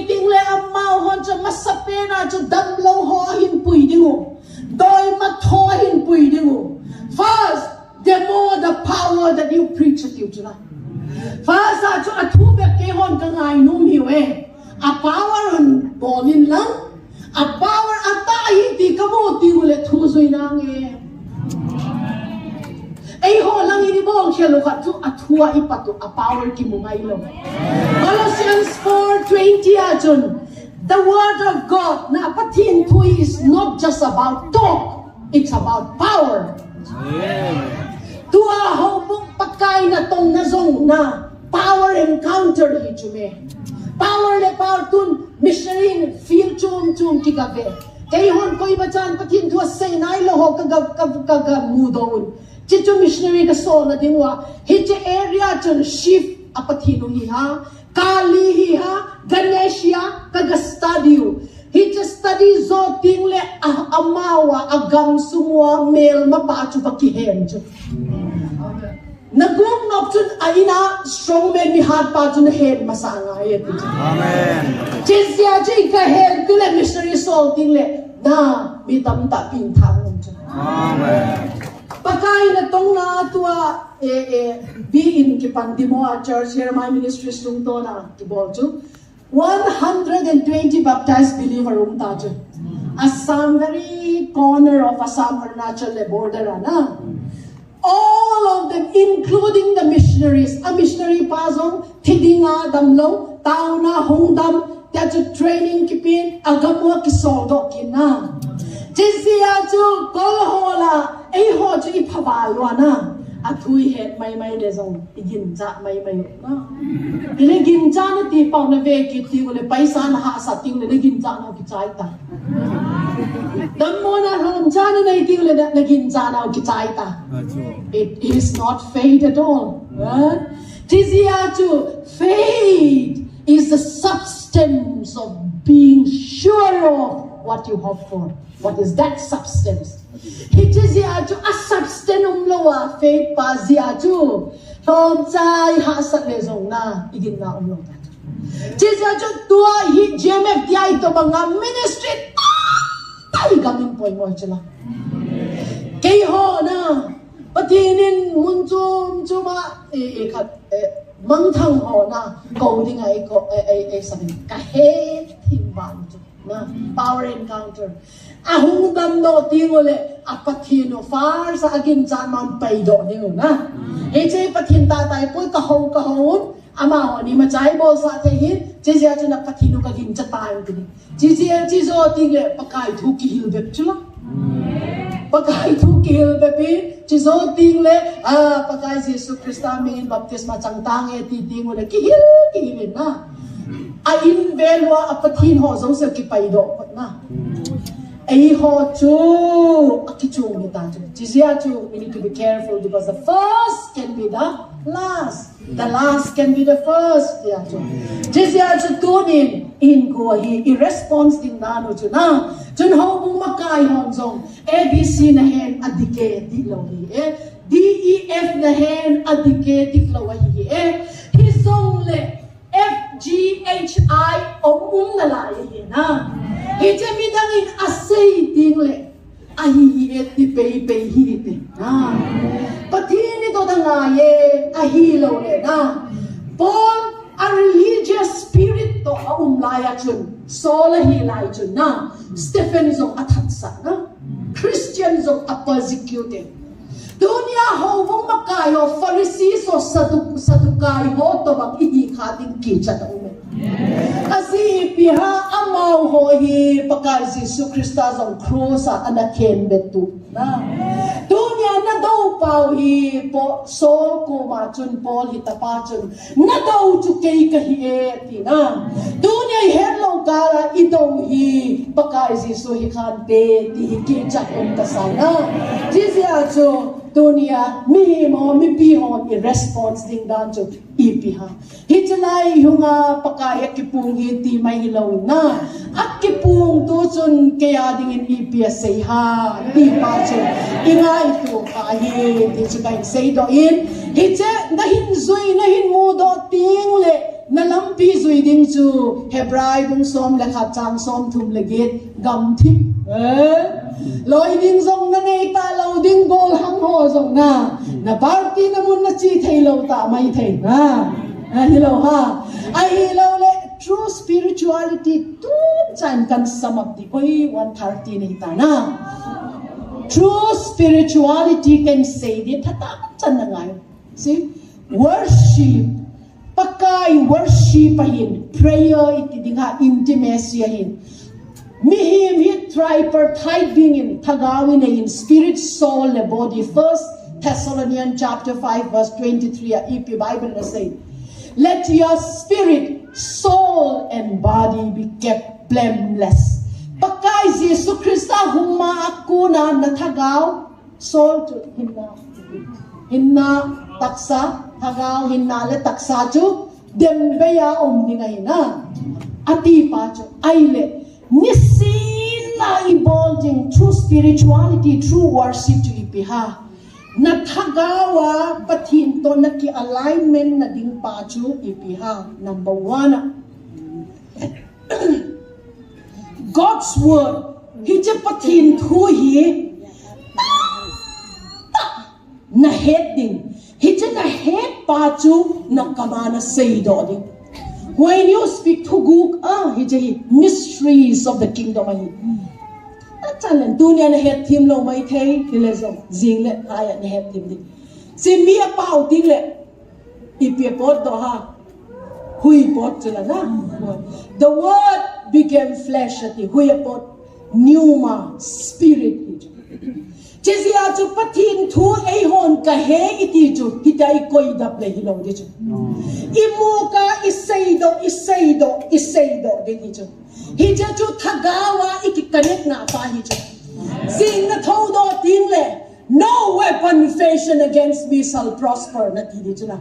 Satan le aloy ho in keile ka in ko ading a programa sim chu imacha alo ring long di ni ti Bible it is written Pakai Jesus Christ Satan na daw natin zi ahito kunin na mihin to man shall not live by bread alone sangedin min ahin loading ahito Pakai kun kama kuna tuhum pot do zi ahibangin na Torah refer to Genesis, Exodus, Leviticus, Number, Deuteronomy, Law book iti Torah iti refer to Jeju Bible Isaiah 54 zi ahito zi in me keichu kachunga mel ma planning ho zo si ju I macha asezogi me tumponte your word will become flesh. That is your alignment with your spirituality. Hijeju lo apoy ako tu nang hon Bible naman jading izat na ta ha na hold on, do you just sing counting the month of August month nangon pathin zalin hong panabeta wishes won't walk wish ni bol hilaw na month of August till sim zosin tunay say malaw di till sim zosin bilanay uju August ko mas August ha Pakai Jesus Christa mingin tugon pilalno honge na we are sons of God. Dua kilkat to hungkit na laing jo. ABC hele baby Christian hijo.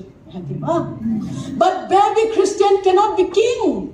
Lalato tilaw jula.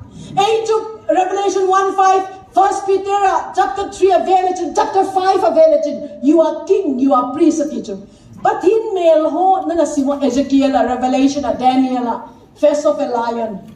Sa kaibak ni jo kumbi na hinajo. Face of a bull, you are a priest. Himpu na hinajo. Face of an eagle, you are a prophet. Face of a human being, face of an angel in a line. Jizia jo dunia baby Christian hizia igamzong bumoy fansula. Ki na say baby ina hello chula. Now ngeni na pe actor. Noya chep ding athading Jesu ting le noya chep ding athading Jechunang nasilding baby Christians ya chep igam na pathin program han to kelo Jesu ajo dua pathin in a whole to sons of the most high God pathin in gulhang ilaw matured sons tun kachapa na heche kachapa doctor hi how proud we feel na nung kasada na ama chun shoulder to shoulder responsibility pudo thaita na nule pa ha to azong chu ministry pathin lo pi na dingin na a unaw akiton fila missionary khat na a bike ding a chopi go to chu hallelujah chizia chu ipia mature ting le nu le pan angan si thei ta chu la baby noi du den na che den baby thei lo chu la nang nu nang pan bon mature sons and daughters who will be able to shoulder your responsibility. Hitchapa chanu na delevan pathin chun che hol chula. Now pang baby Christian ho ko ma thubu ka sei thei lo chula. Hitla ya nu chin khola mona bolo baby Christian ho na het thim lo chula. Chizia chu na sons of pakai Jesus Christus ho veu lang 30 years he chen chu. He equipped himself. Synagogue vera kachin pathin tua kasir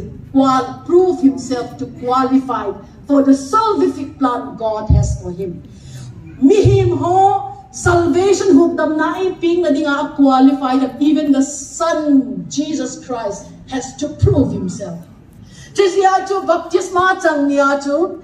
hitche. This is my beloved Son in whom I'm well pleased. Hitche ka chapa ka do ka hom thoma ma hin achunga ka kipake ale kum som thum chita chu kipalo ham kum som thum chita chu ama son hidinga qualified matured hidinga na hitche pathini na pit pa lal hiding pui thim hiding zol nei hidinga mo pu na api pa chu asem do hidinga ti qualifying destination. Hitche sau peta chu thagao thin thoina puna kona chu me ma kisapan chu me hitche thagao thin thoin chika chapadoi tho ta hi tiang pung do chu setani na he mi zo si na he thita no chin kolam ho pu thang sei ho chu gali nei le ami no thang che hi chu na patin nei ta ho chu na mo Joseph zongen vetangon femin kial chu ho ha kial na kial kid le prime minister atong sing chula mi ai sei se dingo umlo le thilpai ma chai bol hi ti nai chume ipakai Jesus Christa za apapen palgon Beelzebul pawara ye le ho adinga chu het thimum wal na doi pai khatin enu remi ka ngai ti le chu ki chak umi dila doi pai in I hate you ti le chu hallelujah ti de chala na ti ha sia chu about hot het thim ba hi chi ban sei no ai na hi sia chu tu ni a chu behind it somehow that we are entering an age called the wrath of God, the vengeance of God. Tu hun bi it's a reset til tha hun ki panding. The year of the Lord's favor akuna, the vengeance of God, papakai, revenge na namun nung tha namun akilut din ita. Extra oil na nailo le na. Hijin na oil baintin na zon ding le kilet tamay thay na. Pakai si sohungin, room sunga lutun, ruma at hilbo lucho. Pakai low pina suglat hozo sojo ahead pata lojo. 5 virgins, foolish deho. Jizya tunin, how should we respond? Tua itinbol pahi, ioy iho pahi, ti pahin saying. I know in a him. Dana ka say spirit alignment na pacho. We have to speak it out with our mouth. Imuka is saying do. Patin tu na hedo tilpa zing na tocho. Bible Genesis bungka tacho. Vak humum hen ati pacho. Na insunga na to kito na na insunga. Let there be light, as it is written. Bible ang say bang inatiw. Niya tim bod do hindi nga ilo tu. Vaum ding le tim tu. Tayo dok zing tu. Jisi ajo imuka jo spirit alignment solical alignment hinna ki alignment pacho tua nangolaya kangay rubal je kay sein na het him lo zong na lagi solical alignment pai medit ije thui kain sei doding a het be nu hon isuyu le het Joshua bungkhat changgit hije in hil tu ma umin Joshua chapter 1 verse 8. Ay ho kami ni Pastor yung sim sakit le na. Kasi nung kalud na ilaw chube ka kinota pa. Jula. Kakinota ba? Joshua bung khatsangit. Te dan thua ke thu se zo si na kam sung to ki chat lo hil ding. The kamsung to kitalo is spiritual alignment na dinga nakama spirit po na hui po to na nakama kitalo itilpa Bible changa ho to nakina say the kama to ni na ha Nang man sun la zana na kial jing singa. nang man sun le zana na solical alignment to na lung timana gial sing sa hita Bible chang pa to with your imagination, with your thoughts, your affection should always be above. Jumlamana affection na koising meditate upon the word of God. Sulezana Bible to na lumtimana nga ituding, and then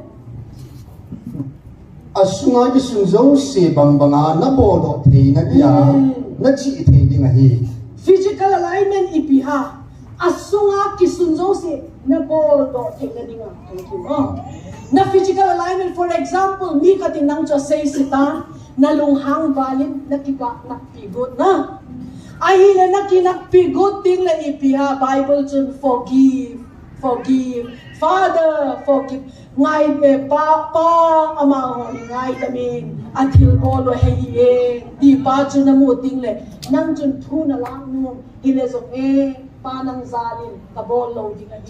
na action na pa chu physical alignment he just feels soul and body chu thagawa na kizok na pa chu Bible chang chu na kamana gen body he just Bible chang su you have to meditate on it day and night na lung timachu in your thoughts, in your imagination bahoy na ho ahilaw le kay chu mizong ding mong kahina tile hilaw Batin chu ni pihay tile. Oh, nang chu van hoy na lili hoy na zosito. You are blessed ti pa chicilaya na koy nga. Hije bless kahi dia chu nisina na hinkwa na hindo nga. Hije chu ihinkwa iman chak ting le patin lo pina hinang kilong dia hin chu. Isay iheto kay kadoyin kay say do hinang. 6 dunia kahin say no to the 6th war zone spiritual life ay 6th war zone may God to a buffer zone it ya intense war zone na dunia isay highlight kahin mo dingahin patin na lungtang tataadang chaho mo matam sen say do pihan lang war zone number 1 Efesa bungu kachun. Put on the full armor. Your struggle is not against flesh and blood. Nato patu kisen le taksa ahi ay ho ni het him lo tua zong tu I het hinga ka doi mama tu tun tao na mun in hin je me piaya I het dinga ide tu ito pau tu ta sa le kisen hina dunia I het dingo tu May te ho le kitong hilaw chu me ho chu. May te ho chu nga demons, the demons that are at work upon them. Power. FSC bung buka chu na ve ule. Lala kunay na iti ho chu demons iti ho awa iti ha. Kita mo? Hagaw hilaw. Ma ho sa nga buiwe. Bukihan team ho sa nga buiwe. Kita song hilaw chu demons kaheta ye doy tua na do chu lalna thunei na iti ho song doy chu thunei na iti ho song dia demons they are principalities mihima hung le kya hiche ho chun ama ho chun na atong zika na ama ho ay ho ito ama ho chunga na tong bangin Hamas ho chunga zo atong ama ho Israel do amit haddan ho zong gavele chinna kibang So we are not fighting anyone mainly oido hilowin. We are fighting a battle, spiritual battle ito. Chizia chu hilaya spiritually a victory na di hong kisay ito. Spiritual battle ito. Tua ihet hindi mo ito. Mi ido pa chu mi him hilaw. Tua hija ihet him lo le na. Tunong dilen may tigal zong le na. Ay ho ting lang mi la azong mi him kidaw kit. Hechizia chu tua thado ha kuki ha hilaw. Ipu German ahong damdoin kipaon na. Patpakain aho doin kipaon van na. Gamla ta azong ngai dilo. If that same demon is at work over them. Chizia chu tua imaak izong humle. Satan plan iheding chu. Political division according. Religious division according. Ay hola chu denomination division according. Presbyterian, Baptist, Lutheran, Hitchet group, itiw na independent church itiw. Division according. Lord rin bale. Chisaw ting le tribe division according na laidin. Chisaw ting le language division according na laidin. Ay ho ibeta tali na. Kuki koyam guite kuki hama ham khalle. Guite paite hama ham zong kisul the. Guite gel language division. So the battle is not between you and me. Dunya ho bung makain politics sa imakay ho zong iheding mo tu. It's not about tribe. It's not about language. No. It's about the demons that walk over us. Korinthoni bungli changlia chun. There is a demon that blinded the minds of people. Number one achun. Warzone masakit pen to Bible achun. He just yachun the spiritual battle do na hiun na. Just yachun ipihak kinang na zong le. Nama ikivelo mo di. Ang individual nang kan senta ka di chu. Nang na hoy na kisabala ba nga chu. Hiche patin thagaw siya chu na bolo may chila. Na zinon mulo di kile. Adultery som na commit thay di chu na. Patin thagawin na. Nakimo di kiwa. Guess ka tahong sa ajan bolo may chu na. Jeremiah bung som le sagi jang ku chun. A heart, human heart are desperately deceitful at each. Mihim lung tim pa chu. Desperately deceitful to ahon is head him things on. Till so bol ding at. We are ready zing na pa chu. Ilenga. Ilenga. But the good news is, Tagaw King Tozia go low ham na. Tagaw King Tozia go low ham. Kay kan say na. Kay ino chu kay kang ho pineapple na yun. Pineapple ilo. Mango lo pen. Why first up kay sin ko. Sin ta ho. Pineapple ilo. Papaya. Papaya. Koy kain khang ho ino chu aga chu na ni kha chu ka thau chu ta ka pat kha ka ding le pa papaya chu ko ba na no papaya ko ba le ke ho hunga na ke compound le phadi re ka ti chu mi gilaw nu rabi na bol khel kitte na sorry lalpa pakai sorry ngai da min kain ben ho ina phata chai no men nei mal soma ahoya Hoy bazara man to pen zong lay thay ding in nei wa mal so bin ka ti. Chinya cho bazara ka chi papaya len ka na. Kape din kay long ka ne nung ta lo na. Pathi mina cho kape do na din ka holle i tor bunga ko na ay lang mi ho khat God ya kana ki het sa ho le ka kimuin na ma cho kape le rani pakain thang bai na ma I bless you. Mihim lung tim chu chu hi chu. Le paka ingai tua zong ke phasa ta to ho chu na. Man ho, cookie ho, tha da leo ho ezau ho e pai to kit but today I want to remind you nang zong worst of the worst na hithei na hin zong na battle fight pa ju ipina ko na adaming nature ba chu na nang hon British on divide and rule policy bol na saule hilo chu Satan itula divide and rule policy bol chu Chizia chu tu ni ai chila ya thum khom tao khom ninga ho zong si ni sei I tao khom ding le na hi che chunga thim chunga thu nei pa mi him lung thim pa chu subui na subui pa chu I hen chimi tu nga hi che hen chimi ting le pau zia kina na talo dina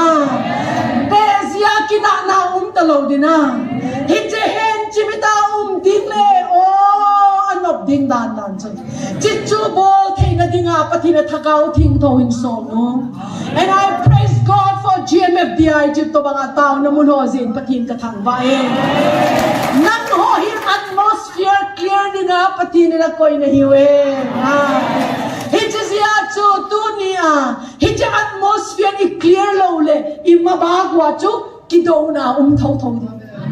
Azi chu ei ho I do we het lo na Chizia chu dunia first 1 John chu na do tu sale thisana hi in atizi a chu lalut ho demons Yung ay tun lalut khat chu I ho to pa chu nga hu tu le na lalut sing ding ano na pa bol ding alol thei na ding na het thi mu ha hi cha demon in a lu ting le a hi lo le thu nei ut khat um de Hitlaya ya counting pau na announcement bo zong lum sing na ama chunga thunai un na to yung le na thunai un fa nam na pa bo sing chu na he thi mo ha he je si a chu pathin galvan put on the full armor of God ati chu pathina ko na ki thop na ding galvan chu kapi a hi ati chu ama sapena chu the helmet of salvation ati chu na luwa chu lukhu na helmet na khuk diwai ti chu hi chen na lu pau hi na tum de pathin thu chu I helmet hi chu pathin thu be ba hi chelaya ka unaw khat ka gen si ding ding le pathin bola hi pathin na lung si de neo pa pathin na lung si banga chu dang le ke song hi lung si una ho pakaya kuna in na tak takinai ding le na hi chet division thei talo chu hi chet division thei talo division sakpa mel ma pa chu inol nga hi chu tua Una paite hizong le mar hizong le cookie hizong le koi ho vai pacing de zo hizong le khata thi ding le ika na ai le una ipzi ai che ika theile tu ni a khat le khat ho isin na ding ke hol ke ya the reason is that same demon na anatom tupan atore Jizia cho amasapeni ilusung hi event bitu ngaye. Nangzong Bible Proverbs 23 verse 7 achun. As a man thinketh, so is he. Mihi minangay tuto bang bang chun ahisinge tije. Ahile I am poor. Kazong hi natile nangzong zing. Koi machanan house asak thilo ni. Krol nei le chin zong mi zong pa chu hichilaya zong zin chu chizia chu ama chu krol nei le zong chizia chu tu ne hichilung thim hi I control ngai pathim thu to I control ngai mi hi mi veti le politics si bol le hichilung thim Bible thu I control sa ngai Hau bung I ve tuple hichit thu I Bible I ki control sa ngai Kani sin hin ko pa chu hi Bible thu ka ki control sa ngai hi Bible in ipia say ha si sia chu dunia lamma kai ho zong si zong kan say nom chu whenever any situation arises conflict hi ipia arise le take it individually hi situation a case to single ala di na Azi chu mel mapan koi to bang zong man sa thei na hi che so nami bol ding le anam le na kina na kisel na ta chu umzi na koi nama aveka perfect kum koi nama alenga hoyum koi malo leisen mi mo ki phalo vek na ku ki hola apha na mula phalo zomum pai te hola apha na mula phalo zomum mar laga apha na mula phalo zomum EPC ha the demons are very active it's a doi ho chun na sing lalu tho thu nei hu tho na pai sa doi ho kan say na di chu war John it's zia chu tunia hi igal do pa hi chunga thim chunga lo ro real pa 2 Corinthians 4:4 and 11 chunga thim chunga ei ho lung thim sunga darkness thim chun sak ding a hoi lo zo sia ei control dinga mel mana tong pa chu I hen lo le nan zong thil sul na bo di chu hi chi ho hi a hoi lo ei ho ki vetan I be sunga zong tina na lai na in veng zong tina na lai he chu bang la ba le nga zi na lum sit pen zong na kina chu la na cha na lung sit pen na ne ding na pe ngam ding pa zong na kina thei chu la ala ipila atidang na ei han ipiti ding nga len ta ila pai ha ka ti na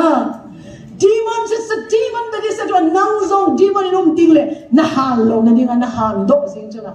Peter na hewa Jesus kay koy ka hati le enang chu Mesia pathi ding chapa na hiti ai chu na nga ko na hi pathi na ko na hiti chi zo wa chu cross ka thi ding a thi na di du ko se le pagka Jesus ka thi na ki thi Satan ka nuwa chi na thi chula pathi du zong igen do thei ahoy ta tan zong Satan doi zong igen no thei na lai chula chisia chu pathina ku na wisdom le ikiven nga na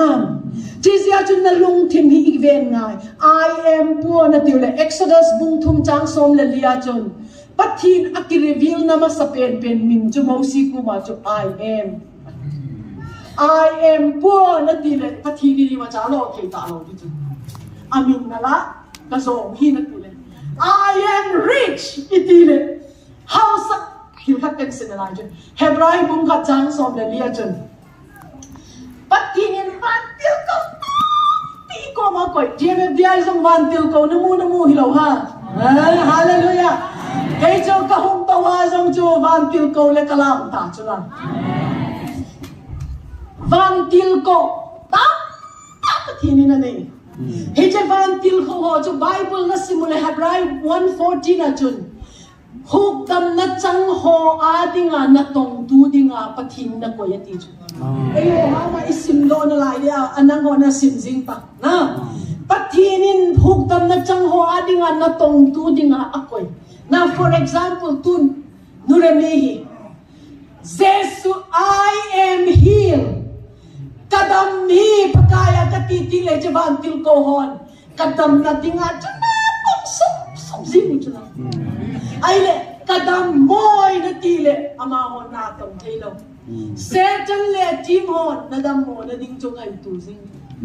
adam na dam lo na chu 20% le 30 ngi na lung ti ma chu na va le pot do hin Hong kikiding to hoy lo tam tan say ding 20% adam lo to 50 na hindi na kisam sing ni chu. Chisi a chu tu ne ilung thim pa chu I control sa lo di mel ba pa chu. Chisi a chu put on the helmet of salvation ati na. Chu na ni na ding pa chu oi tam walin sao kan say ti lo ding. Veila ma pa chu shield of faith ati chu. Na Ginnalum ati chu FSC bungu ka chu na armor of God pathin gal thum ki ya galvan shield of faith veilam kiti hi hausat na hi chu sumle pa hi chu God's economy control tu koi han hewa Satan hi chu la he was in the garden of Isaiah of Lina simule na Ezekiel 28 na simule He was in the garden of God. Pathin Eden huna umin. Sung man tam chisom le ni ju ama custody a ni ju. Satan ina beg tu pi ju na. Akhil ma na. before he rebelled against God. Chizia chu very la mi kile house. Chizia chu Jesus Christa kuma worship me kay worship ipi ay ama. ไม่เข้าไป Nei hawin house na lo pita kapitin. Chizia chu tu niya ikama ibui na pau I veilang tuin chu. Azong hon paisa toy valin paisa dinga nom nom bolte. Demon of money di mammon hi chu. Another demon that is at work is mammon. Doy alen chu hi pa. Mammon na hin hi pa hin mi control ding le house and property hi so le paisa. ใส่กระมอนถึงนั่นแหละ Mi song a ding song ne kho sa lo di. Ho bu sum song ne kho sa lo di. A hi lo le bai hu ko bai kru ka mit hat song le paisa ne kho sa lo. Chi sia chu sum le bai a zong zia paisa doi be philo wo. House a hi che demon in a capture ho song sum doi tho. A zong pen ho ama ho. Hi che demon of mammon in igamon na ha tong ba. Tam tay zon sa intin hija ju paisa pe ingai tu na ding wai koi na a khen ho lai house sa zo hija do ini na matta zia chu hija paisa pe ingai tu I uzong inau zong izu do zin thei ding hija zia chu ho bu mi on I tao di chu bind the demon of mammon because we just paisa hina we need money. Bible agay chu pagkain na tong din kakipiyon. Pati ni na ipi ka chu the rich shall rule over the poor. Mi house hon mi zo ho chu nga rore di nga yati pa na chu pagkain. Kay hang san ta ka na thu ka say na din I cannot be poor ka ti. Na thu hang san ta ka say do thi na dia ka house sa ta nga ka ti. Hilong lai ja mi khatin kay chu paisa pe le thuti zong ka sei ngam lo ni chu la nga kom zong le hepu ka ti ni chu la ta nuong hi ka I cannot be poor. Bible na veole patinin mi hi ma bolchen have dominion ati na over the fowl of the air again man ta no din over the fishes over the wild beasts ati alo bi chu be multiply increase and rule over Hung pungul lang tampim pan lang na khovel chu nga ro relo na ti ai mal som na chang sa FSC bung kha chang som nia kon som thum chen na simule we are blessed with all heavenly blessing van mal som na zo si to ki bless ita chu na dunya na heading chu ke chu pathina ko na mal som na chang ka hi ka hausa I'm rich I'm not poor is all na na boss pa misul pan avom zong angawat nilang ngawna tisingan nom hitan hija tugok hija demonin ki control inupload hija dunia ko na pathin athing sata thutta ka hindo thaina dingin mi haw hon mi som ho tunga rowarelin kay nei zon sa hile fang chu mi haw mi hoi lo hon ka tunga rowarelin ka nom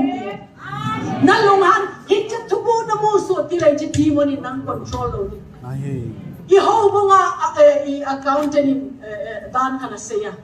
paisa chu slavery na ina tong ding ay man ding le hoy I master a ding le hoy lo jesia chu hija mamon hi I slave ding ina tong ding a ikoy ding na missionary som thum lagup alo ding chu nung ta kim lo chana paisa lo le ke same thing lo di chu jesia chu hija paisa hi we need to keep under our feet jesia chu paisa ho chinai pe lai pe chu ki da ufa a best place na the zipa amuna chu na paisa na sil chu la hello chidi hello paisa chu na go and serve me paisa na mando tigle kilo khata 50,000 na sendo na hiji na tong dingin nang bachin lang tapoy mo na nang kik dingai return back whenever I need you na paisa chin nang cha head because they need a master to rule over them when you know you are their master nang lala na ding le man head to a paisa chu khoi la ya zong le son kit la Nehtima. Asi piha. Pakai Yesu Christa jo. All authority in heaven and earth is given to you. God itala. Detergent zan kuja professional fisherman itala ma sangaman man ito. Zan kwa del zong imacha mulo. Pakai Yesu Christa humpa. Let down your nets into deep waters. Tui tulama na. Na nets jo pa idoy kiti. Sanga ho zau sinana zau juna. Running race ta chala. Kejo pakai to bed the sino met ya running race anew ho chunung la ma humtai. 152 big fishes at the Bible. Allen tatangot anet zoma se unum zingtu. Paisahina, it's neither good nor bad. Creations of Mamoni authority na ipaye. Jizya chu nangipile pakai Yesu Krista min kanatong imati chu na. Jizya chu dunia hijalaya tao hom ning anahung tingule. Hija paisa demonic spirit of mammon ay control to pa itilado man. Dunia hilo future na paisang tipeding ipipiyang kibolding. Hija demon chun division ang lungding na. Hilo pita i-expect ho patini na pinom ho zong na. Associating ami ang magic board na lang. Jizya chu dunia shield of faith. Breastplate of righteousness na omwatu diktat na ompo heart na hatu the most deceitful adilo pen jujehi guard your heart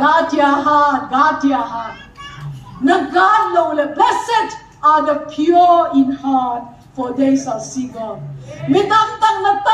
tao Unangolo, patin na go, hezong patin na mu tayo ipisi ha. Impure heart. Mula sin na teasing dito lang. Because hityahat at ilaw le chapo na nanay din. Hityahat na ilaw le miso sinamunim din. Anong le na zipangol din na forcing din. Ahilaw le kasil na ngol na sinusong ngol ting ana force ngalin na self-righteousness umsing. It is there to blessed are the pure in heart, for they shall see God. Patin mo literal amunumi uma, how will you see God? Patin ito mo di nga literal manifestation, revelation is very powerful. Bible avein, patin naman sa hosaw si encounter, revelatory knowledge na yun. Be it Peter, any one of them, name them. Na, it is ya chutunya ilong timpay event, part na itahin, dahil kakahin katin. At the right hand are to the sword of the Spirit, that is the word of God. War John. Hiti War John hohi nagatu atis ya patinin gal vana pichu. The sword of the Spirit. Paul nam sa kha nam sa amin paheta ye. Jemsa jay patin thu hiti melma atik na thu. Nagdana kasay na hewa. Patin tu na gendo do. And ni planning ko hatia KWS sang mi ho una ho so si khoma tao khom na kanay ni wa song phat kamangin jirai jing kasay ito yung song hey yu na isang patin hey as your will is done in heaven vana na day dan hi to bangin kami ho la na doy dan hi ngin na tonight Isaiah 19 na every planning that comes from the enemy game shall come to nothing itidi wa hi na merma pakuna kodruma kuna ay ho sit na dinga program ho so se fail din kin tawid fail chila na fail ta zata fail hi jo isilo hile tunya cha chutney hi ding chula isong patinin chutney ding phalo mal chagot na palchago malchame hi ding chula isong patinin na phalo na just word of God tu asong chila tao ting ole mel ma plan ho so si Oi, chilai gul hangpan hun pun do sem ki pa dan ha. Mer na plan asidan ho I hedon. Patini ne adinga plan ho I hedon o alo pi vale na. Alo pi vale. To azong tu patini ne adinga a program tung bang ta ahile mer ma zong na sa semang ti gol na. Tribe led tribe. Kitchen demon division yung tung vejo. Chizia ji pa ji igat ho yung ai. Finance sumle paya na money heart event patunga and the sword of the spirit God's word any planning nang le nang zong na pathin kaya hitua thil pha ka gel ho mi hi ma ko na umle tu pet de la do pi in nakiti zel nakiti zel lo le we human being hun tam ta ki shellfish pai na Chizia to eine hezong patin tua to ikicek ngai to I hello gala zong I heart zong na second Chronicle 25 ahibaha na veole he did everything right in the eyes of God but with the wrong heart til hoy zo si to hoy bolin along dang adikhiet we can be the same na John, the 5th word John, loins. Loins. He belt of truth that ina tupa akong ga di kiti bacho. Loins say. Una ho ido tahi ikanga hi umso. No may pasal thang that na his own age in the loins. Na it is na bacho isukti ngajo. DNA. We need to pay. Bible in EPS say, He is a God who can visit the children to the 3rd and 4th generation. At tuson at tason, kang tung kang liya ga visit teti na pacho curse ka boldin ham siat dini ipiha. Substitute to hilo. I will visit means, for example,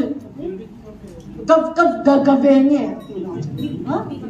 Kagabuilding ati. For example, kan say gitu, Abraham jun aziz ju ka sister kasanggam nuti na.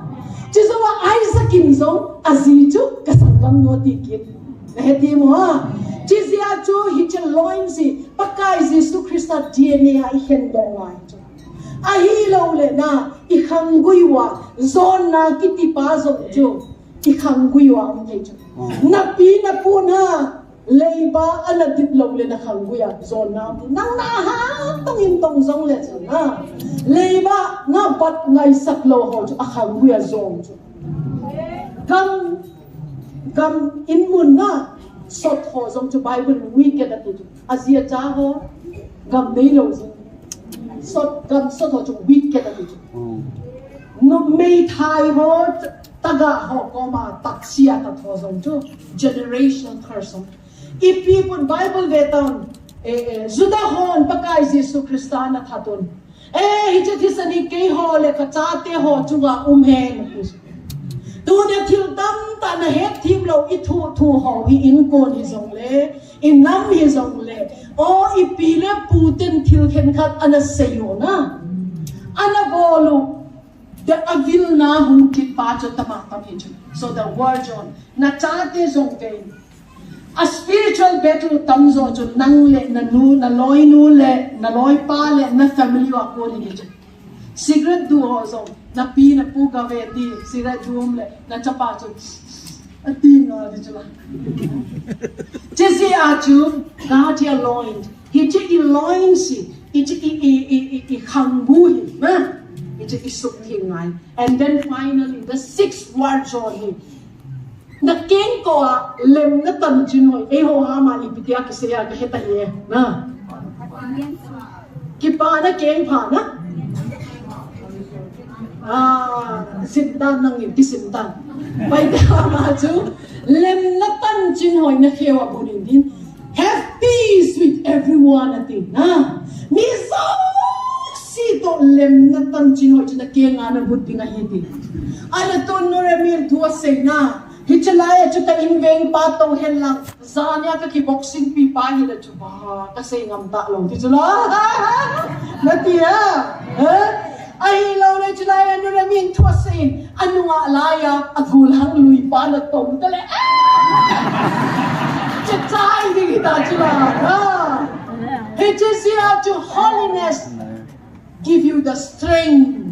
boldness the courage to go forward boldly with the word of God ai lo le mi khat paisa na batim na paisa na bat ang thum ding le na pisa na pidom lo na hasat na zong na gen nom lo le pol pida na to ting le na thu na sei gite na thu ge na no pe na nga ding hile hoi ding ya hum ti dit ki cha to mi chula na tai do zing lo le na ti ha as far as you are concerned tan chin hoi iti chu ipia gospel iti chu ipia len na tan chin chu vale le mi him ho kilen talo chu pakai Jesu Krista tan chin hoi chu klem na si na nang langa chu mi zo se tan kilen ni na van mang nau mang akka na Calvary chun khen na ding ong tu po na ham dunia in ho iti ho zong chu ai khen ding in na anaba le na ti ha patin na hoin patin cha o ai ho bang chu hat ka nei ta hin Sudan nam Israel nam hi na no ga suita ta le chu ha lo pi ding na chu it is ya chu tunin ka sei no pe chu ging tu khati hi na ilung thi ma chun patinin inna na innai ti chu ipi ngai lun na long al koi ma ipi na bat lo ding wa hi atina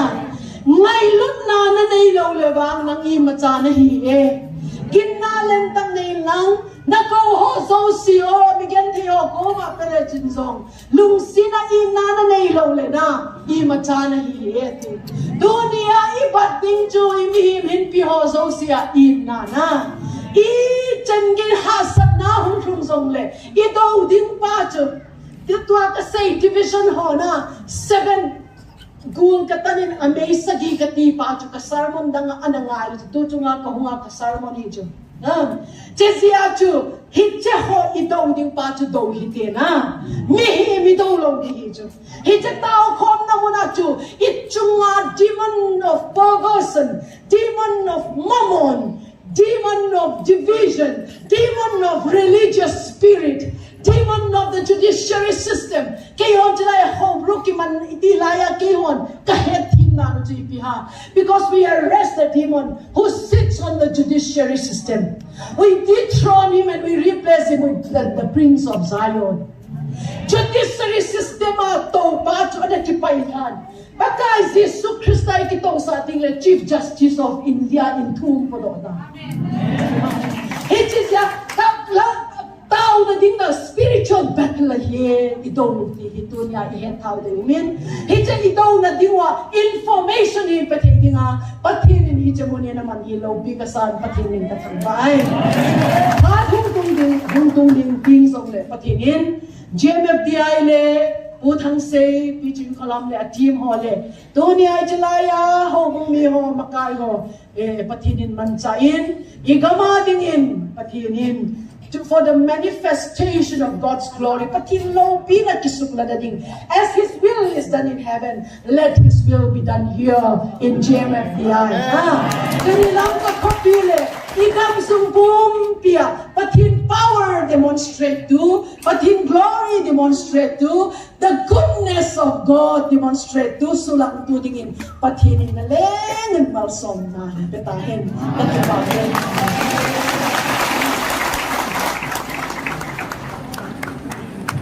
Hallelujah, Simha. Nura mi say so ngai la ka to na ka din do sa sa. Soi lai ham khana kia ma ki tho han na le. Tia ma ki pai tara ren ri ya la ka tha nom be sa. Ke le ke ki mu bang phun ka ki ya ren ka tha nom wa le. Ai pau sa ni ka su sei do the na lai le ki chi di sa yo le. Thiên là cao và con hết thần thế này này nào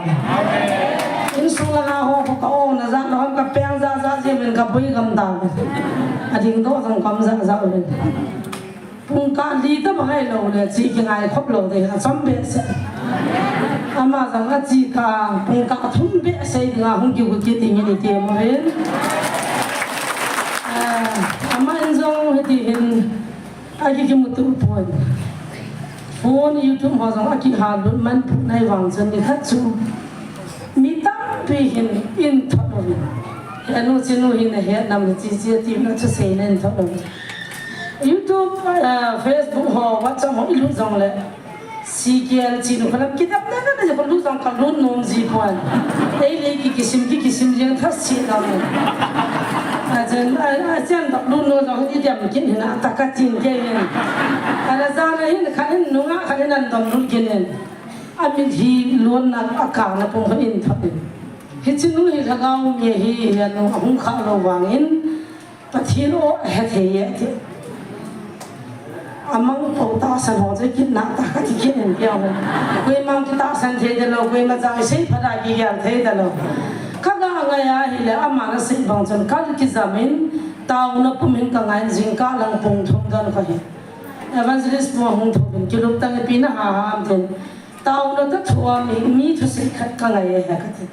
ama sei bangchan pathina kon ka lung jema hichin hagau thugu mu chit na le satan ho to the na hagau wa he khan the na ne ti ka mu chun ka ki pa pe san pathin ka thang we Ketika cungkin jauh number di grup makan thumta nahile in pevin. Cacun direct jauh phone kabol pun amas abu idin kata san ki tabang pun. Na wan thedi le khatwe ki mang kho amute katil. Aman jauh apa abu le bang in pin ka ki pa mama jeng. Tu ni in pungkan ya se bang jen aki khop pun. In sunanga ho jan hai ka khan te tivin ko indak pa jame sia san thot li wo so ta na sei sa diu ga tivin aji chu pathin thu hin ya ki chin the gam da ma pathin na ki to thu ho hilaya ise ting la hello dim se adang jong ka tha ho nom pun amun na muna satan ho hong ki kana azori kan sai pha na ni thum ta ne man sai pha na I ga lu na le hichwa ha ga hong ki man ji ho Hijan se juga dindo mana he. Jauh di lengai sini le. Cilai ja, cilai mat those tiziu betul.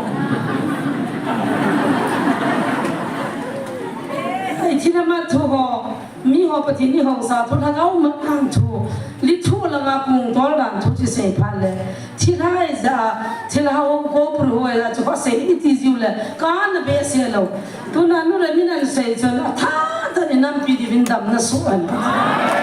Nanti di benda masuk.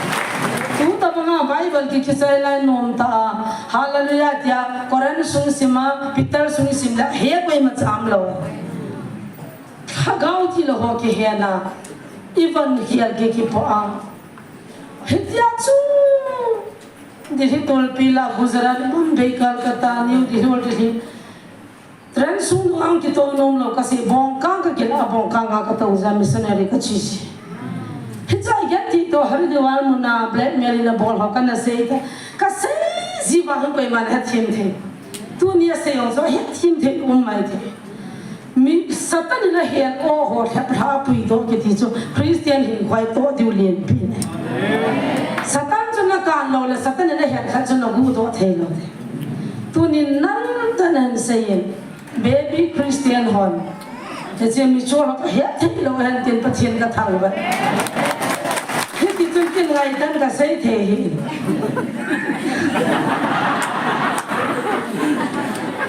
ama ABC jam nga tie he ja choi ta chu sei ke jam khou kai je chana boi zat ne he chi ki kang sin he then ka ki pa be sen itsan hamin ke se lo nam pin dam nan ne te ti ka ta sa ama nan su mi te pathian phat thei bu an na minister to khom ma he an ma he kan thei lo de hin ka tau PG pa thila ho doi ho ka no khom PG pa ko evangelist thang len se hi zania thu pi sei pa chu pa thang se hin kan ne pu a sei ne ji wa cha he khan lo zani nu te ho mo be nu in nei pu mo chi bai ti wa chi bai evangelist wa lu hang hi bang ki saru khan sa na ho lai ji na ai ki be na lo hang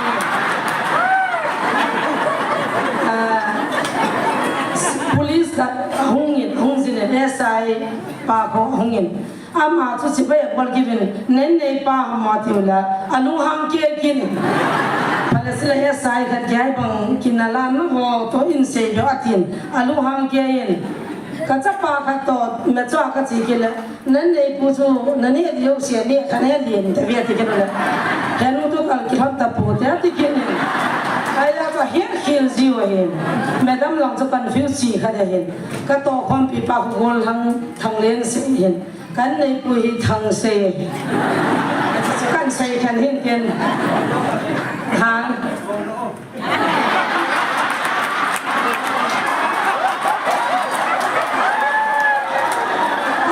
bukan nambah seru kan dah bomba jong ding do anu le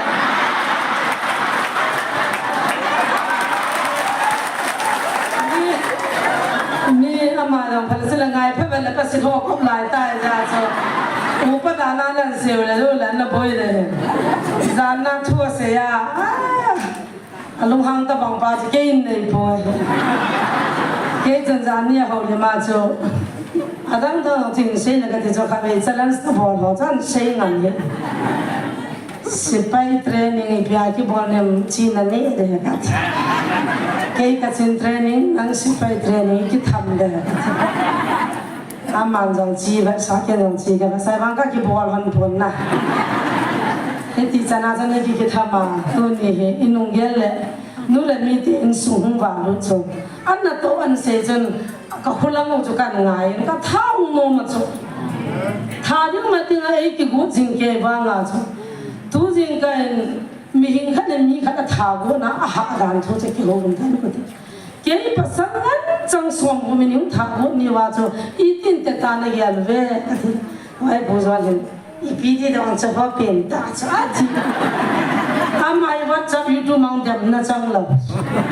zania cho bung bula mi pao le le pang han tiu le jo mu ma ta top le le ya ye chen ke se le ke se phun cho top le le ya neo pe ho na sa na sa ke se an lu ha ngai live te ung ki bol ke ti sa to khana de na he Sip say no ho mi li hung lu no ba ka TV ka tu no ka fridge pa na khat se no ba ke ho cha tha la wai da ki ba mang jam mi som nga ma hu ko no ba I ba ro mi le ti na lu no ba khan pistolan su to cham sung ke chai ba na min hindu jo si christian na so de na long la din an ko te ke communities ka long la din mi ho la mi khat cham am hi manipur la nga mo be ipimi le mam ta cookie ke gatil hikya cookies chocolate ne kya cookie om hello chocolate ne hi chwa thu ka na seven ha satan kon khat la ni pathin hin ho sa ding a ha dan le thila ho ki he na thila ho ta ki dal ho ba an na lo ti don ba ab mun khana cho ka li na to mun khana cho hanuman mun khana cho si ba ta to na mun mo cho hi cho thon se chen ka ji ka cha tiang chen sung nga hi so lo bom pha mi bang pha ne hin nang khulang na tong la yin sum jong na nei ding na min jong chi din na bang pha ke kan da ga la nga e ki shoi ta e kalin ka la nga yo sim ki chai ka min jo sim ki chai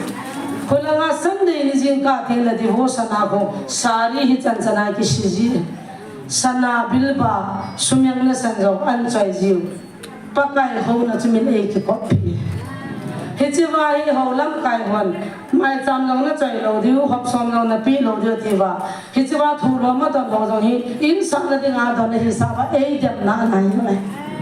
ka tau pia dam ho le a ping tha ho le pathin ka ho sa ho le ka poi pi ho a lo do chu ka ni ding a lo me ti an sei do jen pathin ka tha Kin ka se ngam pon se yong ka se the se wang la khot to ai ti ki ti ko ha ga chi ding amang de bo ko poi pi na no wa da men adam ho zo he azam ji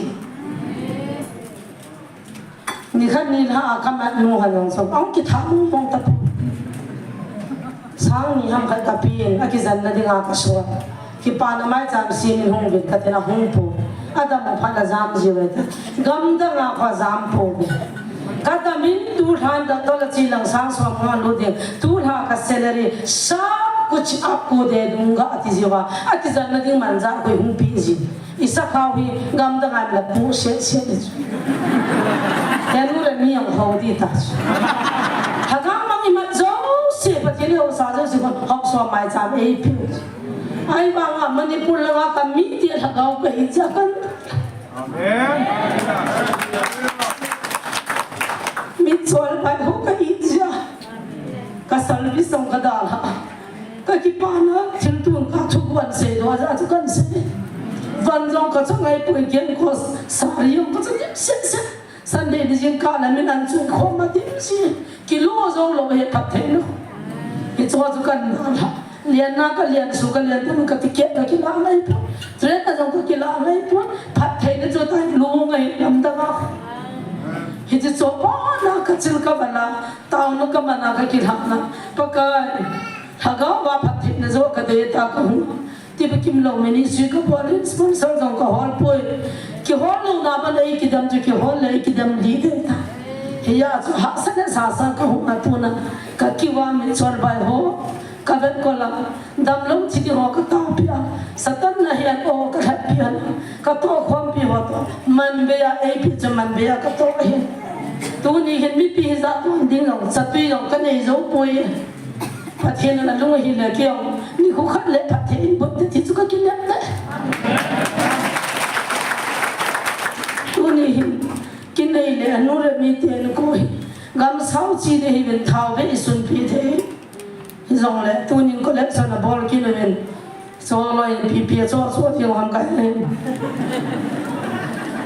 ai chi bi ang ki po so de de lo wa zan le ta le ta ki le na i ki lo ben nu re mi len su mi te i ma cha pi din ka nei po pa kai nai to khom na nam nai to khom na pathin phat the po han na nam pum pi minin ziam fdi muna pathin lo pi na hum phon na chunga ina min ki pa na zalen thil pi pun sin ne cha cha nam po no kan sil pi deu hiti chu sana dang ka kurul banga nei gel pi deu hiti chu kan ti me na secretary pa hongin tin ina pum pi tha khialin ke nien amo in ko pun ne cha cha hin je pi veng ka the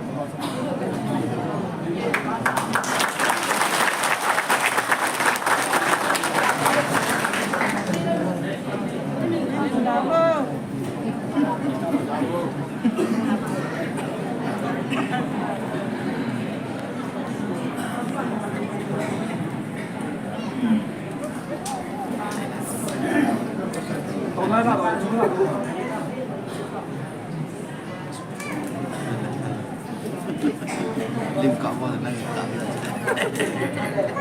này pal pan sang ke man ka nai ti le kha jing pen tin a phain mi pi za le to khom an no min ki pa min chong le Wednesday ni jing ka thu pu ki ding chong hi taw nan thu no te ta hi lam hin zot pa nam ta ve asam na ga len kang po pi di hi lang beng lo la pa na taw na mun hin dal mi amu lam ka tui ka bui nam lo wa kang thun da ding nin taw ko mi na mi tam pi ho he anai ho hin ina phone na live a ve na nai ho hin agam lo ho hin amun han lo hin taw na ni ko ma bin da ma kang thun da ding an ti ve kam na pi pya da lo ding zong taw ko ma hi ten dam se la pa ka nei ho pi na wa chang ho za kin da ding mo I pin po pi diu ham pathin chi ki ka thungai the ei ko ni ding zong taw ho ten I bon sa ben ho lo pi pi jo sa kho mo hi ten he chi sa cha yu pha ni bon chan taw kho mo ten taw chai na reverend sei boy me ama ong ba in su na ha um da he pa pastor lam chan ne reverend lam chan ne tan bon sa ben taw chai na reverend lam chan ne ho lo pi pe ti sa kho mo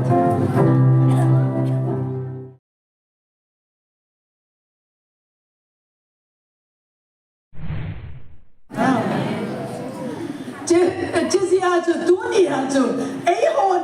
side cut na. Hijipai Why are you limiting God? Ipitinga patin to na limit to ha. Mihim yung piningay to do zone patin hindi nga kilom lo din Bible na Bible la igul hang papaw suna. Bible na nagaw na gul so papaw suna. Sa bintong sangan so mapaw sila balam timpo adongki so mapaw sila na Satan so mapaw na ginam niya na umnong tingo na Jeho so mapaw dunia ipidinga hijay gol hang paman jaw hit bol telo di nga na koy hai paten sana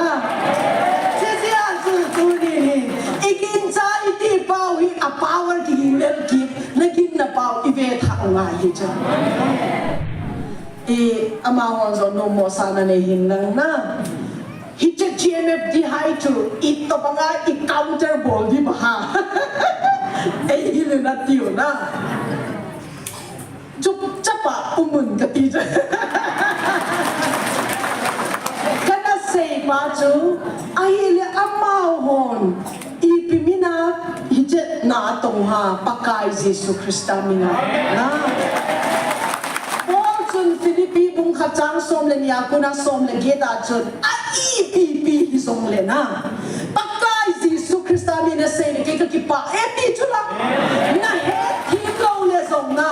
say sin na rai na nei lo chu Christian khat na hi na dunia ite gul hang pa man cha cha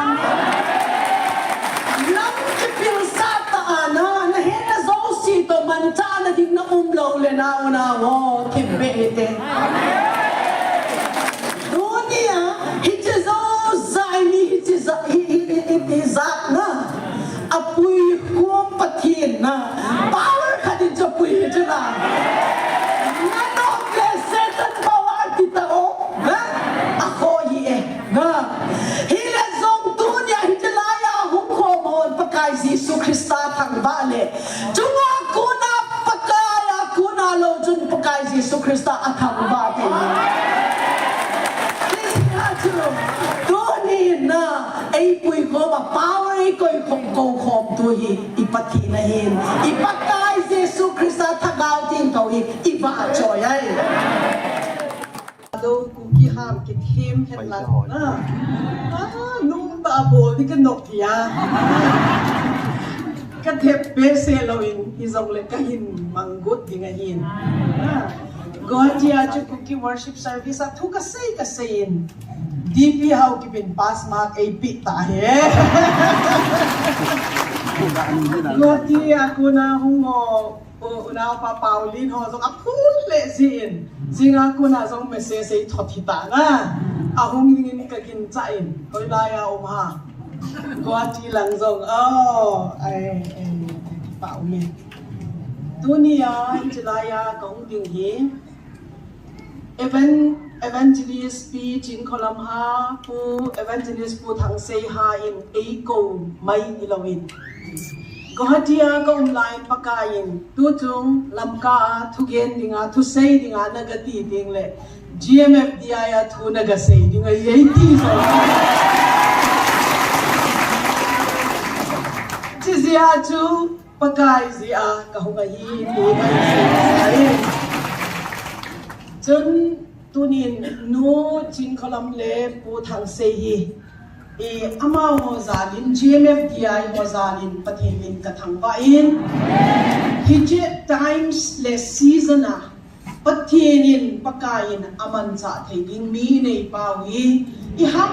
phavalwe gohatia ni kum akunin dotna hungrungin GMDFI ho na tongkho ipitin na ngai tu baha ahin tiu na kong tao na inay katin patinin to in page kain sailing to nito ka sail na matapal siya to kasal mo no YouTube ano na kayo ulit 2 hours less than 2 hours to umlohi chứ mẹ chứ ra chúng ta hung đã tiếng tạ cả hung hết chứ là cái này pakai Pentecost day nia pakai na ila thagao ting thâu lệ na hung tông in tini het thiên theo cái ging cha lăng kami ho iwang phat nào chú ham dấu xì het tu na hết chứ chú Pentecost spirit này nào chú hallelujah asam lang chú apu yung dan chú half long lang una ma roi zong le cookie tha do hi zong le ham da na het lo ya bu yung mi chú me chỉ lại chú pai te ha min sei zong le na het tu na thì là zong chance ka nei sia cookie tha do ha ma ka hin sei đi chứ Amasata in introduction ng body katin kasi pahi Reverend Pangkolian Hauser. Amen. Sani kanayon kacapaw upazo chu tuni kay ho charcha programa na isin hung thayin at sa pangzo na Dr. Ebenezer Hauser.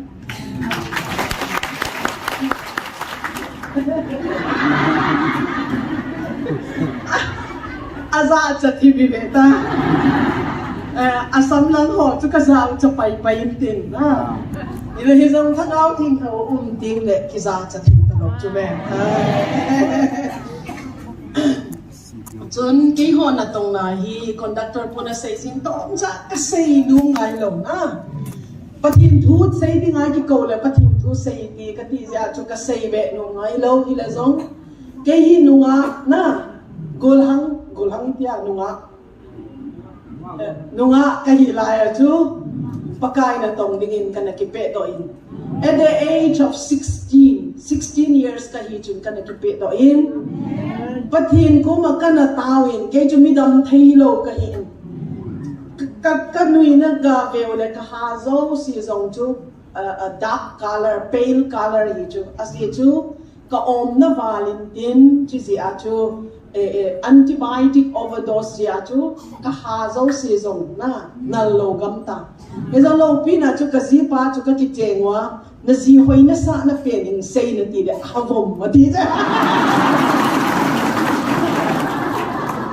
ka cha pa den ti sei pa ka su ngo sa za vet ti atin e boy ka no mi na pan na le sa nai che pai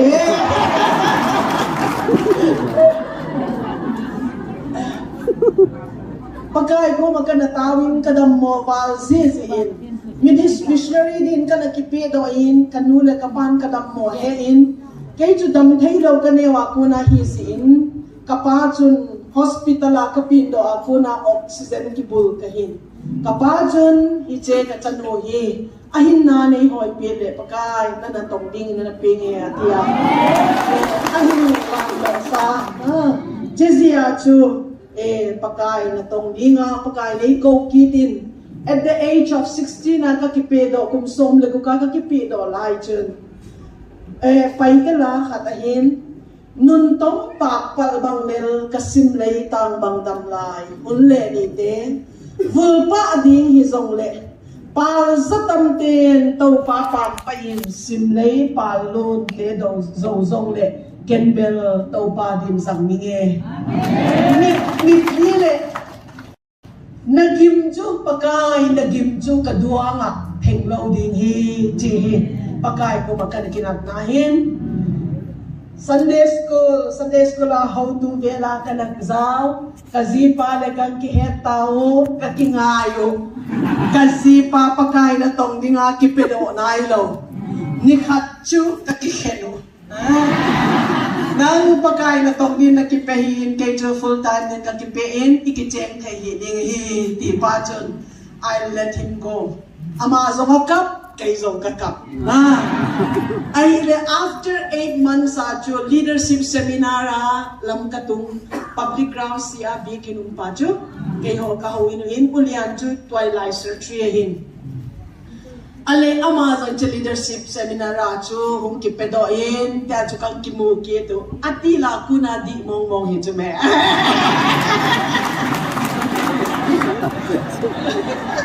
na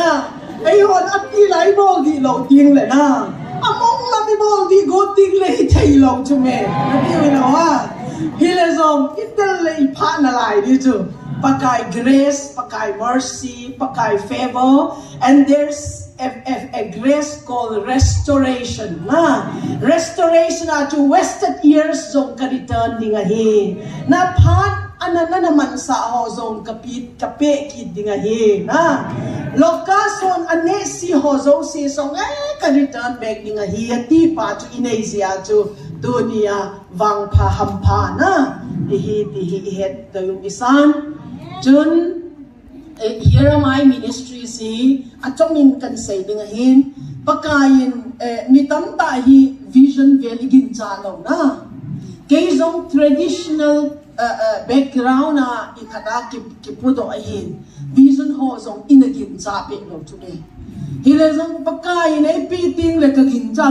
poi ti thei ta lo today Imu pacu I saw what I saw is into la na ay hon imu lo ziwa chu igin na pau zong tiam chu la imu chet pating le kay hon ka thu sei chu nung zoi yon ipya sei ha ka thu sei chu ka zabe puilo kamu pa chu ka sei hi Bible nagaveu le now ho ivele Genesis ako na Revelation chen encounter ane chu la Genesis, Exodus, Leviticus, Number, Deuteronomy, Dan, Buiti, Ba, Azi, tu pa koi ha, Mosi ito. Mosi ipitia Azi baha, ang Matthew tuju. Na, Amazon pingay lo. Aipiti baha, aito mga Azi ha. Because he had an encounter with God. But he encounter in Asia, but he dun, kamay lam na mo tayo, di kanung lam pa chu kavesa, adi na hiyatin. Anong lamavele, atila chu patinin valele sieme, teacher heto si chula. Nihi masim dan zong chu, ni khat ni pa chu ni jesse ni pa ni chu, ni thum ni pa chu, ni li ni pa chu, tira sim chu. Old Testament na,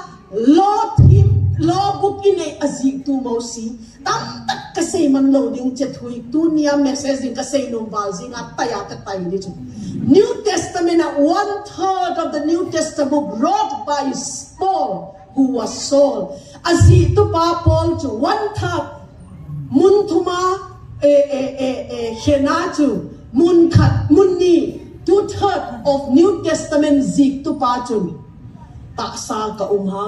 Hagawa uma kahelo, junglama kagakatawin, hiche kamu, Damascus lampia to encounter ane, na. Ay ho to buksa, hiche a reality ang palakin jakit talo, na. Jesiya to vision kanay, pati ninay mo sa ho si to Bible kamu. 1997 kanu pawa pat kay na tong din kakilanin, kazipazong kilanin. Pagkain na tong dingin, 1990 1991 December 14 kakitengun, 1992 May June na pagkain na tong din katsidoon. Kay hom lamka zong chiche gamzong kadana na almost 33 years ita na. Here am I ministries ti hikapat daw din. Iti interdenominational organization ahin tuni GMFDI ho kung magpapatu kasi kaya pagkain na tong nasong ministries of to say ting la katet ngilzi na pagkain no to katay kasi nung balzi tuni here am I ministries as all si tao na naiman pi di nguhitan kakipa avale na kalo vale hallelujah pagkain si katang bae Hiti organization hi kazipa to kanapat doon tun 36 missionaries are working under us mo. Missionaries som tumlet pagod kanoyo anatawin. Mission field mun som let huma kinayin school mun niya kinayin na. Gawati azong him agape center kitiin, training center kinayin. Missionaries ho, local evangelists ho, women leaders ho, youth leaders din ho training at kipin na to mga to nakitong ngayon hiti organization nam chum homin tua him agape center Guwahati in charge pa chu thằng min luôn to ta kitin zo ho ahin ama ho in charge in umin 24/7 counseling centers ong ahin hallelujah amen chun pakai zalin kachate ni higul hang na lai hin kazipa chun achina na amo ding a hol se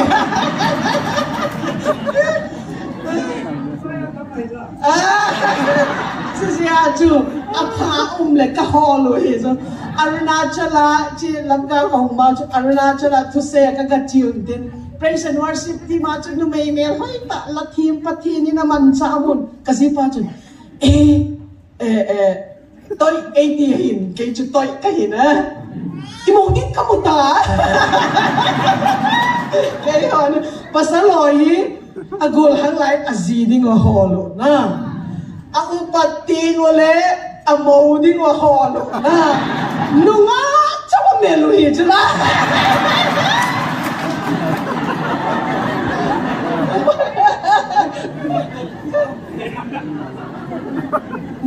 đi chứ na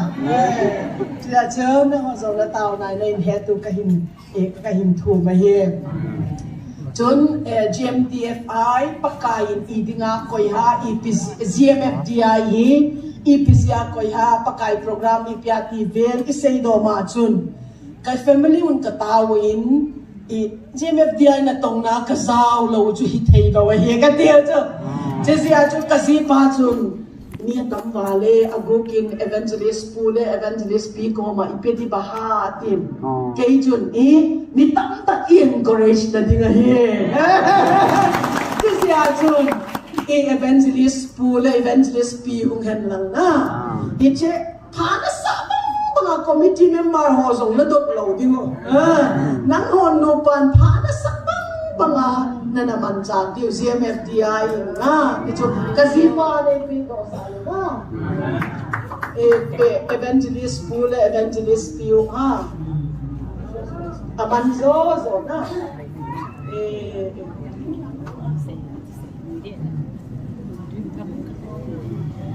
unglaw na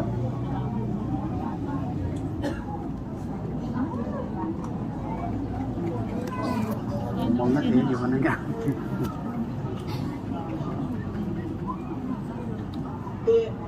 umlaw ba ha umlaw ile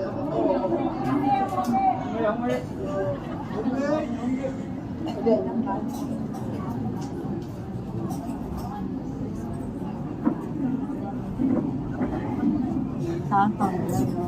hả ta còn nữa kia là sao sen ni ko ulsa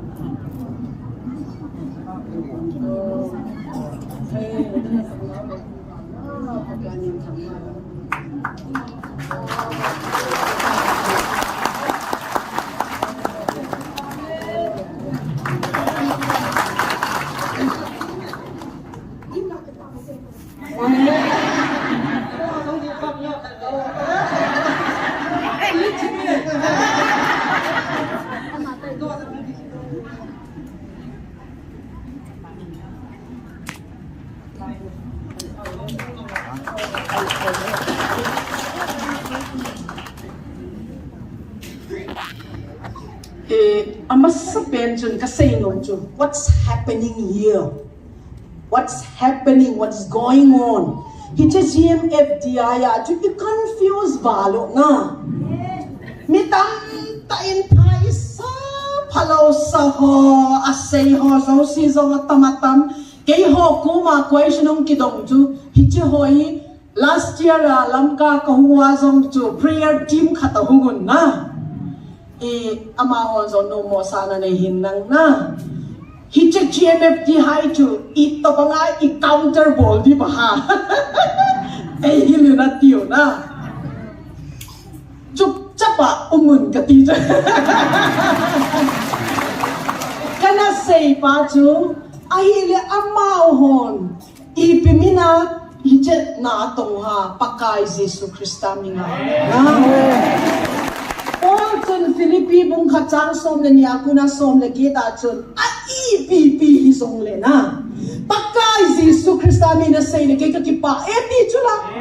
na he himlo le song na say say seed na right na nei lo chu Christian khat na hi na chun hi che patin ko makatawa patin hi che GMFDI ipiha katile alo pi ma khat kai say bi chu HIA here teacher ipiha NIA inai na Central Government Investigation Holding ipiha tirting le NIA and so on aya ju HIA jula Heavens Information Agency hallelujah na pakainin katang bae hitse kaya pakainin ngai lun na hina lopi sa aloha hitse dinga mancha thei dinga na ho pakain akoy hidi hampatan na katawla ya chu pakain ei thu pe chu ipihai ti le luka a zi a chu luka bong som le kwa ko na som thum le sakya ko na som li chu na simule Palm Sunday niya chu Jerusalem a pakai Jesus Krista achila ya chu anong zui ho na sata akiko na pakai Jesus Krista ko mai chu nong zui ho hi thipuhen teacher. Alan is pakai Jesus Krista chu ni PSA ha itile amaho atipule na sung no ho kakiko do sa dibe una ho betang na GMFDI ya neo pi neo panamu ha patinin nung zui kiti ho bunga len ta ho mancha ding amu ta lo zia chu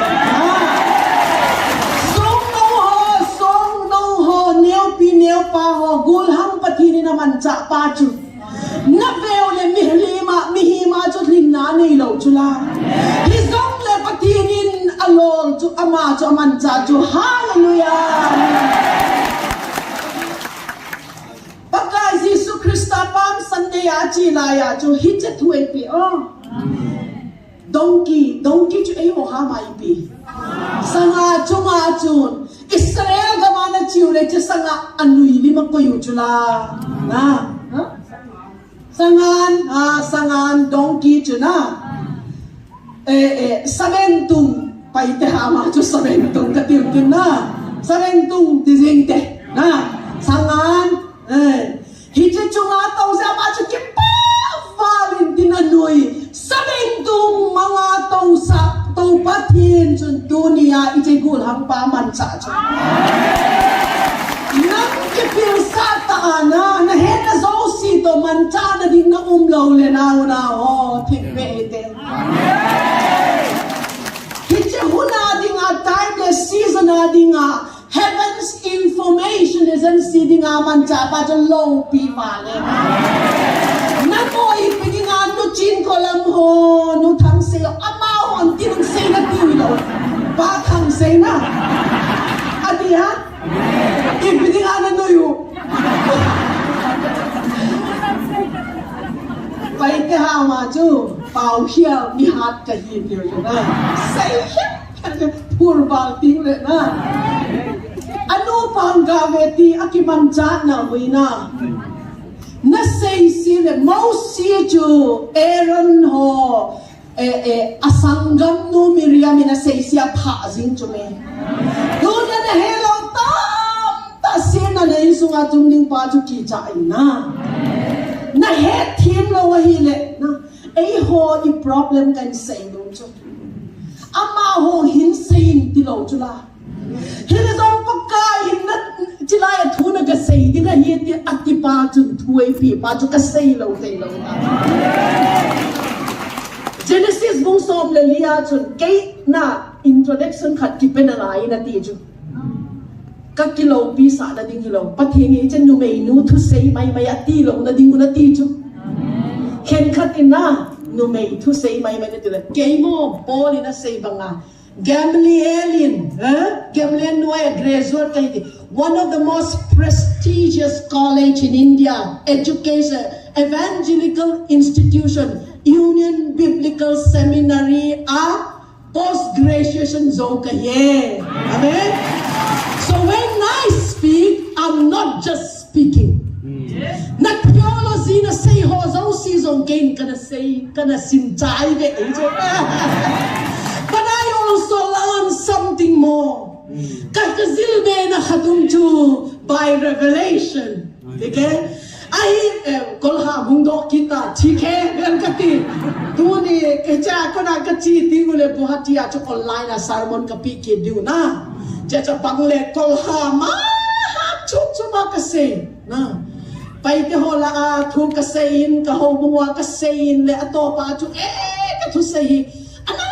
tal khat mar ham chang ina kisei do the kati khat chu na Acha, komacha, acha no, komacha. Kaya jo Bible a kazaw na sadvali, Genesis ako na Revelation a kakimumzing chula. Bible hi book sahi, the letter kills, the spirit gives life, life in its fullness at ito. Hija tuto a problem traditional a iginsa na pawi, at tuwa kizilzil at taahong tutila kiginsa talong. Dunia nujin kolam le pa thang sei ho thil boli. In small way ke ho zong kanu pala ka ministry ka na bolin. Na ina demon possess hong ki puilut na. Nang hon na ipinalodula. Ke chi ho ikabol ngay lawahi. Ama ho vetang tao na naman pido. Dakar ni asun azan umlaw pachu na palbi hizong le kholom hilaw zang le zan khuwa tao na niyo nang huwa din ay tao ting le na kay nik say nom chu abang le na ham se zong se kipudo na curse kipudo zan zong imulo ni khat niya zong chu suicide attempt bol khat ka hun ka matin ka tao pion heche pa chu zan zong imungay lo tia chu sing atin kagatao piu phat kaman pi chu kay zana second khat zong kay mulo. But we never say those things to those people na amaho ko makiga say kitalo but yini ni cha cross puwa ka zui ni mo izui ni atizia chu kisui ta chu me na say sit ho na ana to na he to nga he chu nangawa din na bo thita lo na hun puyo tao na naman pi una azan le ipi ma ho na thuha na he lo chu la complain na ko mo azong bo lo na lai Itagala khatin na gana nom na sa Bible na umilaw ha matay mong som le gubacho doy hozong na holdo digo tang speaking ham chum chumazong na pau digo gul hozong na khutwa na la digo poison hozong na don digo le ham lo din taksa suk na lo din ha dam lo ho chunga na khutwa na tingo le adam din ai le hiche mini le thumbo bol ding na saw ha Bakay na tong hozosin, nang ginto kiti hozosin, itong di chume. Ay le nang chu na. Ije price being am ngai, kat ihet kin na lai di chu. Many are called but few are chosen di chu. Mi tam ta hugdam na di nga chu, mi tam ta kikaw chu me. Hilezong, special use di nga chu. Timothea chu insunga chun level tam tao me ahilla mi akisukhin le you'll be a vessel of honor man tam ta man cha hindi nga hiti nang nakipidom num lo zia man tam ta man thaylo na hizia mi na dem chu hilaw Genesis bong som le liya chu patinin Abraham kuma ipiyasaya. Look to the north, to the south, to the east, to the west at ito. Eho hama ipi. Swalam, tumlam, malam, simlam, enokje. Veyin na ito. Veyin na ti eho na. Swalam na. Side cut iveyin. Ay iti ive pa na sayo dilaw-hilaw jume. Hilzong side cut chow na veti mule. Not na vele south na ipilong ha. West sa isa ipiuma na hello jula. Na hello ju ipidi nga na demo. Na hello na veta. Kazilding na lai hindi iti di jula. Unawang nga ito tim. Tua akong ho sa masito. Angay ho na. Divya na pwedeng ho kasi ni na dunia hichizo zaini hizat na apui kum patin na power kadin sa pui hijala nano pia Satan power titao ako hiye na hila zong dunia hijlaya hum komon pakai Yesu Krista thang bale chunga kuna pakaya kuna lo chun pakai Yesu Krista athang ba the Tuni na ay pui ko ba power ay ko khom tu hi ipati na hin ipakai Yesu Krista thagaw tin to hi ifa choy ai last week chun Shillonga unaw kat kuki kat dammo hospitality zero doctor in zone na hello kataw pi dingu chu counseling kem cha khat nei ngai kazi pa chun aku kiham le pai ti hama counseling a bol gol le loi nu chun pastor pu reverend pu pai ti ham ka het lo kulia chu ki surrender ta ke ka ki pat ki din counseling kan bol counseling ka so tao na khat demonic doorway kha ngai chu na ama ke sa chu chu ka kha pe ding chu o no ka sei nung nung es ka sein ka tin kasi yun tun sot tining pa cho ken ka het ta lo ku ki ha ma cho chatuan ka tine aman ka taw la cho tun sot ha tun sot ama zong TV ngai le nui ve ka taw zong taw bang talo na chatuan ka tine ke zon ke pai te ha ma zon khan to ni cho na chatuan ti chu ma ro mi zo ho ha mi ta na he za ku ki ham dinga tun so chu ka he do so lo chatuan ka tin tun so tan de ha tun so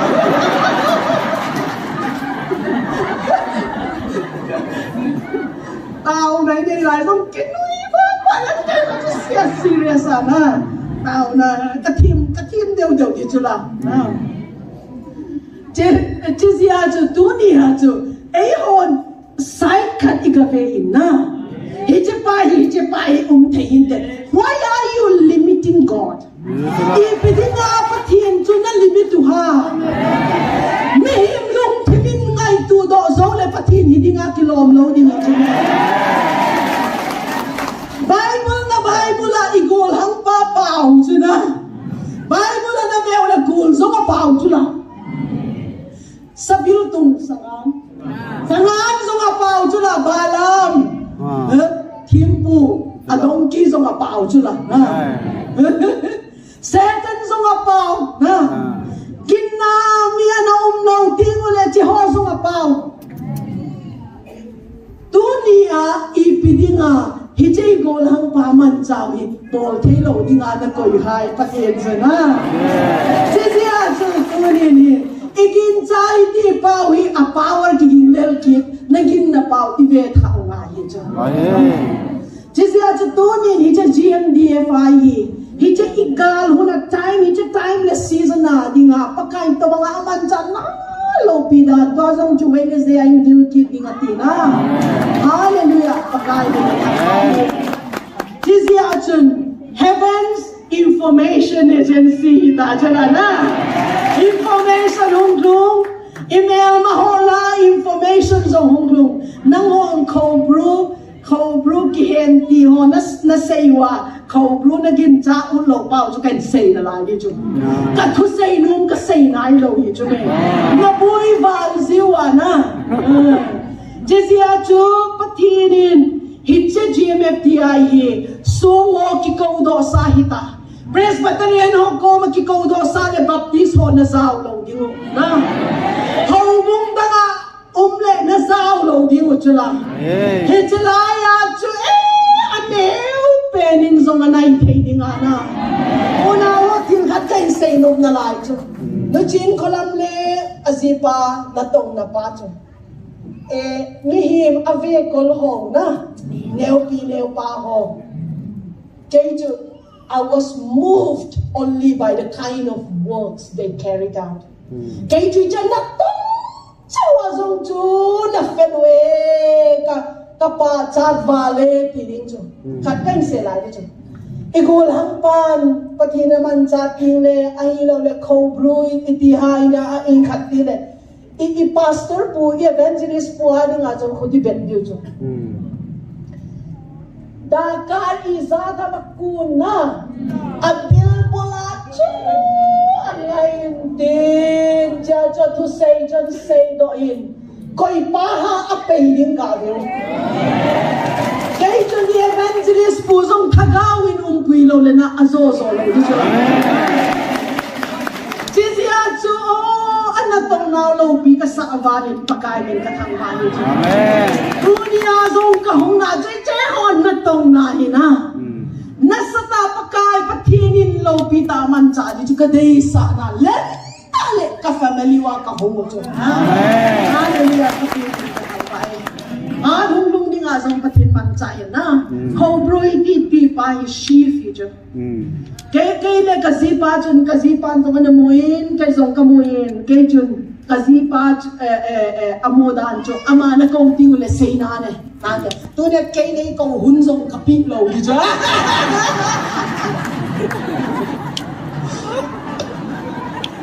ke ka mo pa chu gul pi ya na satani kithat song le thi thei lo in hile zong we can crush his head isuda across the na the gul pi kana moin angong may sagian na nin lamka thu ka say na YouTube pa umve ta ka say do ki thei lo de sia chu may sagian na nin hichu chu angong ka na chep bong chu la hallelujah na on thau ro ki man na ti na gin ja nom lo Gayon ka na check bong uchula. Luchin ko lang min ka check bong pa ucho ano man na. Aham do sao hitalaw niya. Hallelujah. Akani ka bay na. Chisiya chu igalo tua igali ne ipawi. Tao na kayo guhatia ka umon. Tao na kayo man nang ho. Last year ni kumachu to say nga to New School of Nursing at to say nga kahungu. Kayho guhatia asuna zana kazipa to tao na kanayo ministry kitao 1.5 months 2 months vel kitao ilam ka ho sungayo mo jo lam ka ho na nasul value gali ne yung zong na hello ha ka tilina na ji kahungu pathin tu kan se kazipa ko ba an ngoli ni tao itaw cholo hina an ngola na akan deh kita na 2022 jun pathinin 218 lamka manipur thu sei ninga kahulai jun boundary na sim ni mo hi 80 jun gal ding ma hi jun ahile mili ka hando un tao na le ka hando un hichalanga shield igamgi dingo na a boundary buffer zone bolding kasol to aminu ka seizing na ma ho zon sa mo hirte pa thang khomang ibisia evangelist amahi mission worker ya amao family ya azino le achapa le na amao ko ma juna taw dingo nagachi dingo pathinin thun pe four corners sana kishil sa ahin ane nachi dingo nagataw dingo pathinin hichet chanin marking ball na ti na chan na mark dingo kathiyo ane hichelanga hung ho chun kang vai chana chu marking alang agabol chu mi tam tai nei tamu na moirang chanai pidinga na bol lo ha ti na ele song taw na hung lut banga chu chelanga mission compound khosak langa e chelanga sai kon ko hang lang cheda chelanga song chu mun lia na shield ki bol kay jo pathini nei mo sa chu mal cha got to banga e got no mo chu na Chezia to shield the four corners atizia to shield ki bol na pakai nim ka thang ba in kang bai khela hu do the na dunia zong ilungai lo da ding khat chu kain sei nun chu kay chun pakai Jesu Christa chu aban na ya cho phal ban za ka kang bai ko chu nga chu na แต่จะบานซากาอาคุตพาร์ซิงจุละแกเอากระจีหาหนาวจุการไฟเฟลส่งโปรแกรมต่างๆกันเดี๋ยวก็เซ็งตัวนุ่มลงซีซีอาจูบานซาอินตินอาสังคนอาส่งกมูนังหอยจลายาเฟล็กเดลน่าใส่จีว่าจูอาสังคนอาคัลเลอร์ส่งก็เซ็งนุ่มตาลงจุละอันนั้นอาเบจูเก็ตกมูจุละซีซีอาจูสังคนสังคนโลปีเลยนะคุยโลปวนคัลเลอร์จูก็เซ็งโลจิงดีตาเจ้าจูอันบานซันกมูอินเจสไซก็ลังอาจุน angels บานติลเขาจู white อาคิฟันเล่เมรูนอาคิฟันโรนีอากมูจูเจสิอาจูปะทีนินอีกำจูเอเวนสาฮีที่มาจากซึ่งอีกำวันงาตาวในเนนปะทีกุมากะหุมมาสักว่าซงจูปะทีนถ้วยปีจูโลปีวาลินฮิเลซงกะเซนุ่มเบลงอาซีจูอีปีไฮตีเลลุงคำเจ็บปุเห็นลังนะปะทีนฮอลเซฟเลวตีกันนุ่มสิวะฮิเลซงเจียเก็บดีอายาจูอีกุลฮัมปานปะกายในยุมปีนาจะเสียเซเซนะท้าวมงโลฮาฮิเจเก็บซงจูโลปีโลฮาโลฮานาลาวโอ้ไม่เลยหอยนี่ก็โมลูสูดิตาวาติเลยฮิเจโกลฮัมปาปะกายนามันใจนะนะเมรมาวกระโดดซาตาฮีตีปาจูฮิเจเขลาโลปีปีลานักทีเดอูนักกีจัตุซานซงในมุดนำโลนะฮิเจทุปนเสียจลุงมงตะการเอาหุยโลฮะเจสิอาจูนาโฮตุเดียนาปะทีนี่ในโฮไอลงเสียตังฮิโลปีกษาบาลีนะปะทีนก็มากระตาวินปะทีนอาฮีเลกะมูบุยนะบาฮีอีจันได้ดิบาฮาอีทีเลนังโซนในปีดิบาฮาที่จุนกระตาวินไอเลปะทีนี่ในโดนนะปาจูอีทีนะเซนa first yearจุนakha si ma ka het lo na a first year chon nakki hom dingo na no lo mai ta nakki hop khom dingo na ne dingo a second year chon amma le ama akuna ahong pindo pa chon na ne dingo a third year akun chon na set mau chon na ne ta dingo pakarin na kanbay na jizya chu patinin ay lungsin na alaw bivalo na email maho dunia hi ay ho dong gul hilaw na ezong patin ay daw sain patin ay thang bae dunin pastor ho ahilaw le ho bung makay ho ahilaw le inama ho tu ho hichalaya mitam encouragement mo di nga umoso si zalin patin min chuka thang bae Hini pisay zong le na tuta na din pingam na pacho na patinin malsongin patinume. Ayhon dunia i-response din dan. Hitya ZMFDI i-response din dan so number 1. Hitya huna gali neilaya patinin tamong na. Ahilaw le atil ho na epe paljo tamon na epe na paljo itamong din nga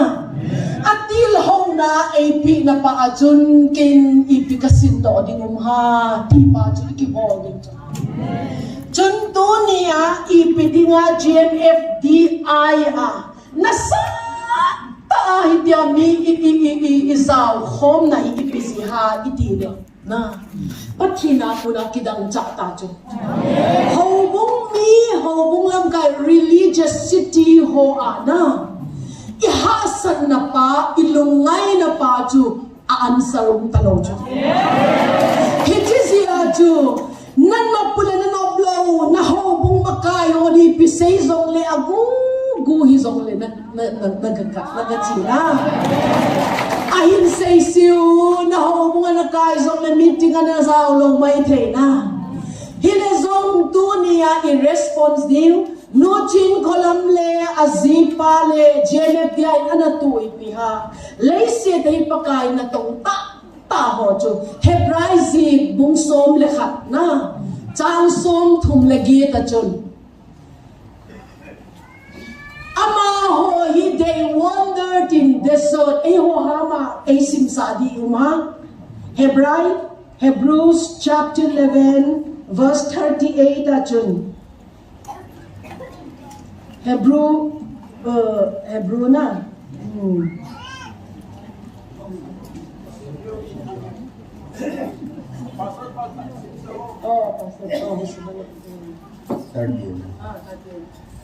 Và nơi lấy xin ama ho na hoi a hipon. Ama noi lấy xin thì ama ho na ho ta hipon. Gam thip laya mole hanga.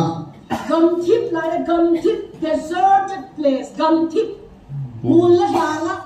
Call book chule lấy ko homa ava le vinahi. Pagkai ni Bible tang ping thong sim na ileni ni mal som pihen. Gam thipa. The world was not worthy of them. Lay said ama ho ading in ipi worthy lawahi ki pacho. Athak lawahi. Guk ta do ham kai sim chok di chen. Na athak lawahi.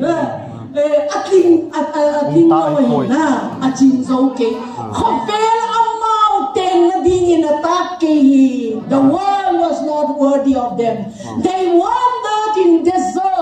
deserted place. Gamtip. Ona o dunia pakai Yesu Kristanu Old Testament ako na veule. Very lonely life, deserted life. Gamtip ito. How mga zong tagawa na tale pa mun na naitalaw yun. Na religious spirit dante kahinsay dito pan ay ho tao mi siya itaw na ding point song kahinsay di ngayon. Tuni na deserted place dito gamtip na. Mi ho va choy na zong chang talaw. Tilpa say na zong talaw. Vetang doy lekaw ho na sugboy ho akon puyo. Ana tao piyo kay ho kainwa cho zing ho ba mama azang kipuy zing na. Asungwa som lut doy lut na. Ay hon tao na let huni naman cha pi na. Sulta. Ay hon di setan til boli beta tina. At di ba ako masolding kanopita jula? Kibay isa din na. Kan say din jo til kat ami ka say daw din ko hatia jo. Nunga kan na golhang 13-14 years ka banga zong kalzing na. Ang jo pastor na kole pastor zong kat I challenge you na teacher. Akat pa jo na kisulpi na may zong matisen po na. Ay le inay nutun alo ngay na hello cross kata na yun din na. A cross a face sa ale at slipper atin. Kayo sa Sunday hindi kakola jo kasipay kaya jo miss call at dinta na. Jo kakamanwa jo 7:30 vela jo call back ule buyo. Apaw jo lao ba luma ki khumzin hostel kata gol hanga gubanak ko na. Ay le kayo kagachiyo. Room kata na kumo jila isang jo bangay da na kikhay zing jila. Pat kaman piyo. Ang damdo na. Akin pastor ho jo ka challenge city na. Jizi ajo ikive pat ngay jo. Na. Doon Paul kahen na. Yesu Krista kahen nan kahen di khaling pa jo. Kin chato to is na. Ile zong to niya mi pihon. What should be our response? Ihet tim din kat jo kan say no min. Denak again. Kasay sa jo. Kasay to jo. South na via North, East, West, na hello siya. Jo South na via na muna pa jo na say jo dilaw na. Doon na ho mga pastor ha makay ho in asay pa dilaw di na hilaw ho. Don't never look down. Nang itiyan na veno, itin sa hilaw. Hirazong ama na mo pa asin, amu pa jo nang namukiting na ama ko na nang neding talo. Chisiya jo sa tao jo kizo na pa ko man hol team nga ita jo la. ABC he jun ABC say din. DEF he chun DEF asay ning nang ABC na fasting le na hicha chu sin ningum talo na chicha chu DEF na hold do ding Bible chun 10 versions sung chula na miso min nungak thing ati chula ai le nungak thing vet alengwa nungak thing chu but 5 of them minga ho chu asathau ki chaita amo pa hung nai lo asathau ki chaita ai le sathau ki chaita tian le chu mo pa hung le na het lo ding hita chula he chia sia chu minga apil ho chu apil nau piha asathau extra chu chi sia chu na sathau tua pathin tu na ngai thak pa hi sathau na be lap chu na sathau na suk dim chu chi sia chu mo pa hu ha zong le nang sathau na nei le pha chu na he le zong minga asathau ki chai ta a khon ba chu nei ve ku chu na they all have their lamps but the oil was finished for 5 of the fullest virgins minga angol ho a chu oil ki chai ai le angol ho chun mo pa hum pha ta chu mo pa hum tai te het ta chung thau don mi pil ho ko ma na sa thau ai hom ti tia hom chai hom ni ti le mi pil hon chu i pia sei wa ki ho ani le na ho ani ki no ding ka chiun lang azo na muna ga cho na dunia gim la cho ta to na zong num la wa cho sa thau cho na hiu chu me sa thau na cho wa ha sat na kong na pa chu sa thau man na pi na chu me na in beng pan hi chlai chu phalo da nang na chi na chu na in beng pa sei sin na chu na sa thau man pi na chu le mi ni pi sei di ba ha ti na ngai lo pa chu na tua chu vetan risk ka la na chu jeme dia ko hung chu jeme dia ho zong si chu nei ku ding ta chu la hallelujah amen aze chu pakai chu ni piete I say ha if you honor me I will honor you if you dishonor me I will disdain you what you la jizya chu pakai min thang va na chu isao lo kha ding chu sathau na mu na ichok meng ngai chu tu pha ti hun na nu hita hele zong na ho bungwa pastor ho sei sit zong ngai lo na ichech ama hon ABC he to pa chu na he ding chu rong mong som le thuma chun 3 things remain till thuma umer alo pin faith hope and love ginna lamet na choi ho ha ma im kinep na inna ati ken kha tho na ginna pe ta sei ding ata ama wa zong anei na lai di ba hai he ta lo chula he le zong one part of the gospel na Paul chu na ipili zong le sei le patin tu le ka ki pa ti ding na he le zong nang pa chun lamen na doi inna na doi le na sa thau na muna chu na ka holding i chu me aman chu chu ta na sipan chi ta hin ati mai thei chu la na sinu chi ta hin ati mai thei chu na ho bung mi hon song ati mai thei chu la hele song pathin mi na thutta pa chu ka het do ngai hi tia na chu sa thau tam ta i nei din mo pa hung ting la i het dinga ginna a pathin thu he ho zong pathin in judgment bol ta ve na hele zong pathin it those who love him there is a special package prepared by God for those who love him Zohan bong som le lianas eta veole if you love me you will obey my commandment na inay lung sit nei ngai lun le na kathupe na zuiding John ipia say ha keile kapa chu ka hungding nanga we will manifest ourselves atiju pakai Jesu Christ ang kilala pa ichang ding chula Korinthon khat bung ni na vele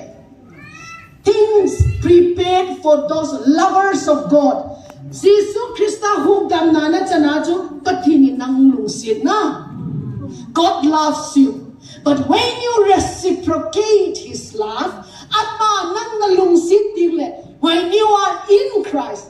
Jesus Christa ginjan ya chu ama isunga hum chu. Hilezong nang pagkai Jesus Christa nalungsit dile, you are in Christ.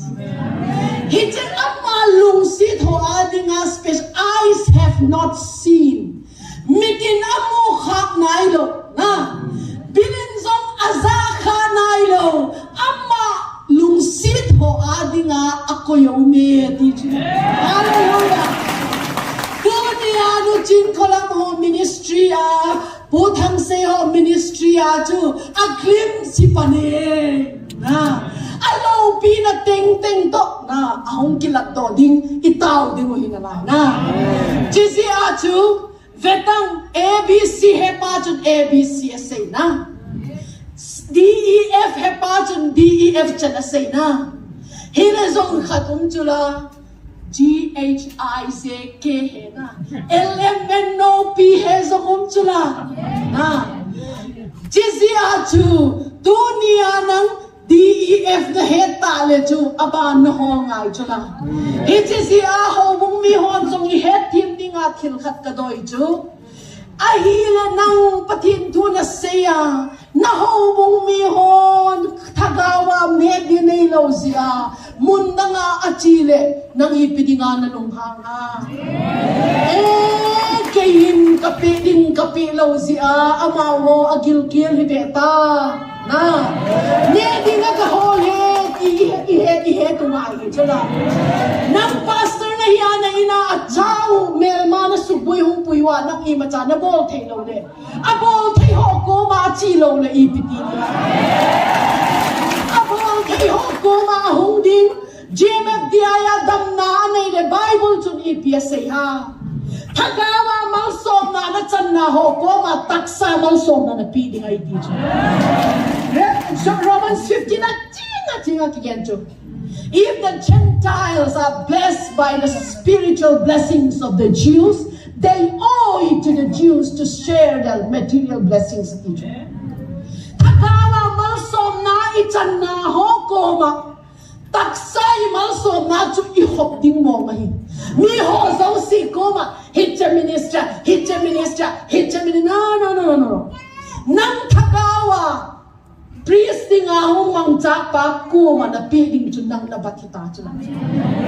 Alo busy chun na. Ay honda ni sim ho hitalo. Lungtan na asunga ko na dan pita ko ni. Jisi achu tu niya hobong mi hitale mi himo mo lungtum let iputungai ta chun na. Jisi achu ihobong mi ten anne ding holo chula. Anne ding hol ziwa chu nang napi thim lowa napi thelo na hong ai chu koi ha atila kuna doi hol khena koi ma lo chu missionary ne kitchen here am I ministries at to kazipai director ahin kay founding president kahin mi ahong in tao piding pathin thu is saying le amao hon chu masapena chu damlo ho hin puiding o doi mathohin puidingo. First, the more the power that you preach at you tonight. First, atu be hon kangai num hiwe. A power on bolin lang. A power atai di kamo ti mule thusoy nange. Ay ho lang ini bol siya lukat tu atua ipatu a power ki mo mailo. Colossians 4:20 ajon. The word of God na patin tu is not just about talk, it's about power. Tua hobok pakai na tong nazong na power encounter hijume. Power le power tun missionary feel chum kikabe. Kayhon ko ibachan patin tu say na ilo kaga mudon. Chichu missionary ka so na dinwa. Hiche area chun shift apatino ha. Kali ha, Ganesha, kaga-study. He just study zo tingle amawa agam sumwa mel mapachu bakihem. nagum nok chun aina strong man mi hat pa chun head masanga he ti amen chizia chi ka head tu le missionary soul ting le na mi tam ta pin thang chun amen pakai na tong na tua be in ki pandimo church here my ministry sung to na ki bol chu 120 baptized believer ta chu Assam very corner of Assam Arunachal border na all of them, including the missionaries. A missionary pasong, tidinga damlong, tao na hongdam, tiyacho training kipin, agamwa kisoldo kina. Jisiya chu kolhola, ho chu ipabalwa na. Athui het may rezong, iginja may na. Ile ginja na ti pao na veki ti ule paisa na ha sa ting na ginja na kichay ta. Damo na ginja na iti ule na ginja na kichay ta. It is not faith at all. Tiziatu, faith is the substance of being sure of what you hope for. What is that substance? Tiziatu, a substance loa faith pa ziatu. Tom chai ha sat le zong na igin na umlo ta.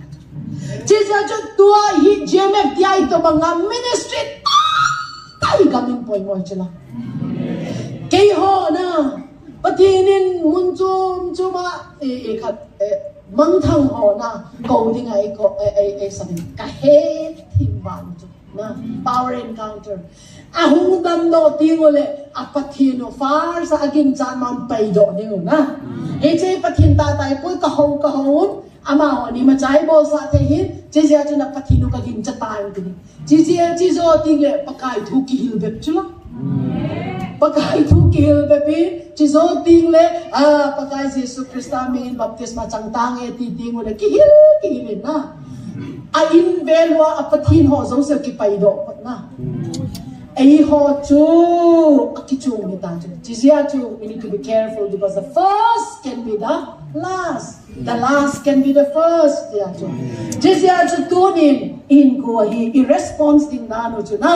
chun ho bung makai hong zong ABC na hen adike di lo hi DEF na hen adike di lo hi hi song le FGHI omum na la hi na hi che mi dang in asay ding le ahi et di pe hi pe na patini to da nga ye ahi lo le na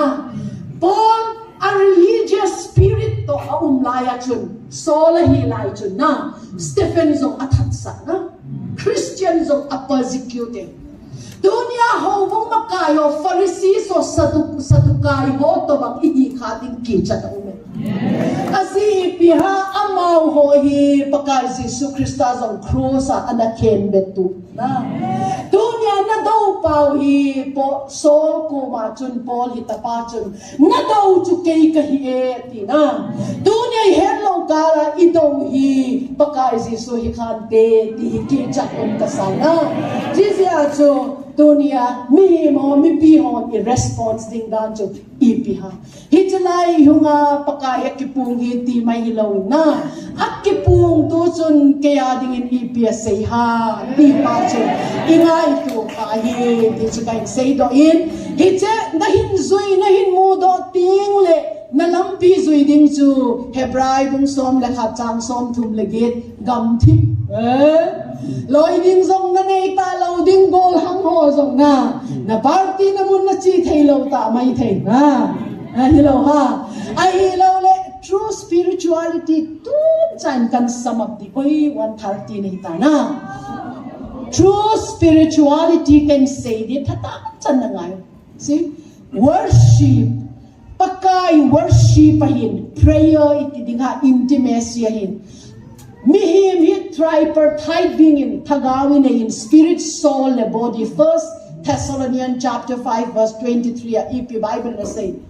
let your spirit, soul, and body be kept blameless. Pakai Yesu Krista huma aku na natagaw soul to hinna taksa tagaw hinna le taksa chu dembeya omningay na ati pa chu aile Nisina evolving true spirituality, true worship to ipiha. nathagawa pathin to na ki alignment na ding pa chu ipiha. Number 1, God's word hi che pathin thu hi na heading hi che na head pa chu na kamana sei do ding. When you speak to Guk, hi che mysteries of the kingdom hi. Talan dunia na het team lo mai thei kilezong jing le aya na het team di si mia pau ting le ipia pot do ha hui pot chila na the word became flesh ati hui pot pneuma spirit chizia chu pathin thu ei hon ka he iti chu hitai koi dap le hilo de chu imuka iseido de ni chu hija chu thagawa ikikanet na pa hija sing na thodo ting le no weapon fashioned against me shall prosper na ti de chuna satan le aloy ho in kele ka in ko adinga programa sim chu imacha alo ring loading hi dati bible it is written taka Jesu Christa chu satan na do na chu zi ahi to kunin na mi hinju man shall not live by bread alone. Sang ngedin min ahin loading ahin. Pakai kun kama kuna thu hum pot dot. Zi ahi bangin. Torah refer to Genesis, Exodus, Leviticus, Number, Deuteronomy, to law book it to Torah, it to refer to. Je Bible Isaiah 54 zi ahi to zi in. Me kay chu kachunga mel ma planning ho zo si chu I macha assezo gi me tumponte your word will become flesh. That is your alignment with your spirituality. Hije chu lo apoy ako chu nang hon Bible naman cha ding iza na nei ta ha na ta hold go ding chu sing ka ting le month of August month nangon pathin zalin hong phana beta wishes would walk I wish ni bol ho hilaw na month of August til sim zosin tunay say malaw di til sim zosin bilan na yuchu August ko baze August ha Pagkai Jesu Krista mingin tugon pilal no honge na we are sons of God dua ikilhat ka hong kid na lai ding chu ABC hele baby Christian hiju but baby Christian cannot be king lala to thilo chula to Revelation 1:5 1 Peter chapter 3 Revelation chapter 5 Revelation you are king you are priest hiju but in male ho na simo Ezekiel Revelation Daniel face of a lion sa kay bak ni ju kumbi na hinacho face of a bull you are a priest himpu na hinacho face of an eagle, you are a prophet. Face of a human being, face of an angel in a line. Chizia chutunia baby Christian hizia igam zong tu fang chula. Ki nai say baby ina hello chula. Now ne ni na la ai pe akta. Noya chep ding atha ding na. Jizo ting le noya chep ding atha ding na. Chechunang nasilding baby Christians ya chu igam na pathin program han tu ke lo ya chu tua pathin in a whole to sons of the most high God pathin in gulhang ilo matured sons tun kachapa na heche kachapai doctor hi how proud we feel na nung kasadan na ama chun shoulder to shoulder responsibility pudo thaita na nule pa ha to azong chu ministry pathin lo pi na dingin na aunaun akiton fila missionary khat na a bike ding a chopi go to hallelujah chizia chu ipia mature ting le nule pan angan si thaita chula baby noi du den na Exceeding baby hilo chula nang nu nang panbon matured sons and daughters who will be able to shoulder your responsibility hitata pa chanu na delevan pathin chun hol chula now pang baby Christian ho ko ma thugu ka sei hilo chula hitla ya nu chin khola mona bolo Christian ho na head team lo di chula Jezia chu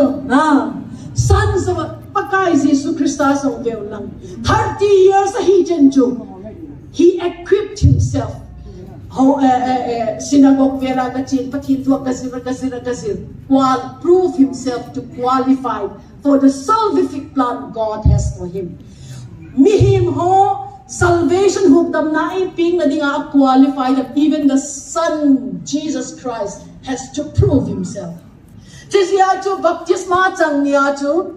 hitche this is my beloved son in whom I'm well pleased hitche ka chapa ka do ka hom thoma ma hin achunga ka kipake ale kum som dum chita chu kipalo ham kum som dum chita chu ama son hidinga qualified matured hidinga na hitche pathini na pik pa lol hiding puithi hiding zol na hidinga mo pu na api pa asem do hidinga ti qualifying destination hitche zau pheta chu thagao thin thoina puna kona chu me ma kisapan chu me hitche thagao thin thoin chika chapadoi tho ta hi tiang pung do chu setani na he mi zo si na he thita no chin kholam ho pu thang sei ho chu gali nei le amino thang chi chi hi chu na patin nei ta ho chu na mo Joseph zongen vetamon femin kial chu ho ha kial na kial kid le prime minister ato jing chula mi ai sei se dingo lo le thil phai ma chai bol hi ti nai chu me ipakai Jesus Christa za apapen palgol Beelzebul pawara ye le ho adinga chu het thimum wal na doi pai khatin enu remi ka ngai ti le chu ki chak umi dila doi pai in I hate you ti le chu hallelujah ti de chala na the ti ha sisia chu about hot a het thim ba lo hi ji ban say no ai na hi sisia chu tu ni a chu behind it somehow that we are entering an age called the wrath of God the vengeance of God tu hun bi it's a reset til kha hung ki panding the year of the Lord's favor akuna the vengeance of God papakai revenge la namun lung tha na huna kilut din ita extra oil na nailo le na hijina oil beintin na zon ting le kilet tamay thina pakai si so hungin room sunga lotun ruma athil bolu chu pakai lo pina sungla tho zo so chu ahead phata lo chu 5 virgins foolish they ho Jezia chu tunin how should we respond tua itil bol pa hi I oi I hop pa hi ti pa hin say ai na inahin chun na ka say chu spirit I alignment na pa chu we have to speak it out with our mouth imuka I say do din pathin thu na he tu til pa zing na tho chu Bible Genesis bung khata chu Vak humum hen ati pa chu na insunga na tho to kito na chu na insunga let there be light as it is written Bible ang kisay bang inatiu niya tim chu tim god do indi nga lo chu vaum ding le tim chu tai dok zing na tai dok zing chu jisi a chu imuka chu spirit alignment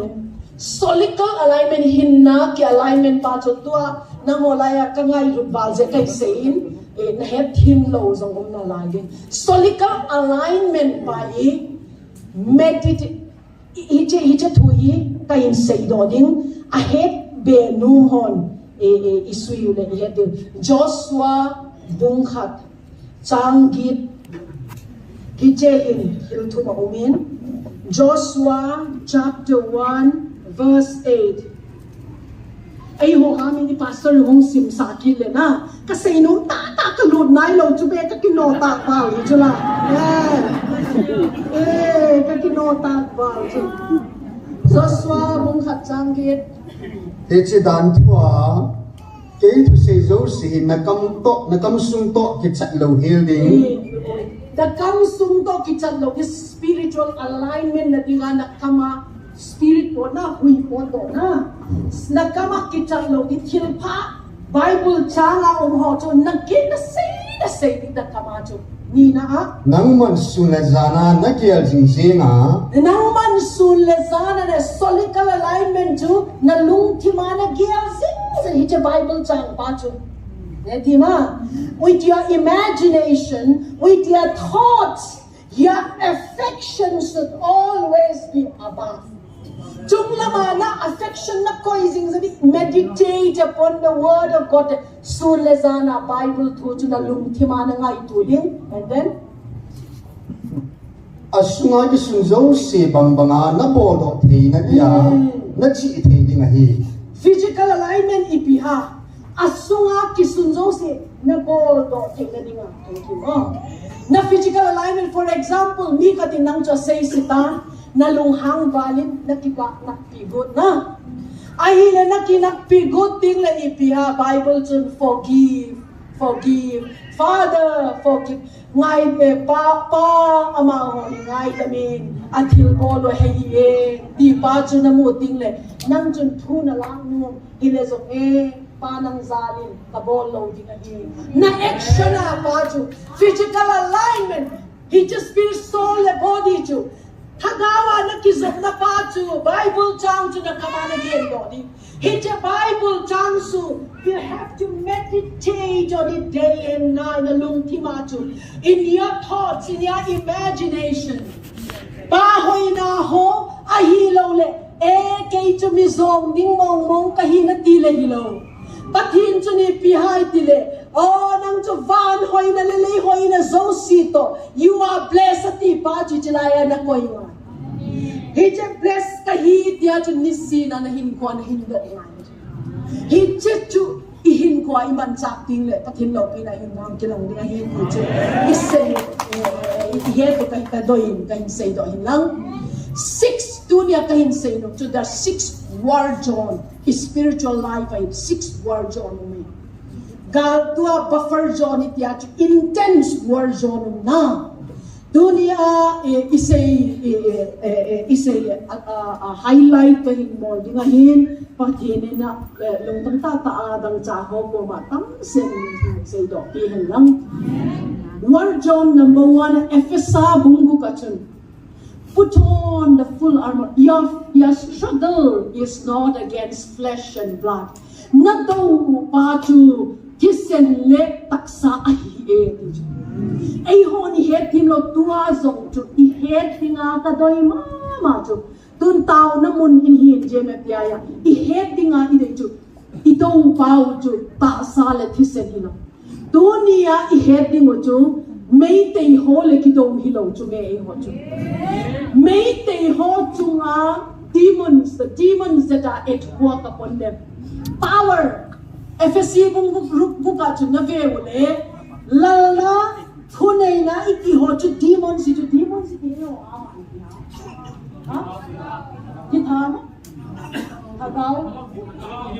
Hagaw hilo. Maho sa nga buiwe. Bukihan team ho sa nga buiwe. Tita sa hilo. Demons, kahit ay doy. Tua, nado to, lala tunay na iti ho sa doy.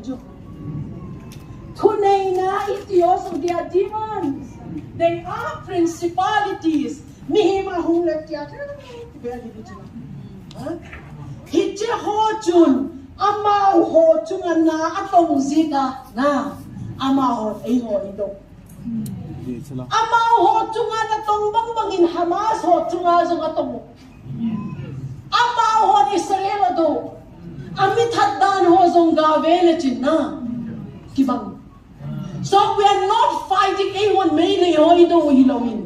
We are fighting a battle, spiritual battle. Jizya chu hilaya spiritually a victory that you hong kisay spiritual battle hito. Tua ihet hinding mo jo. Mi ido pa jo mi him hilaw. Tua hije ihet him law le na. Tunong dilen may tigal zong le na. Ay ho sing lang mila azong. Mihim le mihim kidaw kiti. Hiti siya chu tua thado ha kuki ha hilaw. Ipu German ahong damdoin kipaon na. Patpakain aho doin kipaon van na. Gamla ta azong ngai dilo. If that same demon is at work over them. Chisi acho tua imaak izong hungom le. Satan plan iheding ju. Political division akoiding. Religious division akoiding. Ay hola acho denomination division akoiding. Presbyterian, Baptist, Lutheran, Hitchet group, itiw na, Independent Church, itiw. Division of koi, Lord ning bale. Chiso ting le, tribe division of koi na lai din. Chiso ting le, language division of koi na lai din. Ay ho, ibeta tali na. Kuki, koi ham, guite, kuki hama, ham halle. Guite, paite hama ham zong kisul thay. Guite gel, language division. So the battle is not between you and me. Dunia ho mong makain, politics ay imakay ho zong iheding mo to. It's not about tribe. It's not about language. No. It's about the demons that walk over us. Korinthoni bungli changlia chun. There is a demon that blinded the minds of people.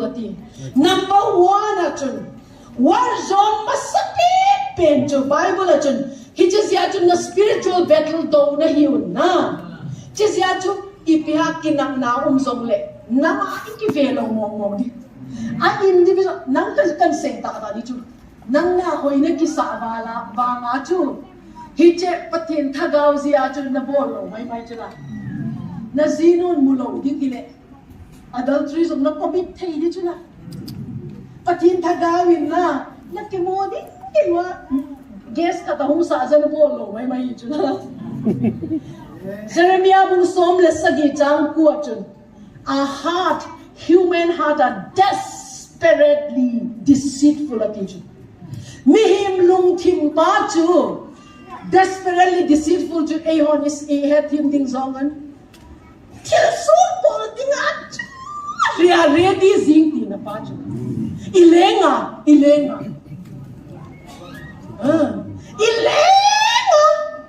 But the good news is, Tagaw King Tozia go low ham na. Tagaw King Tozia go low ham. Kay kan say din na. Kain o chu kain kang ho pineapple na yun. Pineapple yun. Mango long pen. Why first up kay sin ko. Pineapple yun. Papaya. Papaya. Koy kain kang ho ino chu aga chu. Ni khat chu ka thong chu ja ka pat kha ka ding le pa papaya chu ko ba na. Mo papaya ko ba le. Ke ho hunga na ke compound le phadi. Rabi ka ti chu. Migilaw nu rabi na bol khel kitte na. Sorry lalpa pakai sorry ngai damin kain ven ho ina phata chai no men. Nei mal soma ahoya. Hoy bazara man to pen zong lei thei ding in nei bo mal so bin ka ti chitia cho bazara ka chi papaya len ka na ka pe ding ke long ka ne num ta lo na pathin mina cho ka pe do na ding ka hol le I tor bunga ko na ai lang mi ho khat God ya kana ki het sa ho le ka kimuin na ma cho ka pile rami pakain thang bai na ma ta I bless you Mihim lung tim chu chu hi chu. Lapaka ingai tua zong ke phasata to ho chu na. Man ho, cookie ho, tha do ho, zong ho, pai do ki But today I want to remind you, nang zong worst of the worst na hi the na. Hin zong na battle fight pa chu ipina ko na adaming nature ba chu na. Nang hon British on divide and rule policy bol na saule hilo chu Satan itula divide and rule policy bol chu chizia chu dunia chula ya thu khom tao khom ninga ho zo si ni sei I tao khom ding le na hi che chunga thu nei pa mihim lung thim pa chu suboi na sabui pa chu I hen chimi tu nga hi cha hi che hen chimi ting le pau zia kina na talo dina pe zia kina na talo dina hi che hen chimi ta ding le anop ding dan dan cha chi chu bol theina dinga pathina thakau thing tho in so no and I praise God for GMFDI chip to banga tao na mun ho zin pathin ka thang ba nang ho hi atmosphere clear dinga pathin na koi na hiwe hi che sia chu tu nia hi che atmosphere I clear lo le I mabagwa chu ki do na tho tho azi chu ei ho I do I het lo na chi sia chu tu nia first 1 John chu na to tu sale thi sana hi in ati sia chu lalut ho demons Yung nga tun lalut khat chu I ho to pa chu nga mu tu le na lalut jing ding ano na pa bol ding alo thei na ding na he thi mu ha hi cha demon in alu ting le a hi lo le thu nei ut khatum de Hitlaya ya counting pau na announcement bo zong lum sing na ama chunga thunai un na to yung le na thunai un fan tin na pa bo sing ni chu na he thi mo ha he che si a chu pathin galvan put on the full armor of God ati chu pathina ko na ki thop na ding galvan chu kapi a hi ati chu ama sa pena chu the helmet of salvation ati chu na luwa chu lukhu na helmet na khuk diwai ti chu hi chen na lu pau hi na tum the pathin thu chu I helmet hi chu pathin thu bet hi chelaya ka unaw khat ka gen si ding ding le pathin bola hi pathin na lung si de neo pa pathin na lung si banga chu dang le ke zong I lung si una ho pakaya kuna in la tak takinai ding le na hi chet division thei talo chu hi chet division thei talo division sakpa mel ma pa chu inol nga hi chu tua una paite hizong le mar hizong le cookie hizong le koi ho vai pacing de zo hizong le khata thi ding le ika na ai le una ipzi ai che ika theile tu ni a khat le khat ho isin na ding ke hol ke ya the reason is that same demon na anatom tupan atome Jizya cho amasapen hi ilusung hi event bitu ngaye. Nangzong Bible Proverbs 23 verse 7 achun. As a man thinketh, so is he. Mihi minangay tuto bang bang chun ahizinge tije. Ahile I am poor. Kazong hi natile nang zong zing. Koi majanan house asak thailaw ni. Krol nei le chin zong mi zong pa chu hichilaya zong zing chu chizia chu ama chu krol nei le zong chizia chu tu ne hichelung thim hi I control ngai pathim thu to I control ngai mi veti le politics si bol le hichelung thim I Bible thu I control sa ngai Hobung I ve tuple hiche thu I Bible I ki control sa ngai Kani sin hin ko pa chu hi che Bible thu ka ki control sa ngai hi che hi Bible in EPS say ha si sia chu dunia lamma kai ho zong si zong kan say nom chu whenever any situation arises conflict here EPS arise le take it individually hi che situation a case to single ala di na Azi chu mel mapan koi to bang zong man sa thei na hi che so nami bol ting le anam le nama kina na kisel na ta chu uzina koi nama aveka perfect kum koi nama alenga hoyum koi malo le sen mi he mo ki phalo vek na ku ki hola apha na mule phalo zong pai te hola apha na mule phalo zong Marlaga apana mle phalo zong EPC ha the demons are very active it's a doi ho chun na sing lalu tho thu nei hu tho na paisa doi ho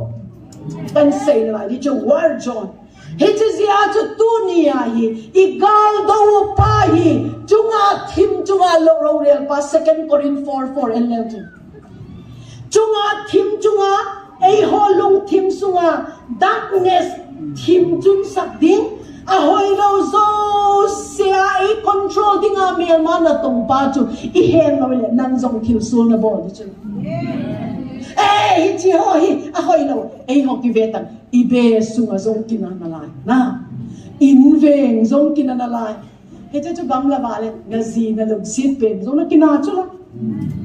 na cha na lung sit pen na ne ding na pe ngam ding pa zong na kina theu chu la ala ipila akidang na ei han ipiti ding a len ta ila pai ha ka ti na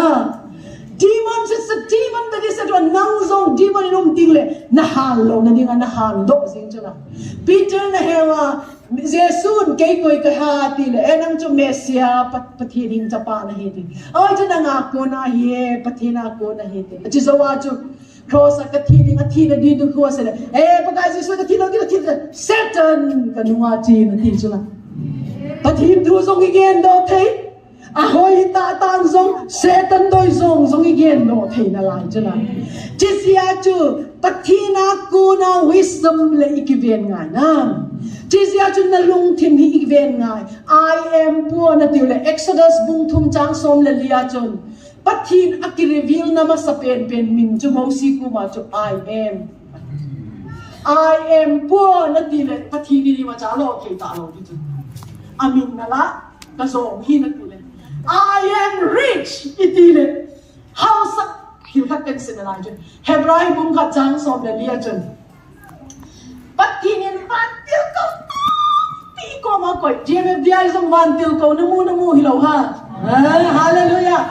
kay cho ka hung tawa zong chu van til ko le kalam ta chula van til ko ta patinin na nei he je van til ko ho chu Bible na simule Hebrai 1:14 na chun huk dam na chang ho a dinga na tong tu dinga pathin na ko yati chu ayo ma isim do na lai dia anang ho na sim jing ta na pathinin huk dam na chang ho a dinga na tong tu dinga akoi now for example tun nuremehi Jesu I am healed kadam hi pakaya katiti le javan til ko hon kadam na dinga chuna kong som jing chu na ai le kadam moi na tile ama hon na tong thelo Satan le tim hon na dam mo na ding chung ai tu jing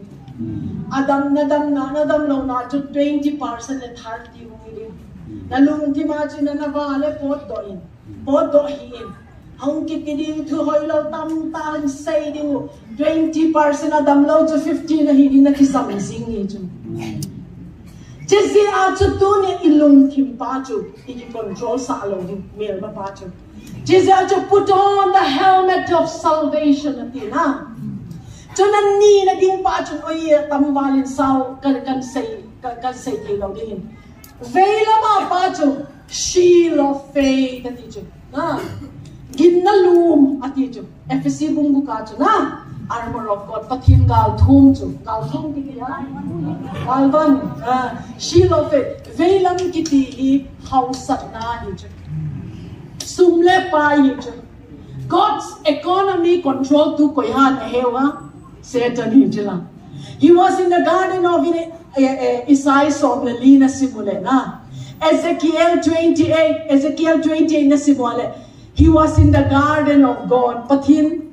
Eden huna umin sung man tam chisom le ni chu ama custody au ni chu Satan in a big tu pi chu na ahil ma na before he rebelled against God chizia chu veila mi kile house chizia chu Jesus Christa kuma worship me kay worship ipi ay ama nei hawin house na lo pita kapitin Chizia chu tu nya ikama ibui na pau hi veilang thui chu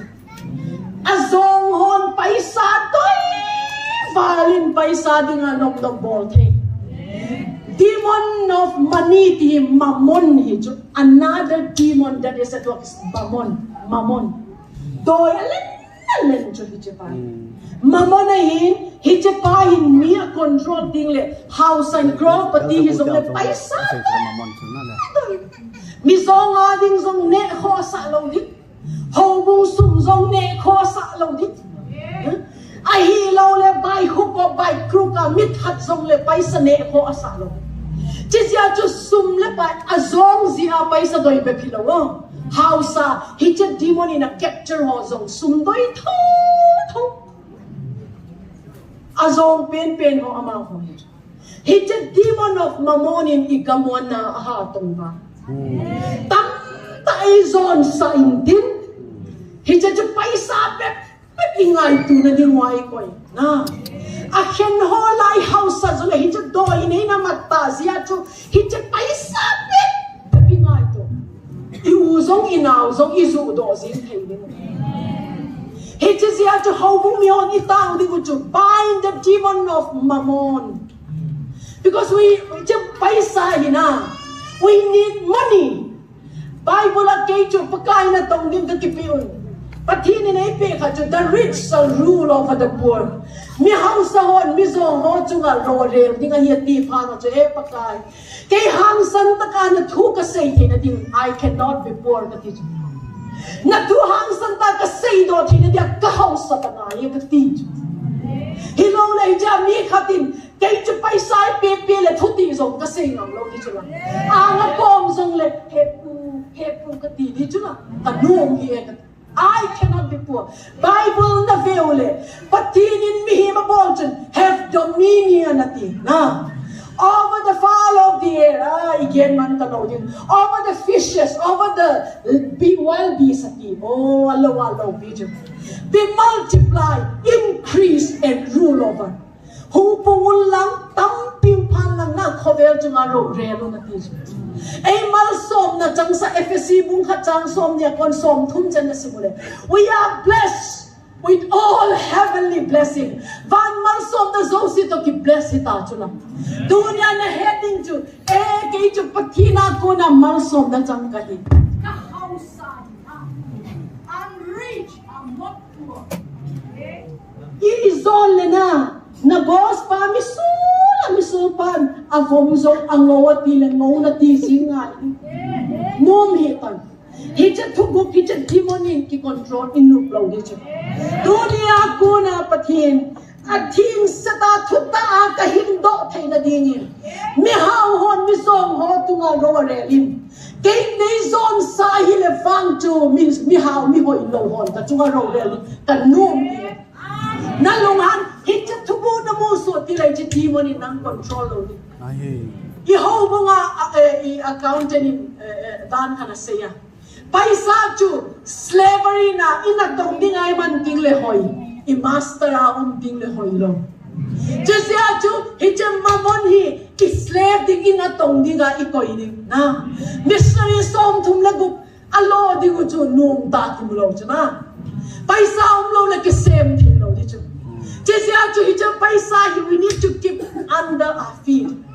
jesia chu paisa ho chilai pe lai kai chu ki da ufa a best place na zipa amuna chu na paisa na sale du chula hello chidi hello paisa chu na go and serve me paisa na man do tigle kilo khata 50,000 na sale do na hichat na tong dingin nang bachin lang tapoy mo na nang kik dingai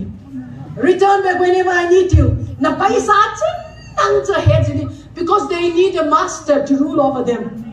when you know you are their master nang lala na ding le man head to a paisa chu khoi la ya zong le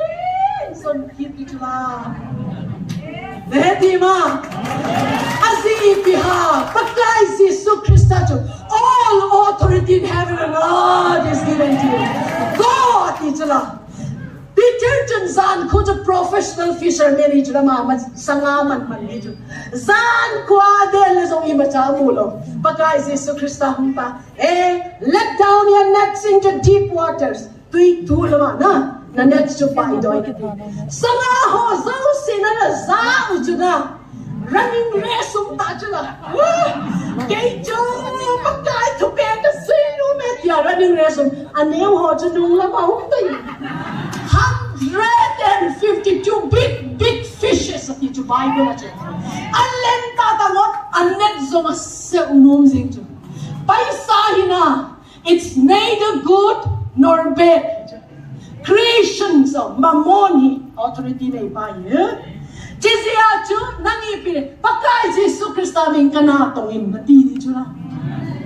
Jezia chu tunia hichalaya tao khom ning ana hung tingule hicha paisa demonic spirit of mammon a control to pa ilado man dunia hilo future ana paisang tipeding ipipiang kibolding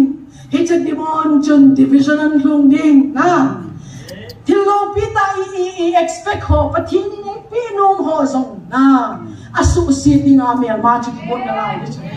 Jezia chutunia, shield of faith, breastplate of righteousness, na omo chu, diktad na ompo, third na hatu, the most deceitful adilo pen chu chehi oh. Guard your heart. Blessed are the pure in heart, for they shall see God. Mitamtang na tao, hunang olo, patin na ko, hezong patin na mutay lo ipisi ha. Impure heart. Mula sin na teasing di chula. Because hitchahat adilo le chapona na naipay Hichahana de ilaw le mizo sinamunim din. Anangol le na zipangol din na forcing din. Ahilaw le kazil nangol le na sinusong ngol din na force ngal din. Na self-righteousness umsing. It is there to blessed are the pure in heart, for they shall see God. Patin mo literal amunumi uma. How will you see God? Patin ito mo dinga literal manifestation, revelation is very powerful. Bible again, patin naman sa hozaw si encounter, revelatory knowledge na yun. Be it Peter, any one of them, name them. Na, it is the atutunya ilong timpay event. Patanay tahin, kahit kahin katin. At the right hand to the sword of the Spirit, that is the word of God. War John.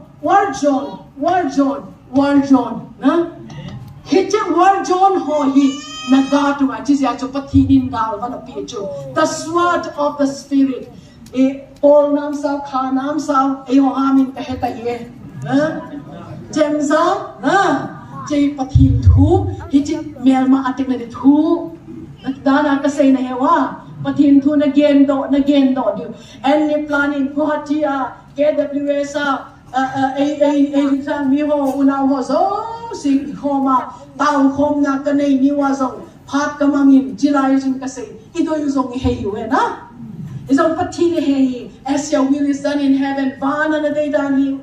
to bangin kami hola na doy dan hi na. In Isaiah 19, every planning that comes from the enemy game shall come to nothing. Itidi wahina. Merma akuna, kodruma kuna, ho sit na dinga program ho so se fail din tao din. Fail chila na. Fail ta zata fail hicho. Hijilaw hile tunya cho chutney hi dingo chila. Ilsong patirin chutney dingo palo mal chagot na. Palchago, malchamehi di mo chula. Ilazong patini na palo na. Jesus, word of God. Tuasong chula tao tingole. Mel ma plan ho so si. Oh, ichilay gul hampan hun pundo se kipa undan na. Mel ma plan na sitan ho ihedon. Patini niya di nga plan ho ihedon. Oh, alo pivale na. Alo pivale. Tuasong tu patini niya di nga a program tu bang ta ahile mel mazong nasa semang kibol din na. Tribe led tribe, hitchet demon and division yung klung nito. Chizia chiche pa chi igat ho yung ay. Finance sumle pa yan na. Money. Heart event patunga. And the sword of the Spirit, God's word. Any planning, nangle nang zong na. Patin, kaya hitua til pa ka gel ho. mi ma po na umle tu pet de la do pi in nakitizel nga nakitizel lo le we human being hun tam ta ki shellfish pai na chizia tu ei le hei zong patin thua chu kichek nga chu I hello kala zong I heart zong na Second Chronicle 25 ahibaha na veole. He did everything right in the eyes of God, but with the wrong heart. Til hoy so si chu hoy bolin along dang adikhiet chu along dang adikhiet. We can be the same. John the 5th word John loins. Loins Hijalahi belt of truth atina tuta akong ga di kiti bajo iloin say una ho ido tahi ikanga hi umso no may pasal thang ta na hi zong lay in the loins na itisena bajo isukti ngai jo DNA we need to pay Bible in EPS say he is a God who can visit the children to the 3rd and 4th generation at tuson at tason khang thum khang lia ga visit theti na pa jo curse ka bolding ham siat dini itia substitute to hilo I will visit means for example gavenge building ati for example can say Abraham jun aziz ka sister kasangam nuti na Chizawa Isaac inzong azizu kasangam noti kit. Naheti mo Chizia chu hichel loin si pakai Jesu Christa DNA ihen dongai. Ahilo le na ikhanguiwa zona kiti pazo jo ikhanguiwa ngejo. Napi na po na leiba anadit lo le na khanguya zona nang na tong intong zong le na leiba na bat ngai sak lo ho a khanguya zong gam in mun na sot ho zong to Bible wicked at it azia cha ho gam nei lo zong sot ho to wicked at it no mei thai ho taga ho koma taksia ta ho zong to generation person if people Bible vetan Judahon pakai Jesu Christa na thatun hichat hisani ke ho le kachate ho chuga umhen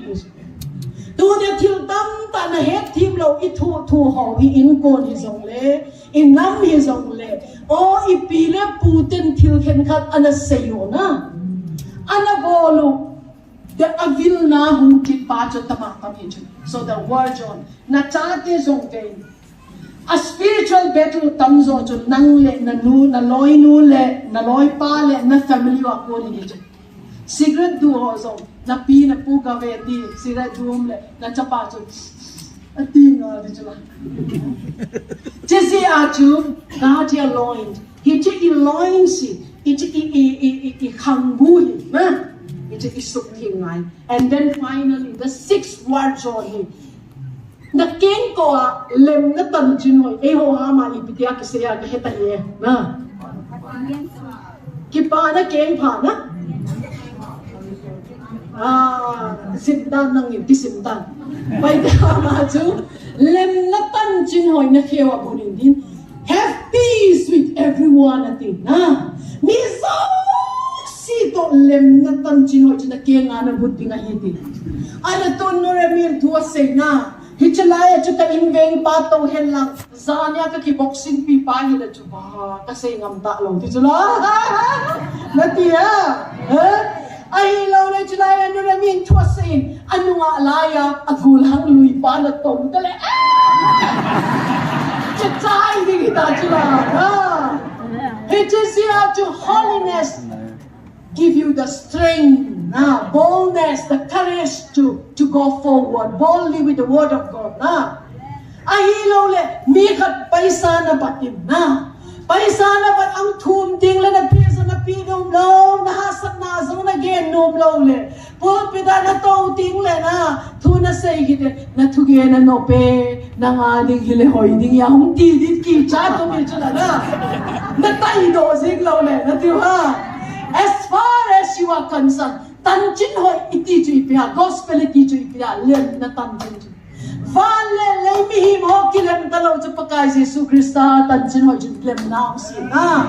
nang langa chu mi zo se tan kilem ni na van mang nau mang aka na Calvary chun khen na ding ong tu pu na ham dunia in ho iti ho zong chu ai khen ding in na anaba le na ti ha patin na ho yin patin cha o ai ho bang chu hat ka nei ta hin Sudan nam Israel nam hi na nu ga suita ta le chu ha lo pi ding na chu ha hichisia chu tunin ka sei nu pe chu ging tu khati hi na ilung thi ma chun patinin inna na innai ti chu ipi ngai lun na long al koi ma ipi na bat lo ding wa hi atina ngai lun na na nei lo le wang nang i ma cha na hi e kin na len tang nei lang na ko ho so si o mi gen thi o ko ma pe le chin zong lung si na i na na nei lo le na i ma cha na hi e ti dunia i bat ding chu i mi hin pi ho so si a i na na i chen gi ha sat na hung thung zong le i do ding pa chu ti tua ka sei division ho na 7 gul katanin amay sagi kati pa chu ka sermon dang anangai tu chu nga ka hunga ka sermon hi chu chezia chu hitche ho idou ding pa chu do hite na mi hi mi do lo hi chu hitche tao khom na muna chu it chunga demon of perversion, demon of mammon, demon of division, demon of religious spirit, demon of the judiciary system. Kayon jilay home rookie man iti laya kayon kahet him na no ipiha because we arrest the demon who sits on the judiciary system. We dethrone him and we replace him with the Prince of Zion. Judiciary system to pacho ada kipaihan. Bakay Jesu Krista ikitong sa ating Chief Justice of India in Thum Podota. It is ya tao na ding na spiritual battle here ito ni ito niya ihan tao na yumin hita ito na diwa information ni pati nga patinin hita mo niya naman ilaw bikasan patinin ka tambay at hungtong ding song le patinin GMFDI le utang say pitching kalam le team ho le to niya jalaya ho mong mi ho makay ho patinin mansain igama dingin patinin for the manifestation of God's glory. Patin lo pina kisukla dading. As His will is done in heaven, let His will be done here in GMFDI. Kanilang kapapile, ikam sumbum pia, patin power demonstrate to, patin glory demonstrate to, the goodness of God demonstrate to, sulang tudingin, patinin na leng and balsom na betahin, katibahin.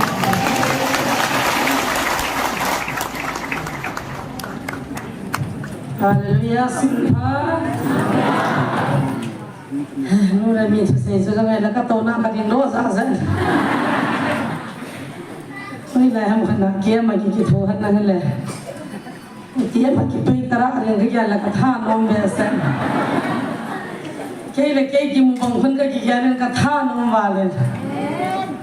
Ei tao sa ni ka so sei do the na le ki chi di sa di yong le. Thiên là cao và con hết thần thiên in này nào,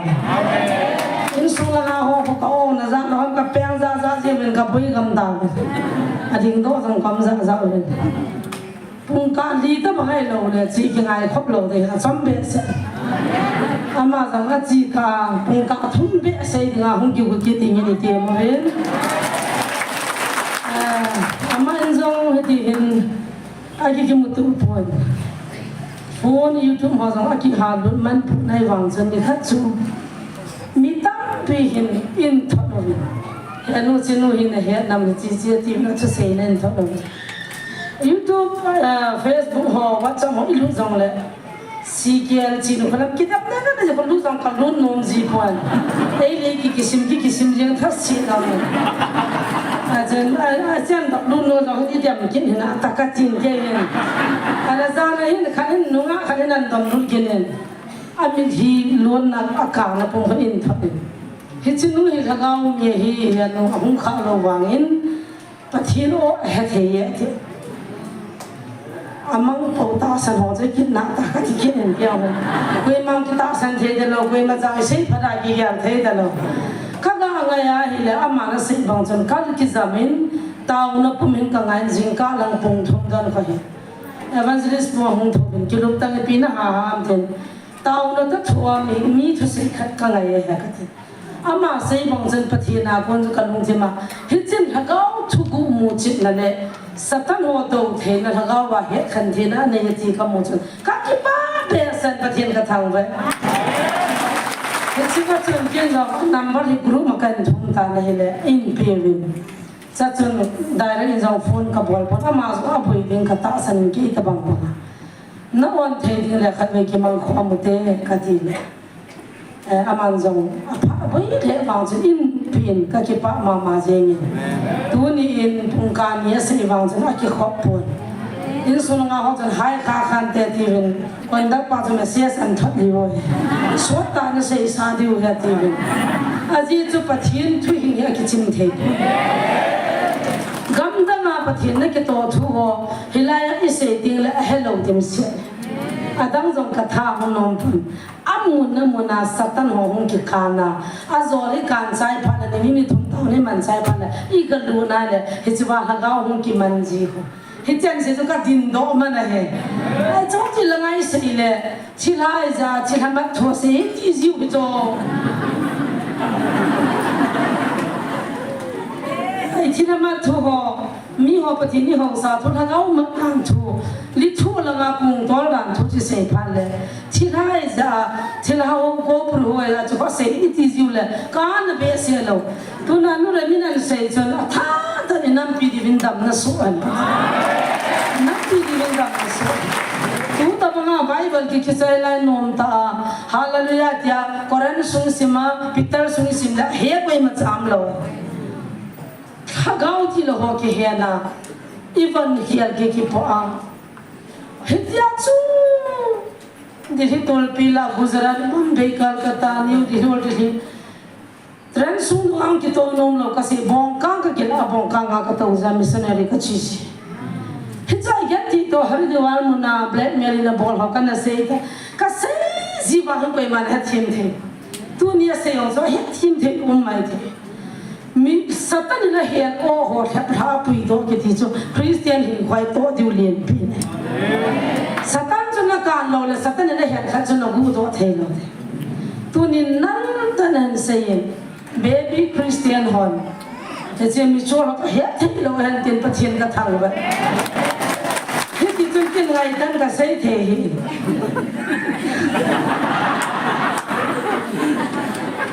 ama ABC jam nga tie he ja chui ta chu se ke jam khou kai je chana boi zat ne he si ki kang sin he then ka ki pa be sen itsan hamin ke se lo nam pin dam nan ne te ti ka ta sa ama lan su mi te pathian ni phat thei bu an na minister to khong ma he an ma he khan thei lo de hin ka taw PG pa thila ho doi ho ka no khom PG pa ko evangelist thang len se Zania thu pi sei pa chu pa thang se hen kan ne pu a sei ne ji wa cha het khan lo Zani nu te ho mo ve nu in nei pu ho chi bai ti wa chi bai le evangelist wa lu hang hi bang ki saru khan sa na ho lai ji na ai ki ve na mo hang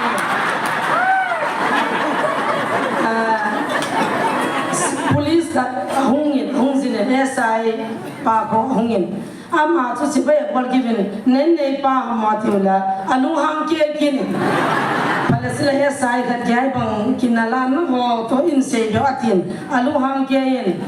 ka cha pa ka to me cha ka chi ke la nen nei pu chu nen ne yo se ne ka ne lien ta ve ti ke la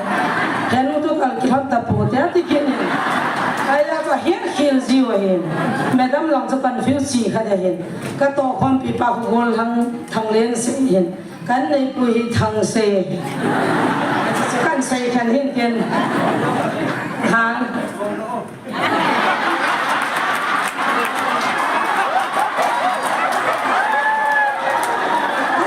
gol hang ba saru khan da bong ba jong ding do ano le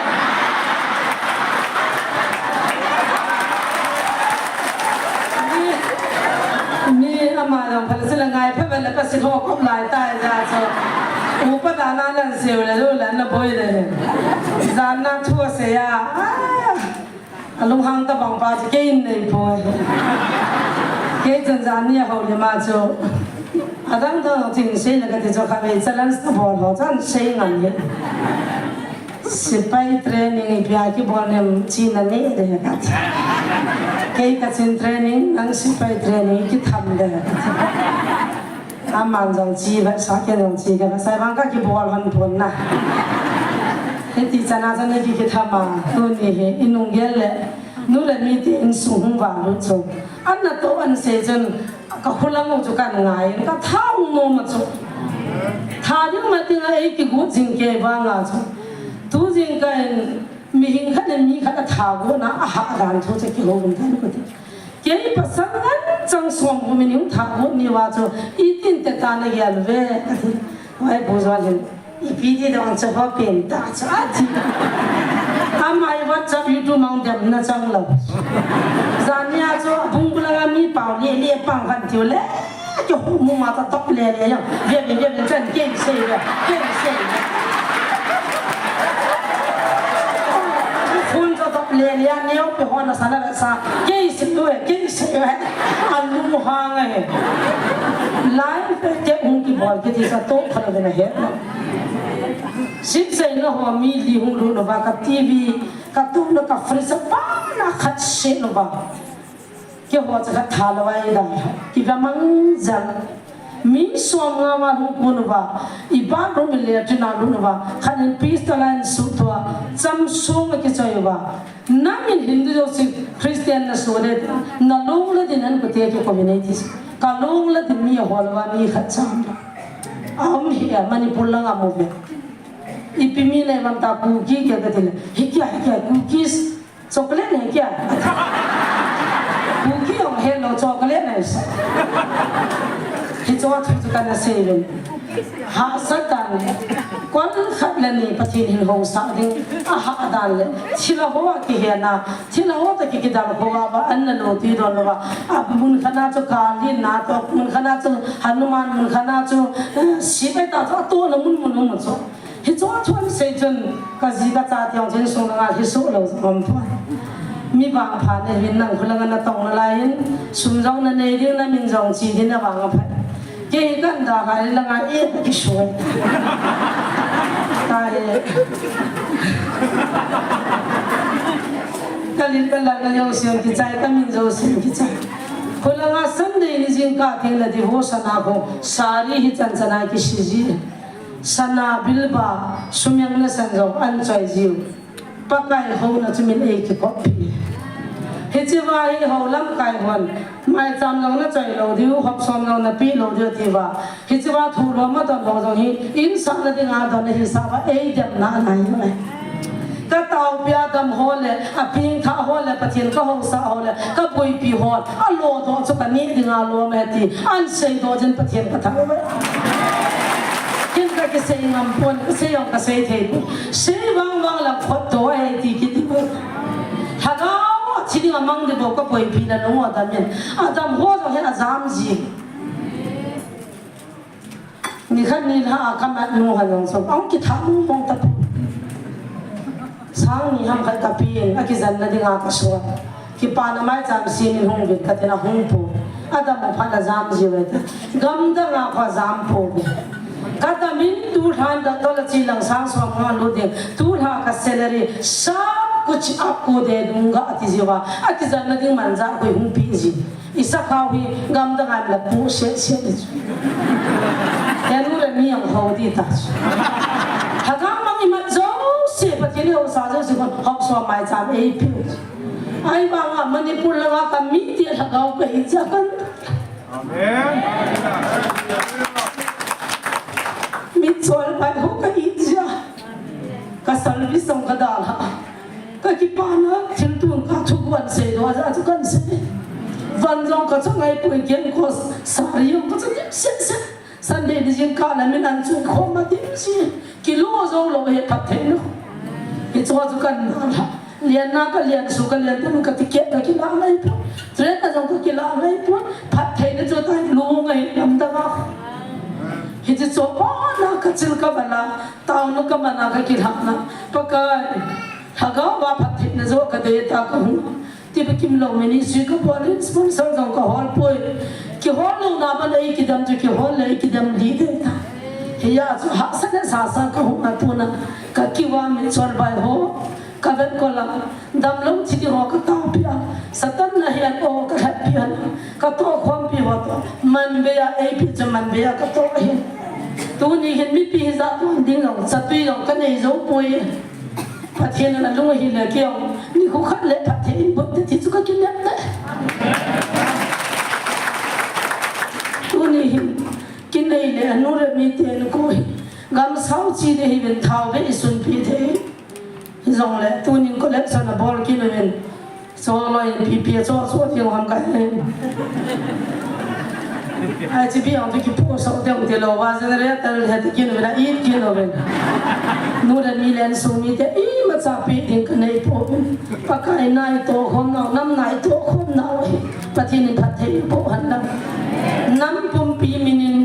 ZMFDI muna pathin lo pin na hum phon na chunga inna min ke pa na zanen thil pi pon sin ne cha cha nam po no kan sil pi deu hiti chu sana dang ka kurul banga nei gel pi deu heti chu kan ti mi anang secretary pa hongin tin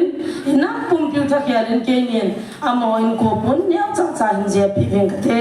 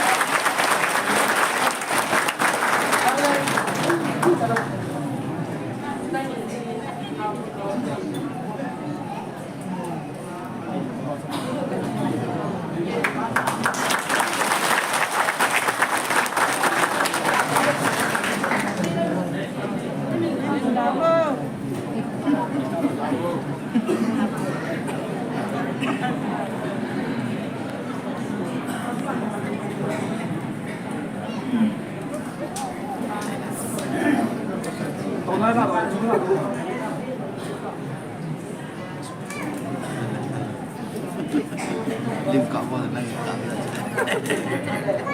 giờ pal pan sang ke man ka ngai ti le kha ching pen tin a phain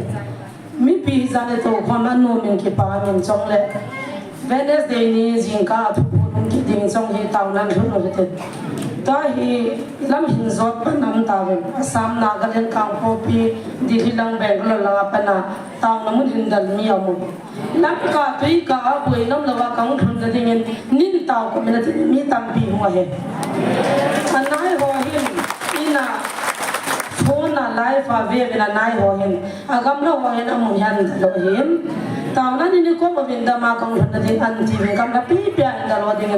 zong taw ko mo hi tin dam se la pa ka nei ho pi na wa chang ho za kin da ding mo I pin po pi di ham pathin chi ki ka thungai the ei ko ni ding zong taw ho tin I bon sa ben ho lo pi pin cho sa kho mo hi tin he chi sa cha yu pha ni bon chan taw kho mo tin taw chai na reverend sei boy me ama ong la ma in su na ha ung da he pa pastor lam chan ne reverend lam chan ne tan bon sa ben taw chai na reverend lam chan ne ho lo pi pe ti so sa kho mo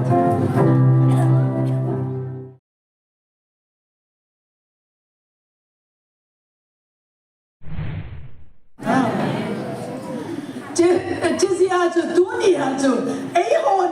sai khát đi cà phê na hi chứ pai ông thầy hình thế why are you limiting God if it is not a thiên cho nó limit to ha mi lúc thì ngay tu đó rồi lại phát thiên thì ngay kilom lâu như thế Bible là igol hang ba pau chứ na Bible là bèo là gul so ba pau chứ na sa bintong sangam zong apau chula balam thimpu adongki zong apau chula na second zong apau na kinna mia dong nong tingu le chi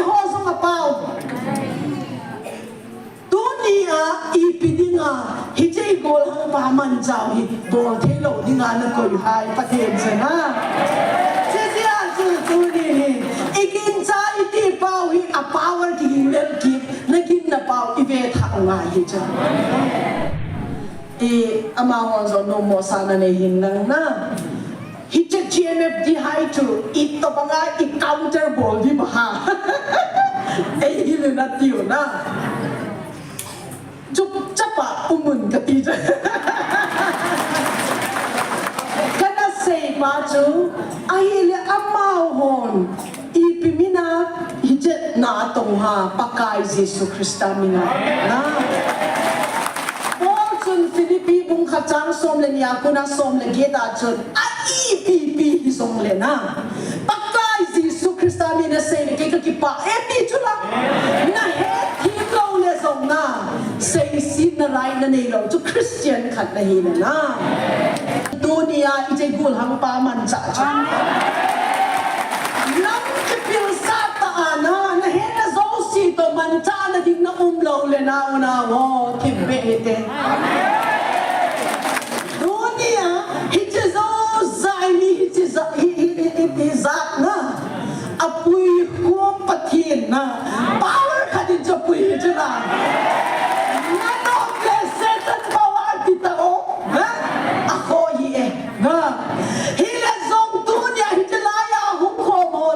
Jesus Christa thang vale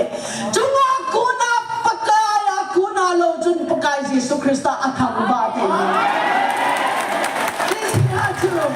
tu ni na ai pui ko ba power ai koi khom ko khom tu hi ipati na hin ipakai Jesus Christa thagau tin ko hi iba choi ai đâu cũng kia ham cái thêm hết lần na nung ta bồ thì cái nọc kia cái thép bé xe lôi hi dòng lên cái hin mang gút thì ngay hin God ya cho cookie worship service at thu ka say DP how ki bin pass mark AP ta he God ya kuna hungo una pa Paulin ho so apul le zin zinga kuna so message say thot hita na ahong ni ka kin chain koi la ya ha God ti lang zong ai bảo mình dunia injilaya kong ding hi evangelist pi chin kolam ha pu evangelist pu thang sei ha in ei ko mai ilawin gohatia ko online pakain tu chung lamka thugen dinga thu sei dinga nagati ding le GMF dia ya thu naga sei dinga yei ti so chi zia chu pakai zia ka hunga hi pu mai sei chun tunin no chin kolam le pu thang sei hi ama ho zalin GMF dia ho zalin pathin in ka thang va in hije times le season a pathin in pakain aman cha thei ding mi nei pawi I ham phavalwe gohatia ni kum akunin dotna hungrungin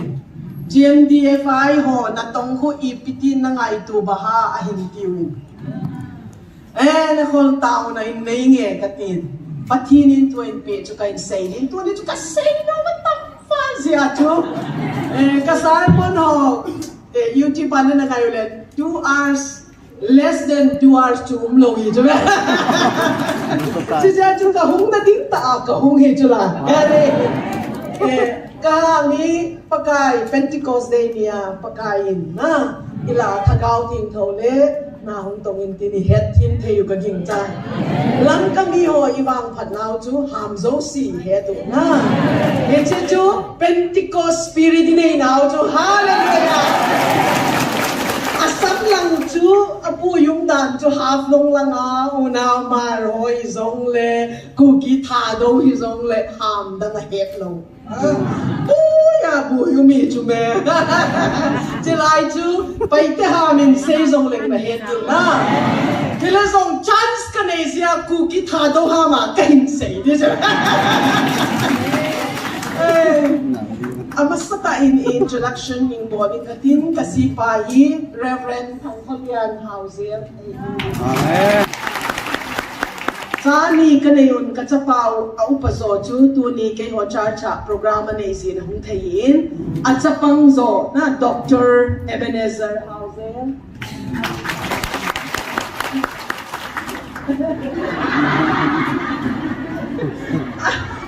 Aza sa TV beta. Asam lang ho, tsaka sa pay-payin din na.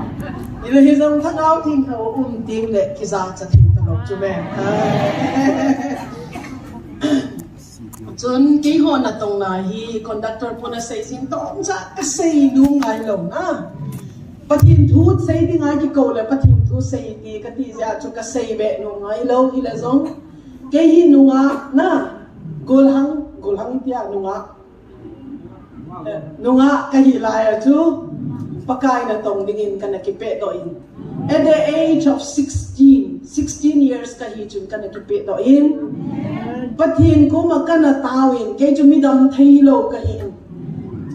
Kanuy na gave wala kahazo si zong tu dark color, pale color hiju as hiju kaom na Valentine chizi achu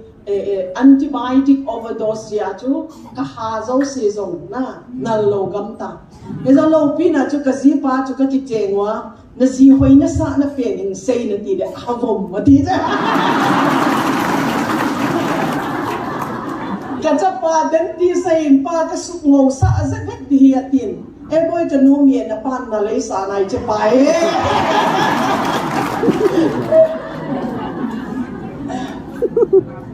pagkay ko magkanatawin kadam mo valsisin. Missionary din ka nakipidoin, kanula kapan kadam mo hein. Kay judam thaylo kanewa ko na hisin, kapachun hospitala kapindo ako na oxygen kibul kahin. Kapachun hiche kachanuhi, ahin nanay hoy pide pagkay nanatong ding na napingi atiya.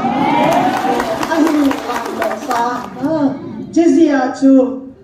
pagkain na tong dinga, pagkain na ikaw kitin. At the age of 16 na kakipido, kung somlago ka kakipido, laichin. Paitala katahin, nun tong pakpalbang nil kasimlay tang bang damlay. Unle nite, vulpa ading hizong le. Pal sa tamtin, tau papampayin, simlay palun te do zozong le. Kenbel tau pa din sang minge. Mitlile. Nagimju pagkay, nagimju kadua nga. Henglaw din hi, jihi. Pagkay ko magkanakinagnahin. Sunday school how to vela ka nagzaw. Kazipa legang kihet tao, kakingayo. Kazipa pagkay na tong di nga kipido na ilaw. Nikhatsu kakiheno. Nang pagkain na tong din nakipahin kay jo full time din nakipain ikicheng kay hiding ti pachon I let him go ama zong kap kay zong kakap na ay after 8 months acho leadership seminar lam katung public grounds siya bikinung pacho kay ho kahuinuin ulian jo twilight surgery Ale Amazon sa leadership seminar acho hung kipedoin kaya cho kang kimuki ito atila ko na di mong hito me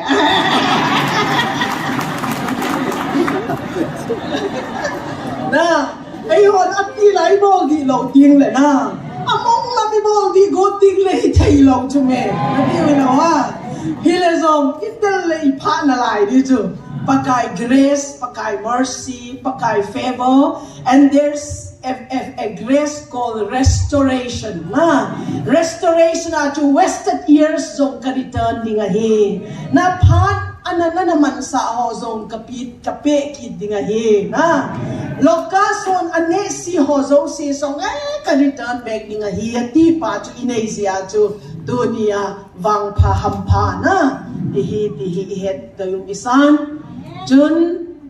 here am I ministry si atomin kan say dingahin pagkain mitam tahi vision valley ginjalo na kay zong traditional background na ikata ki pudo ahin vision ho zong inagin cha pe lo chu me hile zong pakai nei piting le ka gin cha poi ti thei ta lo chu me imu pa chu I saw what I saw is in chula na ai hon imu lo si wa chu ikin na pau zong tiam chula imu chet pating le kai hon ka thu sei chu nung zoi yon ipia sei ha ka thu sei chu ka za be pui lo kamu pa chu ka sei hi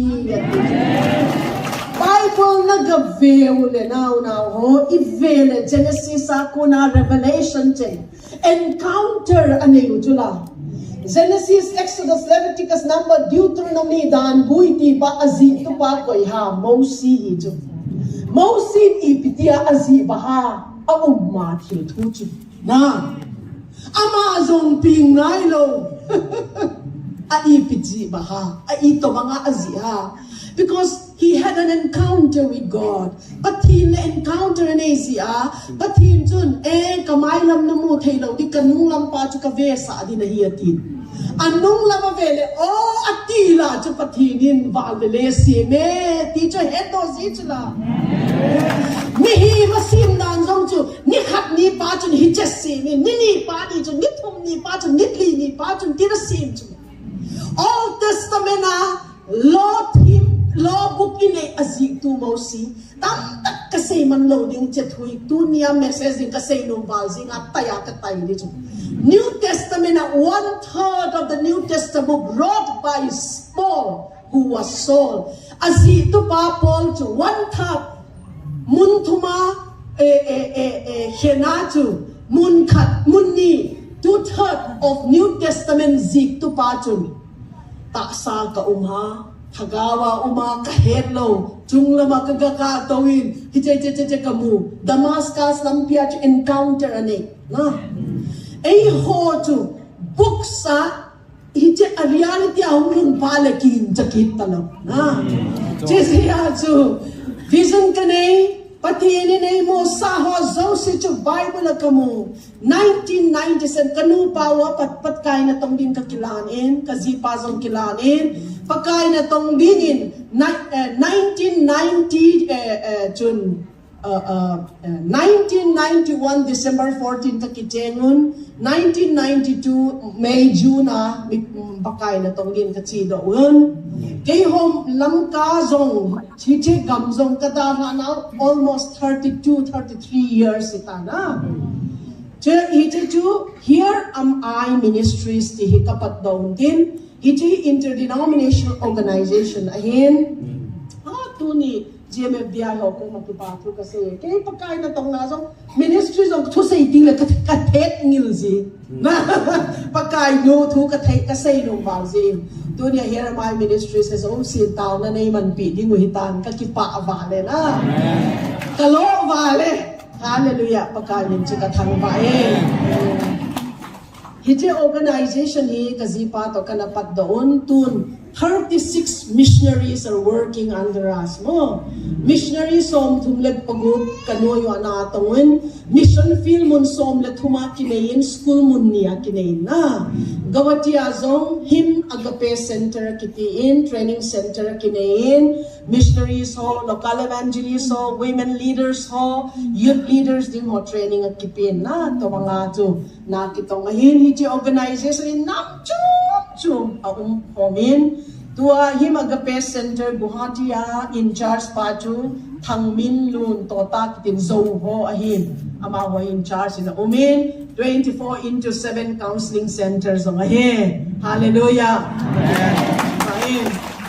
chun pakai zalin kachate ni higul hang na laihin kasi pa chun achina na amaw ding a hol se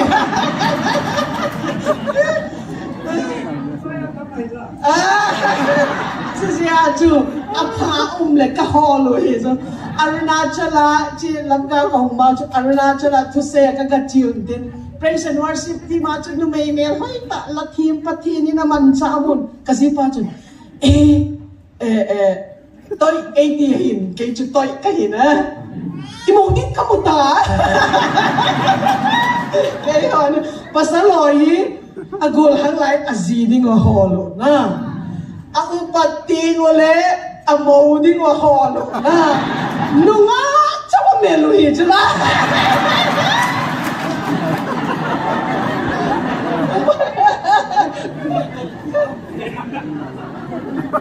Di jala. Chia chớm na ho zo la tao nai nei he tu kahim thu ma he. Chun GMTFI pakain idinga koiha GMFDI hi ipisia koiha pakai program ipiati vel isei do ma chun kai family un ka tawin GMFDI na tong na kazaw lo chu hi thei ba he ka tia chu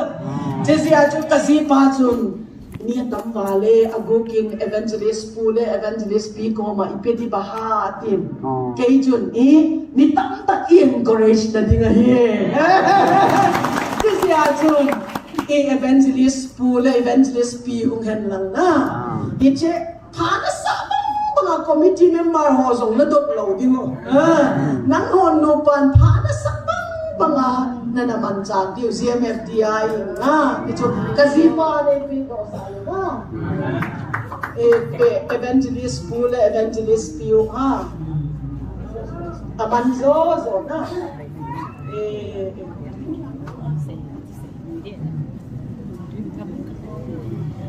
punglaw na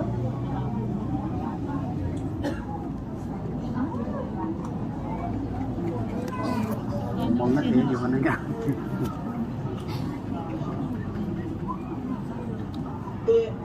umlaw ba ha umlaw ila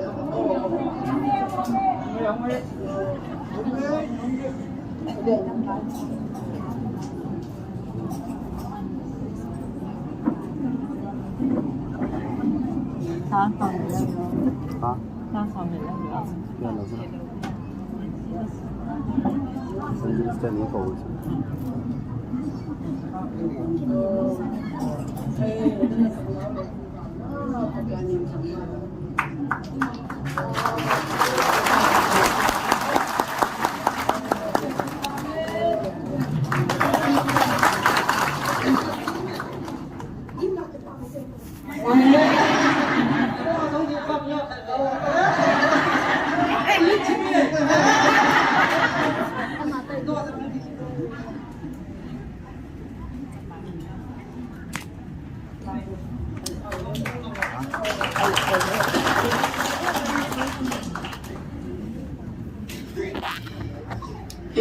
amas sa pension kasi no jo what's happening here what's happening what's going on hiche GMFDI ju confused balo na mitam ta entai sa phalo sa ho asay ho so si zo tamatam kay ho kuma questionong kidong ju hiche hoi last year lamka kahuwa zong ju prayer team katahungun na amahon zo no mo sana na hinang na hiche GMFDI to ito pa nga i-counter ball di ba ha ay hili na tiyo na chuk chapa umun ka tiyo kana say pa chu ay hili amahon ipimina hiche na atong ha pakay Jesu Krista minga chun Philippi bung kachang som le niya kuna som le kita chun IPP hisong le na pakay Jesu Krista mi na say le kay kakipa eti chula na het himlo le song na say sit na right na nilo to Christian kat na hila na chun hiche pagka patin ko makatawa patin hiche GMFDI ipiha katile alo pi mama kachakay say ni jo HIA here teacher ipiha NIA inay na Central Government Investigation Boarding ipiha tirting le NIA imson aya to HIA Heavens Information Agency